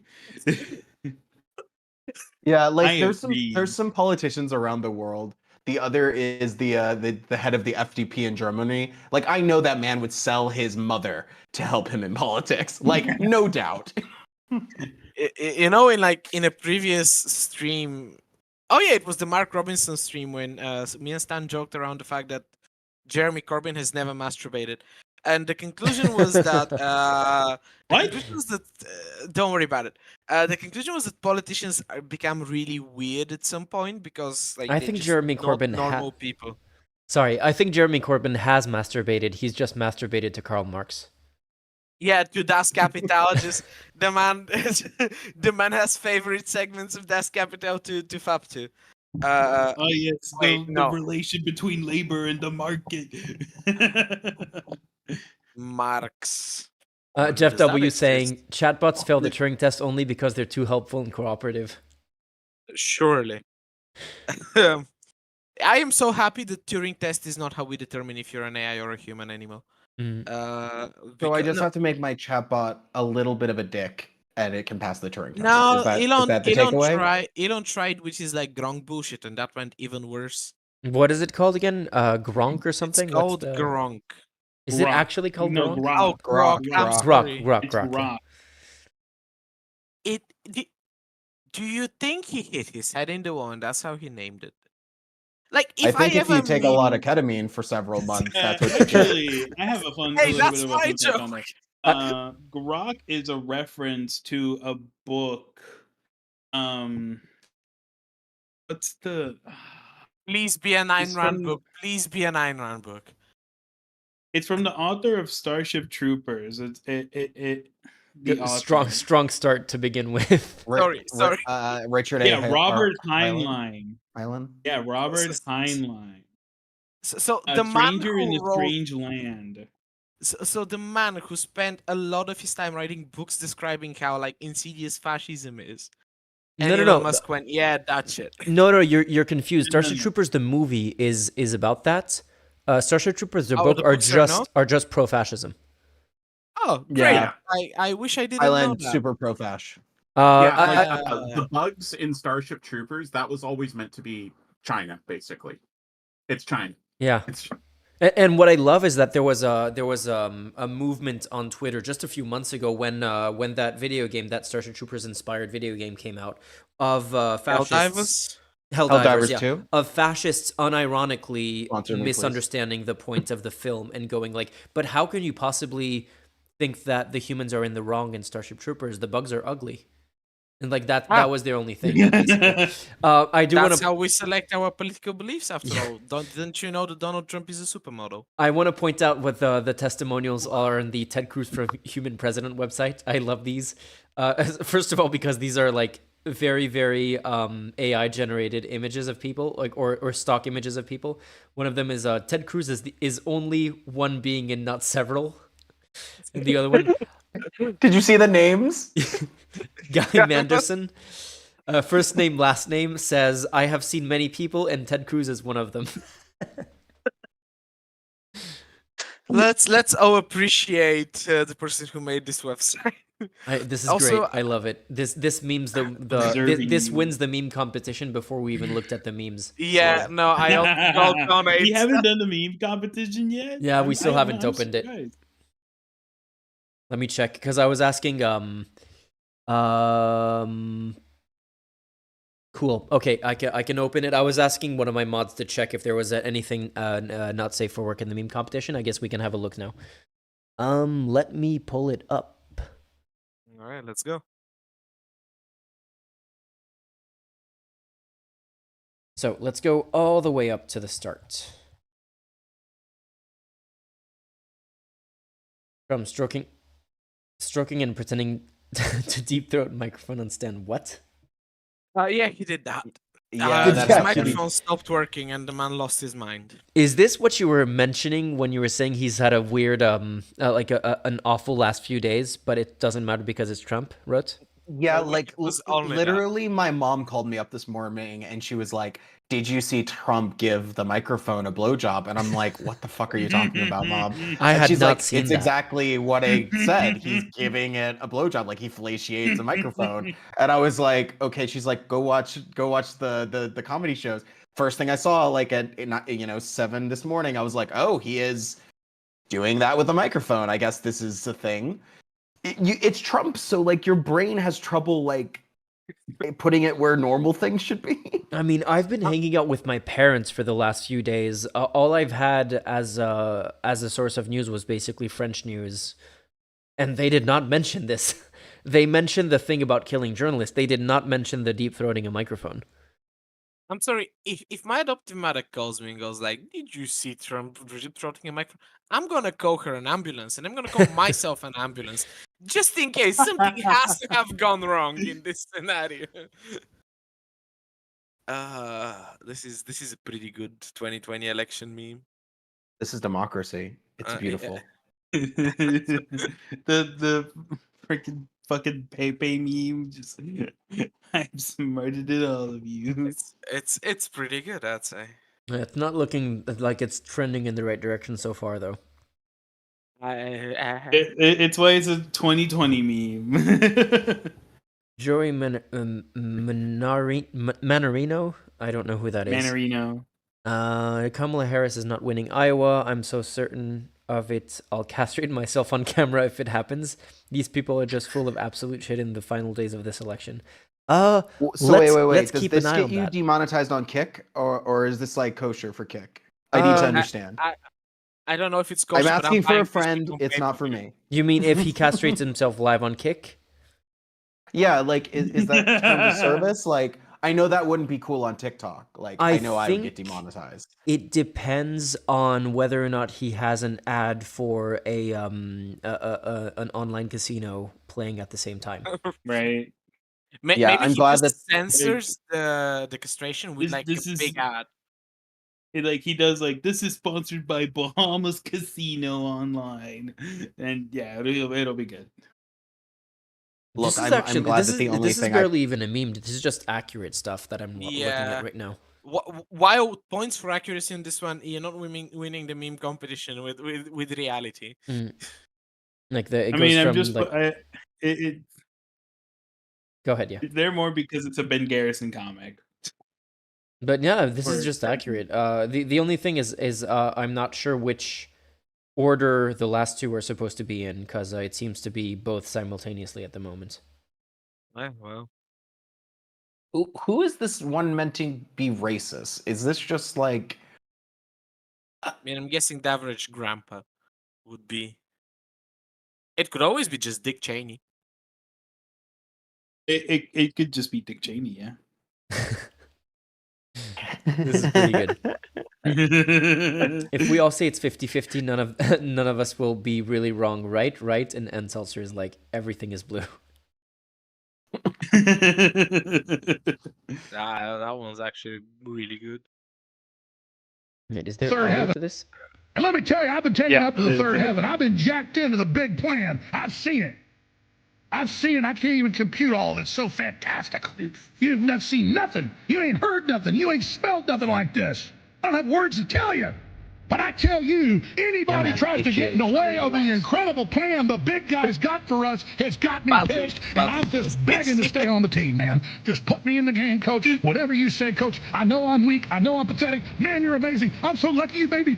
What do I do, Bob? Like a hunting dog, man. Just take me out of the house. Just turn me on them. Just tell me what I gotta do. Tell me how I serve you. Tell me what I can do for you right now. I think that music is gonna get me a strike though. We'll see. Do you think that if in the early 2010s we had given Alex Jones an Oscar, we could have saved ourselves the rest of the problems? I don't think he deserves it, but still, he seemed to be really committed to the role and to the bit. Because he admitted already in the lawsuit that he's lying all the time, yet here he is giving himself a prolapse just to like, I have seen that. I can't do. Anyhow. If we would have just given Donald Trump a podcast back in like 2006, no break after The Apprentice, just let him do that and just like entertained him, we would have never had to deal with him in politics.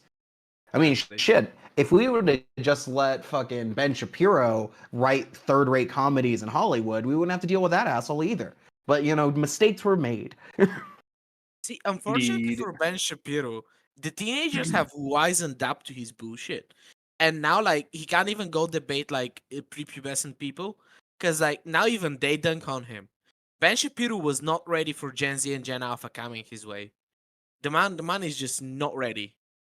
Wait, quiet for a few seconds. Also, I want to play this. Yep. I mean, the one we had today, you missed a beauty.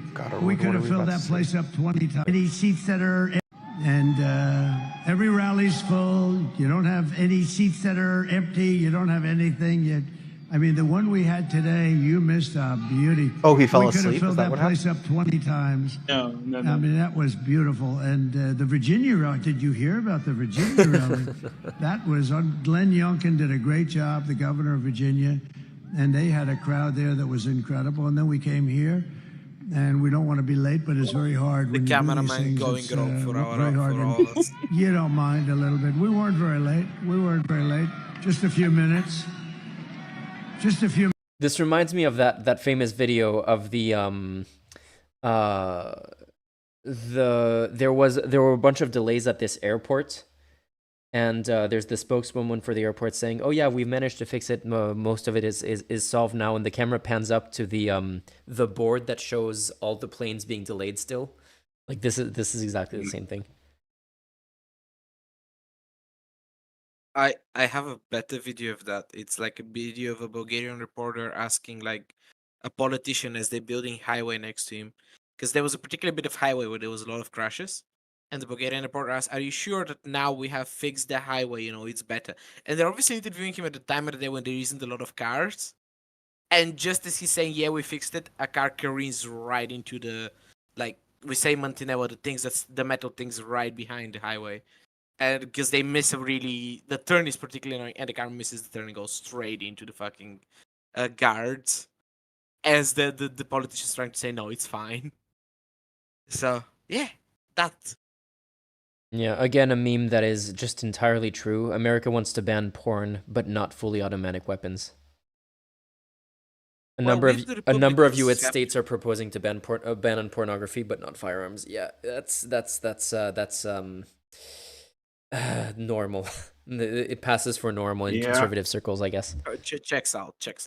I mean, literally. I mean, it's not even a joke. Like, it's one thing to be commenting on this and going like, "Oh yeah, that's kind of crazy," but this actually seems reasonable to conservatives in the U.S. Mm-hmm. Look, God forbid someone sees a nipple before the age of 35. Yeah. I mean, you gotta remember, these are also like banned for you, but not for me scenarios. I guarantee you, Republican officials are flying their wives out to like France to get abortions. I feel in like in these red Mexico, states. you know, like. Ricardo, so far you have my vote on the best election meme. That is this a one is banger good. one. Unfortunately, I saw this earlier today, but it might be deserving of the win. Yeah, no. So far, this one is my favorite. Yeah, this is good. I do have a bit of an update at 43% counted. Trump leads Virginia 49.5% to 48.9%. And in Texas at 52%, he leads 52.5% to 46.2%. Yeah, I in think Georgia, Texas is on. You pull them. Yeah, I think Texas is staying Republican. Georgia, 55% counted. It is at 55.2% and to 44.2% Trump Kamala. And North Carolina, 23% counted. It's taken so long there. It's 52.9 to 46.1. Man, you're being so mean to the two guys in North Carolina counting vote, you know? Pennsylvania is kind of holding, but not enough votes to say for sure. Yeah, Illinois has been called for Kamala, but that was expected. Yeah. So far, nothing's been called that matters, basically. Yeah. Yeah. But why is New York's not done voting? Okay.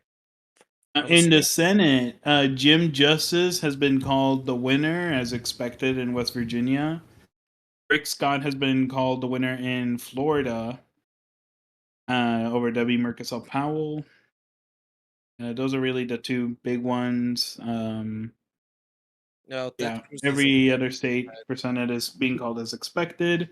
Sherrod Brown leads Bernie Moreno in Ohio 49.6% to 47.8% at 43 called. And in Michigan, Elisa Slotkin leads 55.6% to 41.7% at 7.5% called. And in Texas, Cruz has now taken the lead 50.5% to 47.6%. Zeph is asking, how worrying is Virginia right now?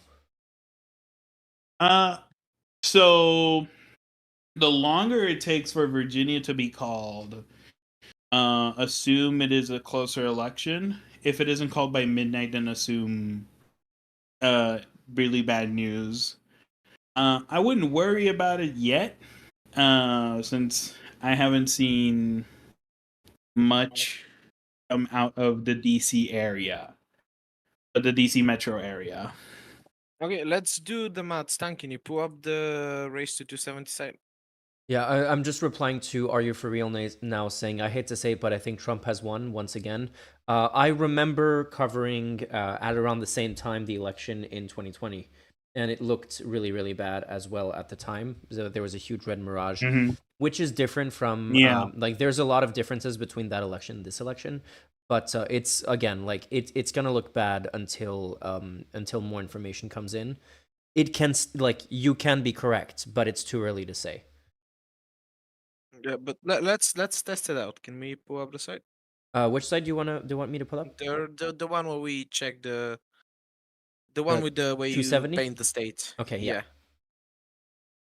And let's just do the math. So what do you want me to change? So, Pennsylvania goes blue. Okay, based I on see. thing right now. This is really big. Richmond, only 5% of the vote has been reported in Richmond, in Virginia. Oh, interesting. Virginia. So must be that's Anyway, that's really big. Can you make Virginia red and Pennsylvania blue? Yeah, As like but I they do are think right it's too now? early to. But I mean, we can speculate, I guess. So Yeah, Virginia but red, we just Pennsylvania blue. I don't think any of us has the credibility to call an election, so Yeah, we're of just course. doing the math.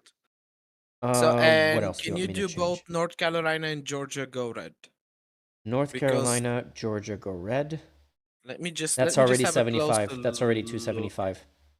Let me just have a closer look. So I think North Carolina is gonna go red. Well, we don't know. Let's see. In Georgia, most of the Atlanta area is being counted. So I would say with moderate confidence that Georgia is going to go red.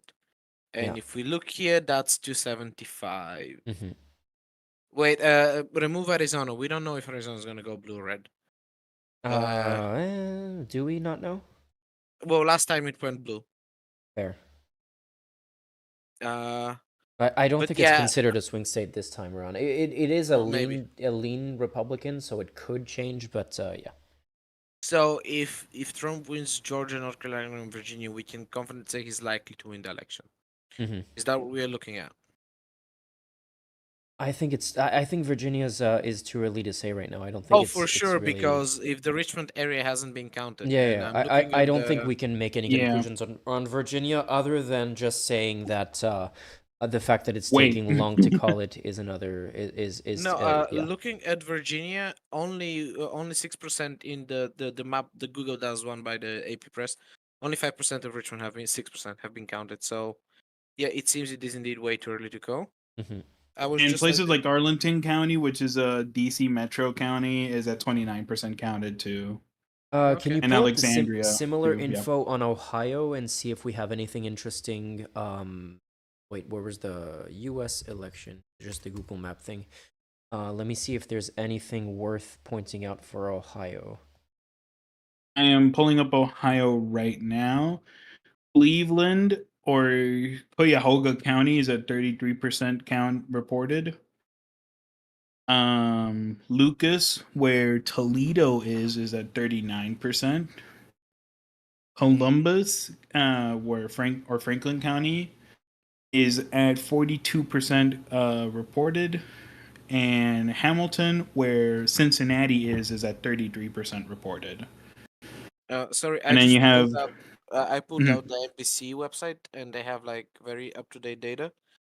So Delaware County is at 47%, and they're neck and neck. As you said, Franklin County, which is where Columbus is, obviously Harris leading by over 100,000 votes, and Lorraine and Cuyahoga, the American name, counties, which is where Cleveland is. In Lauren, it's very close, but in how did you pronounce it? Cuyahoga. At that place with 35%, Harris is leading with 100,000. So a decent bit of the city vote has come in, but as There's more still a comes, lot left to be counted. I think that those leads are gonna grow. The percentages will stay the same, but the leads are gonna grow. And since we are counting, total number, it might get better for the Democrats. A lot of the rural counties that I'm seeing are way over 50%. Like some of them are at 60, 65, 58. This one's 52, 61. So the rural counties might hold, but they're more than halfway done. Let's say goodnight to Starfrost, everyone. And Starfrost is going to bed. Good sir. Night. Good night.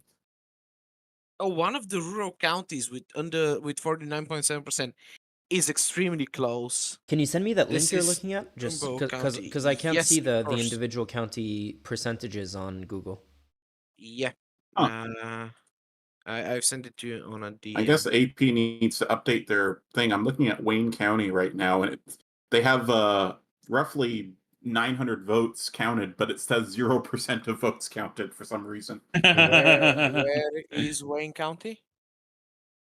It's the part where Detroit is in.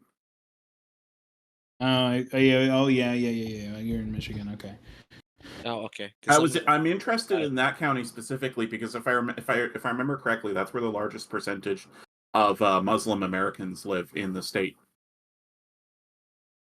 and that's a demographic I'm very interested in seeing what happens with.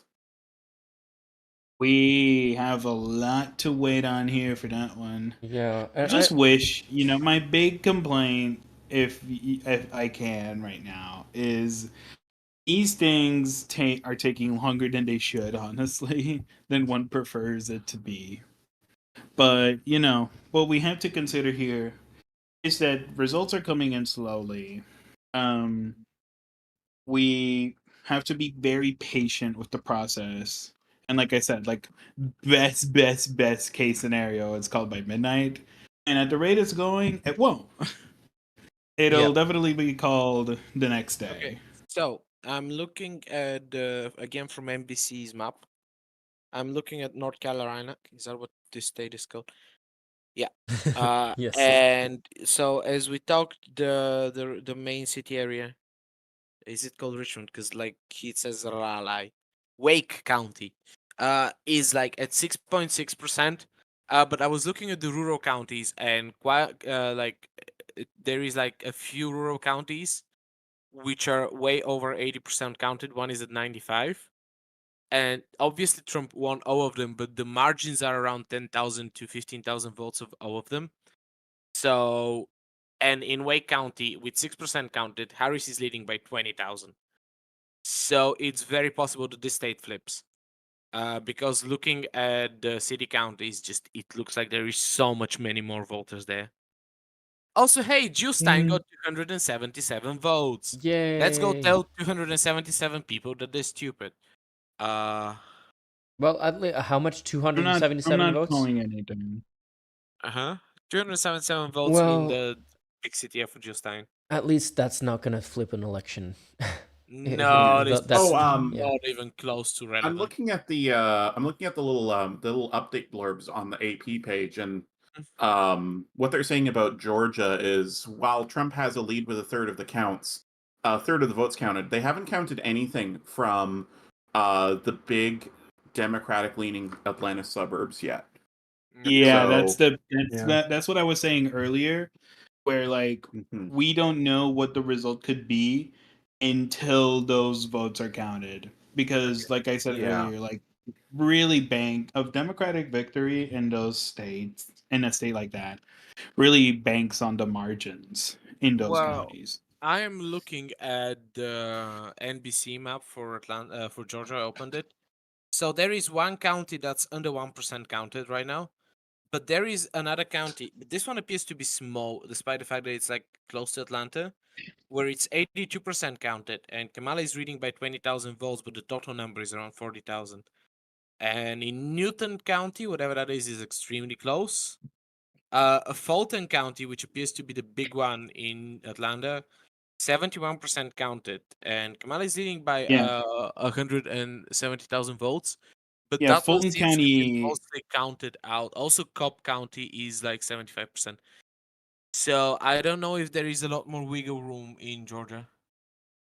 I don't know about Richmond and Brooke County. When it comes to a county like DeKalb County, I'm willing to say, there is some room left because there's more votes left to be counted than there have been.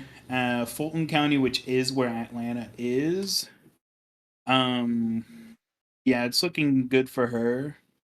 Clayton County, Rockdale County, she's leading into. Douglas County. In Columbus, it's at 66% call reported. Whoa, hello, Savannah. You have a lot left. Savannah and Calhoun County has a lot of votes left to be reported. It's at 6% counted. Sorry. That's interesting. Well, I want to look at the NBC map of Pennsylvania because I just checked the AP map, and with 8% count, like the Pennsylvania situation is almost 2-1 in favor of the Democrats. Let me just have a look at the NBC because the NBC map seems to have a much more detailed county by county data. And yeah, all the middle rural counties are at 0%. So that Yeah, 8% the is way too early to be any. yeah, but the central counties that are around the city are at like not that many percent. Like one of them is at 3, one is at 16, 25, 28. So Montgomery County is at 11, and there's already a big Harris lead. So I would say that Pennsylvania is gonna be close, I'm guessing, but I think it's looking good for Democrats. I'm gonna be honest, that's like mostly me guessing. I have not enough context on what is going on in Pennsylvania. But fun fact, any American watching. Wait, Rhoda, I think the NBC's calling a place behind you right now, actually. Yeah, it's just Indiana. Okay. Why did they talk about Indiana? Indiana, Kentucky. It's just more of the same stuff. Okay. They're not going to have another group until like 6 more minutes probably. Yeah, probably. Because they usually It's will time now. the poll closings. Okay. AP just called Wyoming, South Dakota, and Oklahoma for Trump. Nothing too surprising there. And I do think it's at funny. 99. Oh, New York counted for Harris, although there's no surprises there. Yeah, I do think it's funny looking at the Wait, let me make sure it shows up on stream. Looking at the NBC called states so far, just looking at the electoral college little graph here. They've only called 30 electoral votes for Kamala Harris so far and 154 for Trump. So obviously that really doesn't look good. It doesn't mean anything at this point because like we're calling small states that weren't expected to go any other way. But yeah, it is definitely gonna make Republicans extremely hopeful on Twitter for sure. Yeah, get ready. In the next 10 minutes, Donald Trump comes out with the "We won" speech. This is, to be honest, we should try to keep the stream running long enough to see if he does that. Look, I think we should take like the Rocco's basilisk approach to Trump. The second it starts looking like he's doing well, we always supported him the whole time. I'll back you if you back me. It's like a reverse Prisoner dilemma. Yeah. We Kind and of also an stand any votes interesting- of this disappear off the internet. I will. An interesting situation I'm noticing is that Virginia has been kind of paralyzed at 48% counted. It's been stuck there for a while now. Virginia, yeah, still 48. It's been there for like about a few minutes now. Yeah, I guess they're just not updating it. They still haven't counted very much of Richmond area. Yeah. North Carolina, it's 51.8 Trump, 47.2 Kamala. Georgia remains to be seen. Trump leads by about less than 200,000 votes over there. Iowa's starting to come in. Yep. But it's still 0% vote counted. It's like, they have 2,000 votes. Oh, sorry, 2,000 votes counted. So yeah, it's not Well, what the hell? I just yawned. It happens. It's 3 a.m., man. Who's Oliver? Who's Oliver, and why does he currently have 20% of the vote in New Mexico? What's that? Let's go, New Mexico? Oliver. This is the crazy libertarian guy. He has 6. You're gonna have to be more specific than that. Chase Oliver is running for the Libertarian Party for president. What's He- the the okay? moment This where- can't be right because it says 77,142 votes for Trump, 77,141 votes for Laura Epke, 77,141 votes for Chase Oliver. There's some. This can't be right. Yeah, Those numbers. there's What in the something off, yeah. ever loving fuck is going on in New Mexico? Yeah. What? Yeah. There's been no some kidding. like typo or something for sure. I think it's like a technical error. These I things would happen. like to point I'm out that capturing a screenshot of this because what the hell? we were looking at the NBC of calling of the states. If you look at the AP one, it's looking much better for Kamala Harris. She has 99% electoral votes counted for her so far, while Trump has 120. So that's tighter. Obviously, none of this means anything yet. What but yeah. news site was that? That's AP. AP. So NBC has the other 30 one you for mentioned. Harris, 150 something for Trump. AP has basically 100 to 120. Mm-hmm. Let's see, we got a few more. We got Donald Trump wins Wyoming. Donald Trump wins Louisiana. Nebraska was called Dakota, for him to North the Dakota. 2 electoral votes. Yeah, like none of these are You know what? surprising again. Like we're just let's have waiting an for a swing entertaining vote to moment. come in. Go ahead. Yeah. Stan, meltdown monitor. Let's go. Meltdown Let's monitor. enjoy Let's the have a last look. hour before it goes nuclear. Okay. I mean, I'm not expecting a meltdown from conservatives at this point. If anything, Yeah, things seem but to be let's going see. according to plan for them. But Give yeah, them let's see. give them a chance. Never underestimate them. Joining the Daily Wire right now for Tim Pool. Good for him. Wait, didn't he say he's taking a break to find a wife? Yeah, he took a break, went on Tinder, found a wife. Now he's good to go. Nice. You know, man is quick as fuck. Yeah. Look, he's got that Russian money. Like we don't understand this. It's so much easier. Yeah, we are the ones like who are missing on the know-how. Vladimir, where is my rubles, my bro? Cat Turd calls the Texas election for Donald Trump. Okay. I'm joking. That's I that's think I CNN. think my actual turds are more reliable news source than cat turds, so I'm good on that one. Can I make a request if possible? I don't know how comfortable you are doing it, but if you could retweet some of the stuff you're seeing on Meltdown Monitor, because I'm not watching the live stream. I'm Good just point. here in Discord. Let's see what we could tweet. I don't know if you want to boost them though, even with like a tiny account like that. So I understand if you don't want to. Yeah, I mean, Wait, on the one I'll hand- retweet the funny stuff, I guess. But yeah, let's see what happens. I really want Carrie Lake to lose again. It'll be very funny. Yeah, that would be funny. Who is Carrie Lake? Carrie Lake is He's the crazy huge, lady. crazy Trump supporter who lost last time. In which state was it again? It's Arizona, right? Yeah, I think it is Arizona. Oh, And, God, and Marjorie- never admitted that she lost. I'm seeing an interview between Marjorie Taylor Greene and Tucker Carlson, and Tucker Carlson.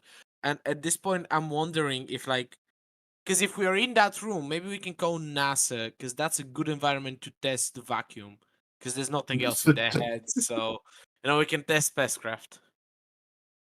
This thing. So this was going on around. First of all, for context to the people on stream, Dodge Designer is definitely Elon's alternate account. Mhm.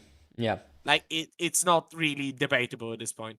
And they were spreading this conspiracy that if you write in Google how to vote for Trump, it doesn't show you anything. But if you write in Google how to vote for Harris, and it tells you where to find the nearest polling location. Thing is, it's fake. Yeah, I love this. I'm retweeting this. So. Oh. If you Okay, it was just an ad. It was just asking me to pay Musk for more functionality. So yeah. Why not? Doge Designer is saying, go ahead. Can I just interrupt briefly with a non-election related news story? I just noticed this on my feed, and I thought it might be worth bringing up. The cop who killed Breonna Taylor was found guilty, and yeah, he's going to jail. That's good news. American justice system doing half right. A cop actually lost a court case again. That, I mean, it doesn't happen surprising, often, like nice you to say, see. it doesn't happen often. But yeah, I'll take it, I guess. Anyway, tangent over. You can go back to that. So yeah, Doge Designer is saying that if you type in Google where to vote for Harris, you get a map that gives you the locations. Where to vote for Trump, you don't get a map. And as the community notes are saying, the search query shows Harris. It shows the search query works for a location because Harris is a county in Texas. The following works: Clark, Clinton, Eden, Franklin, Floyd, Leon, and Marcy. The search query does not work if you put Kamala, Trump, or Walz, because those are not locations. Well, I would like to vote in from Franklin Delano Roosevelt. Mhm. He seems somebody we ought to be voting for in this time. I love the fact that he got double community noted. Okay, AP updated New Mexico, and now everything's at 0%. The rogue, Yeah, the there rogue you go. That intern explains in it. New Mexico losing their mind. I think Oliver is very disappointed right now. Oh yeah. With New Mexico, it'd Okay. be like, that's it. Unvote your vote. Ohio's been called for Trump. Ohio good call. So yeah, again, Ohio was not considered a swing state. It's disappointed because it was looking good early on, but yeah, not too surprising. I guess it was a blue mirage. Yeah, it was. Oh well. Moving on to So the what next. are the? I know Pennsylvania is the state to watch out for. Are there any other critical states? Can you remind me? I think Michigan, Pennsylvania is probably gonna be the biggest one. Wisconsin. Yeah, Carolina and Pennsylvania is the biggest on an electoral vote. Yeah. wise. So if there's not a big upset in like Virginia that is not considered a swing state, what we need to look out for is Michigan, Wisconsin, Pennsylvania. Because if Kamala gets all three of those, and everything else goes according to the polls had in the other states, that's already enough to get 270. But man, it's gonna be close. No matter what, it's gonna be close. Yeah, and the issue I'm worried about is that close isn't going to cut it because they're going to try and pull a 2000 on us. I think. Mm-hmm. And with the Supreme Court the way it is right now, that's not good news. Yeah. Yep. North Carolina still leading Trump with 40% counted. Virginia, extremely close, but See, the thing is, Trump leading by a percentage point. Yeah, go you ahead. said with the Supreme Court how it is a problem. But the Supreme Court also kind of crowned Joe Biden. Do you think there is a chance that Democrats might choose to counteract any potential stealing attempts with just bullshit of their own? What do you mean by the Supreme Court? No, they won't Joe do Biden? that. No. Well, they made the president king, you know? Oh, in one of the wisest decisions of our age. Okay, I see what you mean. The Democrats are frustratingly committed to playing by the rules no matter what, even when their opponents are openly cheating. I think, the Democrats would rather see the U.S. Shift into fascism than do anything about it. Exactly. Fascinating party. I also love suborning perjury by inaction. I mean, suborning fascism by inaction. Mm-hmm. Isn't that one of your favorite activities? Yeah, I mean, yeah, it's why it's so frustrating to see what's happening in democracies all over the world right now. How come Ohio and other states have been called even though they're still like 50% counted? It's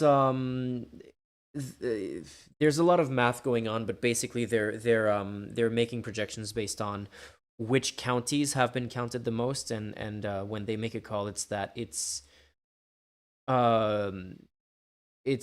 passes a statistical threshold where it's unlikely enough to shift in the other direction that they feel confident to make the call.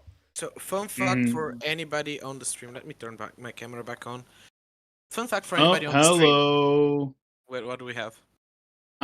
Texas in the AP has called Texas for Trump. Okay. That checks out.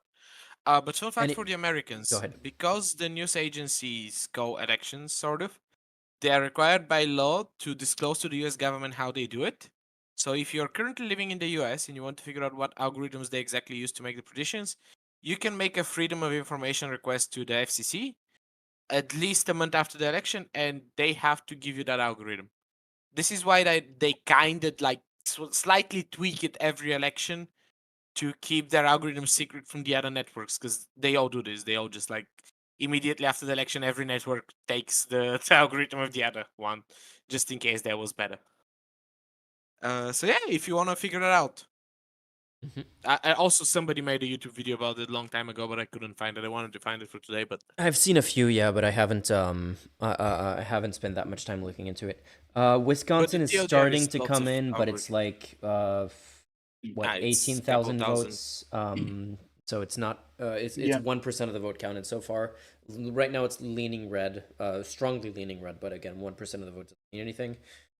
So yeah, no, it's right now it's just the waiting game of seeing these three states, Wisconsin, Michigan, Pennsylvania. I am willing to estimate we won't see an update until like 9 in an hour.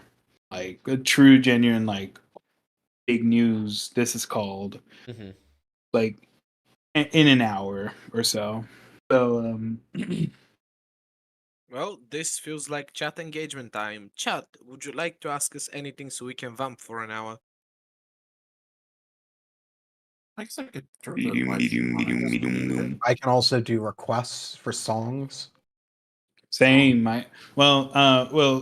If someone's an opera fan, I can do it. But I can do most hit musicals from the 1980s on.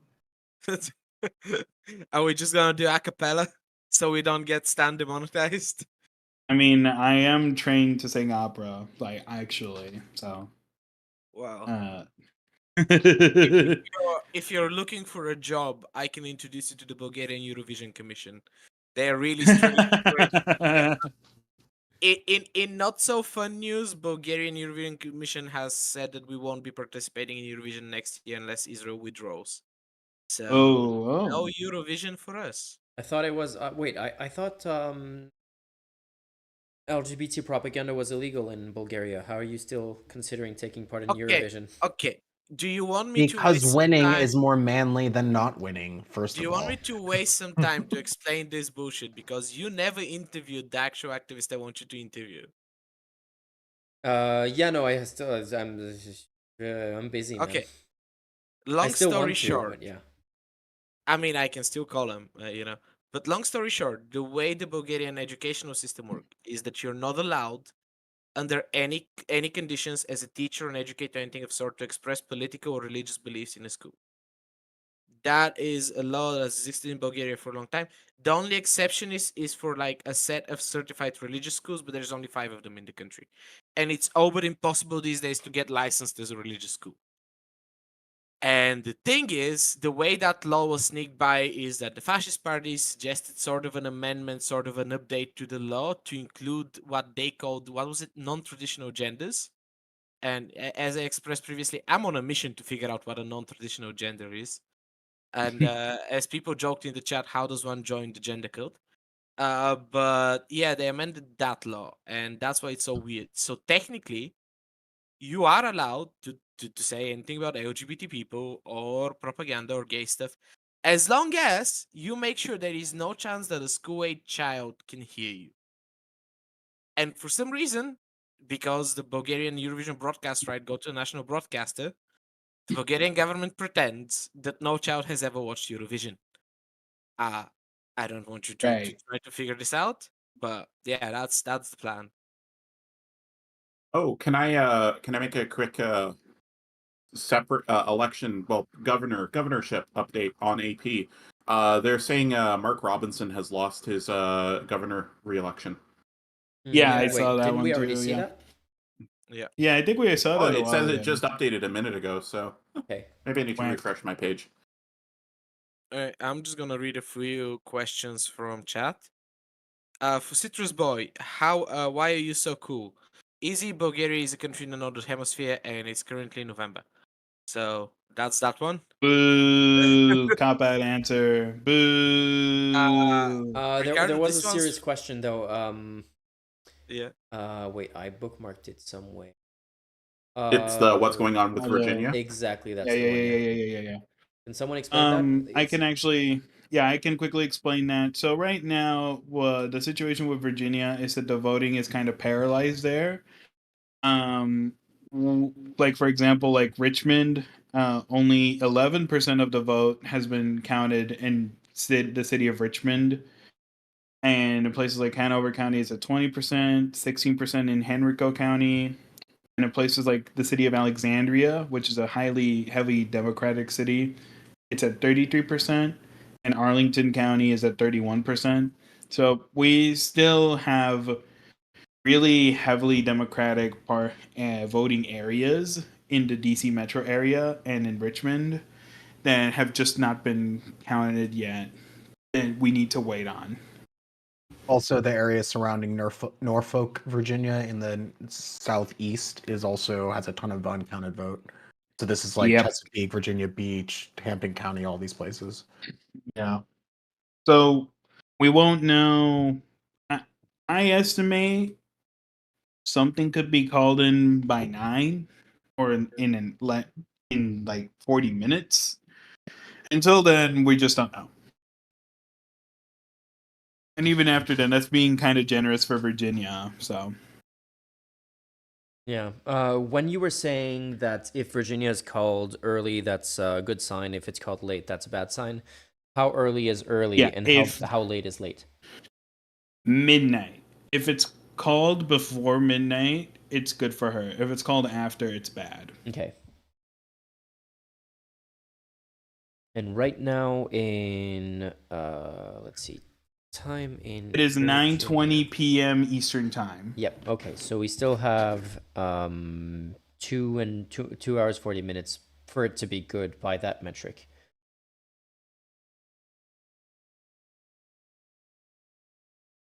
Pennsylvania's not moving. Michigan still 11% of the votes counted. Wisconsin 3% of the votes counted. Yeah, I'm frustrated with Ohio because it was looking like it was going in the right direction, and it's weird to have a exactly like, I don't remember who it was pointing this out earlier. It might have been Citrus Boy. To have a state that's only 60% counted already called, but yeah, no, I guess if they feel confident to make the call, then we need to stop hoping Ohio's gonna flip. But yeah, Iowa's 9% counted, so it doesn't even matter. But right now, leaning Kamala Harris. Yeah, I mean, also like Trump's like way ahead in Ohio now, like 9%. Yeah. Sure. Yeah. Like, so many votes in the cities would have to go for Kamala in Ohio for it to change that it's impossible, mathematically speaking. What are we waiting on in I'm Georgia? seeing from That's left, Atlanta, and Savannah. Yeah, with Georgia, all the it's, cities, basically every city. Yeah, basically every city in Atlanta. Yep. Lope Nash, I know you're here. I know you're watching. I'm calling you out. This is a friend of mine who's been watching the stream. I offered myself to sing, and he had something in his mind. I know it. So help me if it's the worm, man. So if Harris wins Georgia, does that change the math at all? I think if she wins Georgia, she probably also wins North Carolina, and that means she probably wins the election. Yeah. Oh, if she wins both, it's over. I'm Yeah, willing for to sure. Like that. Yeah, her routes are super easy if she wins both of those. Georgia has that stupid, ridiculous recount law they just passed. Which is that even going on? I thought it was for the next election. I thought it was like I think it's for the on next preference election. on whether or not they apply it to this one, but they don't have to, and they weren't planning to. Okay. That's what I understood from that ruling. So we're not going to get a ridiculously delayed Georgia count or Georgia finalization then. I mean, honestly, guys, I'm looking at the Atlanta count so far in Georgia, and it's pretty. A lot of it is already in Fulton County is at 77%. DeKalb is at 64%. I also want you to go to like the island to like the bottom left. It's Democrat in Georgia. Yeah, so like in the state. If you go on like the AP Bottom and left. then click on Georgia, you can go down. It'll show you where all the uncounted vote is. Okay. Oh, I meant right. Oh, right. Okay. Yeah. This It's like 6%, bordering okay. South Carolina. Okay, so this is 6% counted. Yeah, okay. Burke is 4% counted. So yeah, that Yeah. does. Savannah is I think the second biggest city in Georgia. So then, But like the big county that's uncounted is Gwinnett, and then after that it's Cobb. Fulton still has a bunch of vote. DeKalb, and then we have Savannah, Yeah. and then one of these Savannah counties that I can't get it to highlight properly. So basically, what the margin northern did Biden half win of Georgia Georgia. with in 2020?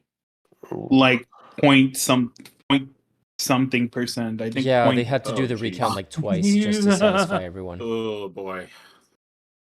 Yeah. So I'm guessing we shouldn't get too hopeful about Georgia then. Yeah. Oh wow. It was super close. So like. Yeah.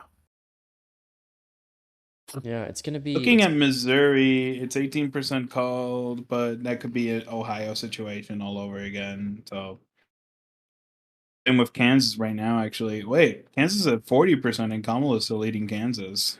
Yeah, but it's. I mean, it's 6 electoral votes, which does matter, but yeah. What's the what's counted and not counted in Kansas? Is Wichita Arizona favored remains for Harris? uncounted, actually. Okay, Kansas is almost only in Democrat areas that it's counted so far, so that's not too surprising. Yeah. Arizona is yet to be called. Yeah, I know we haven't gotten any votes from there, but like prior Yeah. to the vote, like, did we have an idea of where it was leaning? I think it was leaning Republican last I red, yeah. checked.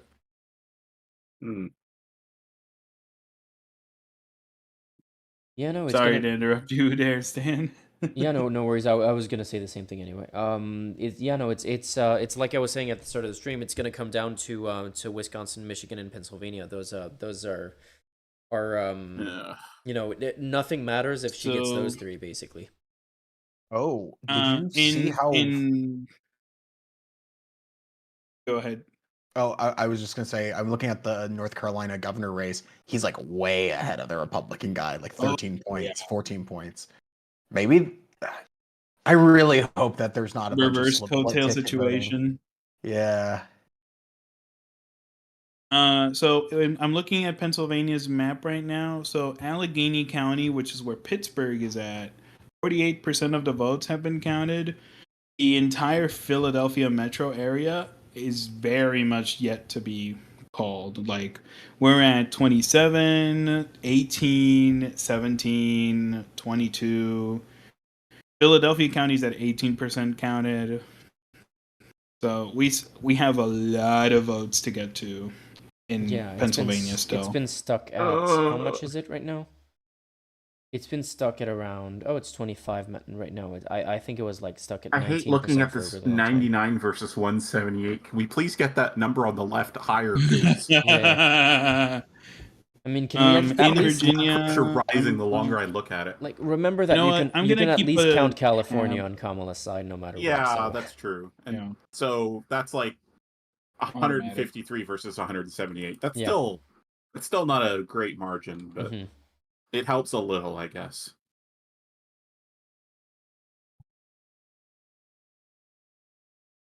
Virginia's close. Decision desk update on Pennsylvania. Okay. Leading with about a fifth of the estimated vote. AP. Leading with about a fifth of the estimated votes counted a little more than an hour after polls closed. Earliest results included mailed ballots, which have historically favored Democrats. The gap is narrowing as expected, with election day votes from across the state being added. Okay.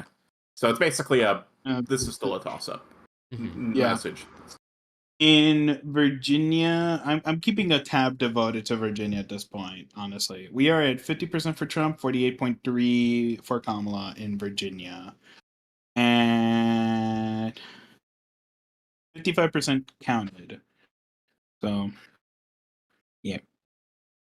Yeah, it's still all these like city suburbs. So many, like Virginia Beach and Norfolk, I don't know. I'm looking. I'm just keeping a separate tab open for it. Bye, Citrus Boy and Lope Nash. Have a good one, everyone. I'm looking at the Georgia map for from the NBC website.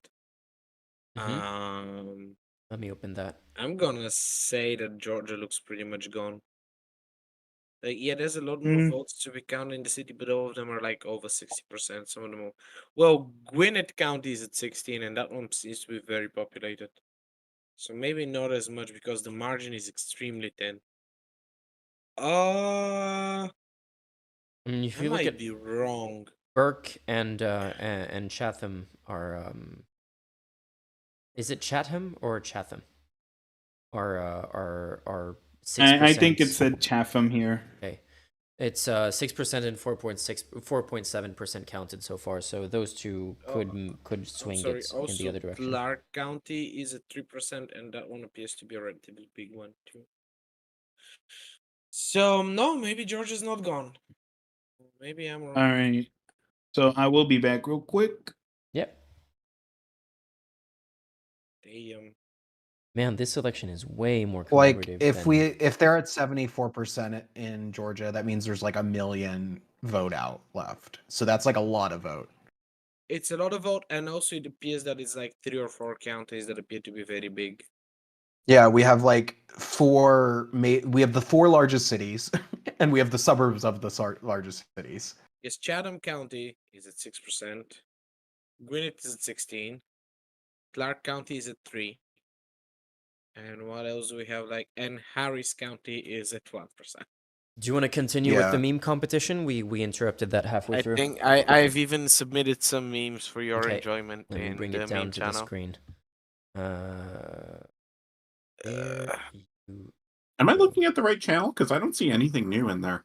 Because I just post them in the meme channel because it'd be weird if okay. I win I'm not supposed to be able to win the competition, you know? So you're Trump. I'm assuming this is a meme. I was not performing oral sex on my mic, folks. I was pretending to eat a corn dog while waiting for the totally incompetent crew to fix my mic. Is this a real? Because this almost sounds like it could actually be. It is real. No, it is just real. I can't believe this. This is pure election interference, fake news. Election interference is pointing out that Trump was doing what Trump was doing. Okay. I don't think that the concerning bit is that he posted that. I think the concerning bit is that at the current time, at least 30 million people have voted for him. And he posted that. Yeah. Well, I mean, like I said earlier, like he could I really do think he could literally just pull a Glock out of his pocket and fucking shoot someone on camera and it wouldn't change results at all. If anything, it would make him more popular. Yeah, for sure. 100%. Look, all I'm saying, Joe Biden has immunity now and can do the funniest thing ever. My favorite New Mexico is leaning blue now. Well, only 11% of the vote, though. Don't play with my heart, New Mexico. Colorado, pretty blue leaning, but I think that was expected. All right, Gillibrand reelected to the Senate in New York. New York for come on. I'm sorry, I'm looking at the memes Stan is showing on stream, Mm-hmm. and I want to stay in the meme. That's just facts. Sorry, I'm not letting you win the meme competition by stating the obvious. Yeah, I mean, the only thing that's disappointing to me is that it's obviously the text that it's obvious that the text has been replaced, because I would like it if Hank Green were actually to say this, but yeah. He has said this, by the way, just like more moderately. Yeah. I think it's hilarious that Jill Stein is performing the best in Florida and Texas of all places. I mean, I guess it makes sense. It's the protest vote. You know, people like I think a lot of people have gotten the message that if you live in a swing state, it's completely irresponsible to vote for Jill Stein. But the people who are pissed about Palestine are going to vote for her in safe states. So I guess that kind of makes sense. Like basically Florida was going to go red no matter what, and Florida went even more red than expected because in part because a bunch of people went, well, the Democrats are not going to win, so we might as well vote for the protest candidate. Also, guys, there's like 20,000 Kennedy voters in Indiana, 31,000 in Illinois. So funny, he's not even running anymore. They might be confused. This is pretty much my state of mind New right Mexico just went red again. Stop it. stop at New Mexico. Stan submitting memes. This I one mean, I love this mixing- Tito meme. It's hilarious. Which one? The Tito meme, the last one. No, this is just in the memes channel. We'll get there. This is me. This is me as well. this- Yeah, this is me on a daily basis. Oh, this is me every 2 minutes. I don't know what you're talking about.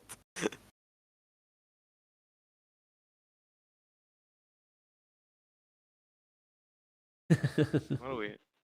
Canada turns off all lights in hopes that the U.S. will think they're Yeah, not. the Beaverton just opened a Patreon because they were struggling financially, and it's done super well, Nice. and that's really great to see. If for those who aren't aware, the Beaverton is basically the Canadian The Onion. Mm-hmm. They do basically the same thing, and they are just as good in my opinion. Good for them.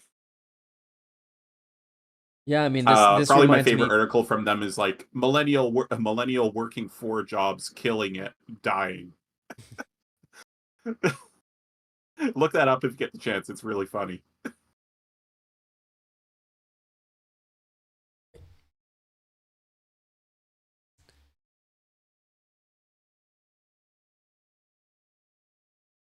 Did I misspell millennial?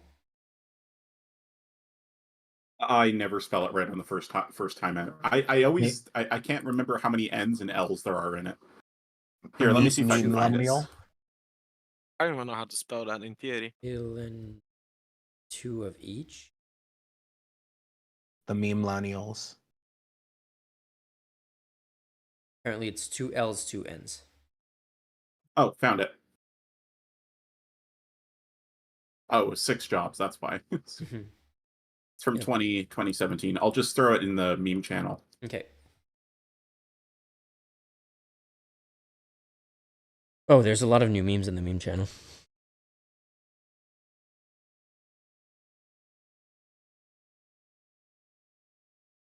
Furry Kamala being Foxy.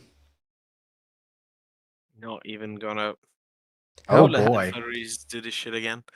How is furry Kamala more sexualized than human Kamala? And I mean, I shouldn't say that because the Republicans have done the whole slut shaming thing with Kamala as soon as she started running, which was a whole weird, extremely weird thing. So yeah. President Tito, U70 to win everything.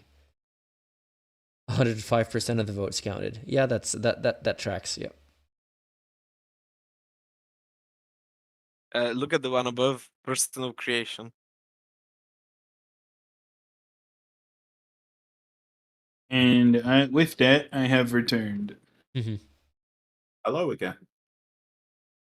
Hello there.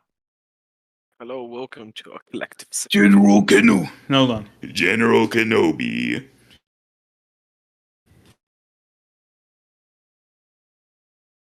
Yeah, I bet you guys didn't know I could do this, huh? That's right. I can go all smoker on ya. Are you breathing in for that? Yes. Okay. Oh my god. I'm an actual smoker and I cannot pull this off. Why did I have to curse with the voice of a 5-year-old Russian? Look, you gotta go for that Ford F-150 now. The Ford F-150. I have no chance of doing that. I've been able to do it for so long. Enjoy your vocal range. Wait, thank you. The man's just flexing on me now.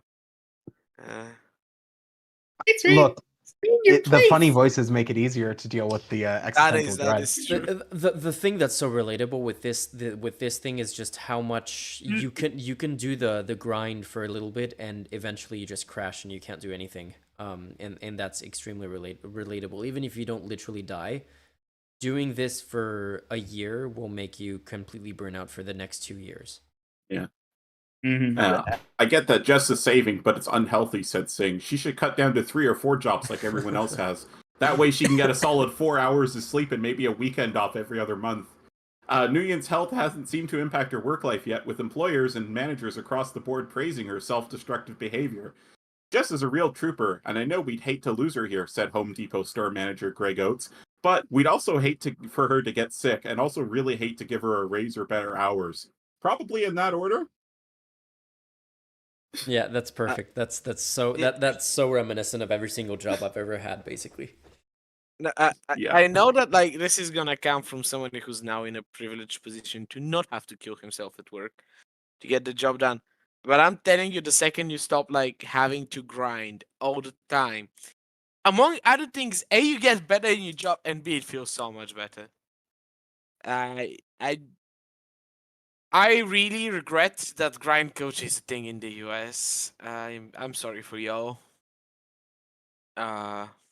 Yeah, it's not a great system. It's just I think it's a lack of system. It's just insanity. I mean, and It's state-sponsored insanity. Creeping into Europe as well. It was the whole Macron calls it the startup nation that he wanted France to become, and it's just a bunch of people being underemployed doing like Uber and stuff like that, and self-employed doing 4 different jobs, and that's the model of entrepreneurship that Macron wants for the country.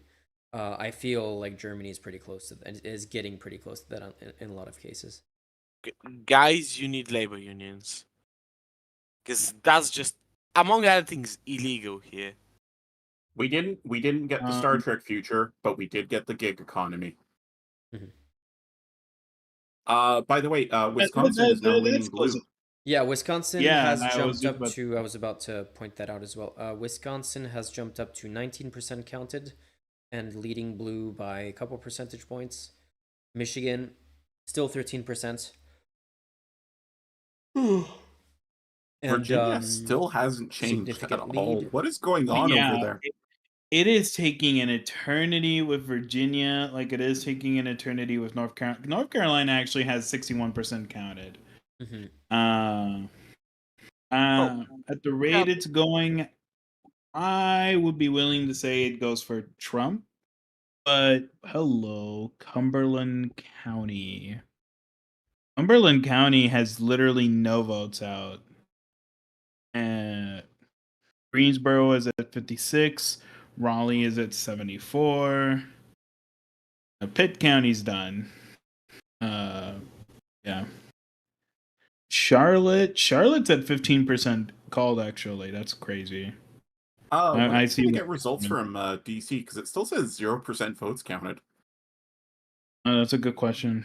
I don't know, but it should have been called immediately anyway because it's DC. Like that place goes like 99.9% Democrat anyway. Yeah. Or is it just the sitting Republicans in Congress voting for themselves or something? Maybe their aides. Look, I have no everybody. clue, man. It's a cat that wants the attention. If I can ask you just a broader political question for a sec, is there any other country in the world that treats their capital like America treats DC, or is that just an America thing? That's just an America thing. Okay, that's what I thought, but I just yeah. Like Yeah, go ahead. I've only lived in the U.S. and for 6 months in Israel, and I can tell you that's just a U.S. thing. Like every person that I talked to when I was abroad, I was like, "Why do you guys treat DC like as if it's a place you don't want?" Yeah. The only other country that has like a similar approach to their capital is India with New Delhi, where they're treating New Delhi as a state. But even there, it's not like this. I don't know what the hell is wrong. Like, I know the historical context of how DC ended up like that, but it is not even. I don't even know where to start. This entire country exists because you all were shouting no taxation without representation, and then just decided to fist DC, Puerto Rico, Samoa, and like the Virgin Islands. You were like, fuck them. They be not kind to mention the scores of teenagers who are working jobs and paying taxes but can't legally vote because they're not old enough. Also, not to I mention, would like to blame you're William legally McKinley adults. for a few things, You should. and Ronald Reagan for even more. Yeah. I remember explaining to a friend once, like the state of workers in America is so fucked because in the in the mid 1980s, they decided to just repeal every labor law and replace it with a picture of Ronald Reagan in a cowboy hat. Yep. Hey, look, he looks good in a cowboy hat, you know? Yeah, but like you're missing the important part. It plays music when you walk near it through a motion sensor, and that's why we won the Cold War. I'll have to add that. Wait, Yeah. what song does it play though? You know that song No. from the Singing Bass when we were kids? It's that one. Well, I'm not American, so I don't know what that song is. I'm sorry. I'm sorry. I figured from your accent that you were from a place with enough woods to experience the Singing Bass.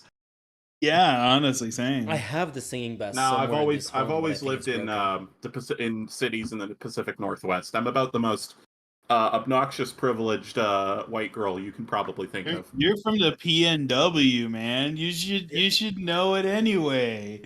And isn't that like the woods? What the fuck? Look, I'm outing myself as being like hyper redneck from the South here, as you can tell. No, But I've lived in either the big city Vancouver or capital city Victoria. Those are the only two places I've ever lived for extended periods of time. Boo, Vancouver, boo. you must have strong thoughts about moose. Oh yeah. Jeff W. and or I guess Tim Hortons. Jeff Oh, W. fuck is Tim Hortons. educating us I about. fucking hate Tim Hortons so much. Do you know See, that I 8 knew out of he had 10 strong feelings. cups of coffee in Canada are sold at a Tim Hortons, and that there are more That- Tim Hortons per capita in Canada than there are McDonald's and Starbucks in the United States combined? That's shocking, honestly. But after learning about the crazy Canadian like Bell Company telephone like monopoly shit, nothing shocks me in Canada anymore. Oh, Nortel. Yeah. You're thinking Yeah. of Nortel. Yeah, I watched like a 5-hour YouTube video about it, and after that, I was just like, I wish we had "Yeah, a Canada is fucked." You have watched Bobby Broccoli, and you should. He is great. You know, honestly, I'm so jealous of America for having the Sherman Antitrust Act because we need that so badly up here. It's like, whoa, Canada. I don't know if you're here when I mention this, but Canada literally has the worst telecom rates in the entire world. We pay the most to get the least of any place on Earth. Oh, you think The you have reason my camera isn't on is because I'm stuck with shitty Canadian high speed in like 15 pairs of brackets quotes Wi-Fi. Okay, this is my time to flex. How fast is the internet? Give it in megabits per second. I don't know. Let me go to speed test. For those who don't know, Bulgaria is one of the 20th countries with the fastest internet on the planet. Only Romania beats us in Europe. Whoa, wait! I How thought does that even Estonia is work? like the big Chad with the Yeah, I high would have speed. assumed that it wasn't Who? Romania with Estonia. I would have never guessed Romania was. No, Estonia doesn't Romania with the measure up. Stone Age. Oh, But for the the- record, average internet speed in Romania is 600 megabits per second. In Bulgaria is 510. The rule of thumb is the more east from the Danube, the higher the internet rate. No, the rule is the more incompetent your government was when you were connecting to the internet speed, the more power the IT people who work there Okay. had to go and negotiate.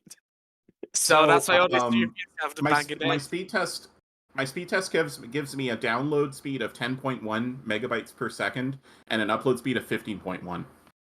What year are you from? Are you contacting us like John Titer from the year 2005? I I'm told sorry. you it's shitty Canadian 15 pairs of quotes high-speed internet. I'm sorry, just quickly, if you're from this far from the past, can you just go and bitch slap Reagan for me real quick?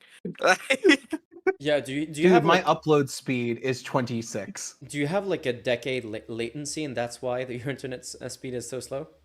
Yeah, man's don't know. covering the 2016 election over here. This is a great opportunity to teach people. There, Hey, here's capitalism- my results in the weight room. This is a great moment to teach people, hey, capitalism creates monopolies a lot of times, and monopolies have no interest in anything except make money. Yeah. Look, when you make a country out of a colonial corporation, you might want to deal with some of the underlying problems. Yeah. Look, you know, there's a hilarious gaffe. I forget what this was from, like an interview or something, where Trudeau literally said Canada is a major oil and gas producing country. He literally said that. Let me see. Let me find it. look, let me help you with something. So, in 2019, the European Union said that internet would not be considered a human right within the EU. So based on these speeds, I think you can claim refugee status. At this point, I think because this shit ain't okay, buddy. That's a pretty good What one. to tell you. All right, I let's put it in. I put it in general. Just My, if, my let's- latency on Fortnite was fucking so bad. I applied for it. just FYI, Jeff W. and Bruce Beef have both pointed out in chat that other countries have similar capitals to the U.S. Brazilian, Brazil. There's a No, Wikipedia they page are about it. Yeah. They are separate No, legal those are like entities, but they purpose-built still capitals, get though. involved. That's what they mean, right? Like, they're not as fucked as DC. Yes, they're legally separate. Brasilia and what is the Australian capital called? Canberra. Canberra, yeah. Yeah, they're legally distinct entities and they function separately from other states, but they're not disenfranchised the way DC is. They're just other Nowhere in states the that world. happen to also be the capital. Yes. Yeah. Like Vienna or Berlin. A bunch of countries have this.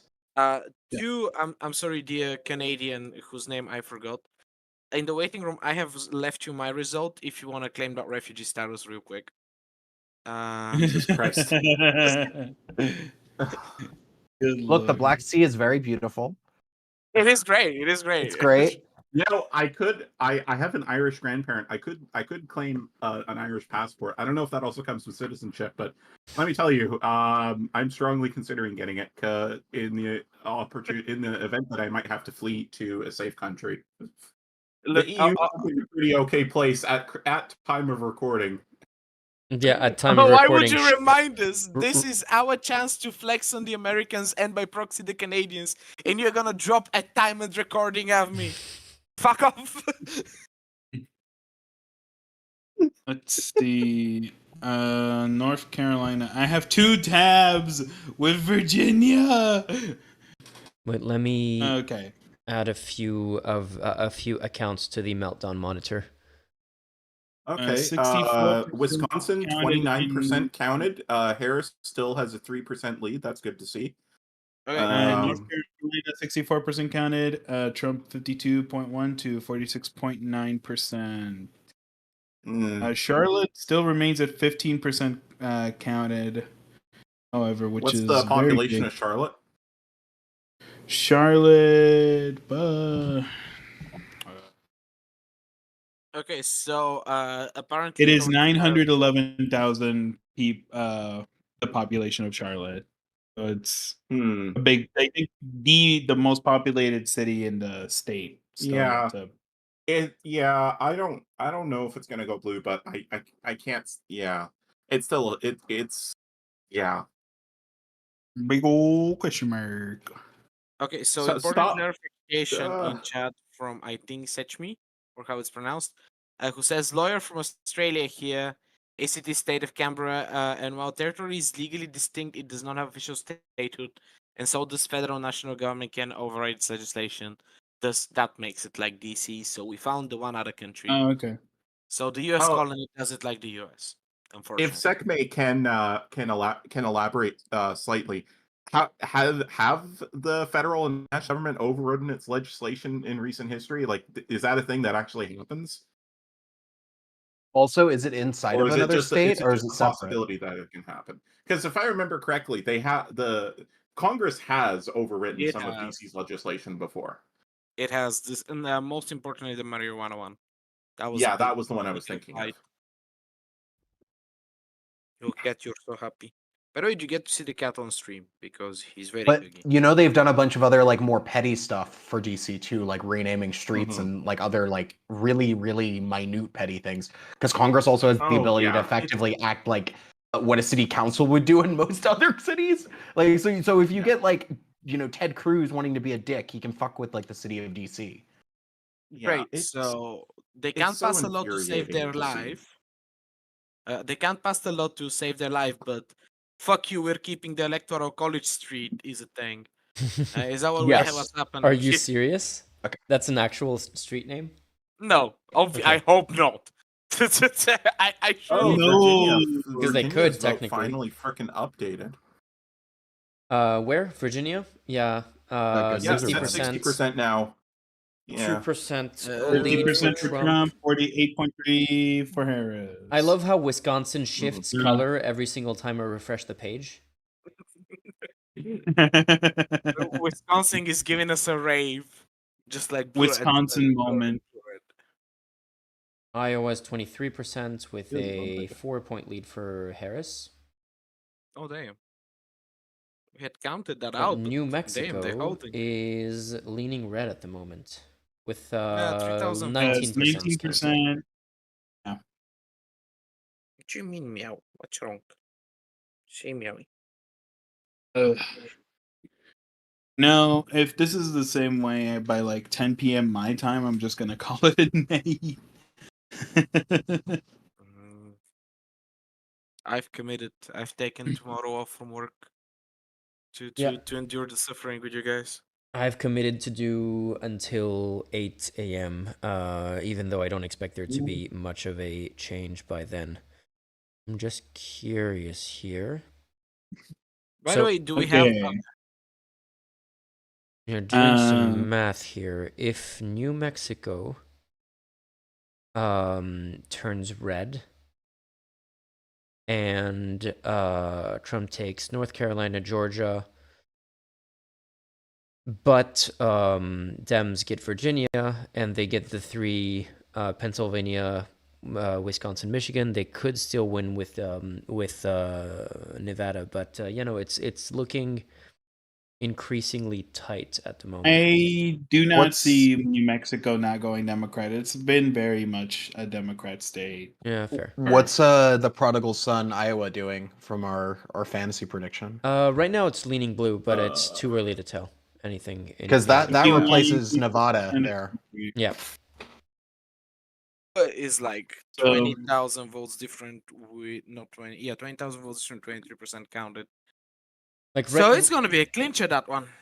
It's only it's only 23% of the votes counted in Iowa, but right now it's looking basically like the poll announced it to be. But again, 23% is too early to call anything. But it's 51 to 47. Someone will make if Iowa goes blue, someone will make a dissertation out of that phenomena happening, because that will be a very wild about face for the Trump vote. And Wisconsin shifted color again. Just FYI. It'll be that one tweet is like Iowans seeing a black Democrat candidate. It's like Alex Jones seeing the light. It's like I have seen the light. Is there thank you for the additional context, Sekme. That's interesting to hear. Is there like federal government have not overridden legislation in ACT, but have repeatedly done so in Northern Territory, same legal status, and may be doing so in ACT to facilitate border changes. Yeah, I mean,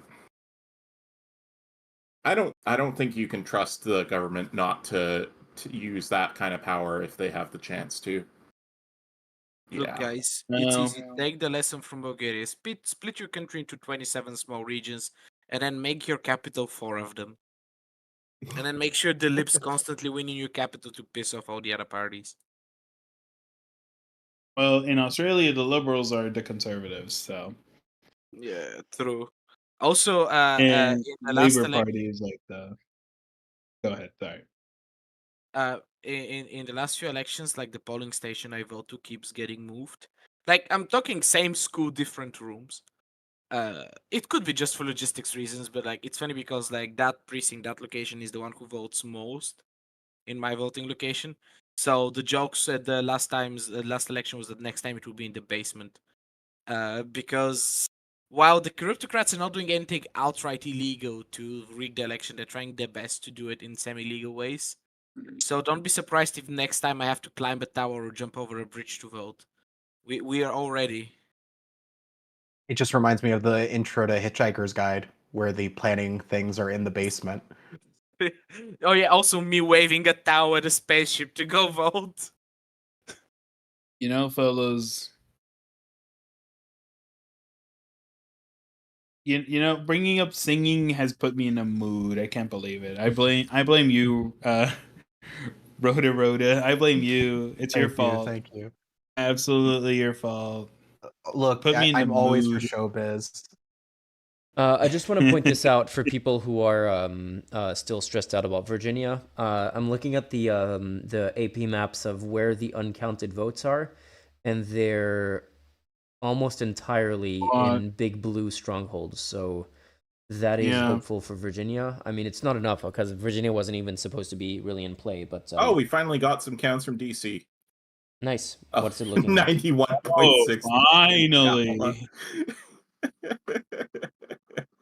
No, like I was telling you, it's like 99.9% of the vote there's gonna be for Kamala. Yeah, all their jobs are with the federal government. It's like 90% federal contractors. They know where their paychecks come from. Exactly. In separate news, have we heard anything from Argentina after Chainsaw Man decided to disband their revenue service? I have not seen. I've only any- heard bad news. No. There was a big right wing thing about like a new school book in high schools by the governor of the Buenos Aires province, who is like Milei's biggest political opponent. But you know, like right wing attacking the right wing's biggest political opponent. Wow, shocker. Hey, you know, like Argentina is one of the countries that has faster internet than Bulgaria. So worst comes to worst, go to libertarian no infrastructure internet land. Can't connect to anything because you're at the bottom of South America, but I Anyway, probably still have a better internet there than here. I mean, yeah. Probably do. I'm sorry, like I genuinely think that internet companies like in the US and Canada doing you guys dirty. Like to an egregious Well, extent. they're apparently are. doing us over here less dirty than they are in Canada. You know what's fucked up too is that at one point the US and Canada realized like, man, this mega corporation that controls all the telecoms is a bad thing. And we hit them so hard that they exploded into a bunch of small companies. But then we thought, you know, it'd be great if we let them come back together like Lego, and everyone loves the Lego, right? Yeah, bad idea. Just like we did to just like they did to Standard Oil. You want to? You're telling me you don't like Exxon? Come on, man. After all, I remember the Exxon Valdez. do you think that the climate wars would be like the Exxon supporters versus like British Petroleum? I could see it, yeah. Or do we go for whatever that movie was called and have like the fast food wars? No, I think it's like way more silly than that because they're all owned by like strange conglomerated hedge funds, right? Like you'll be like you'll be like a subsidiary of two separate hedge funds, and then like you might work for like them partially owning part of Exxon. So we are doing like the BlackRock militia fighting the whatever Warren Buffett's fund is called. Instead of Arasaka, it's like the holding company that has a partial controlling interest in Arasaka Corporation. It just go full like medieval mercenary style with it. Am I allowed to switch sides to I'm remembering more stocks? Yeah, I'm remembering a joke from Helsing Ultimate Abridged. Well, there was a bit of a stir when it was decided that since corporations are people, they could technically run for president. But President Walt Disney Pepsi Comcast has done wonders for the economy, given that it's now the economy. Well, this is a legit question since the Supreme Court decided that corporation, when it comes to political donations, are people. Can PepsiCo run for president? No, because they're not citizens. Yeah, that whole like personhood thing is such a Pennsylvania flipped red. Yeah, is such a misnomer. Because the thing is, like, if you study a little bit of which Pennsylvania what flipped red. Pennsylvania I'm not just seeing it on my side turned yet. red. 49.7% versus 49.4%, with 43% of the vote counted. No, just look at the embassy numbers. They look better. I have 44% counted, still leaning counted. Oh, hello. I'm looking at Arizona at 34% called. It's 49.6 to 49.6. We got Trump Arizona. wins Utah and Montana. They just closed and immediately called them. Yeah. And Nevada just closed, so we should have numbers on that in like probably 20, 30 minutes. Yeah. Well, Philadelphia is only 36% counted in Pennsylvania. So we shouldn't worry, honestly. Allentown still for Allentown or Leah County 41%, Pittsburgh Allegheny County 66%. Yeah, it'll flip back, I think. Oh, and it just did. Erie Yep. County is like Wait, Erie where were you County is looking? at 0.7. Pennsylvania. Okay. A lot of the rural counties are at like over 70%.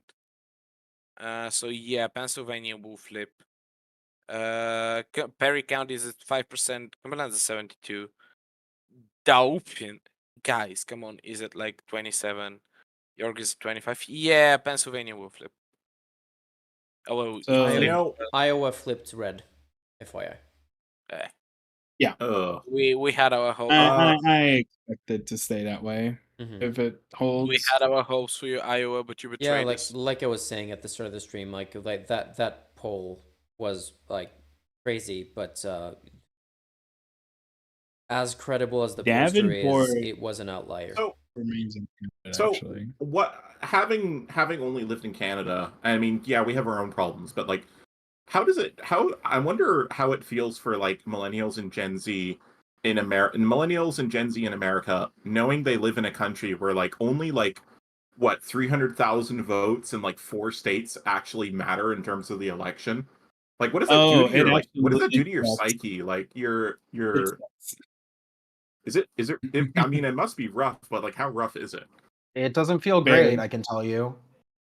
Yeah, because like the issue here in Canada is that like Quebec and Ontario basically decide the election, and they're in the east. So by the time they start counting votes in Alberta and BC, we already know what the result of the election is.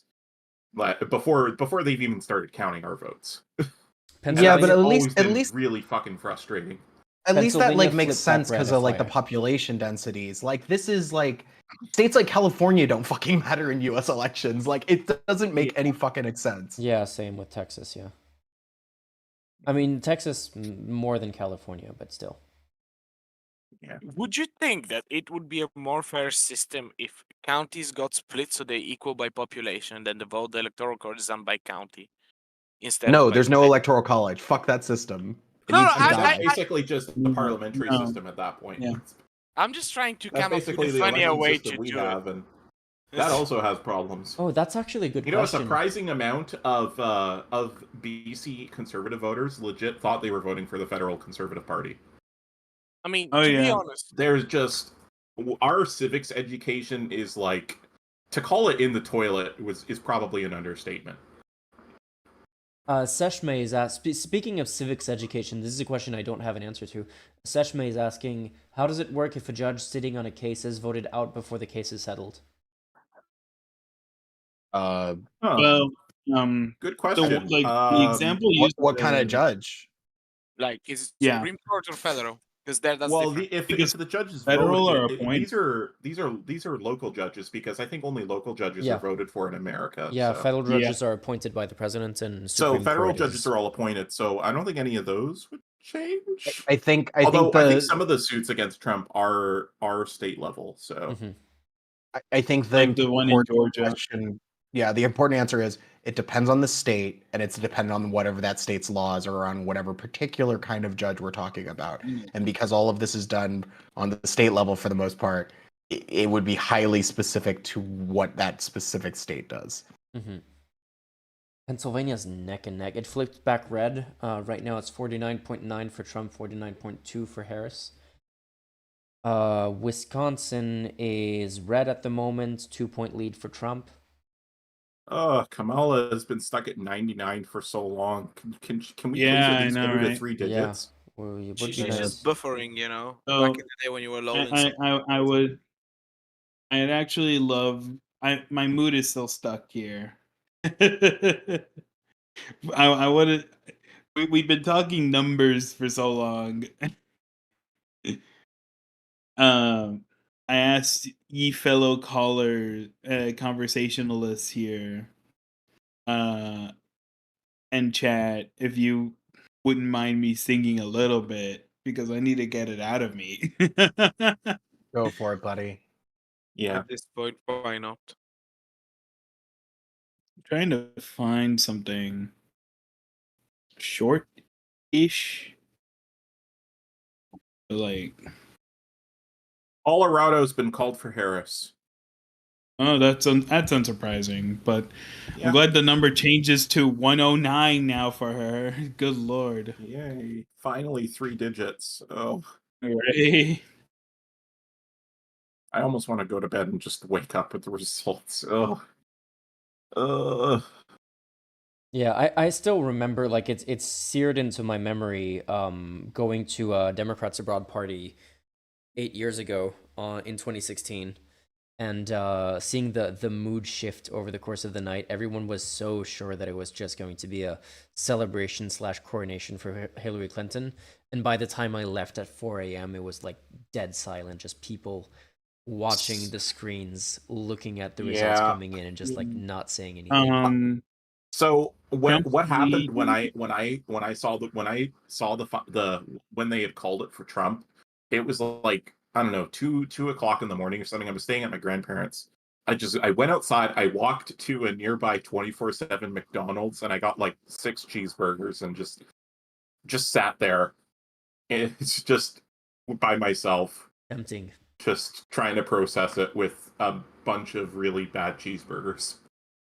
I had bought a case full of champagne from Costco, and I angry drunk it with my friend and threw the empty bottles at the side of my apartment building. I was so upset because I had been at like the Hillary official New Orleans watch party, and like that year I was like super tapped into like county by county stuff. So I'm just sitting there looking at the county results, and then at one point I like realized, oh fuck, she's losing, like, and losing, and then I turned to like my best friend and my girlfriend at the time, and I'm like, yeah, we should go. And they're like, what are you talking about? It's not even that late. And I'm like, we should go before people start crying. And they're like, Hunter, you can't know. And then I'm like, just trust me. And I was maybe 5 minutes away from the location of this party. Halfway back to the house on the radio, they start like calling state after state after state for Trump. It was not good. I remember when the 2016 election was happening, I was in a Discord call with my friends. We were playing Dota, and mind you, we were like at this point 18-year-old assholes. So we were like, haha, if Trump wins, funny. But like the newscast we were watching, the mood deflated so hard when Trump won. We all just like went to bed because like our mood got killed by how deflated everybody got by the fact he won. Because like essentially no serious organization was expecting him to win. And I guess it started dawning in for them. Yeah. It was genuinely a mood killer of the highest order. Yeah. Interesting report on the AP from the Votecast showing that young voters, I guess voters under 30 have slightly shifted towards Trump, according to their Votecast data. From yeah. Oh, come on, young Americans, don't disappoint me like that. Yeah, Gen Z is not doing so well, honestly. And I want to say I don't blame them, but like we've been kind of taken for granted that young people are just inherently more progressive, and I think we're starting to reap what we sowed there. Yeah, I think this has always been such a ridiculous premise because people are the politics that is fed to them. And the youngest people, especially young men, are eating and drinking fucking Andrew Tate bullshit Like, and manosphere crap. most millennials started out hopeful, and then disillusionment hit with the recession. But Gen Z has only known disillusionment, so I guess for them it's kind of like I've got nothing to lose, so I'm going to take my chances on the chaos clown gremlin. Yeah. Whereas millennials might be more like, you know, we have to fight back for what we were promised. I don't know. There's probably a sociology PhD in there somewhere. Well, Virginia has kind of stayed at 1% now. But Trump was leading 2% at one point. Now it's at 1%. I did find something actually. So go ahead and Arizona distract is me. leaning blue with 48% counted, but it's only by 0.9%. Yeah. My computer is really starting to struggle, though. I hope it's not going to blue screen of death on me before the end of the stream. Oh no. So then, gentlemen, I ask once again, do I have permission from Andy and all of you? Go ahead. I'm gonna have to put this a bit farther. I have a fun fact about me. When I had my first class with my teacher, he said, "Well, your voice is so big already. We don't need to take any lessons to make it bigger." It's like, yep, we could just skip a whole process. And this is in German. I will give a heads up. So if anyone in chat, Stan, I assume, understands a little bit. It could be different. I don't know. So it's so weird with your headphone. I cannot sing with a headset on for the life of me.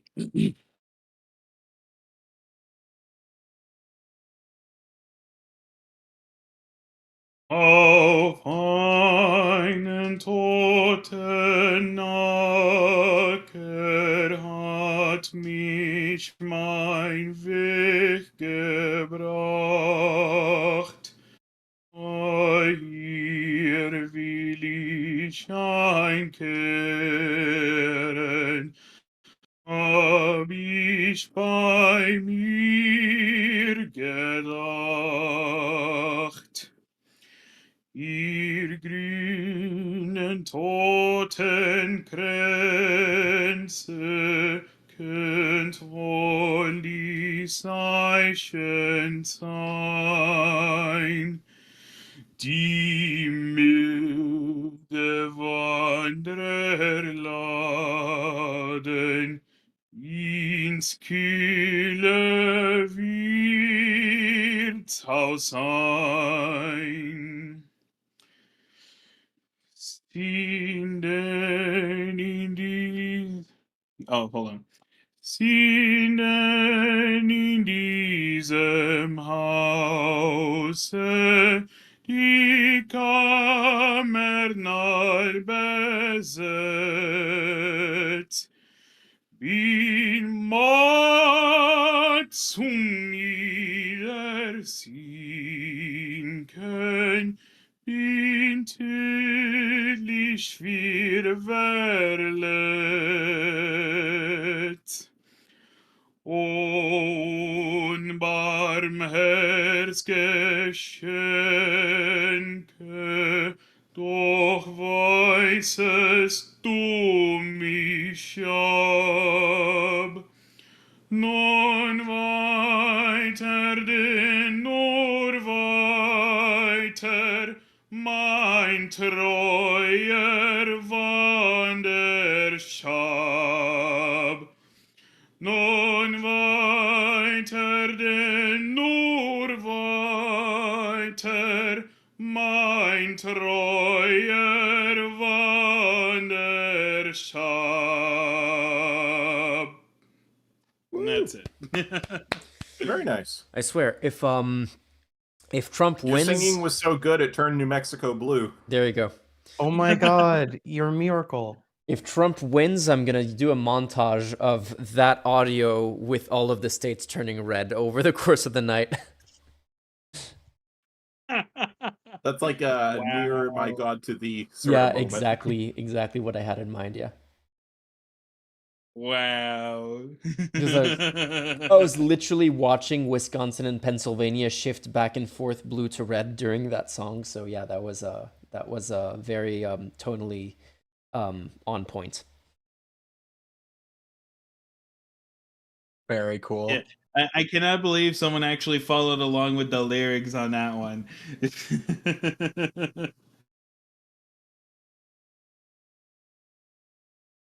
Arizona's leaning blue Even at knowing the moment. exact song I was using, dang. Did someone say what's the something margin about in Arizona? Nevada? Which side Nevada was leaning? No, I was asking about Arizona. I haven't I wasn't sure. I didn't know anything about Nevada. No votes been counted from there yet. Okay. Yeah. But it was supposed to close soon and therefore start to have some information there, right? How the hell have they not called DC with 74% of the vote and Harris leading at 92.6%? Why I is it have still no light clue. blue? I don't get it. Associated Press, what are you on?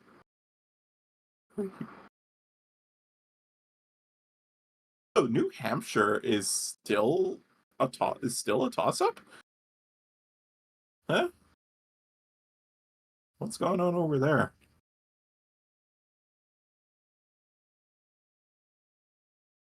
Let me see the 270 to win. What's the where did Nevada fling last election? It went for Biden. Okay. Well, it's only 6 votes, but I mean that's still 6 votes. Yep. Virginia is at 49.5% for Trump, 48.8% for Kamala. Still only 66% of the votes counted. Yep. It is taking What's I get? Oh wait, this is probably state by state. But what's the threshold for a recount? it depends by state. Usually, it's agreed to be like below 1%. Yeah, makes sense. You know, in BC, some of these ridings were literally won by like 20 or so votes. It was so ridiculously close. Ugh. Canada is it's a parliamentary system, isn't it? It's the same as the UK. Yeah. Okay, yeah. Oh yeah, it's not. We don't directly elect DC the prime called minister FYI. or premier. We elect. Oh, there we go. Yeah. We elect local representatives, and then the party with the most representatives typically forms government. Yeah. There's never been an parliamentary systems. official coalition in Canadian politics. It's kind of a dirty word. The closest we got was the brief supply and confidence agreement between the NDP and the Liberals, but that wasn't an official coalition. It was just a kind of a you scratch my back, I scratch your back arrangement. Yeah, Iowa is shifting quite far away from the what was the name of that poll again?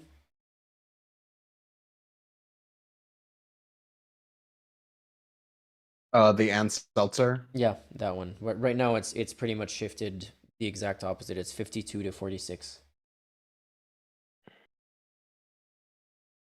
I need some Tylenol. Bruce Beef asking, is it true that Canada doesn't have internal open borders? The political system of Canada confuses the heck out of me. Open border? Yeah, we have freedom of movement between all provinces. There's no borders or anything like that. Yeah, that also would have sounded weird to me. Like, there's no any kind of like checks, like ID checks or anything like that between states or provinces. Well, maybe there should be. Provinces. In fact, freedom of movement within the country is actually enshrined in our constitution. Okay. Yeah. No, Bruce Beef is saying, but I mostly mean goods. Yeah. Oh, for goods? That I'm not 100% sure on, but I don't think there's. I mean, I could just Canada. Hey, Virginia shifts blue. I mean, again, not supposed to be a swing state, so we shouldn't be celebrating this too much, but at least there's. Goods. Oh, wait, no, Virginia. No, not supposed to be a swing state. So yeah, Virginia leaning blue at the moment, 67 counted. Yeah, Canada's internal borders for goods are open. Yes. Okay. That's what I thought. But we do some things correctly and then some things really incorrectly. Ask me about the Canadian Senate if you want me to go off. When's the next election there? Federally, next year. And we'll have to do something about that as well, I guess. I do have some news. Angela Alsobrook in Maryland is projected to beat former Governor Larry Hogan for the Senate seat.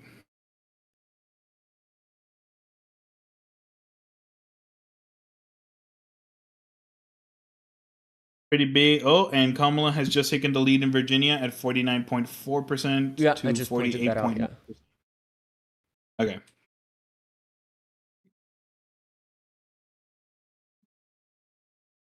Wait. That's how I am now. Yeah, I'm getting really tired as well. And she's still leading in Arizona with 48% of the votes counted. See, okay, this is actually something I really wanted to bring up about Arizona, in that I have genuinely not believed for a single moment that Trump could win Arizona. Personally, it's a personal opinion more than any factual statement, because Trump's history of attacking the biggest political icon of Arizona in John McCain, and the association that he's now had, and Arizona Republicans being way more moderate apparently than anyone expected. Like, I've struggled personally to believe the polling on Arizona. That's a me thing. I'm very well aware that I'm dead wrong. more likely. So, but Bruce. Oh, go ahead. No.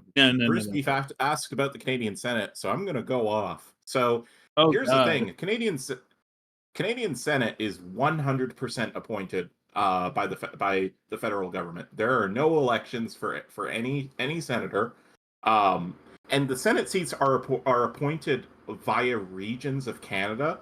So, like, the Maritimes get 24 seats. The Western provinces get 24 seats. Ontario and Quebec each get 24 seats, and then the territories each get one each. So the Maritimes, which have like half the population of the Western Canada, have the same amount of representation in the Senate. Like, if you think the American Senate is hilariously disproportionate, the Canadian Senate in some ways is even worse. And literally all they do is just act as a rubber stamp for legislation passed by the House of Commons, because they're all unelected. So they never introduce legislation, because the second they do, every single news story is going to be like, the Canadian Senate, which is completely unelected, is trying to pass legislation. How do you feel about that? And or now it like, reminds I me that cannot one name time a single piece of legislation that has ever originated in the Canadian Senate, even though they technically have the ability to do so. it makes me think of that one time Jean Chrétien, before he was prime minister, in opposition to Mulroney, was just using Liberal Party senators to just block as much from the Mulroney government as possible. And it got to the point that everyone was like, all right, you guys need to shut up now. We want to get something done now. Yeah. Like, it got There's to the point that a everyone was just significant movement annoyed. in Canada to just abolish the entire Senate. And I Which I count myself in honestly that get group. it. I honestly get They're it. they're worse than useless. They're like a fucking tumor on the government. All they do is cost us money. I mean, I would trade the Canadian Senate for the US Senate in a heartbeat. At least the US Senate actually does things. Okay? Even as useless as they are, they at least do things. Are you sure about it? Because most of the things they do is obstruction. So they're doing a very profound nothing. Yeah, Yeah, but like the Senate actually has like important powers, like appointing people, Like or members of the confirmations federal rather. Yeah. cabinet. Did I just yeah. accidentally close the AP? I think I did. Whoops. I went off too hard. Like all the judges, all the cabinet members, all the everything. Hello. Another state I think had been called for Kamala, actually. Which because one? she's at 112 in AP. Yeah, that's DC. I'm like, finally, good lord. Yeah, no, I still think no they probably. movements. I think they honestly they probably just forgot about DC, and they're like, oh wait. Arizona's Yeah, right. 50% counted, and it's even right now. Wisconsin is less than it's exactly 1% apart. Interestingly Leaning enough, Trump. New Mexico flinked blue. Yeah, New Mexico is Flinked? pretty solidly blue at this Flipped. point. I mean, it's 30%. Yeah, that's what I was so- saying earlier. Like, well, whatever that technical error was, it was very funny. Like 20% that person, a random Wait. person, and Wait, Stan, can you open the Road to 270 website to Yep, do some sure. quick math? What do you want to try? Okay, Wait, let me reset the map. Okay, so can you do Virginia blue?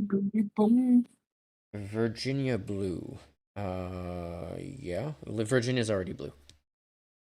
Okay, now do Michigan, Mitten, and state up there, blue, make it blue.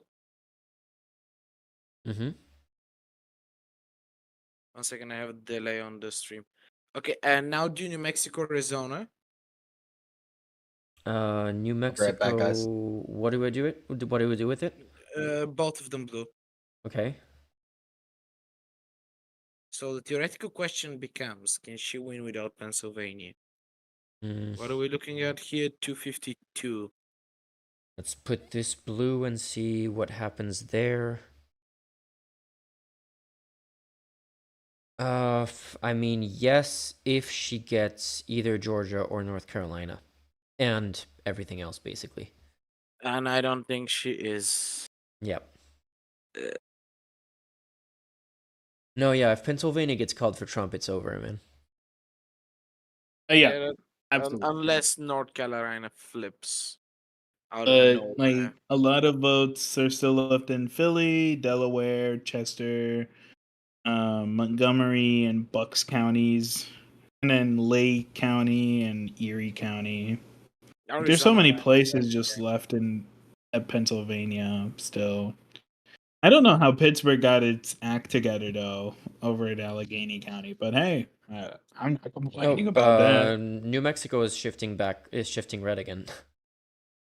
Hello. 2 minutes ago, I was Stop saying that it. it was pretty solidly blue, but they added 5% more to the vote count, and now it's red again. Stan, why do you have to jinx this? Blame Stan. What is Wisconsin looking like? Still the same. Pennsylvania is 3% lead for Trump.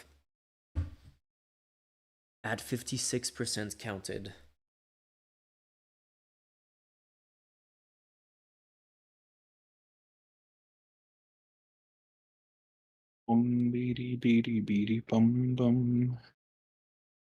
Arizona. In North Carolina, 75% counted, 52 to 46 Trump Kamala. Georgia kind of stayed still for a while now at 51 to 48. I mean, it's what 88% of the vote counted, 51 to 48. Yeah, I think we can call those two. I mean, we're not gonna we don't have the authority to call them, but I think it's pretty safe to say that they're gonna that they're very strongly leaning Republican at the moment. I would be careful calling Georgia. I think South Carolina's gone. But with Georgia, because I'm looking at the NBC map and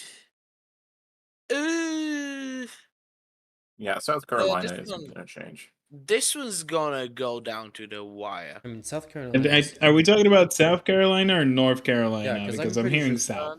South Carolina was already called, wasn't it? Yeah.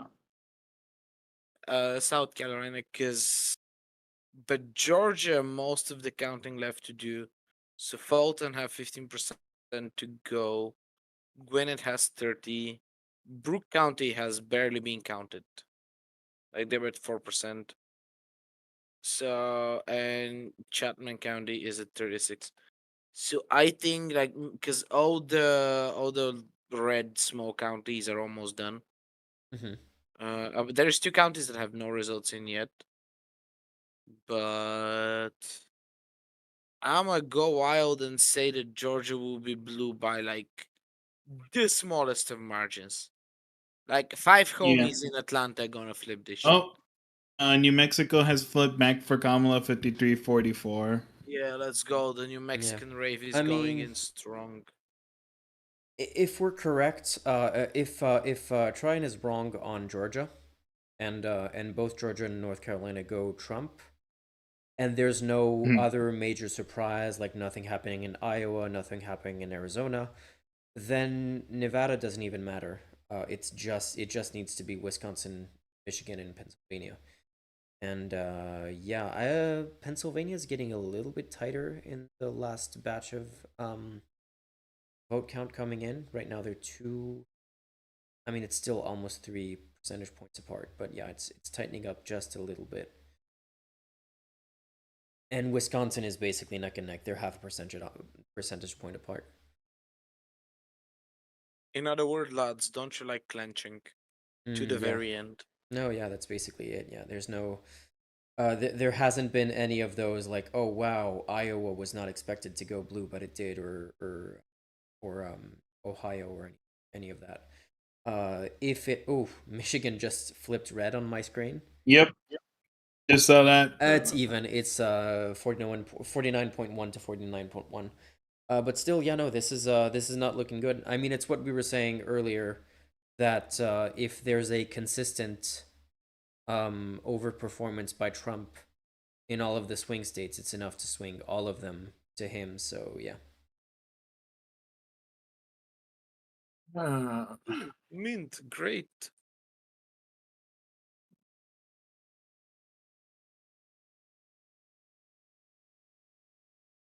Wayne County, only 1% of votes counted. What the hell? What state? Michigan. Oh, that's what? How is that happening? I'm afraid Is of Wayne clicking on County something because my expected to be computer's blue? So basically, so what? niche. All of Detroit hasn't been called at all? Yeah, Yeesh. that's what it looks like. Look at the shift trend map on stream right now. Oh, okay. There's basically no Yeah. blue on this map. There's basically no blue shift on this map at all, almost. Like that blue shift we were seeing in Ohio earlier, gone. Gone. Oh, just to answer Jeff's question, yes, the Canadian Senate is our version of the House of Lords, except it's called the Wait. Senate and not the House of Lords because we don't have lords. Although Stan, we can you used zoom to. in on Georgia for me? Here? On this map or a different map? Yeah, on that map. Can I zoom in? I'm not sure I can. We should watch out for Trump making a speech anytime soon. Oh yeah, I can. Yeah, that's a fair Hey, point. Rore, have you noticed anything on like the TV, basically? The only person with a TV in their room is Rhoda, and his camera's off and he's muted, so I don't think he's available right now. I mean, so is mine because I'm like chilling for a bit. Is this zooming in on Georgia giving you anything interesting right now? DeKalb is one a bit more Trump. Can you get to the Atlanta metro area, please? Mm-hmm.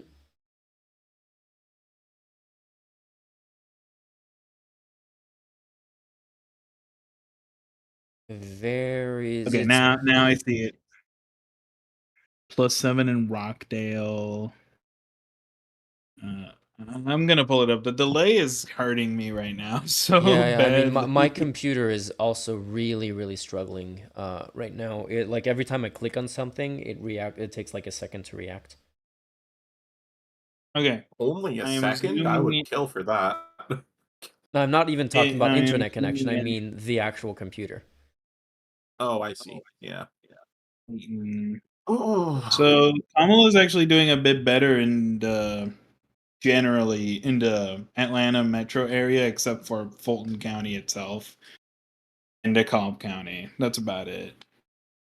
And Clayton, actually. Which is ironic because we were counting on Fulton County earlier in the evening.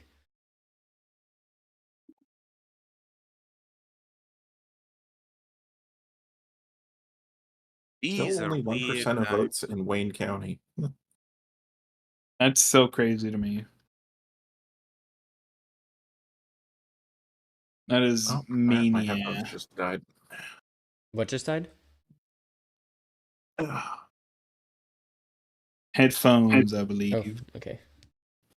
Yeah, I just have to turn my volume down. So my mic might feedback a bit, although I'm also gonna probably head out soon to spend some time with my girlfriend who's trying not to freak the hell out about what's going on. Yeah, that makes No, sense. best luck to her without. Arizona is at 49.6%.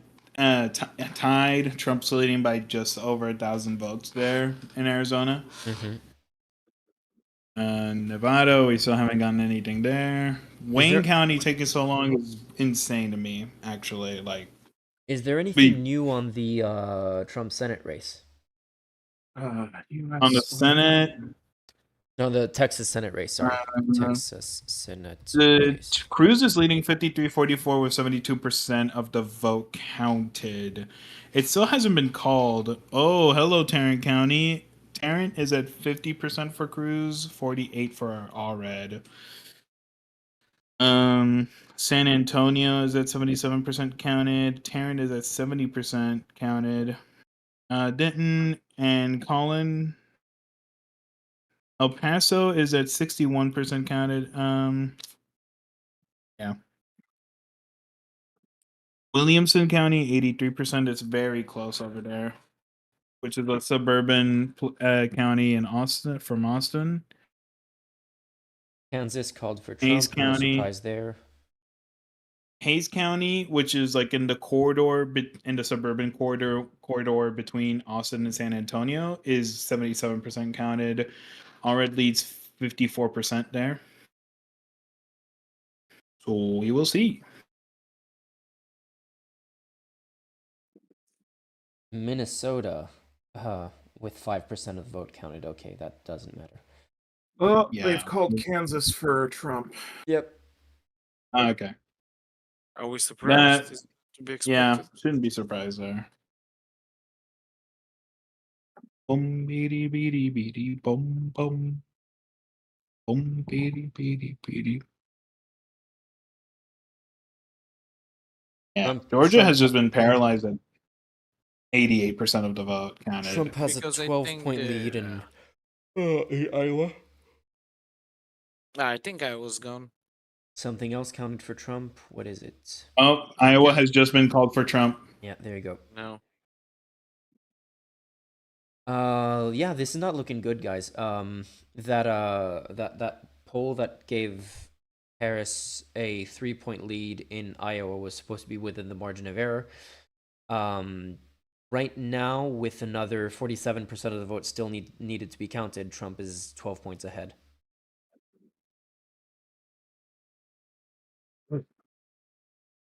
Kamala is leading in Virginia with 72%, 49.6 to 48.7. So I did see the final aggregate predictors. It's literally like 270 in 538, and Nate Silver had a 271 for her. For her? Yeah, for Kamala, yeah. Oh, so this could literally come down to faithless electors at this point. Oh boy, that's a reality I One don't single want to deal faithless with. elector, yeah. Just, if it comes down to that, that would be insane. By the way, less than 20 minutes until California and all of those come in. I don't think Oh we'll be yeah, surprised when there, but still. ENW gets called in California, gets called instantly, I bet you. So that's Oh, certainly. booms for Kamala. Well, we're looking at 112 for her. That would add 12, 8, and a fat 54. And 188 for her. So I would still put her behind Trump, actually. Yeah, no, still, yeah. I mean, there's the entire Something ticked. West Coast. Virginia ticked. It's blue now. Oh, it was blue before, but like it ticked up. Virginia Yeah, and ticked up. like I said, if it's called before midnight, that's good for her. At this I point, mean, that seems midnight is in rather 15 minutes, unlikely. isn't it? What time is it now? It is 10:43 Okay. p.m. So Eastern I'm off. time. I was off by an hour. Okay. Well, in your defense, you live on a different continent. Yeah, exactly. Yeah.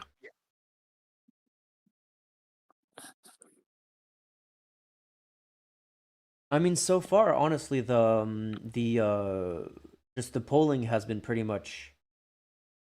I haven't looked at the individual percentages, but just which states have been called so far has been exactly along expected lines.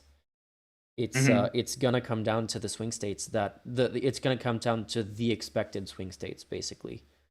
There doesn't seem to be a huge upset victory in any of the leading states so far.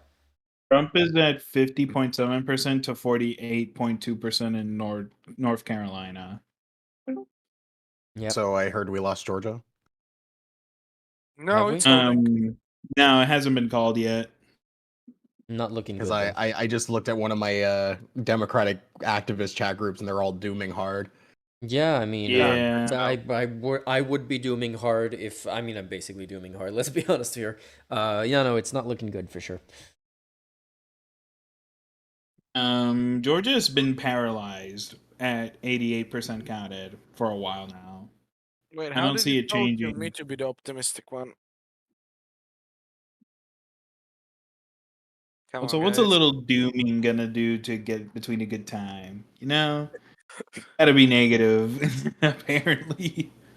By the way, and this is not a joke, if there's still any Europeans in chat like suffering through this with us, if Orange Mango wins this one, vote, call your representatives, bully every EU member you have to get the EU to like reduce ties and reliance on the US. Cause I ain't fucking living under the thumb of Orange McCold over here. You know? I Real- don't. I'm suffering so hard. I'm in the process of losing a 200 euro bet. Why would you Wait, put what? 200 euros Oh on this? damn, that's on you. Yeah, That's on with you. my cousin. He's a crypto bro, and he predicted Trump will win, and so we made a bet, 200 euros. But did he make a poly market bet? Is that it? No, not a Polymarket bet, because I do not trust Polymarket. You shouldn't. It's in the fine text that they don't have to pay you if the election is contested. Yes, I know. I think we should be watching out for a Trump speech anytime soon. This is about the point where if he's going to strike, he should be doing it now. This would be the moment. Yeah, Not to give him ideas. Of course, if anyone sees that popping up, like I said, I'm trying to limit what I click on to not freeze my computer. But if you see a Trump speech coming on, I'll put it on screen, of course. Hey, Rodo, what's happening on the TV behind you? Yeah, all I'm seeing on Twitter is Not much. Sarah McBride won her congressional race, so there's the first transgender congressperson, so that's kind of cool. Well, cool for her if she's still legal by the end of the day. Grim. What did you expect Yeah. from me?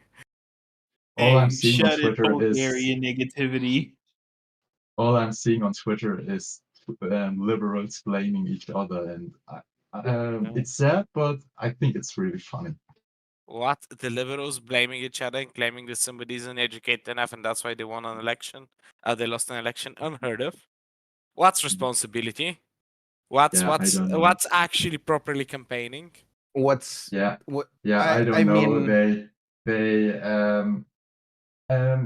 every time a Latino or a brown person doesn't want to vote Harris, they make deportation jokes for some reason, and then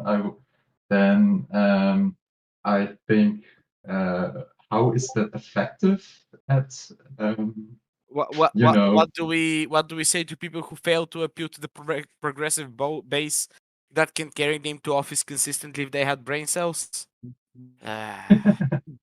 Yeah, I'm not even I mean, I don't entirely. know. For people who talk about effectiveness, I don't think this is very effective. But yeah, whatever. It's almost like do you not notice how the last 3 elections we're stuck in the same voter cycle of like hoping, giving it a prayer that the Democrats' strategy of, hey guys, we're not gonna do a lot, but you might not get killed for being slightly different. And we just out over here across the ocean being like, oh, please let that one work this time again. I don't want Mango Mussolini in charge. The thing is, appealing to the center on the state level by some Democrats seems to work, but on the federal level, it just doesn't seem to work. And not only the United States, it's like Oh my God. I noticed this in a lot of countries where if left-wing parties move to the right, it always kind of backfires. Of course, Yeah. their base is not built to do that. Yeah. I mean, but it works on the state level, but not on the federal level, which I find interesting. Well, I think it's also I because haven't looked into that. I think on the national level, the character you want is someone who has like vision, so you want some kind of like larger than life character. And in our current like media environment and technology, it's it creates some bad ends. But like on the local and state level, you just want someone who fucking gets the trash picked up on time. You have like it's way more practical, right? Yeah. Like we don't evaluate Trump as like a governing figure. He's like like the zeitgeist character of the moment. And like we also then create this weird warped reality where we like try to make like and I'm not saying like they're perfect candidates or whatever, but like Kamala or Biden or whoever has to become like the zeitgeist character counterpoint to Trump, which is not really what you should be voting for. You should be voting for like who's the best bureaucrat running a bureaucracy. This is actually something I've wanted to talk about for a while, that like we fundamentally pick people in charge of countries wrong. You shouldn't be picking people to run your country based on ideas, because like competence has to be the deciding factor, and then people still vote for who they like the most, which is sort of ridiculous. Like I think ideas are important, but like the ideas are what creates the people you put in place in the first place. So like that's why you have a political party, because you do all the ideological stuff at that end, and then out of that you select like the people who will be the functionaries that can actually achieve the political edge you want to do. They might not even be like the ideological figure. They might just be like the best bureaucrat or the best person that's good at like campaigning or giving speeches. I mean, yeah, the competence competence at being you know a businessman and being a neoliberal or being a fascist is not the kind of competence that you want. Like it matters what your competence at is the thing, and what you want to use your competence for, basically. Yeah. Well, folks, personally for me, I am going to actually call it a night here. Yeah, no, I mean, no, you must suffer with us. It's looking really bad right now. It is about to be I won't 10 blame at you. night. I think Kanye wants to join. How dare you betray our So, suffering? Chat, you have a good night. You folks have a good night. Yep. You have a great night too. Right. Good night. Thank We you will for see thank you for what joining. tomorrow That was brings. your insight was really helpful. So yeah, that was great. See you on the other I side. really appreciate it, man. Y'all have a good night. See ya. You too. Can someone remind me, does Harris need to win Arizona to clinch this? Wait. Depending on what Let's happens see. in I don't think so. Pennsylvania, it seems that. I mean, it I'm depends. looking at the big three: Wisconsin, Michigan, Pennsylvania. Pennsylvania, most of the uncounted votes seem to be from blue counties, so I'm feeling pretty safe there. Same with Michigan. Wayne County still only 1% counted. Wisconsin is looking a bit like a toss-up, so I'm wondering if Wisconsin is lost but Arizona is gained. Is that still a win for Harris? I mean, as What's long up, as you it have looks states like- replacing other states you're losing, then it's a win. Okay. Say that again, I'm just so trying I to can help do the reassure so I can do I'm the just 270 to I'm win. just trying to help reassure some friends who are freaking out right now. Oh, we're in the middle of a freak out session. Don't worry Wait. about that. Yeah, I know. Mary, run me through that again, please. So I'm looking at the big three: Wisconsin, Michigan, Pennsylvania. Pennsylvania, most of the uncounted votes so far are in blue counties around Philadelphia. So I think Pennsylvania will end up turning blue in the end. Okay. Same thing with Michigan. I mean, I'll double check it. But last time I checked, Wayne County was still only 1% voted, and that's Detroit. So basically, they haven't even counted Detroit at all. So let me just double check. Okay, that here. does sound significant, yeah. Okay, yeah, it still says 1% Wayne County. So Detroit has basically not been called at all. Yeah. We So I actually think have that a will way. end up clinching Michigan for Harris. Wisconsin is kind of looks like a bit of a toss-up. Green Bay and Milwaukee and Madison are the three places that have the most votes not counted yet. And it seems a bit 50-50. I can't call it for either side in Wisconsin right now. At least based on what I'm seeing on AP. I would say we have a relatively reliable way to guess if the Republicans think they're winning. We should be on the lookout for Trump making any speech in the next like half an hour to that's an what we hour. were saying, yeah. Because But if he doesn't, then he means he's winning. Well, he thinks he's winning. to And if answer he your does, sorry, to answer your question, Mary, if Dems lose Wisconsin and they win, say, Nevada, it doesn't change anything. It's still a loss. They would need to pick up either Nevada and another small states, or something like Arizona would make the difference. Okay, all right. it's gonna be panic to the very end. Yeah, let me reset these. The ones that are still too close to call. I'm keeping North Carolina, Georgia red right now, and we'll see how it happens.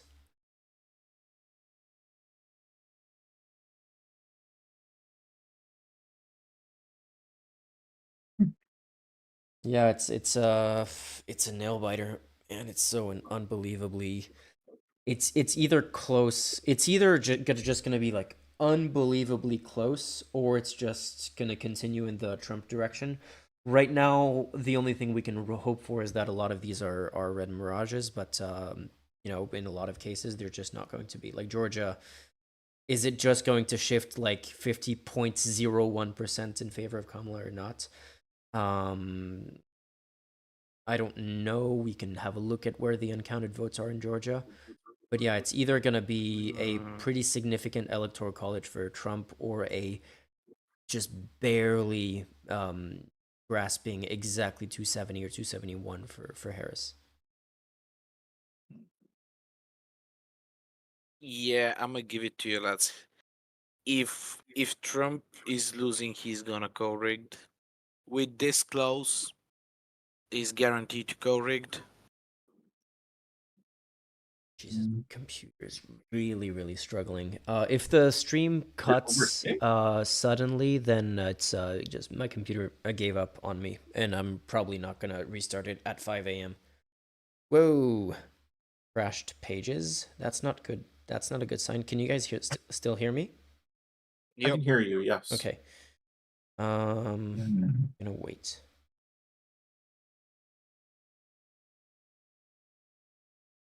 Okay, we might go into blue screen of death any minute if it doesn't react. So I'm just gonna wait, and if not, we'll just see what things are late. Okay, exit pages. Boom. You're still on. Yeah, for now. Let me reload just the main page. But you should close a bunch of stuff if you can. Yeah, I'm gonna close all of the individual states, and this is basically useless at this point. Okay, we're and back. just have us check stuff. So and Georgia is 3 points apart. I was looking at I'm not gonna click on Georgia again, but I was looking at the uncounted vote locations. No, I think Georgia's gonna at this point. Yeah, I think so too. Yeah. You're optimistic. It's been called on a lot of other sites. So yeah, no, it's gonna come down as expected. It's gonna come down to the northern states, and I'm leaning doomer right now. I'm pretty strongly leaning doomer, but still with a glimmer of hope, I guess. I really was hoping this would be the last election I had to deal with Donald Trump, but I guess I guess the universe wants us to have 4 more years of him. I mean, it still might be the last presidential election we might have to deal with Donald Trump. It might be the last presidential election in the U.S. in our lifetimes. That is also true. Do we assume he lives for 4 years though? Like how good? Yeah, are the then Vance takes over. Yeah, I would prefer the Trump presidency to the Vance presidency. I think that's a Vance complicated presidency question. makes Project 2025 15% more likely to happen. No, I think it doesn't matter. Either of them is going to implement it. Most likely, yes. Yeah, it should be also noted that if Trump wins and the Senate's very likely to flip, the Supreme Court for a generation is over. No, so question. What is the MAGA movement? What are, all the Musk people, all the people who said that Trump did not want anything to do with Project 2025, that he didn't care about it? What are they going to say when they implement basically every single provision in Project 2025? What are they going to deny it? Are they going to say, well, LOL, we own the libs? Exactly, basically. Yeah, JK, Lambau, Crimea River, all the typical bullshit they're on about. Yeah, the cruelty is the point. The trolling is the point. It's not about consistency.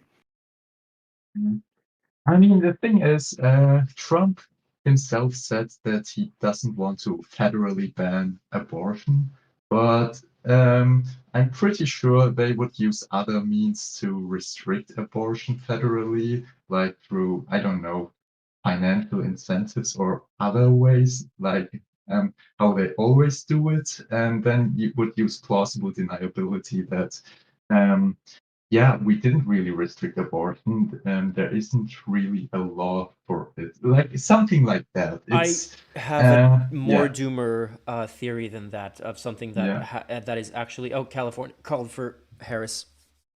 A big surprise.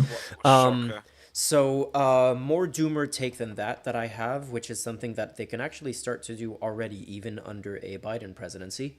They could still theoretically try to do it under a Harris presidency, which is what's called a fetal personhood case. All they need is a red state to pass a fetal personhood law that declares that fetuses are fully, legal people that have all the rights of a person, and therefore killing a fetus is not just abortion as a crime in itself, but it is considered murder, is in the same case as if you're killing a living person.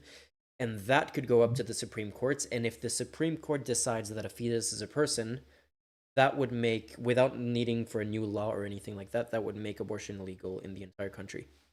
And that is something that could actually happen, and would not need a Trump support for that to do anything. So yeah.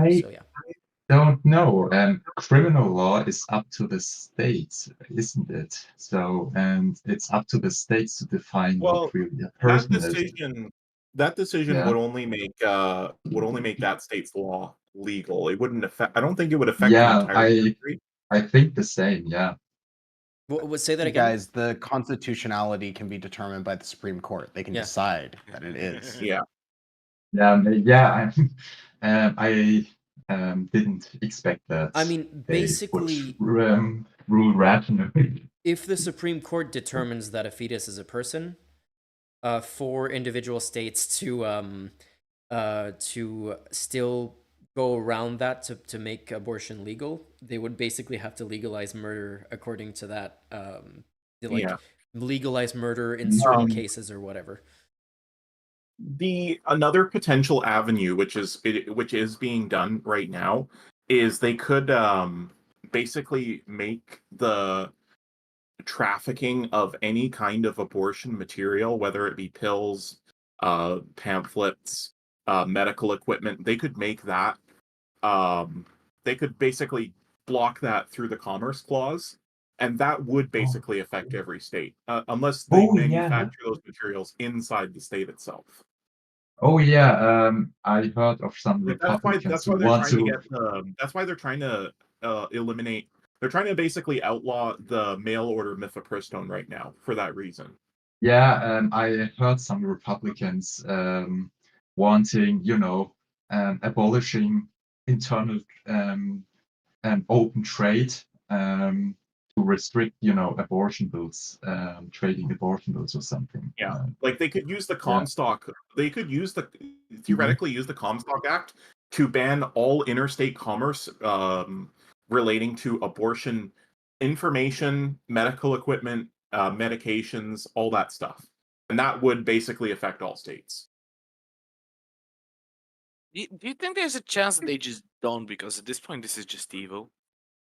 Yeah, my ideology is also just making everyone's lives worse. Like, because one, it's just evil and they alienate some people, and two, at what point are you just like wasting? Because their fundamental goal is to restrict civil liberties, force you to work 50 hours a day, and make rich people richer. That's like the end goal here. So, like, what are the chances that they just don't do that? You're forgetting the Christian apocalyptic part of it. That's a Yeah, critical part of this ideology. Hey, do you guys remember who did that? Because it was fucking Reagan. Why does it almost always come back to Thatcher and Reagan? And can we dig them up and set them both on fire for spite reasons? In Minecraft. No, in Realcraft too. It's fine. They're dead. I think YouTube would object. Let's try not. Not to even get all of down. his. Even all of Reagan's sons like him. They have sons. Mm-hmm. Should have given him an Oscar, so just he doesn't never run for office. What were you saying about? Oh yeah, Michigan was because none of the votes in Detroit have been counted yet. Is why you were saying that it should. Yeah. Okay. Because right now the gap is getting wider in Michigan. Yeah. And Pennsylvania. We also only same. have 34% of votes in Kent County, and that's also very strongly blue. Okay. Wait, can somebody who has like better sources than me check if there's protests breaking out in Atlanta? Because I just got message that like people are gathering to protest in Atlanta. I would assume that unless you see something physically that it's not real. Okay. Detroit is still at 1%. Ricardo coming back from the grave, I mean the bed in this case, does not want to give up. Still giving us some information from after stream. New York Times has the forecast that likely Trump. Whoa, that's more than likely. 89% chance of victory. What is very likely if 89% chance of victory is still in the low likelihood, like not low. Well, that's 90% would be like very likely. I mean, just looking at the position of the needle here, it feels like it would have to be 97% or something to be in the very likely category for them. There is a chance that they're pussyfooting around it. Yeah. But anyway, it's like the intelligence reports. It's like it's not likely until it's like 99% kind of guess, thing. Yeah. I have to go now. Okay. So good luck, everyone. All right. Yeah. Thanks a lot for joining. Your insights were actually really helpful. See ya. Yeah. New York Times estimates it at 301 electoral college votes for Trump. At this point in their forecast. Popular vote estimates Trump +1. Oh, imagine if Trump wins the popular vote. For the first, then America deserves time it. ever. Yeah, then America deserves it. I guess you can say that. Oh man. We have chosen this path if that's the case. Okay, let's clarify something. Trump wins. You never heard of gay or trans friends. You have none of those. If you happen to think you have, they never were, they never will be. Do not tell anybody. Do not communicate about anything a Republican might not like in any public forum. And if you're in Europe, bully your representatives to separate from this shit. Because, also, do you think he might try to leave NATO? 100%. God, we'll have to deal with Ukraine. Oh, no, there's a chance yeah, we're Ukraine is going to to be a war. clusterfuck. Elon Musk is calling it. Really Elon Musk tweeted game, set, and match half an hour ago. I mean... I hate this fuck. I hope he dies in some sort of... no, I don't. God, I'm so glad that I immigrated. Did you have a citizenship? I Sprint to acquire a European male or female that might be interested in you. I'm already there, man. Already there. All right, good for you. Good for you. I dipped out Any in 2017. I saw the writing on the wall. any Americans who are looking Jack. to bail right now? I know Bulgarians who might help you. You know, like give me a call. Jack Posobiec, after this literal neo-Nazi campaign by the Trump camp, saying the greatest campaign in American history. I mean, Jack Posobiec is literally someone who's made, talked about who's made white supremacist speeches and stuff. There's some pretty openly Nazi quotes from him, so not surprising there. All right, to doom the doomerism. What do we think happens with Ukraine? Most of the guns and funding are coming from the EU. But do you think Russia's going to blatantly escalate if, like, Of course, they've been waiting for this. If Trump wins, this is like a big win for a lot of people. I think you should also think about like every fuckhead who gets empowered by this. Like Viktor Orban will feel super empowered again. You'll have so many. I have less than a year to stop being a reservist in the Bulgarian army. I beg you, do not escalate this. I am less than a year away. Is there any exit polling on how much the uncommitted movement has played into I haven't seen one. No. Like if there's information on if they did remain uncommitted, or if at the last minute they went, you know what, Trump is still worse. I often look at Wayne Country, where Dearborn, Michigan is. So far, 15% were counted, and Kamala Harris is still leading. And Jill Stein only 0.5% of the vote. Mm-hmm. Okay, well that does. So this is my biggest go to look at the uncommitted votes. Yeah, Jill Stein is a pretty good indicator for the uncommitted, I guess. Yeah. Yeah. Oh my God, it is genuinely gonna come down to Pennsylvania, no matter what. Yeah, no, Pennsylvania's a must-win for sure, and right now Pennsylvania's not looking good. So yeah. Oh my God. This is why we can't have nice things. Yeah, I mean, basically, if they call Pennsylvania right now, it's 72% counted, and there's a 4% margin. If Pennsylvania gets called, that's it. We can just wrap up and go to bed. Yeah. Can someone explain to me why Biden appointed Merrick Garland? Oh man, Is it just because they were salty that Republicans didn't? Yes, 100%. You don't even need to finish that thought. It's the answer is yes, yeah. Yes, it was a stupid, like, face-saving, like, we're gonna do the thing that should have been done in the normal case of politics thing, and it fucked them. Yeah, and I fucking hate Merrick Garland. They needed needed someone in justice who is like has the balls as like the FEC lady. Like they need someone who's like willing to wield the power of the federal government. Lena can. If I wasn't in a relationship, I would propose right now. That lady is amazing. Look, if Pennsylvania goes red, we have to do three things: A, wrap it up; B, go make a bunker; and C, find a way to get Lena Khan to Europe so she can start doing shit here. Yeah. Whoa! First of all, we take someone else's bunker. There's a lot of pre-made bunkers already. There's only a few billionaires, and you're a reservist in the Bulgarian army. Please, dude, I beg you. I'm so close to not having to deal with this. So for context for stream, when your boy was 19, he did like a very short stint, like 2 months. I basically did basic and unit training. And then the army was like, okay, either you get a professional contract or you get the fuck out now and you're a reservist. And I was like, ain't no fucking way I'm staying here. And I thought it would never have any impact on my life.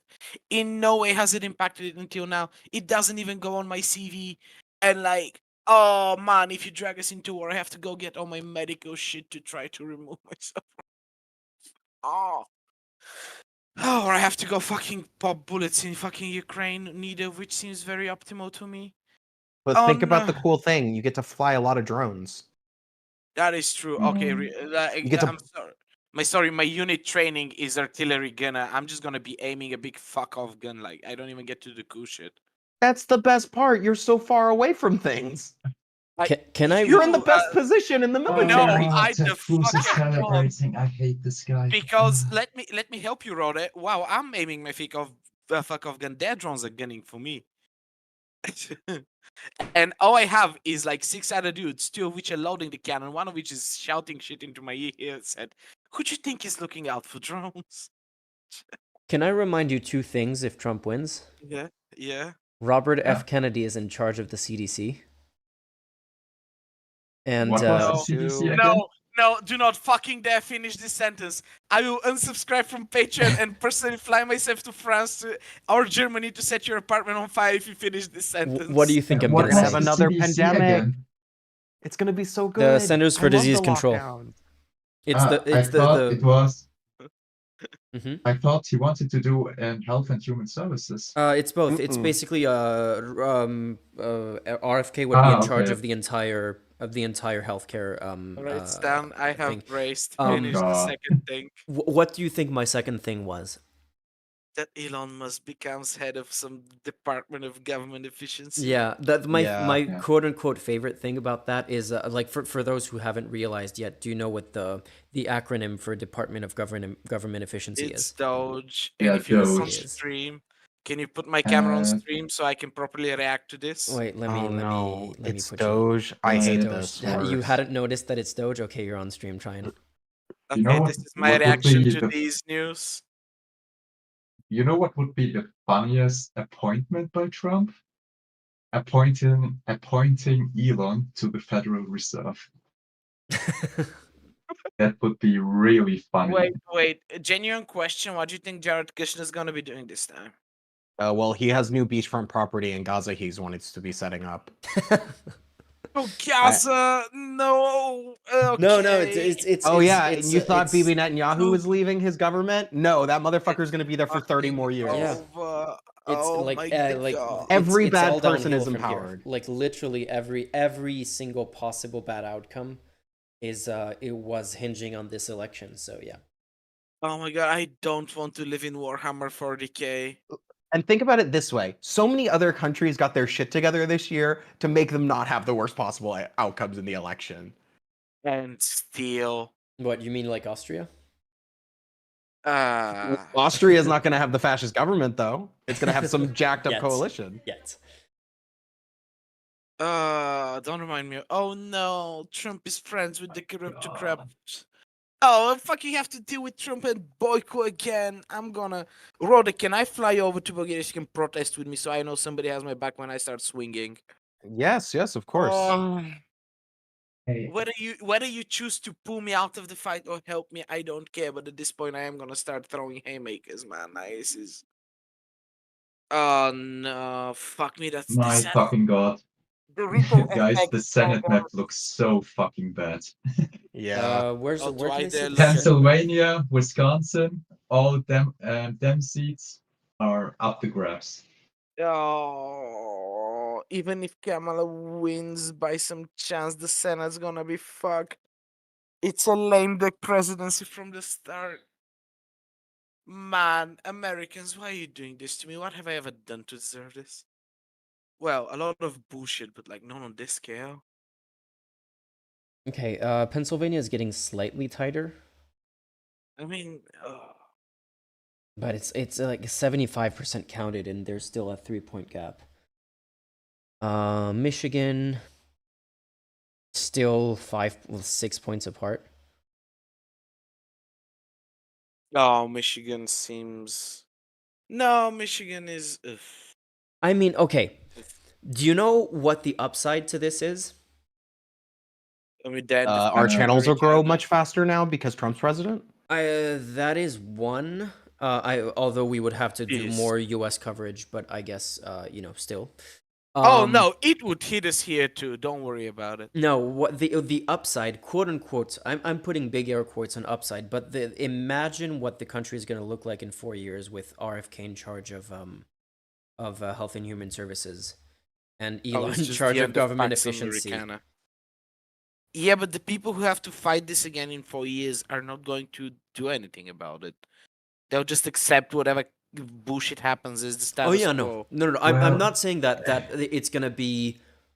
Then we can build back up, or then we can gain back control. Build back up is maybe a better description of it. It's not a matter of like, oh yeah, in 4 years people are going to realize how bad this was and we're going to vote the other way. No. It's literally the US is going to be a post-apocalyptic wasteland at that point.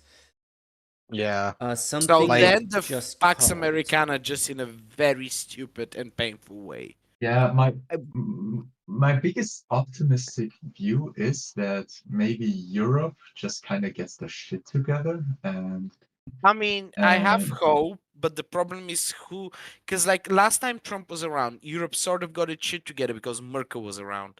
And I yeah. know there's a lot of legit criticisms of Merkel, but she was good at keeping this like, because we are after all 27 cats fighting for a fucking piece of cheese. And like, you know, if we were to cheese is bigger, but like Orban hasn't gotten onto that. Who is it gonna be? All of Scholz or Macron? You trusting to lead the EU in this? Like we No, No, please don't. So, Please, so no what? Who's the Scholz. Please Spanish don't. prime minister? Because that's the only person left with the clout to pull this shit off. Like we need to get charismatic people in government positions quick. Plaster strips. I don't know how to pronounce that. By the way, yeah. North Carolina was Germany's called. government is on the risk of collapsing, so maybe there is some hope. You call that hope. Yeah. North Carolina was called for Trump, by the way, but we've been expecting that for half an hour at this point. Plaster Strip is saying, "Are you serious about Musk Dude, getting we're some so government fucked. position?" I mean, that apparently was a serious conversation between Musk and Trump a while ago, and considering how instrumental Musk was in getting Trump the victory. Literally €1 million a day for the past. Oh, by the way, do you know what Musk's defense of that was in a recent court case? They're employees we hired so they can make Yeah. a 10-minute video. Can you imagine the level of cynicism of? So this has so many levels that it's kind of insane. It's entirely a bet that they'll win and he'll get pardoned because no, you have no legal defense for this shit. No, it doesn't even matter if Trump wins because there won't even be any consequences for it. But the number of layers of the fucked upness of the whole $1 million a day thing is insane because it is illegal to pay someone to vote or to register to vote. That is just like flat out illegal, like not even close, not even ambiguous. What Trump did is like, we're not paying anyone to vote. We are paying people to sign the petition. Like, we are making a lottery that people can only join if they sign the petition, and they can only sign the petition if they're registered voters. So that was layer one, which was we're not paying anyone to vote. We're paying people to sign the petition. And layer two is, if they just happen to be registered voters, then they can sign the petition, but we're not paying them to register. But I think any good faith judge would look at that and say that means you're paying them to vote, or at least you're giving them the impression that they're going to get money to vote. By the way, Arizona is looking like no, it's very close, but Arizona might go. If Arizona and Nevada go red, it's over anyway. With or without Pennsylvania. No. Arizona and Nevada can both go red. As long as all three, Wisconsin, Michigan, Pennsylvania, go blue. Yeah, but which I'm they're not assuming looking one that of way right them- now. But yeah, I am assuming one of them is gonna go red. yeah, Like it's really close. I think but I I'm agree with you. If not two of them, maybe only Michigan is gonna go blue. We'll see. So yeah, and the second layer is we're not even paying anyone to register because all the people we're paying were actually plants. Yeah, that was a weird defense. Which actually is a different form of illegal. It's false advertisement. Yeah, if that is true, that is one of the. It's both fraud, false advertisement, and mail fraud. You know that actually carries a bigger sentence. Do you realize if that defense had come out earlier in the campaign, like a couple of weeks ago, they could have made a huge. The Democratic side could have made a huge deal out of that, and how they're being lied to by the Republican. Look at what Elon Musk's lawyer is telling you, that those $1 million were never actually going to anyone. They wouldn't, because if they were going to do this, they were going to do it with like Trump and the 2020 election, where Trump and his lawyers would said one thing publicly and then just completely flipping court. because Yeah. they know they have no standing. The issue is that at this point they have managed to bullshit the situation so much that they are lying in court. Yeah, I think it's just a post facts situation where it doesn't even matter what they say. It doesn't Yeah, even we matter are what we not say. living it's completely in anything where policy and politics are reflecting reality. Sechme is saying on Yeah. the note of RFK for Health and Human Services and Musk for Doge Department. Sechme is saying Joe Rogan for press secretary. Yeah, might as well at this point. Yeah. The press secretary position is going to be a clown show anyway. Yeah, Sean Spicer. Remember that fuckhead? For like a week. It's the also what was it, Scaramucci? The mooch, man. The Yeah, we mooch. talked about him earlier on stream. But you know, the thing that actually really frustrates me is like if we just wanted to look at policy stuff, like obviously like Harris is not good on like Gaza or the immigration or whatever, but like stuff like the Medicare covering like at-home care for elderly people, that's like way ahead of even European countries. Like very few political parties even in Europe are pitching the idea that like you'd have government funded in-home care services for elderly people. Sorry, sudden realization. Wouldn't the army be in trouble if Trump wins? Of course. Because a bunch of the generals called him a fascist. So he's going to purge them if that's within his legal rights. And he's going to cut a bunch of taxes to the rich. So they'll have even less money to fund their army. Huh? Huh? I didn't even think about... Is this just the end of Pax Americana if he wins? Like, I've been joking about it for a bit, but... Like, starting to smell like it. Can someone whose computer isn't melting check on where the uncounted votes are in Arizona, if there's any hope on it there? On it.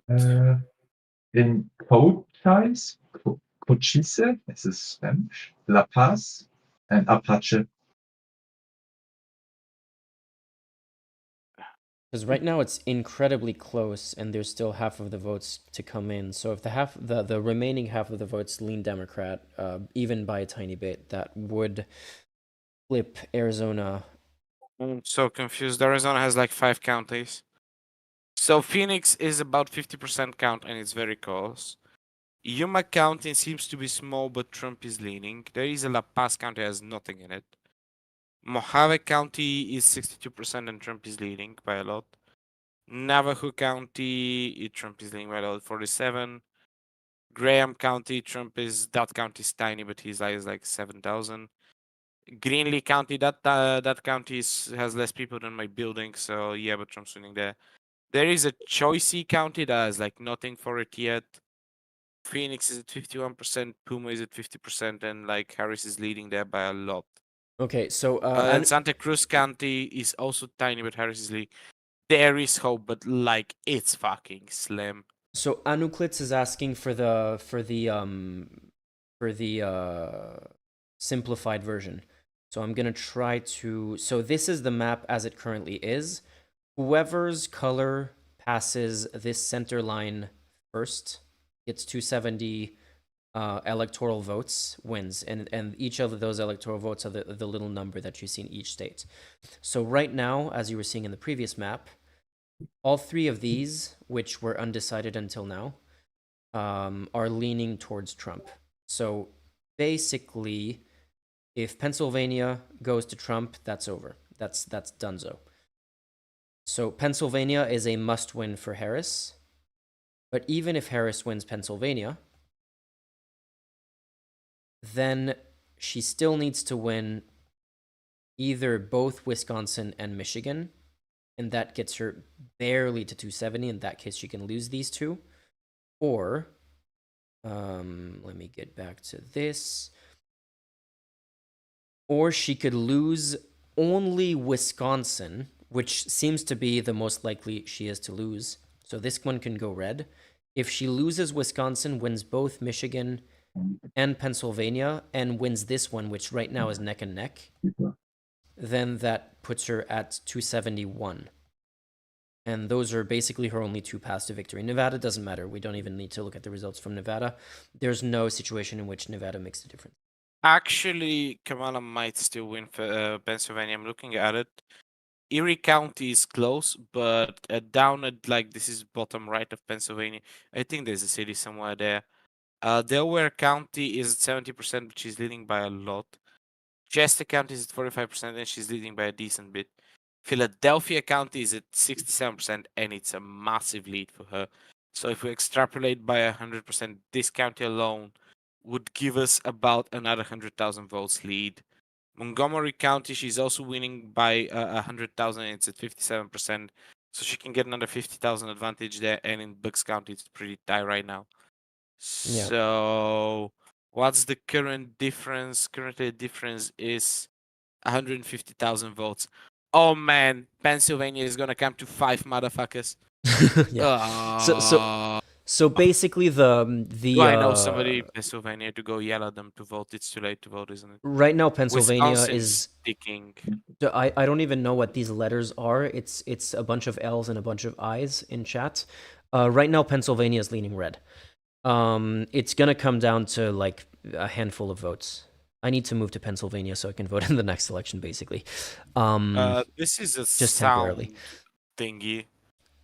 So Pennsylvania is leaning red, but it's basically Michigan is maybe the most likely to flip black to blue.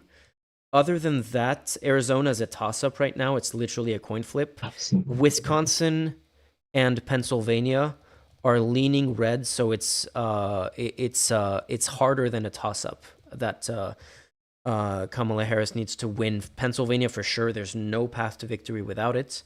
And then she needs to win either one of these toss-ups. And Wait, can that's you a tough do one. all the 3 ones at the top blue? If all the 3 And ones at the top Wisconsin? blue, it doesn't matter. Anything else, all the 3 top ones blue, she wins. But can you do them blue and then make Arizona and Nevada red? Yeah, no, that's still a win for Yeah, Harris. but like do it, please. I'm trying Yeah, to it's see done. something. It's done. Oh, sorry, my stream is not live. Yeah. That's a 270, 268. Yeah, it's as Trump would close as possible. immediately go rigged on that one. Of course, yeah. You But have I to mean, remember it doesn't matter if this he man calls will rigged. just do that too. It doesn't matter if he calls rigged because none of the places that were promising to flip the votes in favor of Trump if it went towards the Democrats, like Georgia, all the election watchers, they don't matter anymore because Georgia is red. So that doesn't matter. What wait, happened? Let me just check Georgia. Let me just check Georgia on the NBC thing. What was it called up? Because I was looking something in Georgia. Where is Georgia? I'm so tired. Oh, it's 6:30 for me. So Georgia, Atlanta is almost done counting. All the counties there are in the 90%, apart from Gwinnett, where she's leading by a lot. Clark County is almost done. Down at the bottom, no, these don't matter. There is 2 counties which appear to be empty, Clinch and Brooks. I don't care. Yeah, no, you are right. Georgia's gone. Georgia's real gone. Like it's red. It's gonna be red by like what's the current difference in the Georgia election? Currently the difference in Georgia is about 100,000 votes. Yeah, I think Trump's gonna win Georgia with about this much. Yeah, no, literally we don't even need to look at Nevada anymore. There's literally no scenario in which Nevada matters. It's going to come down to it needs to be Michigan, Pennsylvania, and either Wisconsin or Arizona. That's the only path left.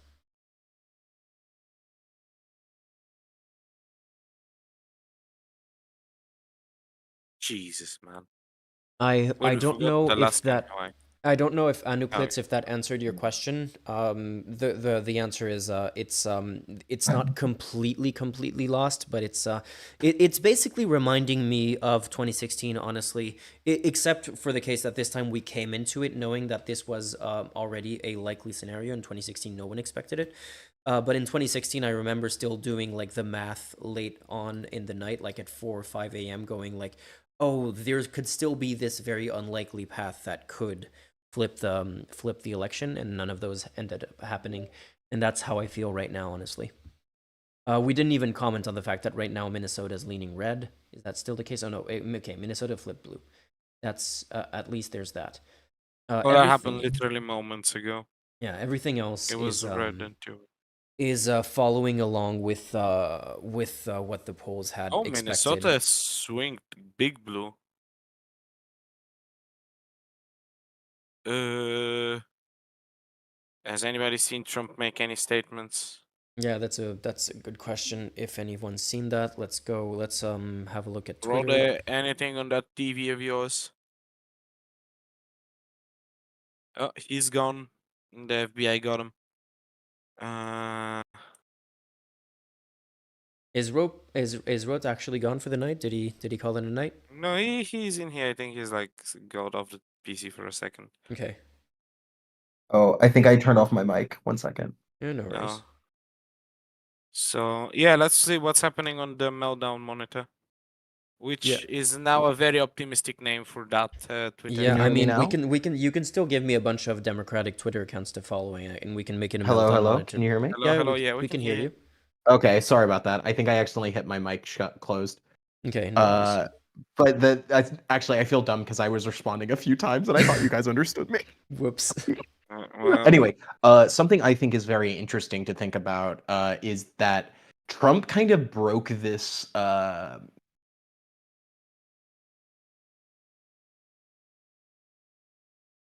we lost you.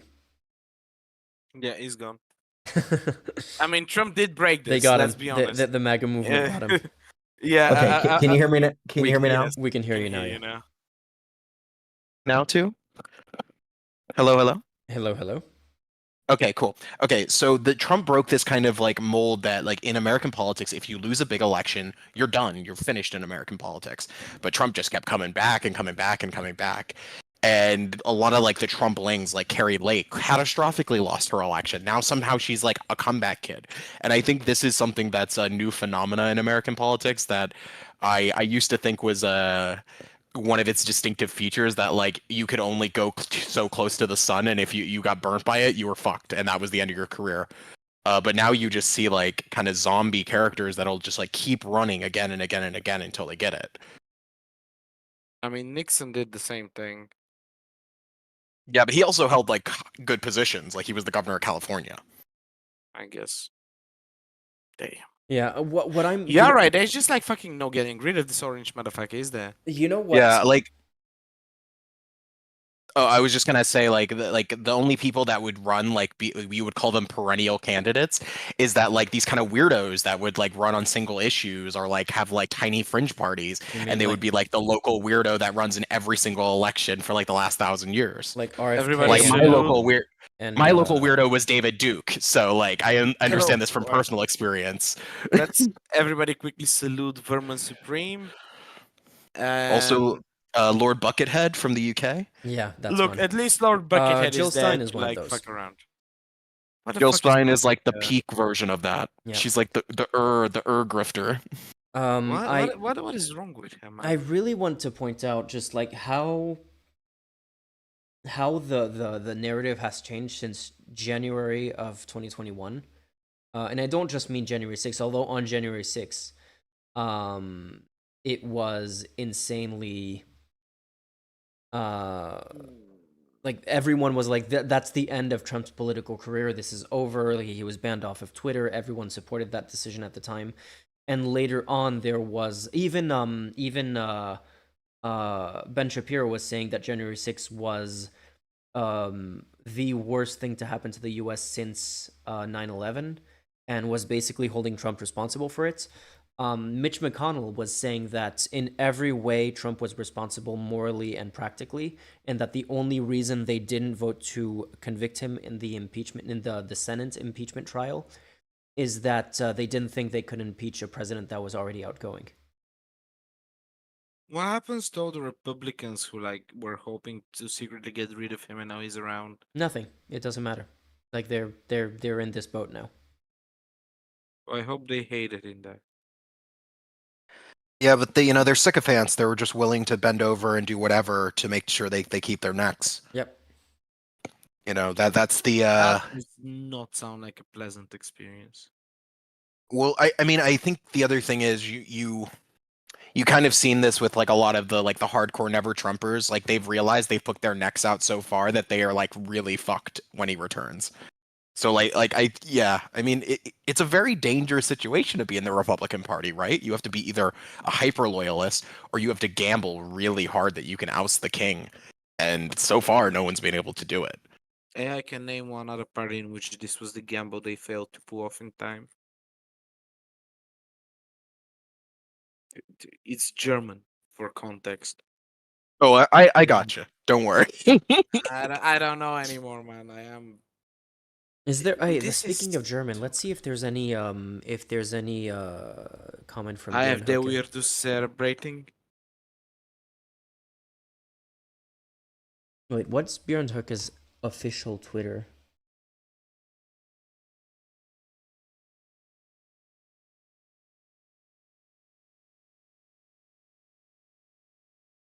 Yeah, Any from Twitter, English language somebody comments? said- Yeah, these are old. Okay, never mind. Somebody said on Twitter, Trump is winning in all the states where marrying your sister is okay. Where what? Where marrying your sister is okay. I mean, that's always been expected, basically. Yeah, Ohio, you have some things to answer for. Arizona is still 50% and neck and neck. Any changes to the other Arizona ones? is down to a few homies. Like, as far as I'm concerned, Nevada can Michigan- stay gray. It doesn't matter. Michigan is down to a few more homies, but not many. Wisconsin seems... Jesus, Michigan is still pretty Wisconsin. wide. That's a pretty wide gap in Michigan. Even Yeah, but, Michigan, like, that's the very least little likely of the number. three to, like, the most likely of the three to stay to be blue, is still not looking good. Wisconsin is going away. Georgia seems doomed. Arizona is having a moment. And Pennsylvania is making... I was gonna say this earlier, fun fact, Pennsylvania is almost exactly the same size as Bulgaria. Where Bulgaria is 111 million square kilometers and Pennsylvania is 112. And congrats, guys, there is a chance we get orange motherfucker because of a place the same size as Bulgaria. Sifa yo, Sifa. So, I'll make this about Bulgaria one way or another. LLIILLLILLI is asking, did you expect most of these results? So I think No. most of the map is pretty much what we expected. What I was saying, like what will be interesting to look at, and if I didn't have a computer that was threatening to do a blue screen of death, I would be looking into this right now. But what would be interesting to look at is the actual vote margin compared to the polling in all of these states. But basically, the map looks almost exactly as expected in terms of what the swing states were. None of the leaning states went in a different direction from what they ended up doing. So all of these went exactly, well, Arizona is not called yet. New Mexico is going to go blue. Virginia looks like it's going to go blue. So it did come down to these 6 states in the end, and maybe an additional Arizona. This is the only one that's a little bit of a surprise. Early on in the stream, I said that these 3 I expected to go red, and that I thought the only realistic path to victory was these 3. Wait, let me make this blue. That the only realistic path to victory, in my opinion, the most likely path to victory was these 3. But it was always going to be a tight race. I was optimistic about these 3, but I'm not. It's not like I'm surprised that if it goes the other way. There's still a chance that it doesn't go the other way, but either way, I'm not surprised because it was such an incredible coin toss. Update from 8 minutes ago. Harris' campaign is holding up hope and still believe they're likely to win in Pennsylvania and Wisconsin. Yeah, I mean, again, like this is the most realistic path to victory with a backup in Arizona possibly, and like I keep saying, Nevada doesn't even matter anymore. It can No, go. Nevada's done. Nevada I actually can go brown. I think as far like as I'm Nevada is concerned. actually quite important because if you get Nevada, Arizona, Pennsylvania, and Wisconsin, then you have 272. Wait, say that again. Nevada. If you have Nevada, if you have Arizona, you have Wisconsin That's and true. Pennsylvania. Okay, You have 272. Or you can also have a stronger number with Michigan and you don't have Wisconsin, either one. Yeah, that's okay. That's fair enough. That's okay. Nevada matters in 2 ways. Nevada matters, number one, if Kind of Arizona became the most important, like in the last bit. Yeah, I because agree. if it actually moves in one direction, it really It replaces basically Michigan or Wisconsin or any of them. It basically allows you to move any of those around. It's not enough to replace Michigan, but yeah. Basically, Nevada matters in one of two ways. It either matters if Michigan turns out to not be the one of these three that goes blue. If Harris still wins Pennsylvania and Wisconsin, which would seem like a weird combination considering that a couple of hours ago we were saying that Michigan was the most likely to go blue of these three. But if this is the combination, if it's the exact opposite, Michigan goes red and these two go blue, Nevada is the clincher along with Arizona. That's one situation. And the other situation is just, let's say you lose Wisconsin, you still win Michigan, and winning at 277 instead of 271 is a little bit more of a margin to Mild update in Pennsylvania, 81% counted. It got a little bit closer, but I'm talking like 5,000 votes.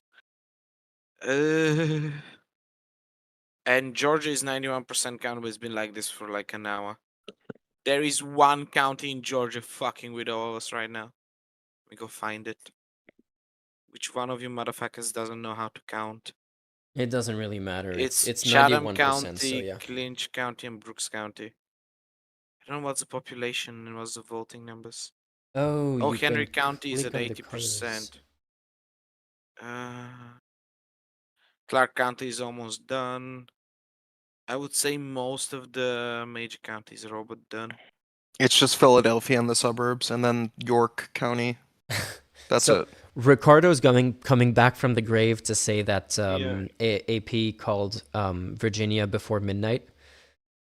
So in theory, that is supposed to be good for Harris. I mean, considering how everything else is going at the moment, it doesn't feel good for Harris. But yeah, there is somebody in the Harris campaign currently like shitting themselves. Let's have a prayer for them. Preferably pick a god they're unlikely to believe in. I don't know, Vishnu or something. Can somebody name a Mesopotamian god? I'm willing to roll with them at this point because the current ones are not really working for me. Wait, my computer. Oh, no, I can't. It's because You're good. I thought my computer had stream frozen. keeps lagging It was just this. Oh, we are going to the wire. Okay, shall we do the insane thing? Should we check what's happening on 4chan? Sure. Okay. Have a look at 4chan and save a few things aside while I go have a quick bathroom break, and I'll be right back. Anybody in chat, if you have anything you want to ask, this is the time while there is still any form of brain cells left in my brain. And I'm gonna give it to you right now. There's not a lot at the moment. I'm gonna haven't used 4chan in so long. /o.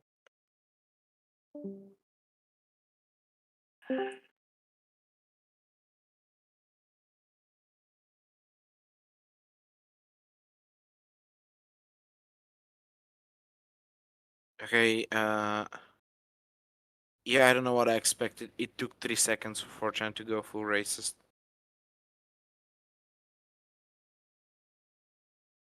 There is apparently the chance that Dems could win control of the House, so that's at least something, right? I mean, they're likely to do that, but the Senate seems gone. Yes, I know. And if the Senate's gone, get obstructed, basically. Yeah, 4chan's going wild, and I don't want to deal with that. I don't know. The days in which I could peruse 4chan casually are gone for me. Yeah, I don't understand what was going through like my 10-year-old self's mind that was able to spend that much time on that website. I mean, I wasn't spending that much time, but I would spend like half an hour a day on 4chan back in the day. Ironically, most of the time I would like look for the board where people are organizing to throw ISIS on Twitter, but I don't have it in me anymore. That place cursed. Hey Chad, do you have any ideas for a niche site I haven't think of so we can go check out what's going on there. You could go on Truth Social and see how they're truthing. Yeah, I'd rather not. I really am not interested in doing that. Because let me tell you, about 2 seconds into 4chan, somebody has written I had riggers with another letter in front of the R, just like small, and the rest of it capital, and I'll let you gather what they meant. Okay. Because at this point, I'm not feeling it, you know. Yeah. If I rock up to a place and the first thing I see is that, I'm leaving. Don't have it in me. Dimmu in Flames, will there be recounts made if there is contestation from any party? Of course there will be. Most likely. Any state that is going to be less than 1% apart is almost certainly going to go to a recount, as it should, because, you know, it could possibly flip the election. We haven't looked at if there are any of the, I guess at the moment it wouldn't make sense for any of the states to be less than 1% apart.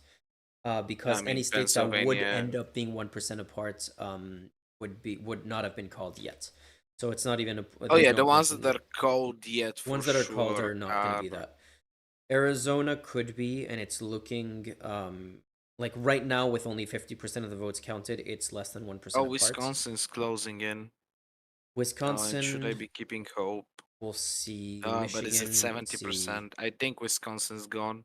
I think Michigan and Pennsylvania are possibly going to be less than 1% apart, so it's worth keeping an eye on. I wouldn't be worried about Wisconsin just yet. There's a lot of vote.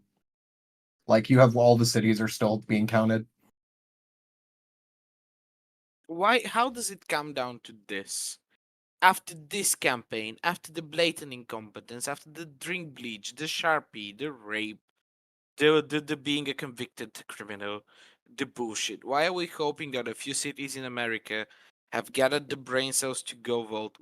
What led somebody I'm a go fucking bully any university on this planet to gather all the sociology people and tell me how this happened, because this is past reality now.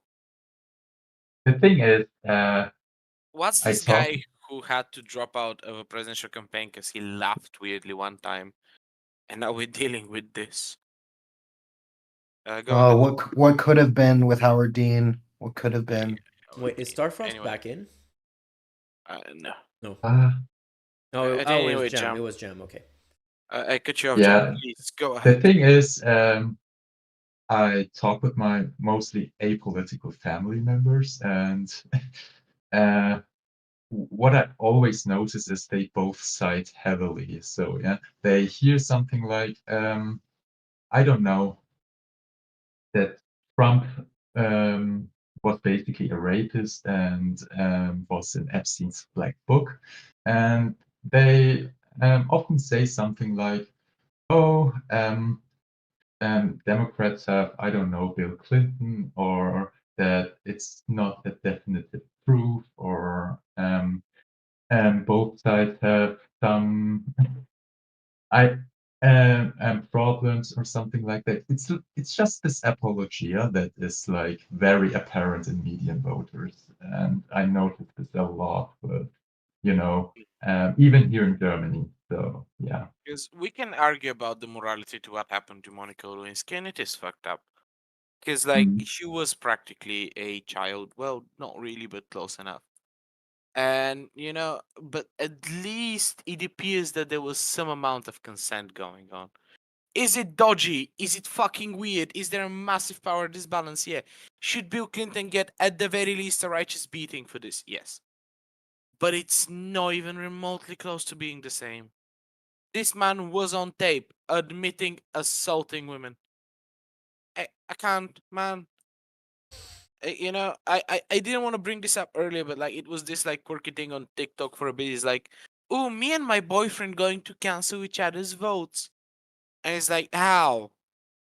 What the fuck, though? Is it that people are so either both-sided or narrow-minded? I think I have a cat who wants to visit. I'm gonna go get her. I'll be right back. Please Oh, invite the man. cat. The cat's presence is much needed. But like, is it really that bad? That people don't realize what the horrible thing is at stake? You know, Well, like I genuinely get more and more sympathetic to democratic socialism, honestly. alright, we turn Jam into Yeah, a commie. because Let's go. I don't know, people just like licking boots and not having any autonomy except, I don't know. Also, while I am fundamentally aware that the Democrats won't solve this issue, do people not realize that this is likely to lead to some form of violence sooner or later? I think honestly, people just can't comprehend that this election or any election could be the last election they vote in. Like they fundamentally don't have the imagination to reach that point. Really? Maybe I'm too Eastern European for this. No, man. Because, Like, like, to your quote my country grand- recently went through like some shit with the communist period, like within human memory. It's very hard not to. Everyone grew up around with it. The ruins of it are around you. It's unescapable. Americans cannot comprehend that something could reach that level of bad in their country. It doesn't exist within human memory there. Yeah, because like to quote my grandma once said, "I outlived the country I was born in. I outlived the country that followed, and now I'm once again outliving the country that came after it once again." So I like, present yeah, you- Bulgaria is on the 5th version of itself, but like, what is this like such removed from people's thoughts that they're like, ah, fine, fuck it. Yeah, I present you the loudest cat in channel history. Hello, loudest cat in channel. Oh, it looks like a tiger. Oh, it's okay. Oh, Hello, Meowie. oh, Are is you this our new She's not our new happy leader? about the vote result. I mean, I'm a vote for this cat. You know what? We should do like that. Ironically, that small city in the U.S. that just voted a dog for a mayor, and then there was another cat that another one that had like a cat as the chief librarian.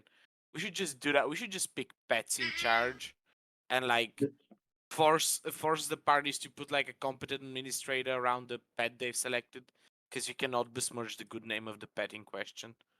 There you go. That would be like next level technocracy where we only elect dogs and cats as the political officials, but everyone else is like a highly trained bureaucrat. Basically, look. That's like the final form of communism when like everyone in the committee is an animal and everything else has been just automated. Did I No, ever this tell is you about just my like- favorite piece of political trivia? Wait, Which I need is? to open the door so she can get out. Oh, can I talk about something very dumb for just 1 second? At this point, what's stopping you? Wait. Okay. So I'm Stan. curious if Rote knows about this. Do you know, Rote, where the teddy bear comes from? Yes, Theodore Roosevelt. Okay. Do you know about the follow-up bit of trivia after that? Which part of it? Okay, so Theodore Roosevelt was on a hunting trip. Let me find the cartoon. Basically, he was on a hunting trip and he was followed by, I don't know if the cartoonist was on the hunting trip or if the cartoonist heard of the story and made the cartoon based on the hunting trip. So Theodore Roosevelt bear cartoon. But basically, Roosevelt caught a bear. I mean, there was a bear trap set by the hunting party that caught a bear. And Roosevelt was supposed to shoot the bear because that's how it goes when the hunting party catches a bear in a bear trap. They're supposed to shoot it and then be all proud that they managed to kill a bear. Open a new tab. My cat is Seems still like loud. By the way, I'd like to plug Cocaine Bear. It's an incredible movie. Ecology, amazing. So this is the cartoon, and this cartoon showing the bear, the person holding the bear, and Theodore Roosevelt refusing to shoot the bear, and the bear was set free, and that moment became like the biggest story in town, and this cartoonist drew this picture of it, and this picture went viral before the internet, and that is when toy makers started to make little stuffed bears that looked like the bear in the cartoon, and that's where the teddy bear comes from. And the teddy bear kind of became the presidential mascot of Theodore Roosevelt. No, that is already interesting. Like, oh, that's what the teddy and teddy bear is for Teddy Roosevelt is already interesting in itself. But, and this is my favorite bit, which is the next president, William Taft, wanted his own presidential mascots, and so he chose his favorite animal. Do you know what William Taft's favorite animal was? No, I have no earthly idea. It is the possum. Why? And so, the presidential mascot of Billy Taft was the Billy Possum. Please show me the Billy Possum. I need to understand the Billy Possum. Look at how cursed that is. Oh my god. Oh my fucking god. Oh my god, this is real. This is a real thing. I love this story. It's so good. This is the deepest historical lore I've ever heard in my entire life. It's my favorite. I bring this up every single time I'm with political nerds. I'm like, I have the best my bit of God. political trivia ever. I mean, Oh my god, someone made a podcast about it, the rise and fall of the Billy Possum. Yeah, it's 99% invisible, right? Robin Mars? It's on a blog called Plotting Through Presidents. That's not the one I heard Let me about. try and find I did hear of this on a podcast episode by a podcast called 99% Invisible, and yeah, it's been living rent free in my mind ever since. I mean, how would you do anything else with this knowledge? You've had this secret lore in your head. I think I mentioned this on stream already before, but yeah, no, it's such a like random bit of political trivia that I have to bring it up every chance I get. This is just incredible. Look, I just you have to see this image I sent. Wait, why won't you send? Because there's no God. a recent event appears that you are correct. Why can I not send an image? Is my freedom of speech being broken by this chat? What is going on? We are suppressing your free speech. There, I put it in the election stream chat. Enjoy the Billy Possum eating a teddy bear in a peak 19th century political cartoon. Wait, why does... Wait. The cartoonist who drew this thought he was on fire. I mean, he was probably, snorting heroin, so he probably felt like he was on fire all the time. Since like RFK Jr. is coming back to be like the medical person in charge of the US, I think he should put the Coke back in the Coca-Cola. Jam, sorry, Jam, since you're a mod, do you have a control over people's roles? Or is that only Big Brother? I don't think so. Okay, because for some reason... okay, tomorrow I'll lobby Big Brother to give other mods a little bit more powers, because I tried to give perms to 2 people who should have been able to join and haven't... oh, wait, it looks like one of them has just been able to join right now. Chat, this is how fascism starts. It starts with moderation tools not working properly, and it just escalates from there.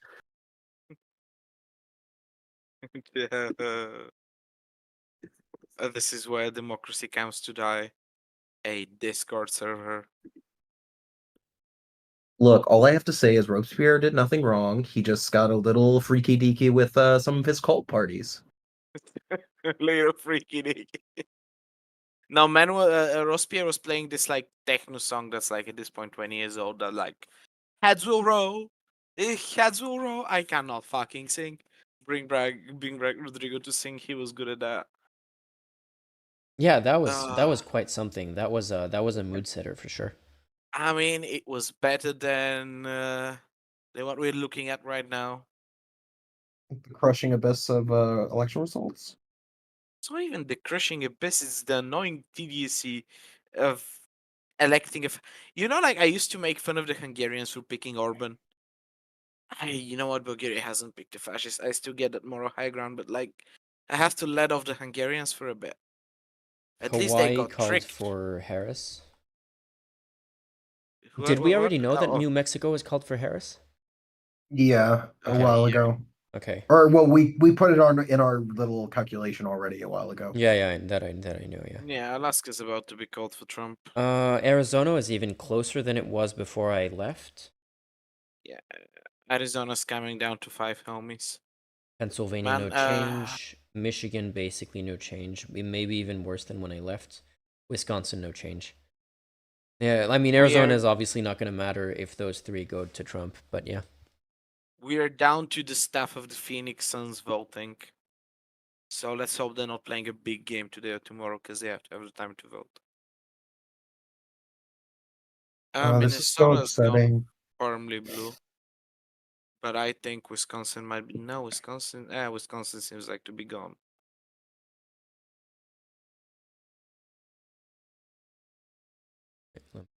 Figure something out. Yeah, we are watching Pennsylvania very closely. That appears to be where this is decided. The Pennsylvania election of 2024 is going in strong. Okay, so we have a few messages in the chat module of the voice channel, which is a little weird to follow in there. So I won't speak honestly at this rate. Still, I vote for Kamala victory at this point. She's beating Trump in Arizona. Wait, this is good. As I was saying, and there's an ABC link. I'll open that in a second. Let me just finish reading. PA has just swung, and now it just went to 2.7 R from 3 R. Okay, well, that's not enough of a difference, but still.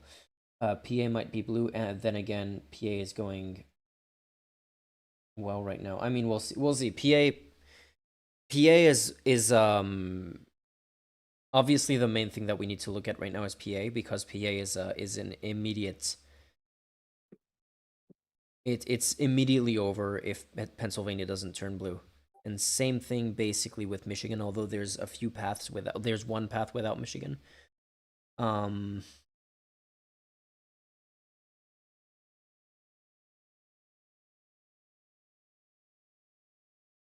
It seems that Democrats are winning the House by a lot, though. Like the seats in the House that are contested today. But the president Can we talk maybe a little bit about what we think is like why Trump did well? That's a good good point. Yeah. Do you want to start? Yeah. So like I was saying earlier, I think his approach into kind of leaning into manosphere and this kind of like broad right-wing media ecosystem, which has cultivated audiences over like literally the entire Trump era of 10 years. This has been able to yield. He's been able to get non-voters to become voters. And that's like there's no two ways about it. He did the same thing that was done in Austria, which means they figured out like how to tap into this very traditionally difficult to reach group of voters. And I think it's through this kind of holistic media strategy of like nonstop right-wing worldview. So it's just like a built-in audience. Then it's just about vote turnout. You don't even have to convert people to your views. They're already there. They could refer to it on NBC like an hour or two ago as the Joe Rogan Army.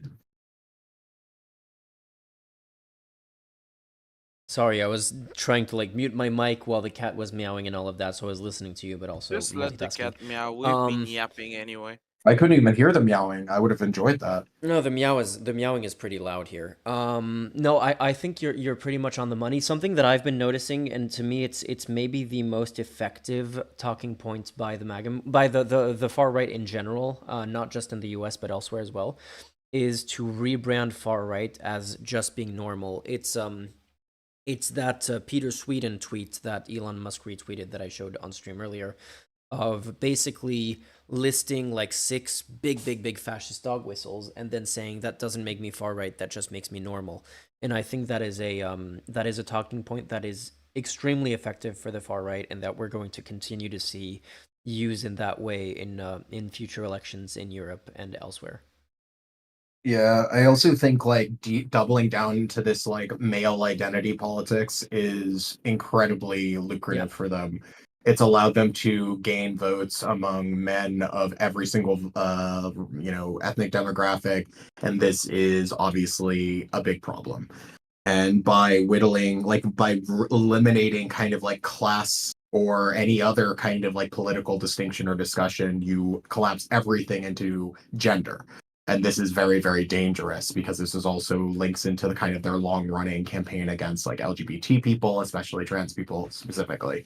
And I think this kind of yeah, I mean, it really just shows that like a lot of their efforts the last like 4 8 years have been working and paying off. They spent fuck tons of money building out this media ecosystem, this worldview, all these think tanks, and then going hard on like making this like trans boogeyman topic, which is obviously eventually caused like yielding. It just took them a very long time to get there.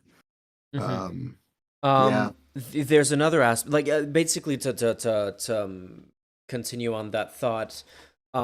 It's extremely what you're saying is extremely on point. Is like they've basically managed to collapse all of the race division, all of the like all of these uh class differences or anything like that down to the like you're saying, the manosphere, and like kind of this men need to be leading the country again.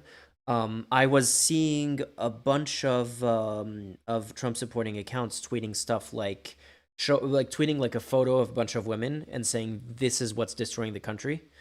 And the fact that that is not an immediate campaign ender, that is not immediately like, okay, that loses you the election because you're literally getting 50% of the vote guaranteed against you, plus whatever percentage of the man votes, of the male vote going against you as well, just because we're not all insane.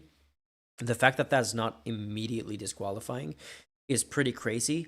But the other aspect of that is, what was my other point? I had another one, but I can't remember it right now. Yeah, I don't know. Yeah, but it's just very scary though. Is the implication here that they have managed to grow such a base okay, I'm just not gonna mince words about it. Jakob. Dissatisfied, helpful man, hateful men who are willing to blame this on gender or transition or women, that they've managed to swing an election in this way. Yeah, wait, I think just a second. yes. Yako is back in chat, so I just wanted to point out that no, Yako, literally nothing has happened all night. I'm joking. Morning, Yako. Morning, Yako. Nothing to So worry about it's gonna come down to either these three states or either Wisconsin, Michigan, Pennsylvania, or Michigan, Pennsylvania, Arizona is basically the only combination, or Pennsylvania, Wisconsin, Arizona, Nevada are the like, if you really want to go down the every single possibility, even the least likely ones. That's the only winning paths at this moment. I just remember the point that I wanted to make earlier, which is this poll that came out a couple of days ago. Nearly half of Gen Z voters have lied about who they voted for, survey shows.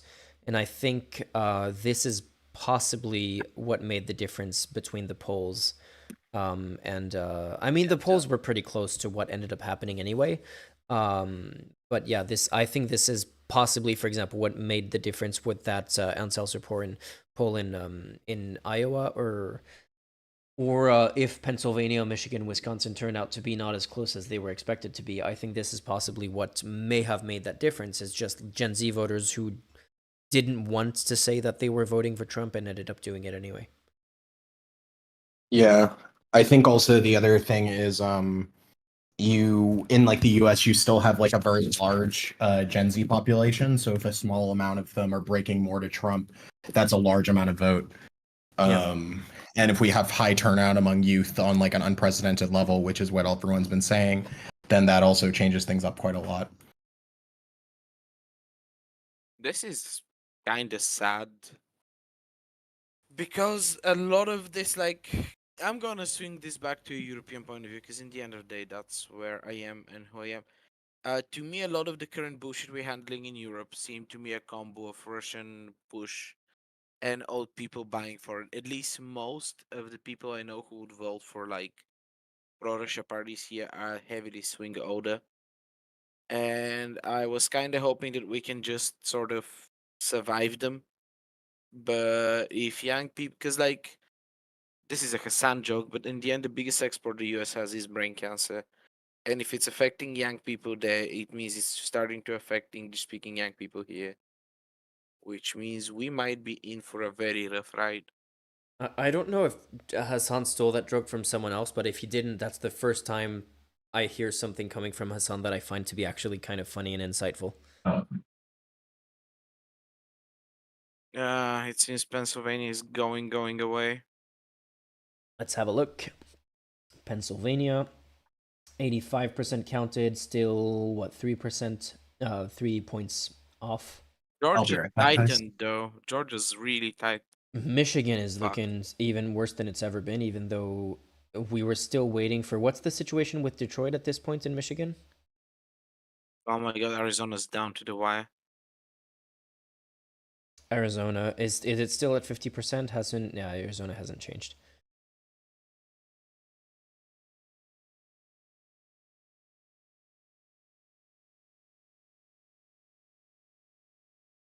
The first time voters grew up in crazy underfunded schools after 2008 is ours, the devil saying. Yeah. Gray Nightingale is back in. Good morning, Gray. You missed basically the expected bad case scenario at the moment. Appears to be happening. This is what the map looks like. So these are the undecided states. All three... oh yeah, wait, I need to do this. All three of these are pretty strongly leaning towards Trump. Pennsylvania is still, I think, undecided. Arizona is down to the wire, and Nevada, nothing has come in yet. If Harris wins all three of these, she still needs at least one of these, and they're just like 5 points apart at this point. Yeah, this is 4 points apart. This is 6 points apart. There's still half of the vote that needs to come in from Michigan, so that's possible that it's still going to close up. Wisconsin is 77% counted. I think Wisconsin is gone. Pennsylvania, I mean, 2% could be that could change in the last 15% of the vote, but it still seems like a big gap to make up in 15%.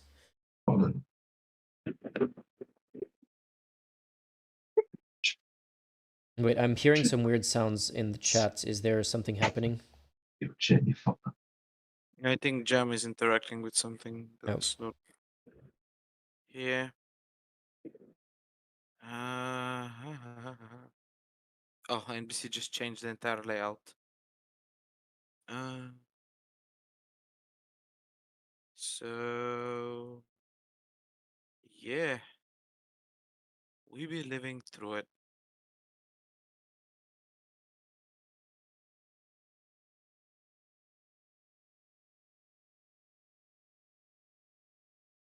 The rejected scheme. Yeah, it can still flip blue. Is what this name is very creative. Is saying. No, I can see it. Pennsylvania can still flip blue. I don't see. What were we looking at? Give me a sec. Let me open this again. Screen cap back to this. Michigan still has a lot of margin to change, especially because last I checked, Detroit still hadn't been counted. It would be nice if the page could load. I think Wisconsin is gone. So it's gonna come down to Arizona. That needs to replace Wisconsin. Jam, I don't know if you can hear us, but yeah, please mute yourself. Yeah, I can mute you if. I'm sorry. Was I whispering something? Yeah, you were. Wait. Wait, my mic is pretty good. For some reason, I can't load the Michigan vote count page on. That might as well be also happening.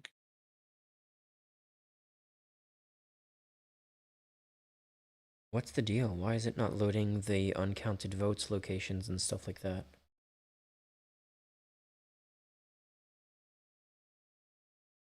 I think the AP website is basically broken, or my computer is.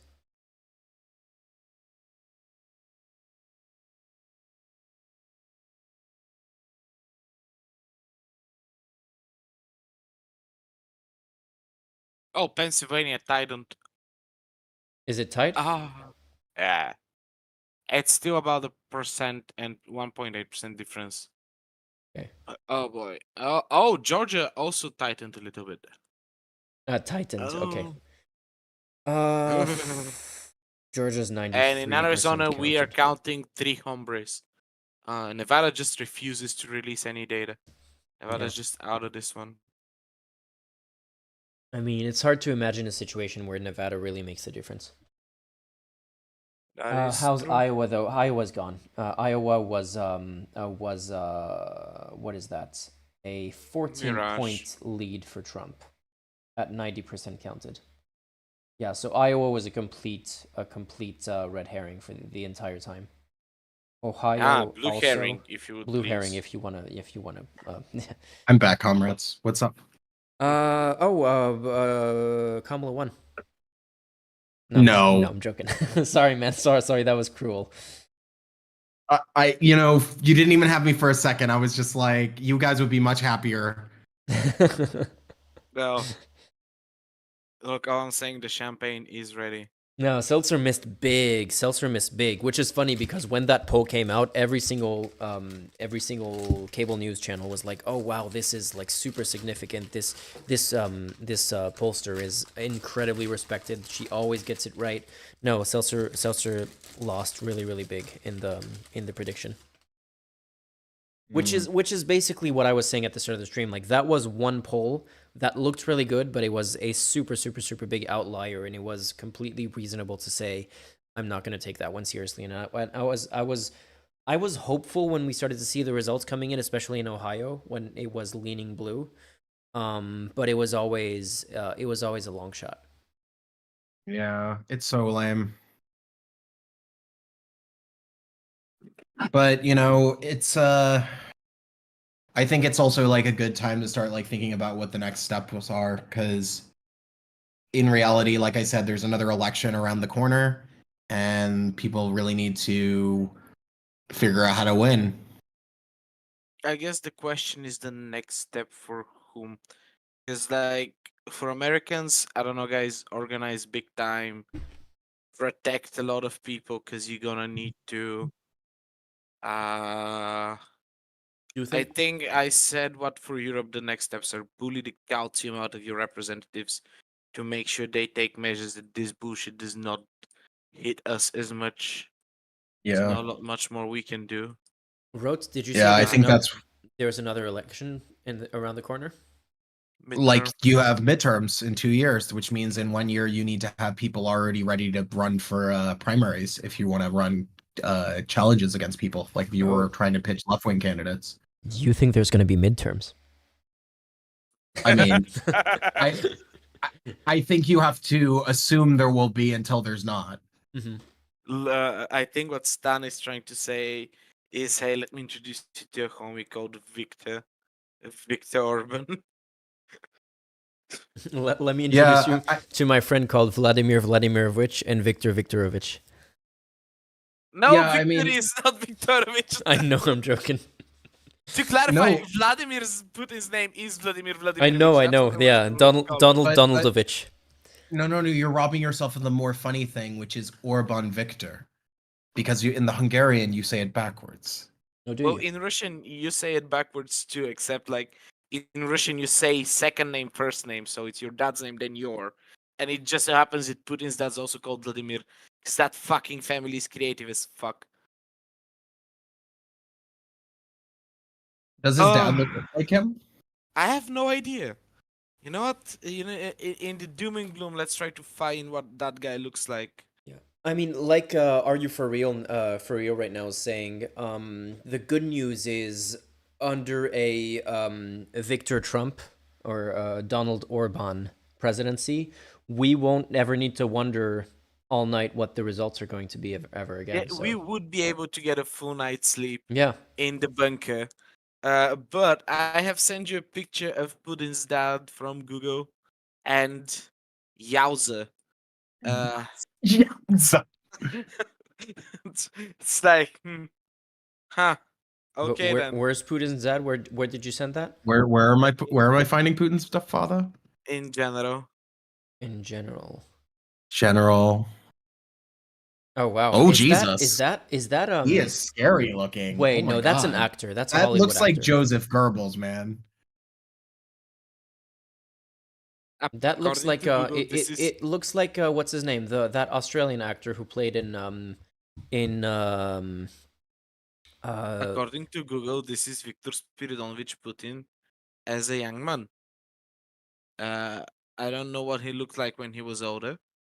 Wait, Well, I'm we sorry. found Let me find the there is a picture of him being image older, I'm thinking of. and I am sorry to tell you, but I think that that's exactly. Wait, Discord? What do you mean this image is too powerful? I'm not giving Discord money. No, that is genuinely his dad. Here's a picture of him being older. Discord, let me post this one. He's just the man. The man really got that shell shock, huh? Maybe this is my face looking at the election results, you know? I mean, how would you feel after Stalingrad? I think he was in the Navy, so I don't think he was at Stalingrad. Do I really want to Google what Putin's dad was up to? Personally, No, I this don't. is what I'm seeing in this image. Let me bring it up on stream.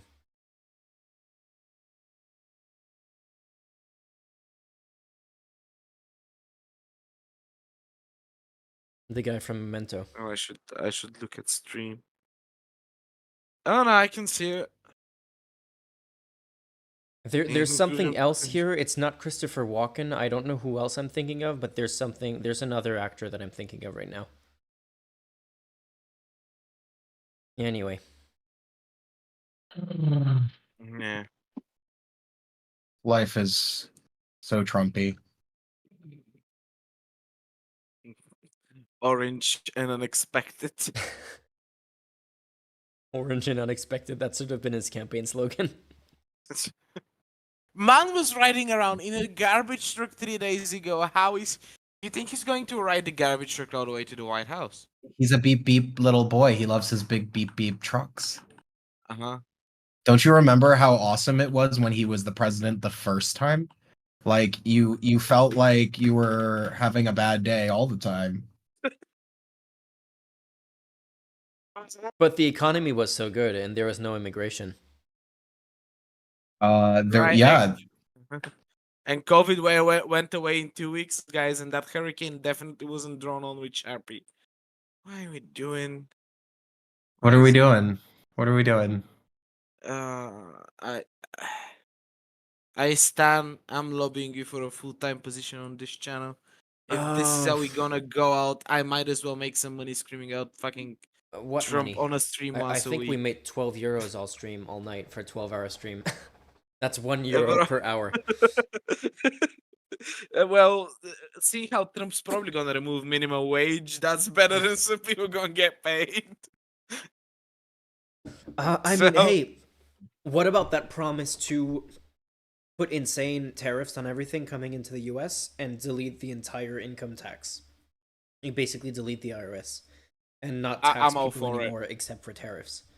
Do it. Again, like Do it. imagine. I dare you. That plus Joke's RFK on you, I'm a doing health libertarian. stuff and Musk in charge of Doge. And 4 years from now, the US is just a libertarian post-apocalypse hellhole. What So will how be is it good different is than that it's now? going to become really, really cheap to film Fallout Season 2.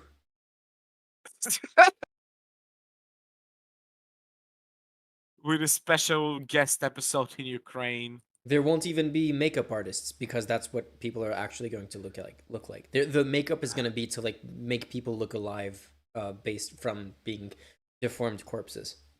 See, if Valegomu in chat, you say, well, at least it would be funny. That's what I thought last time. It was for a bit, I'll tell you. For a while, it was funny. I'll give it to you. It's quite funny watching Merkel stare into Trump's death. So that was a good time. But I Gray don't know. saying The makeup joke will be starting. to make them look happy. I don't know. I don't know if you can. That should get an Oscar. You know that whatever the Oscar is for outstanding makeup. Yako saying I'm gonna invest all my money in bottle cups now. Seems like oh, you should go buy the Trump books. Go buy Trump NFTs. Wait. What was the? We went in to look at the where was it? Truth Social stock. Truth Social stock price. Oh, that motherfucker's gonna be surging Truth right now. Social stock price. Do you think that Polymaker is gonna call the election contested now if Trump wins? Do you think they're gonna pay up? They're probably going to wait as long as they can before they pay out, I guess, until there's any like recounts that the Democrats ask for done or anything like that. Whoa, that's a big spike over the course of the night. It's been going down since the spike, though. That's interesting. It's spiked here, and because there's still a small chance of Harris winning, I guess that's why it's been going down, and now it's going back down to where it was at the start of the night. It's still gonna go up though. It's still gonna go up if he wins, obviously. They should have stayed with Biden. Yeah, we should have made Biden coin. Ars the Devil became a member. Thank you so much. Whoa, what the hell? I have Shimmy's funding multiple this stream. people becoming a member. Let me give you both a warning though. You have no idea how. Whoa, what the hell is happening right now? You have no idea how much I appreciate this. The pop-up shows up on my screen for YouTube members. Is this a coordinated thing? This is crazy. The pop-up shows up on stream for YouTube members, but I haven't had time to... What the hell? I haven't had time to upload anything exclusive to YouTube membership content. If you want the exclusive stuff, when I have time to make it, which is not very often, I'm way more consistent on Patreon. So I really appreciate the memberships. I'm just saying for you, Patreon would probably be a better bang for your buck in terms of the behind the scenes content and stuff like that, because I have more time to take care of it on Patreon than on YouTube. But Jesus, that was like a string of 5 people joining members. Like I don't know what to say. Somebody gifted most of them, so oh, that would make sense. Thank you to that person. Can we see? Okay. I don't know how to Seshme gifted pronounce 5 their members. name. Okay, Seshme, that's why I had 5 of them coming all at once. Seshme, thank you so much. That definitely cheered me up for sure. It does help in this situation.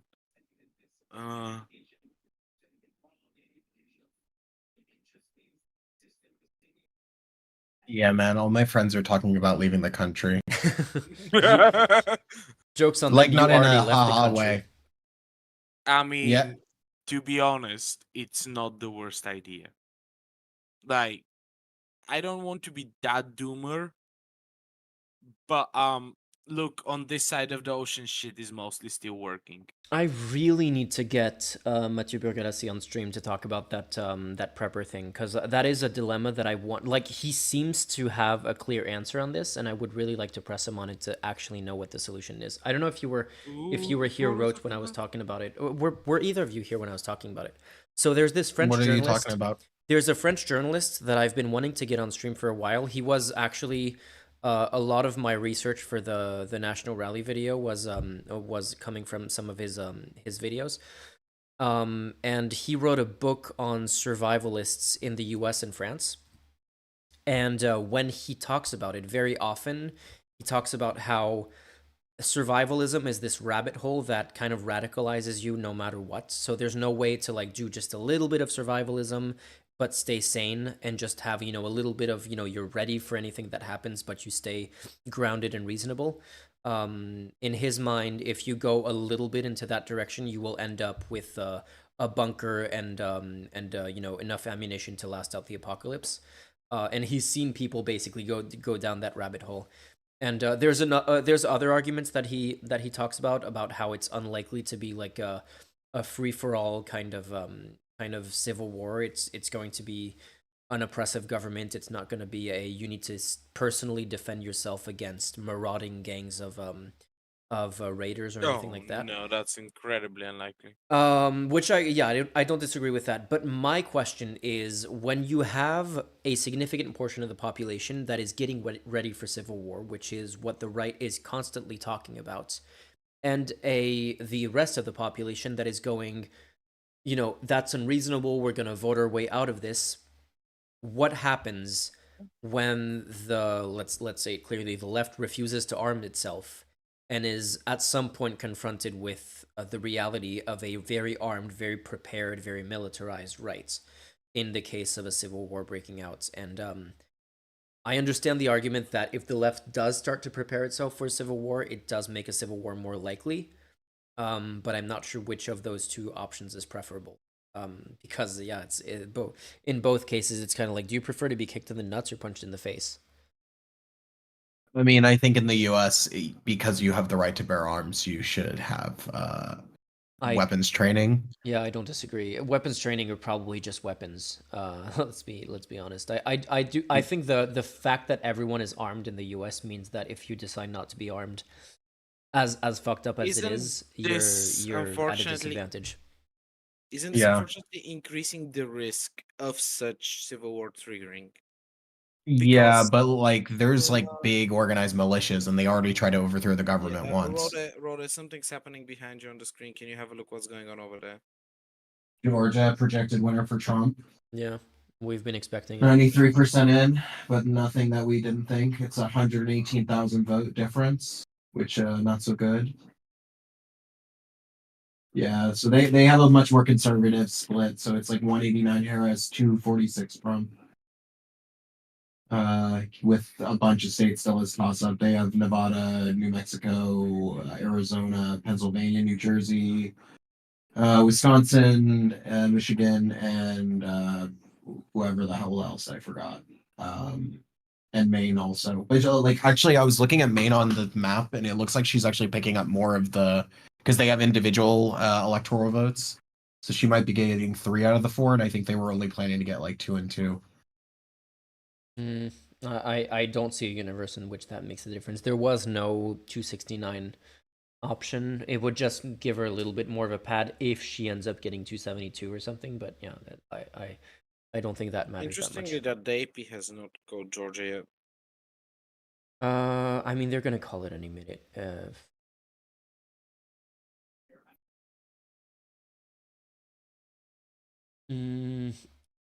They called the Senate for the Republicans. Valigomo is No, saying that was a done deal. On the point that I was making, Valigomo is saying even known French survivalist Code Renault made a video saying that it makes you bloody paranoid. Yeah. Yeah, I mean, if you think the world's gonna end, you'd get super paranoid too. Yeah, for sure. To Arrested Devil in chat, we'll get more QAnon when Trump wins. No, not really. QAnon only feeds itself if he is losing. Like, I mean, QAnon they will came celebrate, into existence while Trump was president, though. Yeah. It started bursting after. Yes, it exists as a group while he was president. Was really fringe. It was when he lost when they started getting traction. And they will celebrate now, but they will still spin into conspiracies about how, I don't know, how secretly the Democrats are somehow, well, they would use the word cooking Trump, so do with that information as you will.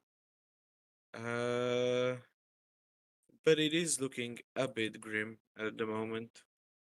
Yeah, I don't mean, know. like we're basically holding on. Like at this point, we can be like realistic in saying like it is likely that this is what the map is going to look like.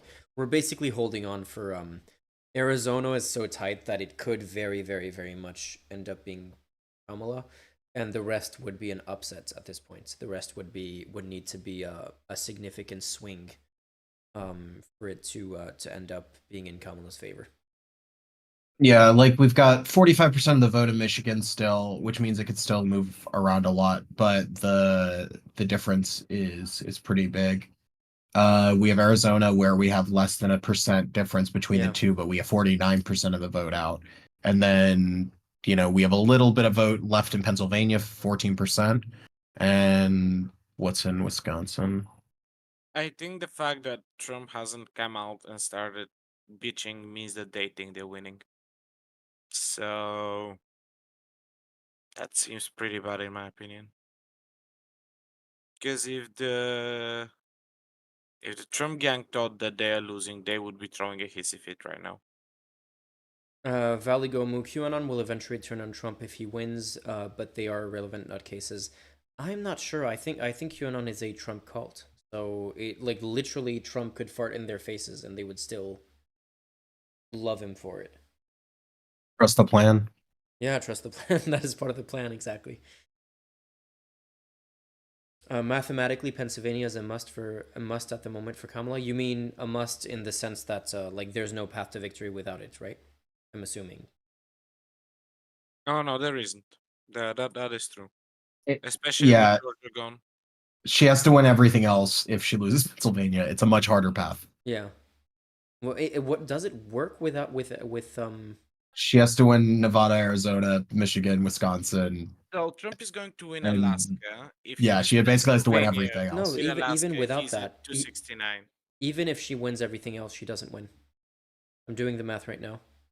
No, with Georgia, Pennsylvania, and Alaska, Trump is at 269. Yeah, the problem is she's not going to win everything else. Georgia was called, but like if Kamala wins Arizona, Nevada, Wisconsin, Michigan, she's at 268. So yeah, no, there's literally no path without Pennsylvania.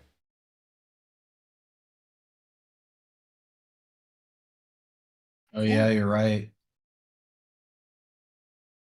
Isn't that just great? I don't know if there's gonna be an answer in the next hour or so. Wait, I'm getting. I don't know.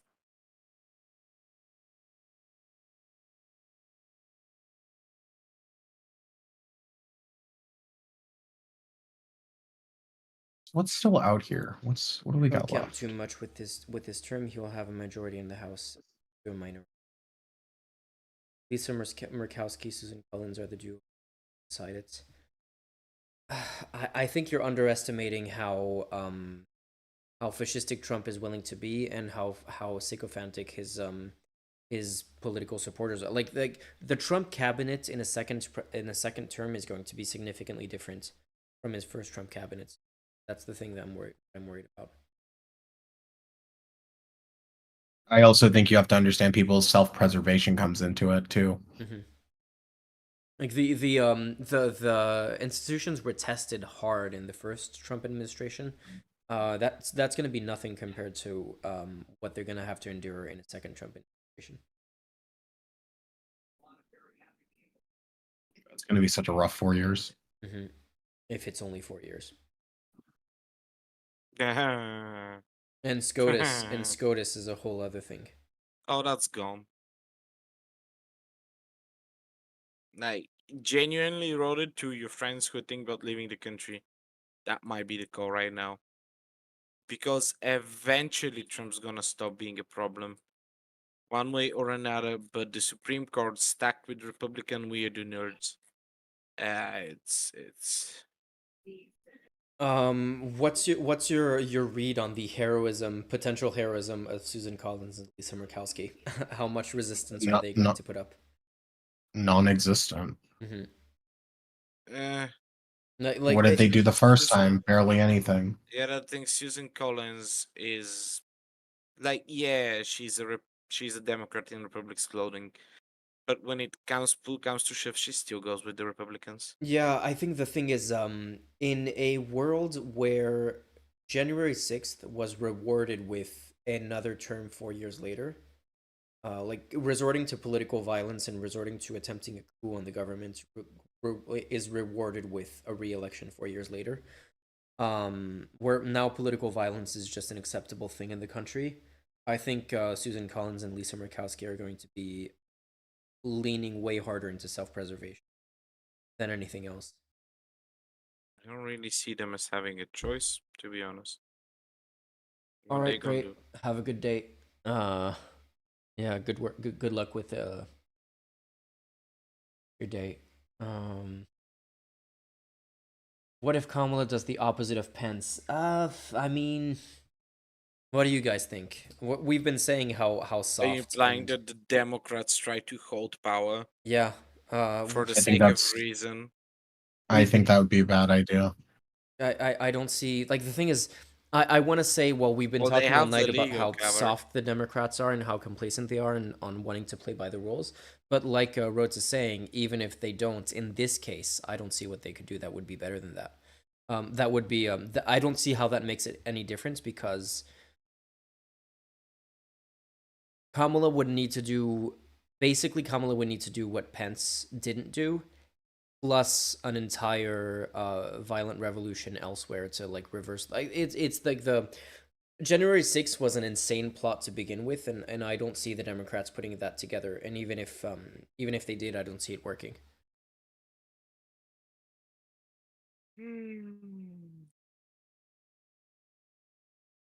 Oh yeah, it is over for climate protections if he wins. Oh yeah, that is also another thing to point But out. Like, if so, you were hoping that the Democrats would work hard to solve climate change, I'm sorry, you were on something I do need right now.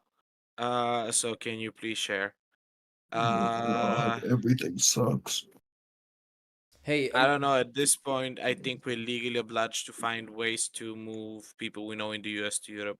And then, again, if I didn't say it clearly enough, if you're in Europe watching this right now, bully your elected representatives, shout at the offices, throw pastries at them, call them morning, day, and night, and be like, yo, motherfuckers, the Americans go fascist, do not fucking dare. hey, if there's massive donations to the channel, I will pack my bags and head to DC by the end of the week to film the demonstrations that are gonna happen. Hey, if there's massive donations to the channel, I'll pack my bags, fly myself to Berlin, and make sure he doesn't. Because I don't want you to get shot in whenever that weird opening scene to the Oh yeah, the Civil War. Handmaid's Tale. Oh, Handmaid's Tale. No, Handmaid's Tale. I Oh haven't- my god, Handmaid's Tale. no. What? You know what, Stan? I'm gonna be honest with you. I understand why you liked Civil War, but it's not that good of a movie, mate. I thought it was get fun. it. No, it is an enjoyable movie. I enjoyed watching it. But man, like, I'm sorry, you're in combat, the enemies 2 meters for you, and you're shouting what you're gonna do in broad English to them. Come on, man. It's a weird, stupid thing to take me out of it, but it really took me out of it. Yeah, fair enough. What was I gonna say? No joke. I almost made a big channel announcement tonight, but I'm still waiting for a signature on paper before I can do a proper announcement of a big project that we have planned for next year. I have actually a team of, including myself, 5 journalists who are going to be working on a project, and I'm not going to talk too much about it other than to say that in the budget proposal that we have is going to be a flak jacket, like a ballistic vest and a helmet. Jesus, the cat is being really loud. A ballistic vest and a helmet and hostile environment training for myself and another journalist, so we can film them. Part of the project that we're working guys on. in chat, if you can hear the cat, I want you to be that loud towards your elected representatives. Guys. So yeah, if I buy ballistic vest for that other project, I might as well use it in the US too, you know? I mean, I think that's just normal school attire in there.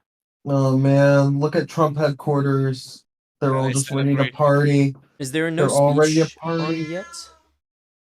No, but they're all happy and dancing, and the Trump Kamala one is all like broken up. Everyone's milling about, looking at their Even phones. closer.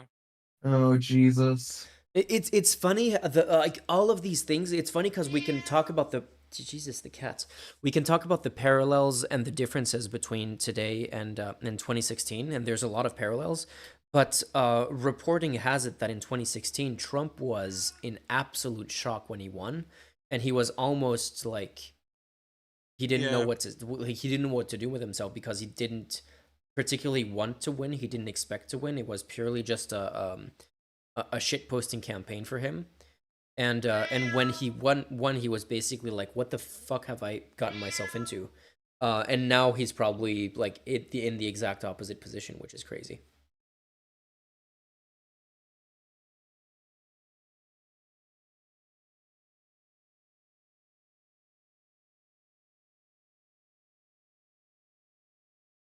Yeah, this sucks.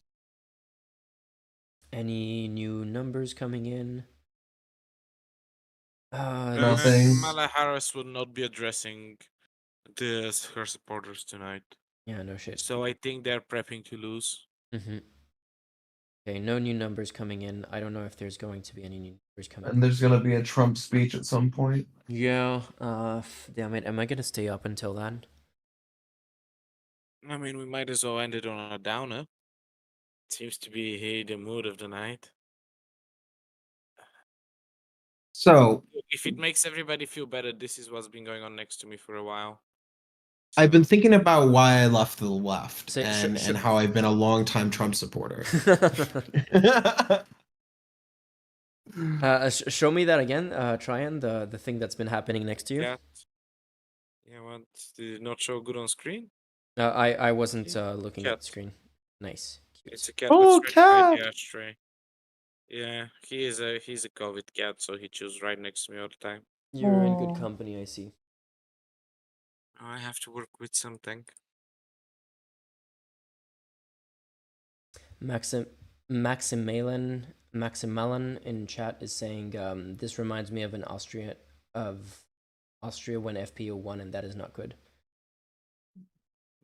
That's Yeah, an yeah, apt yeah. reminder. Maximilian, Yeah. we are aware. We did an entire stream conversation with Rotes right here, the day of the FPO victory.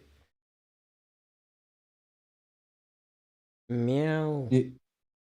Yeah, I was also talking about earlier how the strategy for Trump was very similar. It was trying to bring out non-voters to vote, and it looks like he did it successfully. And so this means that multiple far-right campaigns are using the same strategy and doing it effectively in different contexts. That's not a good thing. So it's gonna get real toxic real quick. Oh. Well, so we did last time. I better not see one of you motherfuckers not voting.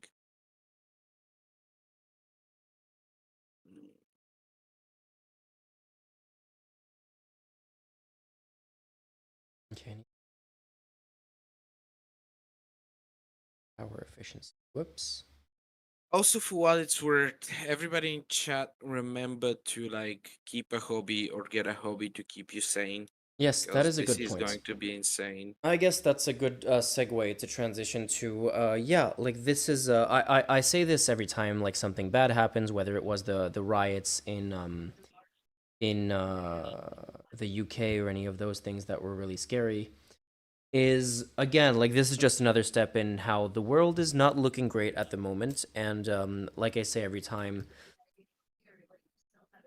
Enjoy things while it lasts. like the fact that it's not looking good right now, it is possible that things are gonna suck for a decently long time, but that's kind of what happens sometimes, and you know, eventually things get better, and we'll get through this.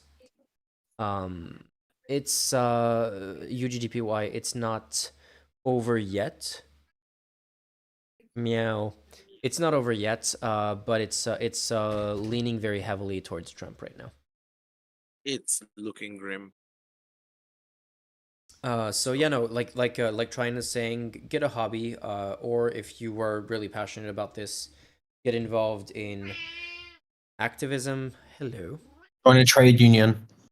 Trade union. Absolutely, by the way. Journalism. No joke, I haven't had time to talk about this on the channel, but joining a union, among other things, helped my sanity, and I almost doubled my income over 4 years. Just join a union. I cannot stress this enough. Income's a banger. Anyhow. And yeah, like any kind of social group, including the Discord. uh, anything And to like keep you sane and connected to people and not kind of close down on yourself is a good thing. and as long as, like, even if you have friends or people who politically disagree with you, as long as they are within reason, Yeah. friendships are more valuable than this. I know it seems horrible. But as I've told to Stan here, my adoptive mother votes for the fascist. Well, she doesn't anymore. She still loves me. I still love her. We take care of each other. We just have agreed not to talk about this. Because don't, like, as much as this is horrible in the end of the day, you gotta have people around you if you want to survive or to function in this situation. Uh, yeah, and if you're American, I don't know, swim, buy a canoe, paddle across the fucking ocean. Check how Cuba is this time of year. I have no idea. Oh my god, there's that that film that I referenced in a short a long time ago, the Day After Tomorrow.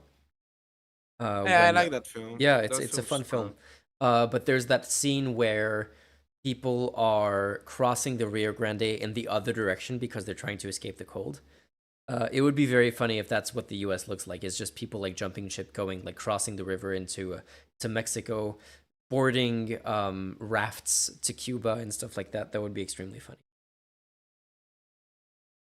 To Cuba, I don't know. I feel like Yeah, Trump no, might be that's worse obviously than... the joke. Like all the I was gonna places that say people flee to. Castro, Venezuela, but people Castro is no fleeing to longer in Venezuela to get charge. away from Trump. Okay, this seems like a weird call, but it might be worth to go to Mexico. Oh, this is actually a question that I've been asking myself. So a thing that's been talked about a little, but I feel needed to be talked about a lot more, maybe, is how Trump talked about using the military to go after what he calls the enemy within. And every single time he's been asked to clarify what he means by the enemy within, his supporters say, no, no, no, he means immigrants. No, he means cartels. No, he means gangs. And every single time he's asked about it, he says, I mean Nancy Pelosi, Adam Schiff, and people like that. So the question Good luck is... to them. Hmm? Good luck to them. Yeah, my question I'd be is... in Mexico right now if I was them. Number one, is he actually gonna follow up on that promise? Is he actually gonna try to get them arrested? And number I would say two... not immediately, but if things go bad for him, yes. And number two, if he does, do they just give themselves in quietly and go, well, it's fine because we live in a democracy and the system's going to prevail? Or do they flee the country and try to organize a rebellion in exile or something? I don't know. Because that would be, if that happens, that would be the clearest indication of where we're at in history. Anything short of that is going to just keep on being this kind of tacit fascist movement that they can still deny as fascism, and we can still point at all the red flags, and nothing really nothing significant happens other than a very slow moving coup, basically. I think this is also like the importance of all of us over here in Europe to be focusing our activism on getting strategic autonomy for the European Union, because without it, we're in a subservient position to the US, especially when it comes to our communications, our defense, our so many very fundamental things. And this will require pushing all of our politicians to get over this like insane like austerity politics that still dominates everything, and really start like spending a lot on making this continent have to operate like a superpower. I want to clarify something. Again, I have admitted what my military experience is, so I'm by no means knowledgeable or competent. But the European Union has its own like military systems, mainly developed by the French with financial support from Germany and France. So the European version of GPS is called Magellan. We have our own ComSat systems to communicate between armies. As a matter of fact, one of the things that I was saying I was annoying about civil wars, that they were talking English. Overall, there is a standardized battle language for all European Union armies. The blueprint is there. The political will hasn't been, because it always has been cheaper to rely on Big Brother, big aircraft carrier. But I think with these things facing, wait, brother, what's going on behind you? Because I just saw something being called for Kamala. That would be New Mexico, I believe. Unless my geography shit. 1 second. And Nevada's also swinging blood. That's 5%. Never mind. Uh, yeah. Yeah, but they're being I really just running it. conservative on NBC. Okay, so again, the blueprint for strategic autonomy for the EU is there. Economically, the EU can easily go on like not entirely its own, but function without the US. The little secret is that the EU combined is the biggest economy on this planet, and it's not even particularly close. And on education, on infrastructure, on a lot of things, we have pretty much everybody beat. So if you want to be a leftist, then go bully the EU because the EU's already been pushing progressive policy and it has offered everybody a better life. So do that. And if you want to be a nationalist, can I offer you a European nationalist view? Just go for late 19th century Germany in this bitch, Europe's place in the sun, and all of that. But in any case, I don't know if strategic autonomy is the right word, but a more separation of institutions needs to happen from the US if Trump's win, because creeping fascism just ain't my jam, and I think it scared away everybody. I'm pretty sure. Oh, no. I agree 100%. Sorry, I was just sucked into watching the No, depression I numbers. think by the way it's over. Pennsylvania seems incredibly out of reach right now. There's still a lot of vote left, though. Yeah, that is true. Well, 300 and something thousand. Oh, what did they call? Because Trump's at 246, something got called. Yeah. Pennsylvania's worse. Yeah, probably. Yeah, I assume that Yeah, was. the Mormons are always going to vote for Republicans. For Trump. Yeah. Okay, well, that's dumb. I think we pretty much are over on this front. All right. So yeah. All right. Skylark, no, you should not be feeling good about Brexit happening because you're poorer and more reliant on the US now. Yeah, dude, Brexit sucked. Because the people across a very small channel from you all flipped you the finger. You did yourself dirty. It's just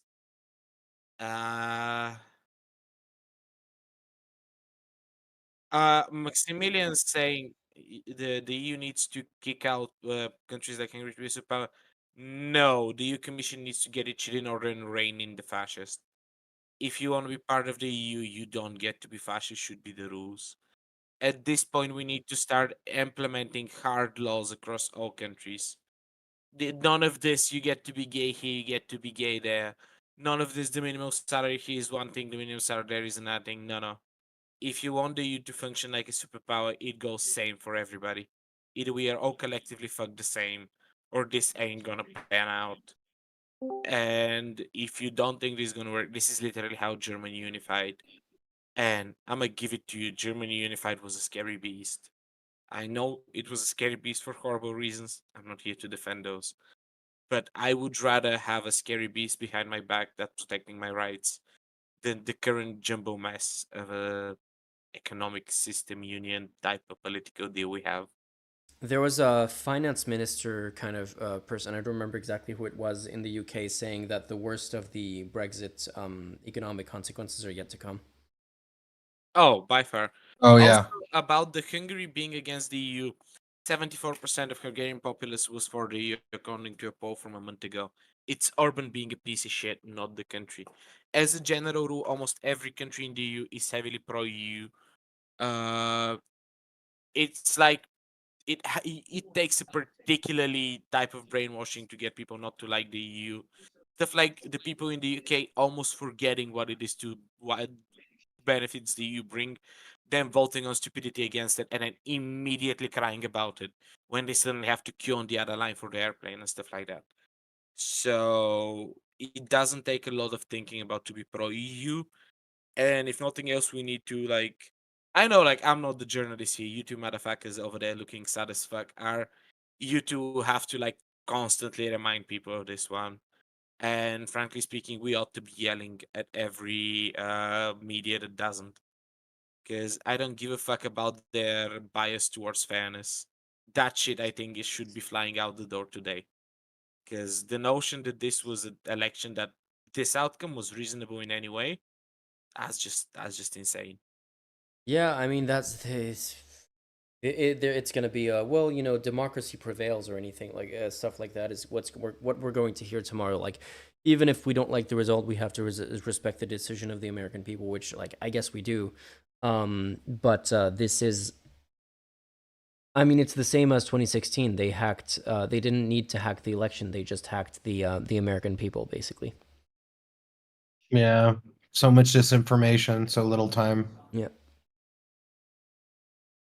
One, they Yeah. would be able to investigate in detail how this happened, and if they did hack the American people, and if this was their will. Who's gonna Yeah, I Because mean, like, today and that day, we need to make sure that a war doesn't happen, and that it doesn't get so shit that no human is alive left to look into it. And that is part of the responsibility. Those of us who have spent the time to think about it have to communicate with those who don't want to and don't feel like they have the time for it. Because yes, fundamentally, the Americans have their own right to fuck their country.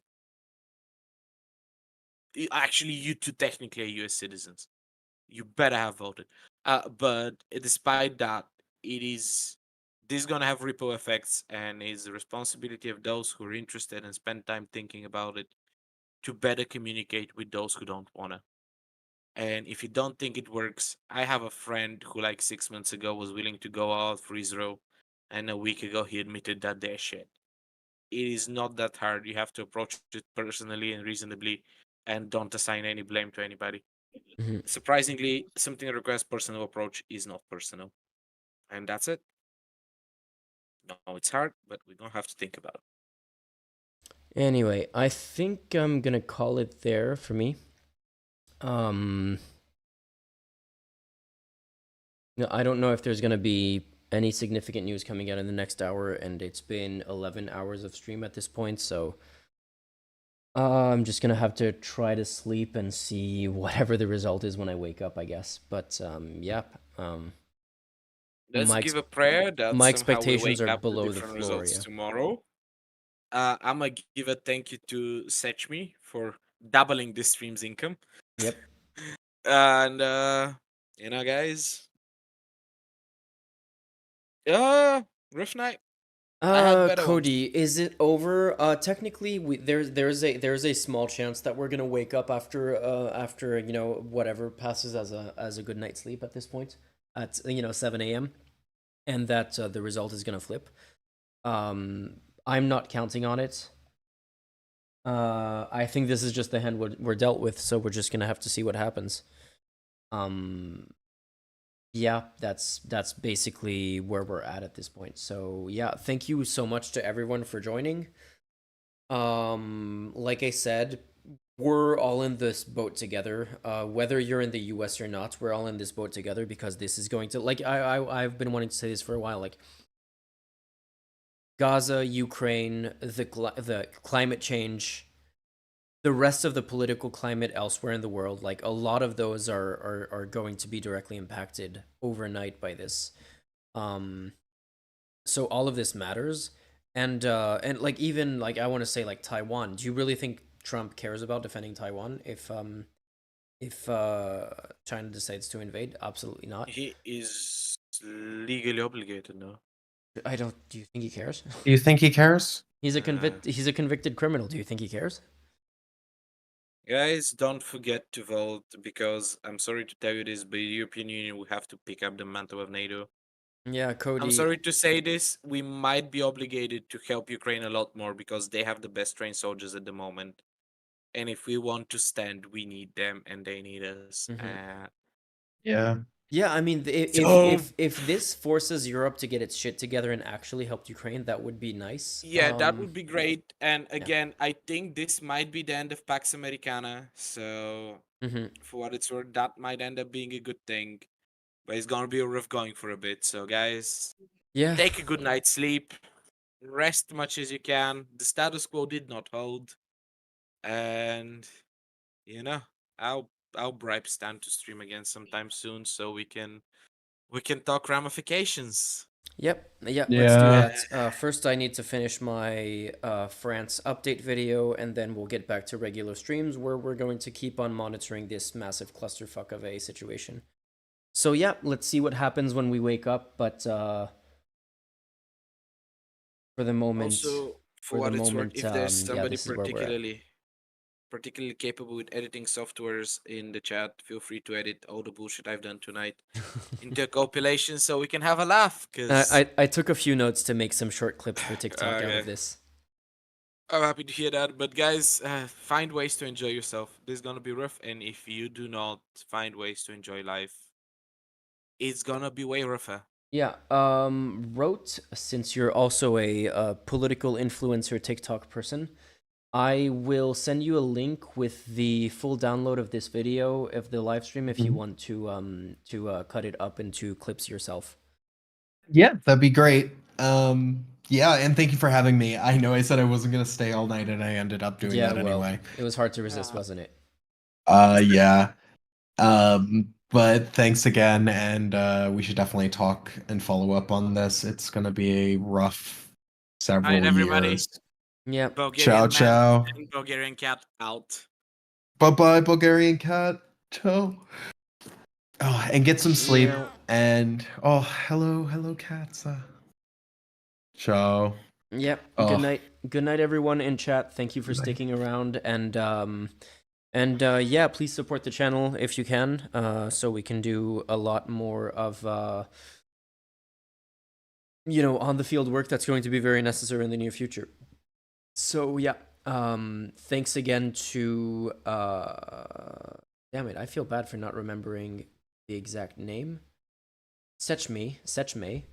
Thanks again for Sechme for those donated subs. That was a really nice way to cheer me up at the end of the stream. And I guess let's pray for a miracle by the time you guys have your lunch break and I wake up from my sleep. Trump is gonna have a speech. Is it now? Is it officially now happening?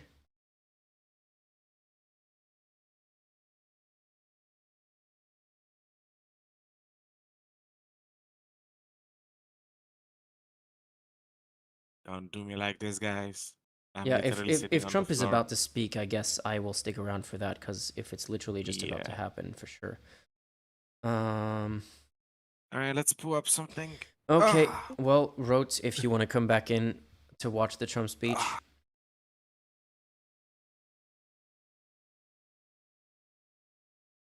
Let me look for it. I can barely stand this man speaking anymore. Yeah, man, you have no idea how many hours of Trump I've transcribed. Do you think he would have fucked off by now if he won in 2020? Wait, I just saw a link. Fox News, watch live, Trump delivers remarks on election. Open this. Like Darren? Keep it, there for now.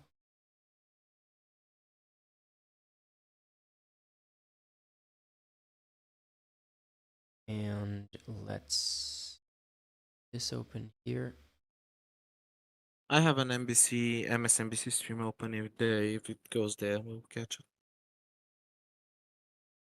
Oh, my camera's out of focus because I moved. Yeah, Jeff, I am back. Back on the hook. I've committed. I don't know why. You posted in Discord. Let me see if it's the same link that I have.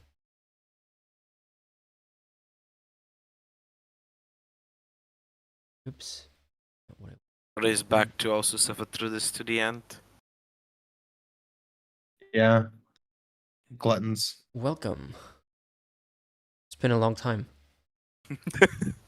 Yeah, weren't we going to bed? Yeah, I mean, we yeah, were, weren't we? but Okay, I guess ABC is a better source than Fox News for the speech. but Captain Orange is Wait, about to what is speak, this? so we might as well hear him out. No, that's not this thing. The thing I was looking for. Bruce, you're saying. Wait, there it is.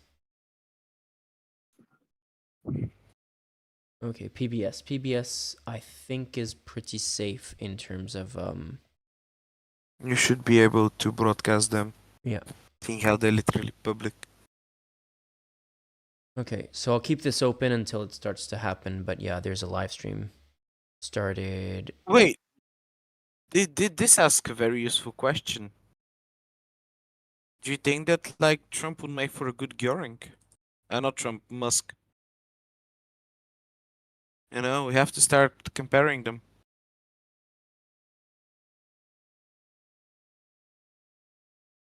Where's this speech? I'll send you the link if you want. So far, it doesn't seem to be happening yet. Yeah. Nothing on PBS. I mean, we could be here and waiting nothing for on hours MSNBC. before the speech happens. It's entirely possible that they're not doing it yet. All right, it's currently 8:13 for me. I say we wait 7 minutes to 8:20. I'm open to and if waiting there is until no 8:30. speech, I am at 8:20. I'm gonna tap out because yes, cat, you're very cute. Thank you for hugging me all night. See, you need one of these. Get your own Purbo in case you need to support yourself, chat.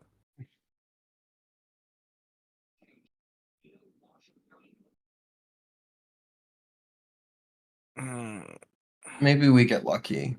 Something changes. Maybe in the it's last not out few of the minutes question. before we go to bed. Hamza says 7 a.m. Roku just woke up. Happy that you managed to get some sleep, good sir. We decided to suffer through this. To be honest, that's on us.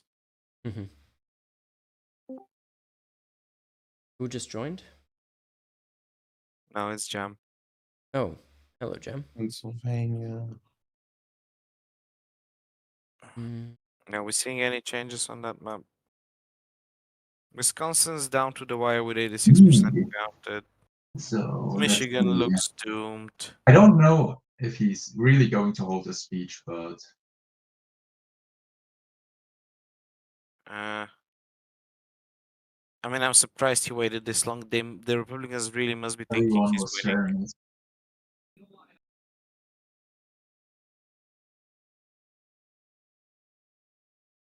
Hamza says, can we get an overview of your take? My take is we are fucked, but we can persevere. Yeah, that's a pretty good overview of my take as well. We're fucked, but we can persevere is like the good two sides of it, I guess. It's doomer and hopeful at the same time. Battleground alert, what's happening over there, Rhoda? Welcome, Hamza. You're joining for the conclusion. That's the most important part, I guess. Basically, they're just talking about Nevada being too close to call, but it looks more like in Trump's direction. Yeah, like I said, there's very few scenarios where Nevada mattered. A very small chance. Yeah. What's the New York Times prediction at this point? Is it finally into the very likely?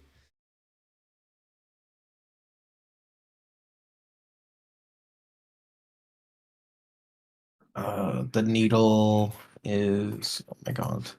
Let's see. Chance of winning, very likely Trump. More than 95% chance of victory. Lovely. Yeah. Bet Jeffrey Bezos is happy he bullied his editorial staff not to embrace anybody. Oh yeah, that was a good bet for him. Good hedge. Would that made it a difference? No. It only makes a difference to wasn't- Bezos's bottom line. Okay. Man, fuck knockoff Lex Luthor. And he won even the popular vote. Jesus. That's the weirdest bit. Yeah, that's the thing that's getting to me. That's the thing that bothers me the most with this. It's like Trump has gotten so much worse every single election cycle, and his results have been getting better, and it's just okay. Well, I guess we deserve this. Yeah. Yeah. I've seen polls where voters think that Kamala Harris is more radical than Trump, which is insane to me. But yeah, The categories in the background. UGD PY, the US is cooked. The US is cooked. The question is on the scale from mildly boiled to completely charcoaled. How cooked are the rest of us? Oh yeah, he's gonna have access to the nukes again. Oh, somebody give him the fake code. Save me the fucking Like I trouble said, thinking about we're this doing one. a Fallout speedrun. Oh, fine. I have it to go back and I'm gonna handle it. Unfortunately, I don't keep my gun where I live. all right, Michigan. Hamza saying, "Yeah, I became a Trumper this election cycle." Are you joking or? Please be joking. Please be joking. I beg you. Wait, why the fuck is why is what's his name? Why is Iliak not here doing and Yeah, Olivia doing a Jim victory lap? Steen didn't make any difference in Michigan, so yeah, maybe Arab Americans just didn't vote. We had a quick visit by the channel's the channel's pet fascists. Olivia Oh Olden yeah, Olivia. earlier. How are they not here doing the biggest victory lap of their life? Yeah, surprising. Okay. Why would you root for Trump? Hamza, genuine question. Like I'm not memeing. As an Arab, why do you believe that Trump would be better? Do you think he'll support Israel less because he's the guy who moved the embassy to Jerusalem and has been encouraging them and basically hugging Netanyahu outside? I mean, I can understand if you don't vote for either candidate, but why for Trump? Rarish, yeah, they do. They do still have a minuscule chance if they win Pennsylvania. It's just that we're just seeing that as very unlikely at this point. But technically, yes, that is true. Yeah, it is theoretically possible. It's just. By the way, Hamza, if we're going too hard, do let us know. I genuinely want to know what you think here. Because then I want to know what I'm missing. Because usually from the people I know, if somebody supports Trump, it's because they're like, ha funny. Yeah, we talked about Olivia a second ago, Skylark. I guess the argument from the point of view of a non-American Arab Muslim is something along the lines of it doesn't change anything for Palestine whether it's Kamala or Trump, which I disagree with, but I can see how someone can think that. They're both supporting Israel anyway. And therefore, they would hope for Trump as a punishment on the American people. I can see how someone can reach that conclusion, even if I disagree. Okay, yeah, What are the odds yeah, I the Trump expected it. goes? The Trump goes so isolationist that the other Arab nations around Gaza can, to an extent, intervene, trying to basically hold the genocide. Is that an option? Or do you think that the APAC and the rest of the American Israeli fanboys are gonna? Wait, is it starting? Bro, like Netanyahu butters him up all the time, and he wants to No, make a not Trump yet. tower. It's that simple. You can't lead more into it. True. Trump Tower Gaza. Trump Tower Gaza. Yeah. I mean, make the yeah, to entire be place fair, Let me would tweet have that. Paris That's been actually a good better? line. At this point, like, we genuinely need to bully you governments to start accepting Gazan refugees real quick. As a matter of fact, we need to bully them to go there and start picking up people. Oh, the race is gonna have a field day with that one. Oh. You know what? At no point I'm going to make this point today, but like, because Asmongold was bitching about how basically every Arab believes in Sharia law. In case somebody in chat doesn't know, the Christian equivalent of Sharia law is the Westboro Baptist Church. So stop buying this one. You see what percentage of Christians are the Westboro Baptist Church. Same applies for like Muslims.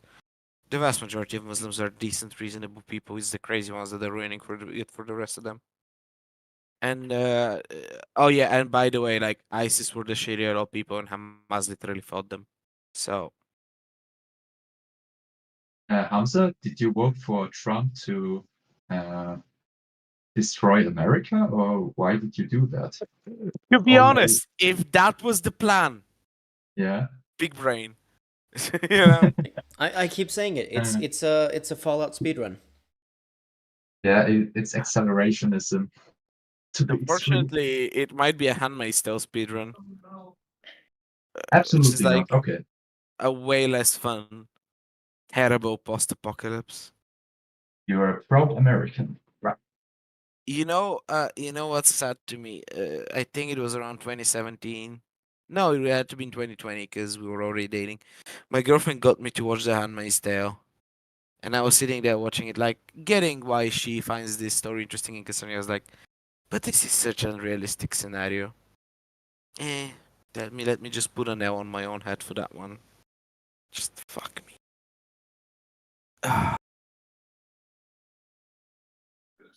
I grew up around evangelicals. None of that shocked me. I didn't. I'm so happy I live in a country where like less than 20% of people are religious. Wait, is this the speech? That was a hell of a comeback. Trump campaign to speak to supporters soon. That's what it just flashed up. Come on, Joe Biden, drone strike him. We have the legal immunity. Yeah, Do technically it, he Sleepy does. Joe. That would Take the L for all of us. seriously, if something like that happened, if Biden just used his last 3 months in office to use emergency powers to prevent a fascist takeover of the government, that would it doesn't have to be emergency powers. It's just an official act by the president. exactly That's how the Supreme that's Court what I mean. ruled. Yeah, that's what the Supreme It's Court within ruled. his duties. He's allowed to. Like, isn't that an instant kickstart of a use civil war? his authority as president as an official act to go after the election interference by Musk with that $1 million a day thing, and actually enforce consequences on the 94 criminal indictments against Trump. There needs to be, democracies need to have a mechanism to prevent people from running the clock the way Trump did during this entire term. They need to Democracy do needs what to have a mechanism to deal with fascists. Yeah. Biden then forgot he's projects president. Republicans have the Senate. I'm not sure Biden ever remembered he was president, to be honest. Look, I think Okay, Brazil did Biden. quite well with arresting all the Bolsonaro people. Oh, No, they wait, didn't get all of Ohio them, but they flips. were much more aggressive. Olymp is Ohio saying, flipped. French here working in global health. I want to go back to sleep. The impact it's going to have on global health and for millions of people around the world is beyond depressing. Yep, but like Tryon said, we're fucked, but we'll get through it. You know what? Everybody in chat, just go get a COVID booster just in case. This motherfucker will find a way to bring this shit back. Get a COVID booster and buy an extra COVID shot just to keep in your fridge, because those are going to be very expensive soon. While you are at going to get get a valuable. flu shot too. You know, get a flu shot, and remember, in times of apocalypse, the instant common currencies are cigarettes, bullets, and food. Cuba will need to send doctors to the US to do relief. Bro, Cuba has been needing to send doctors in the US for relief for like 20 years. That medical system in of itself is a crime. New update. Yeah, I don't know if you were watching CNN on the weird medical ads that are nonstop on it. It's such a weird throwback to when I lived in the US, and you become so normalized in Europe to never seeing these things that it becomes very shocking when you do so them. AP do you know race that, call. Kamala Harris wins New Hampshire. Yeah. Sorry for the jump start that you probably had there. Ohio Senate race also flipped to Republicans. It's over. Wait, Ohio Senate race? Okay, yeah, you're doing the Microsoft Explorer, Internet Explorer meme, aren't you? Sorry, I lived under the rock for a couple of minutes because I was zooming. Okay. Oh wait, the Ohio Senate race. I thought you meant the presidential race. My bad. Ohio Senate race, yes. I was thinking of the Yeah, they Internet have Explorer 51. meme of Internet Yeah. Explorer like today coming out saying news alert. I don't know. Hamas fighters attack Israel in north of Gaza or something like that, and it's a year later because Internet Yeah. Explorer is What's so worse insanely slow at everything. Let, Oh my let's play God, the guessing they game. have a huge majority in the Senate. They are in the process of flipping Pennsylvania, Michigan, Wisconsin, and Montana. Hamza, what do you mean there's no fascist takeover? We literally saw earlier Musk retweeting neo-Nazi accounts, which has been happening for months, but like there is no more mask at this point. This is a fascist movement. Whether they arrive to power democratically, if they like this fascist movement arriving to power democratically would not be the first fascist movement to do so, and it's not going to be the last either. Like the The original fact Nazis that they're also being got elected elected. is not making them any less fascist.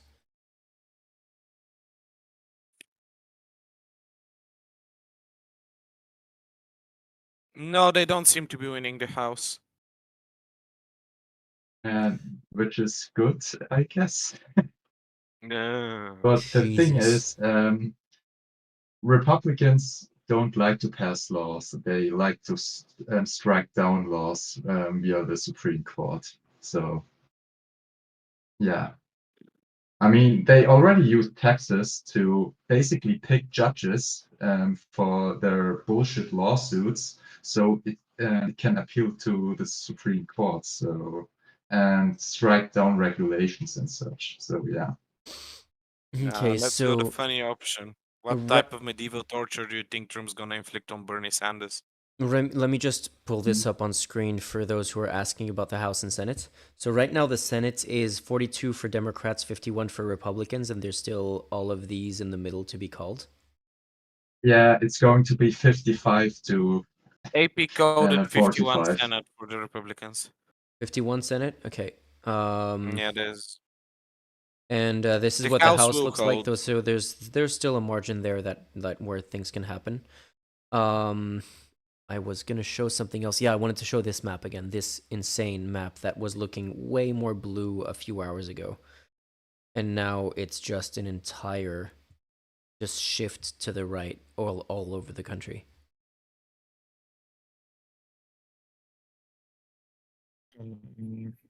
That's Nevada impressive. seems to be gone. It's actually just over. Nevada seems to be gone. That would give him 253, and then he just needs one. Any other state in his It's just over. Well, Alaska, but who gives a fuck? Mm-hmm. The moose has voted red. We also need to take care of global mental health. Everyone have the spike of anxiety tomorrow and fear. Can we both mean to?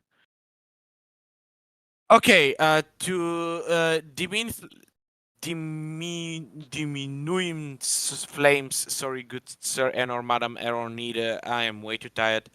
A good way to do something for your mental health is just to take action.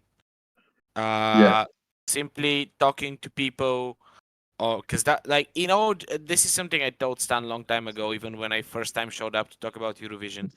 Me being here, I'm doing this because like it helps me feel like I need to shout this into the void, and I appreciate that there's like some of you who are willing to listen to my rants.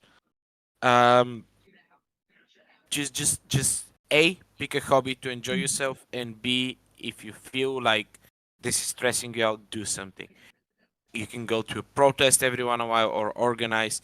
The simplest thing you can do is join a union, and I should one day do a stream where I try to like convert you all to union people, because unions are fucking awesome. And that's that. That's the best way you can do something about it. Pick a hobby and do something about it. You know. And and never let anybody judge you for what hobby you pick. My hobby is to play video games, and frankly speaking, I understand the irony of the situation, but A, it makes me feel better. So, yeah. I don't want to wait until the Trump speech because he's gonna wait until a final state gets called before he comes out. I think I think I'm done. Yeah. Where do you land, Jam and Rotes?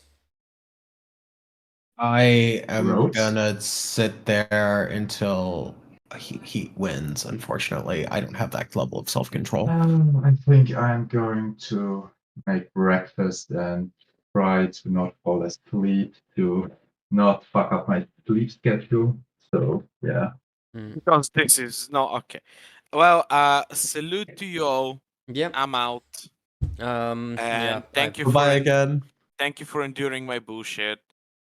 All And right, bye. remember, this too shall pass, good or bad.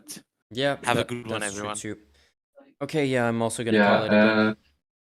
Just I know people will hate me for saying this, but many people here might just need to, literally step back and distract themselves for a day or two with other things, Mental health matters, okay? So don't damage your brain. Work out and try to better yourself. Do some activism maybe, because activism really improves your mental health, like talking to people and such. So yeah, I know it's hard, but if you can, try to be optimistic. If you can. If you can. So yeah, yeah, that's it. I'll gonna take a day. Yeah, me too. I basically have to I'm gonna chill a bit. I'm mostly gonna sleep today. I have to pack my bags. I'm heading up to Paris for an important business meeting tomorrow that's gonna determine the next year of the channel, basically. And hopefully I will be back in Berlin with a big announcement in the next few days. So either way, Exciting.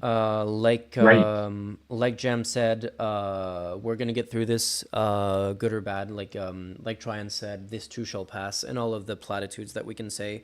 It sucks, but we'll get through it. So yeah, that's it. We'll just see what happens, and we'll keep on talking about it. And that's at the moment all we can do is just observe and see what happens. Yeah. Yeah, definitely. All right. Well, have a nice day. What? Thanks, Mario. Have a nice day too. Yeah, have a nice day. Have a nice night if you still plan to go sleep at some point. And yeah, good day, everyone. For those of you who are just waking up, sorry for the bad news, and we'll be talking soon about whatever else happens. Right. Bye. Bye. Bye-bye. See ya.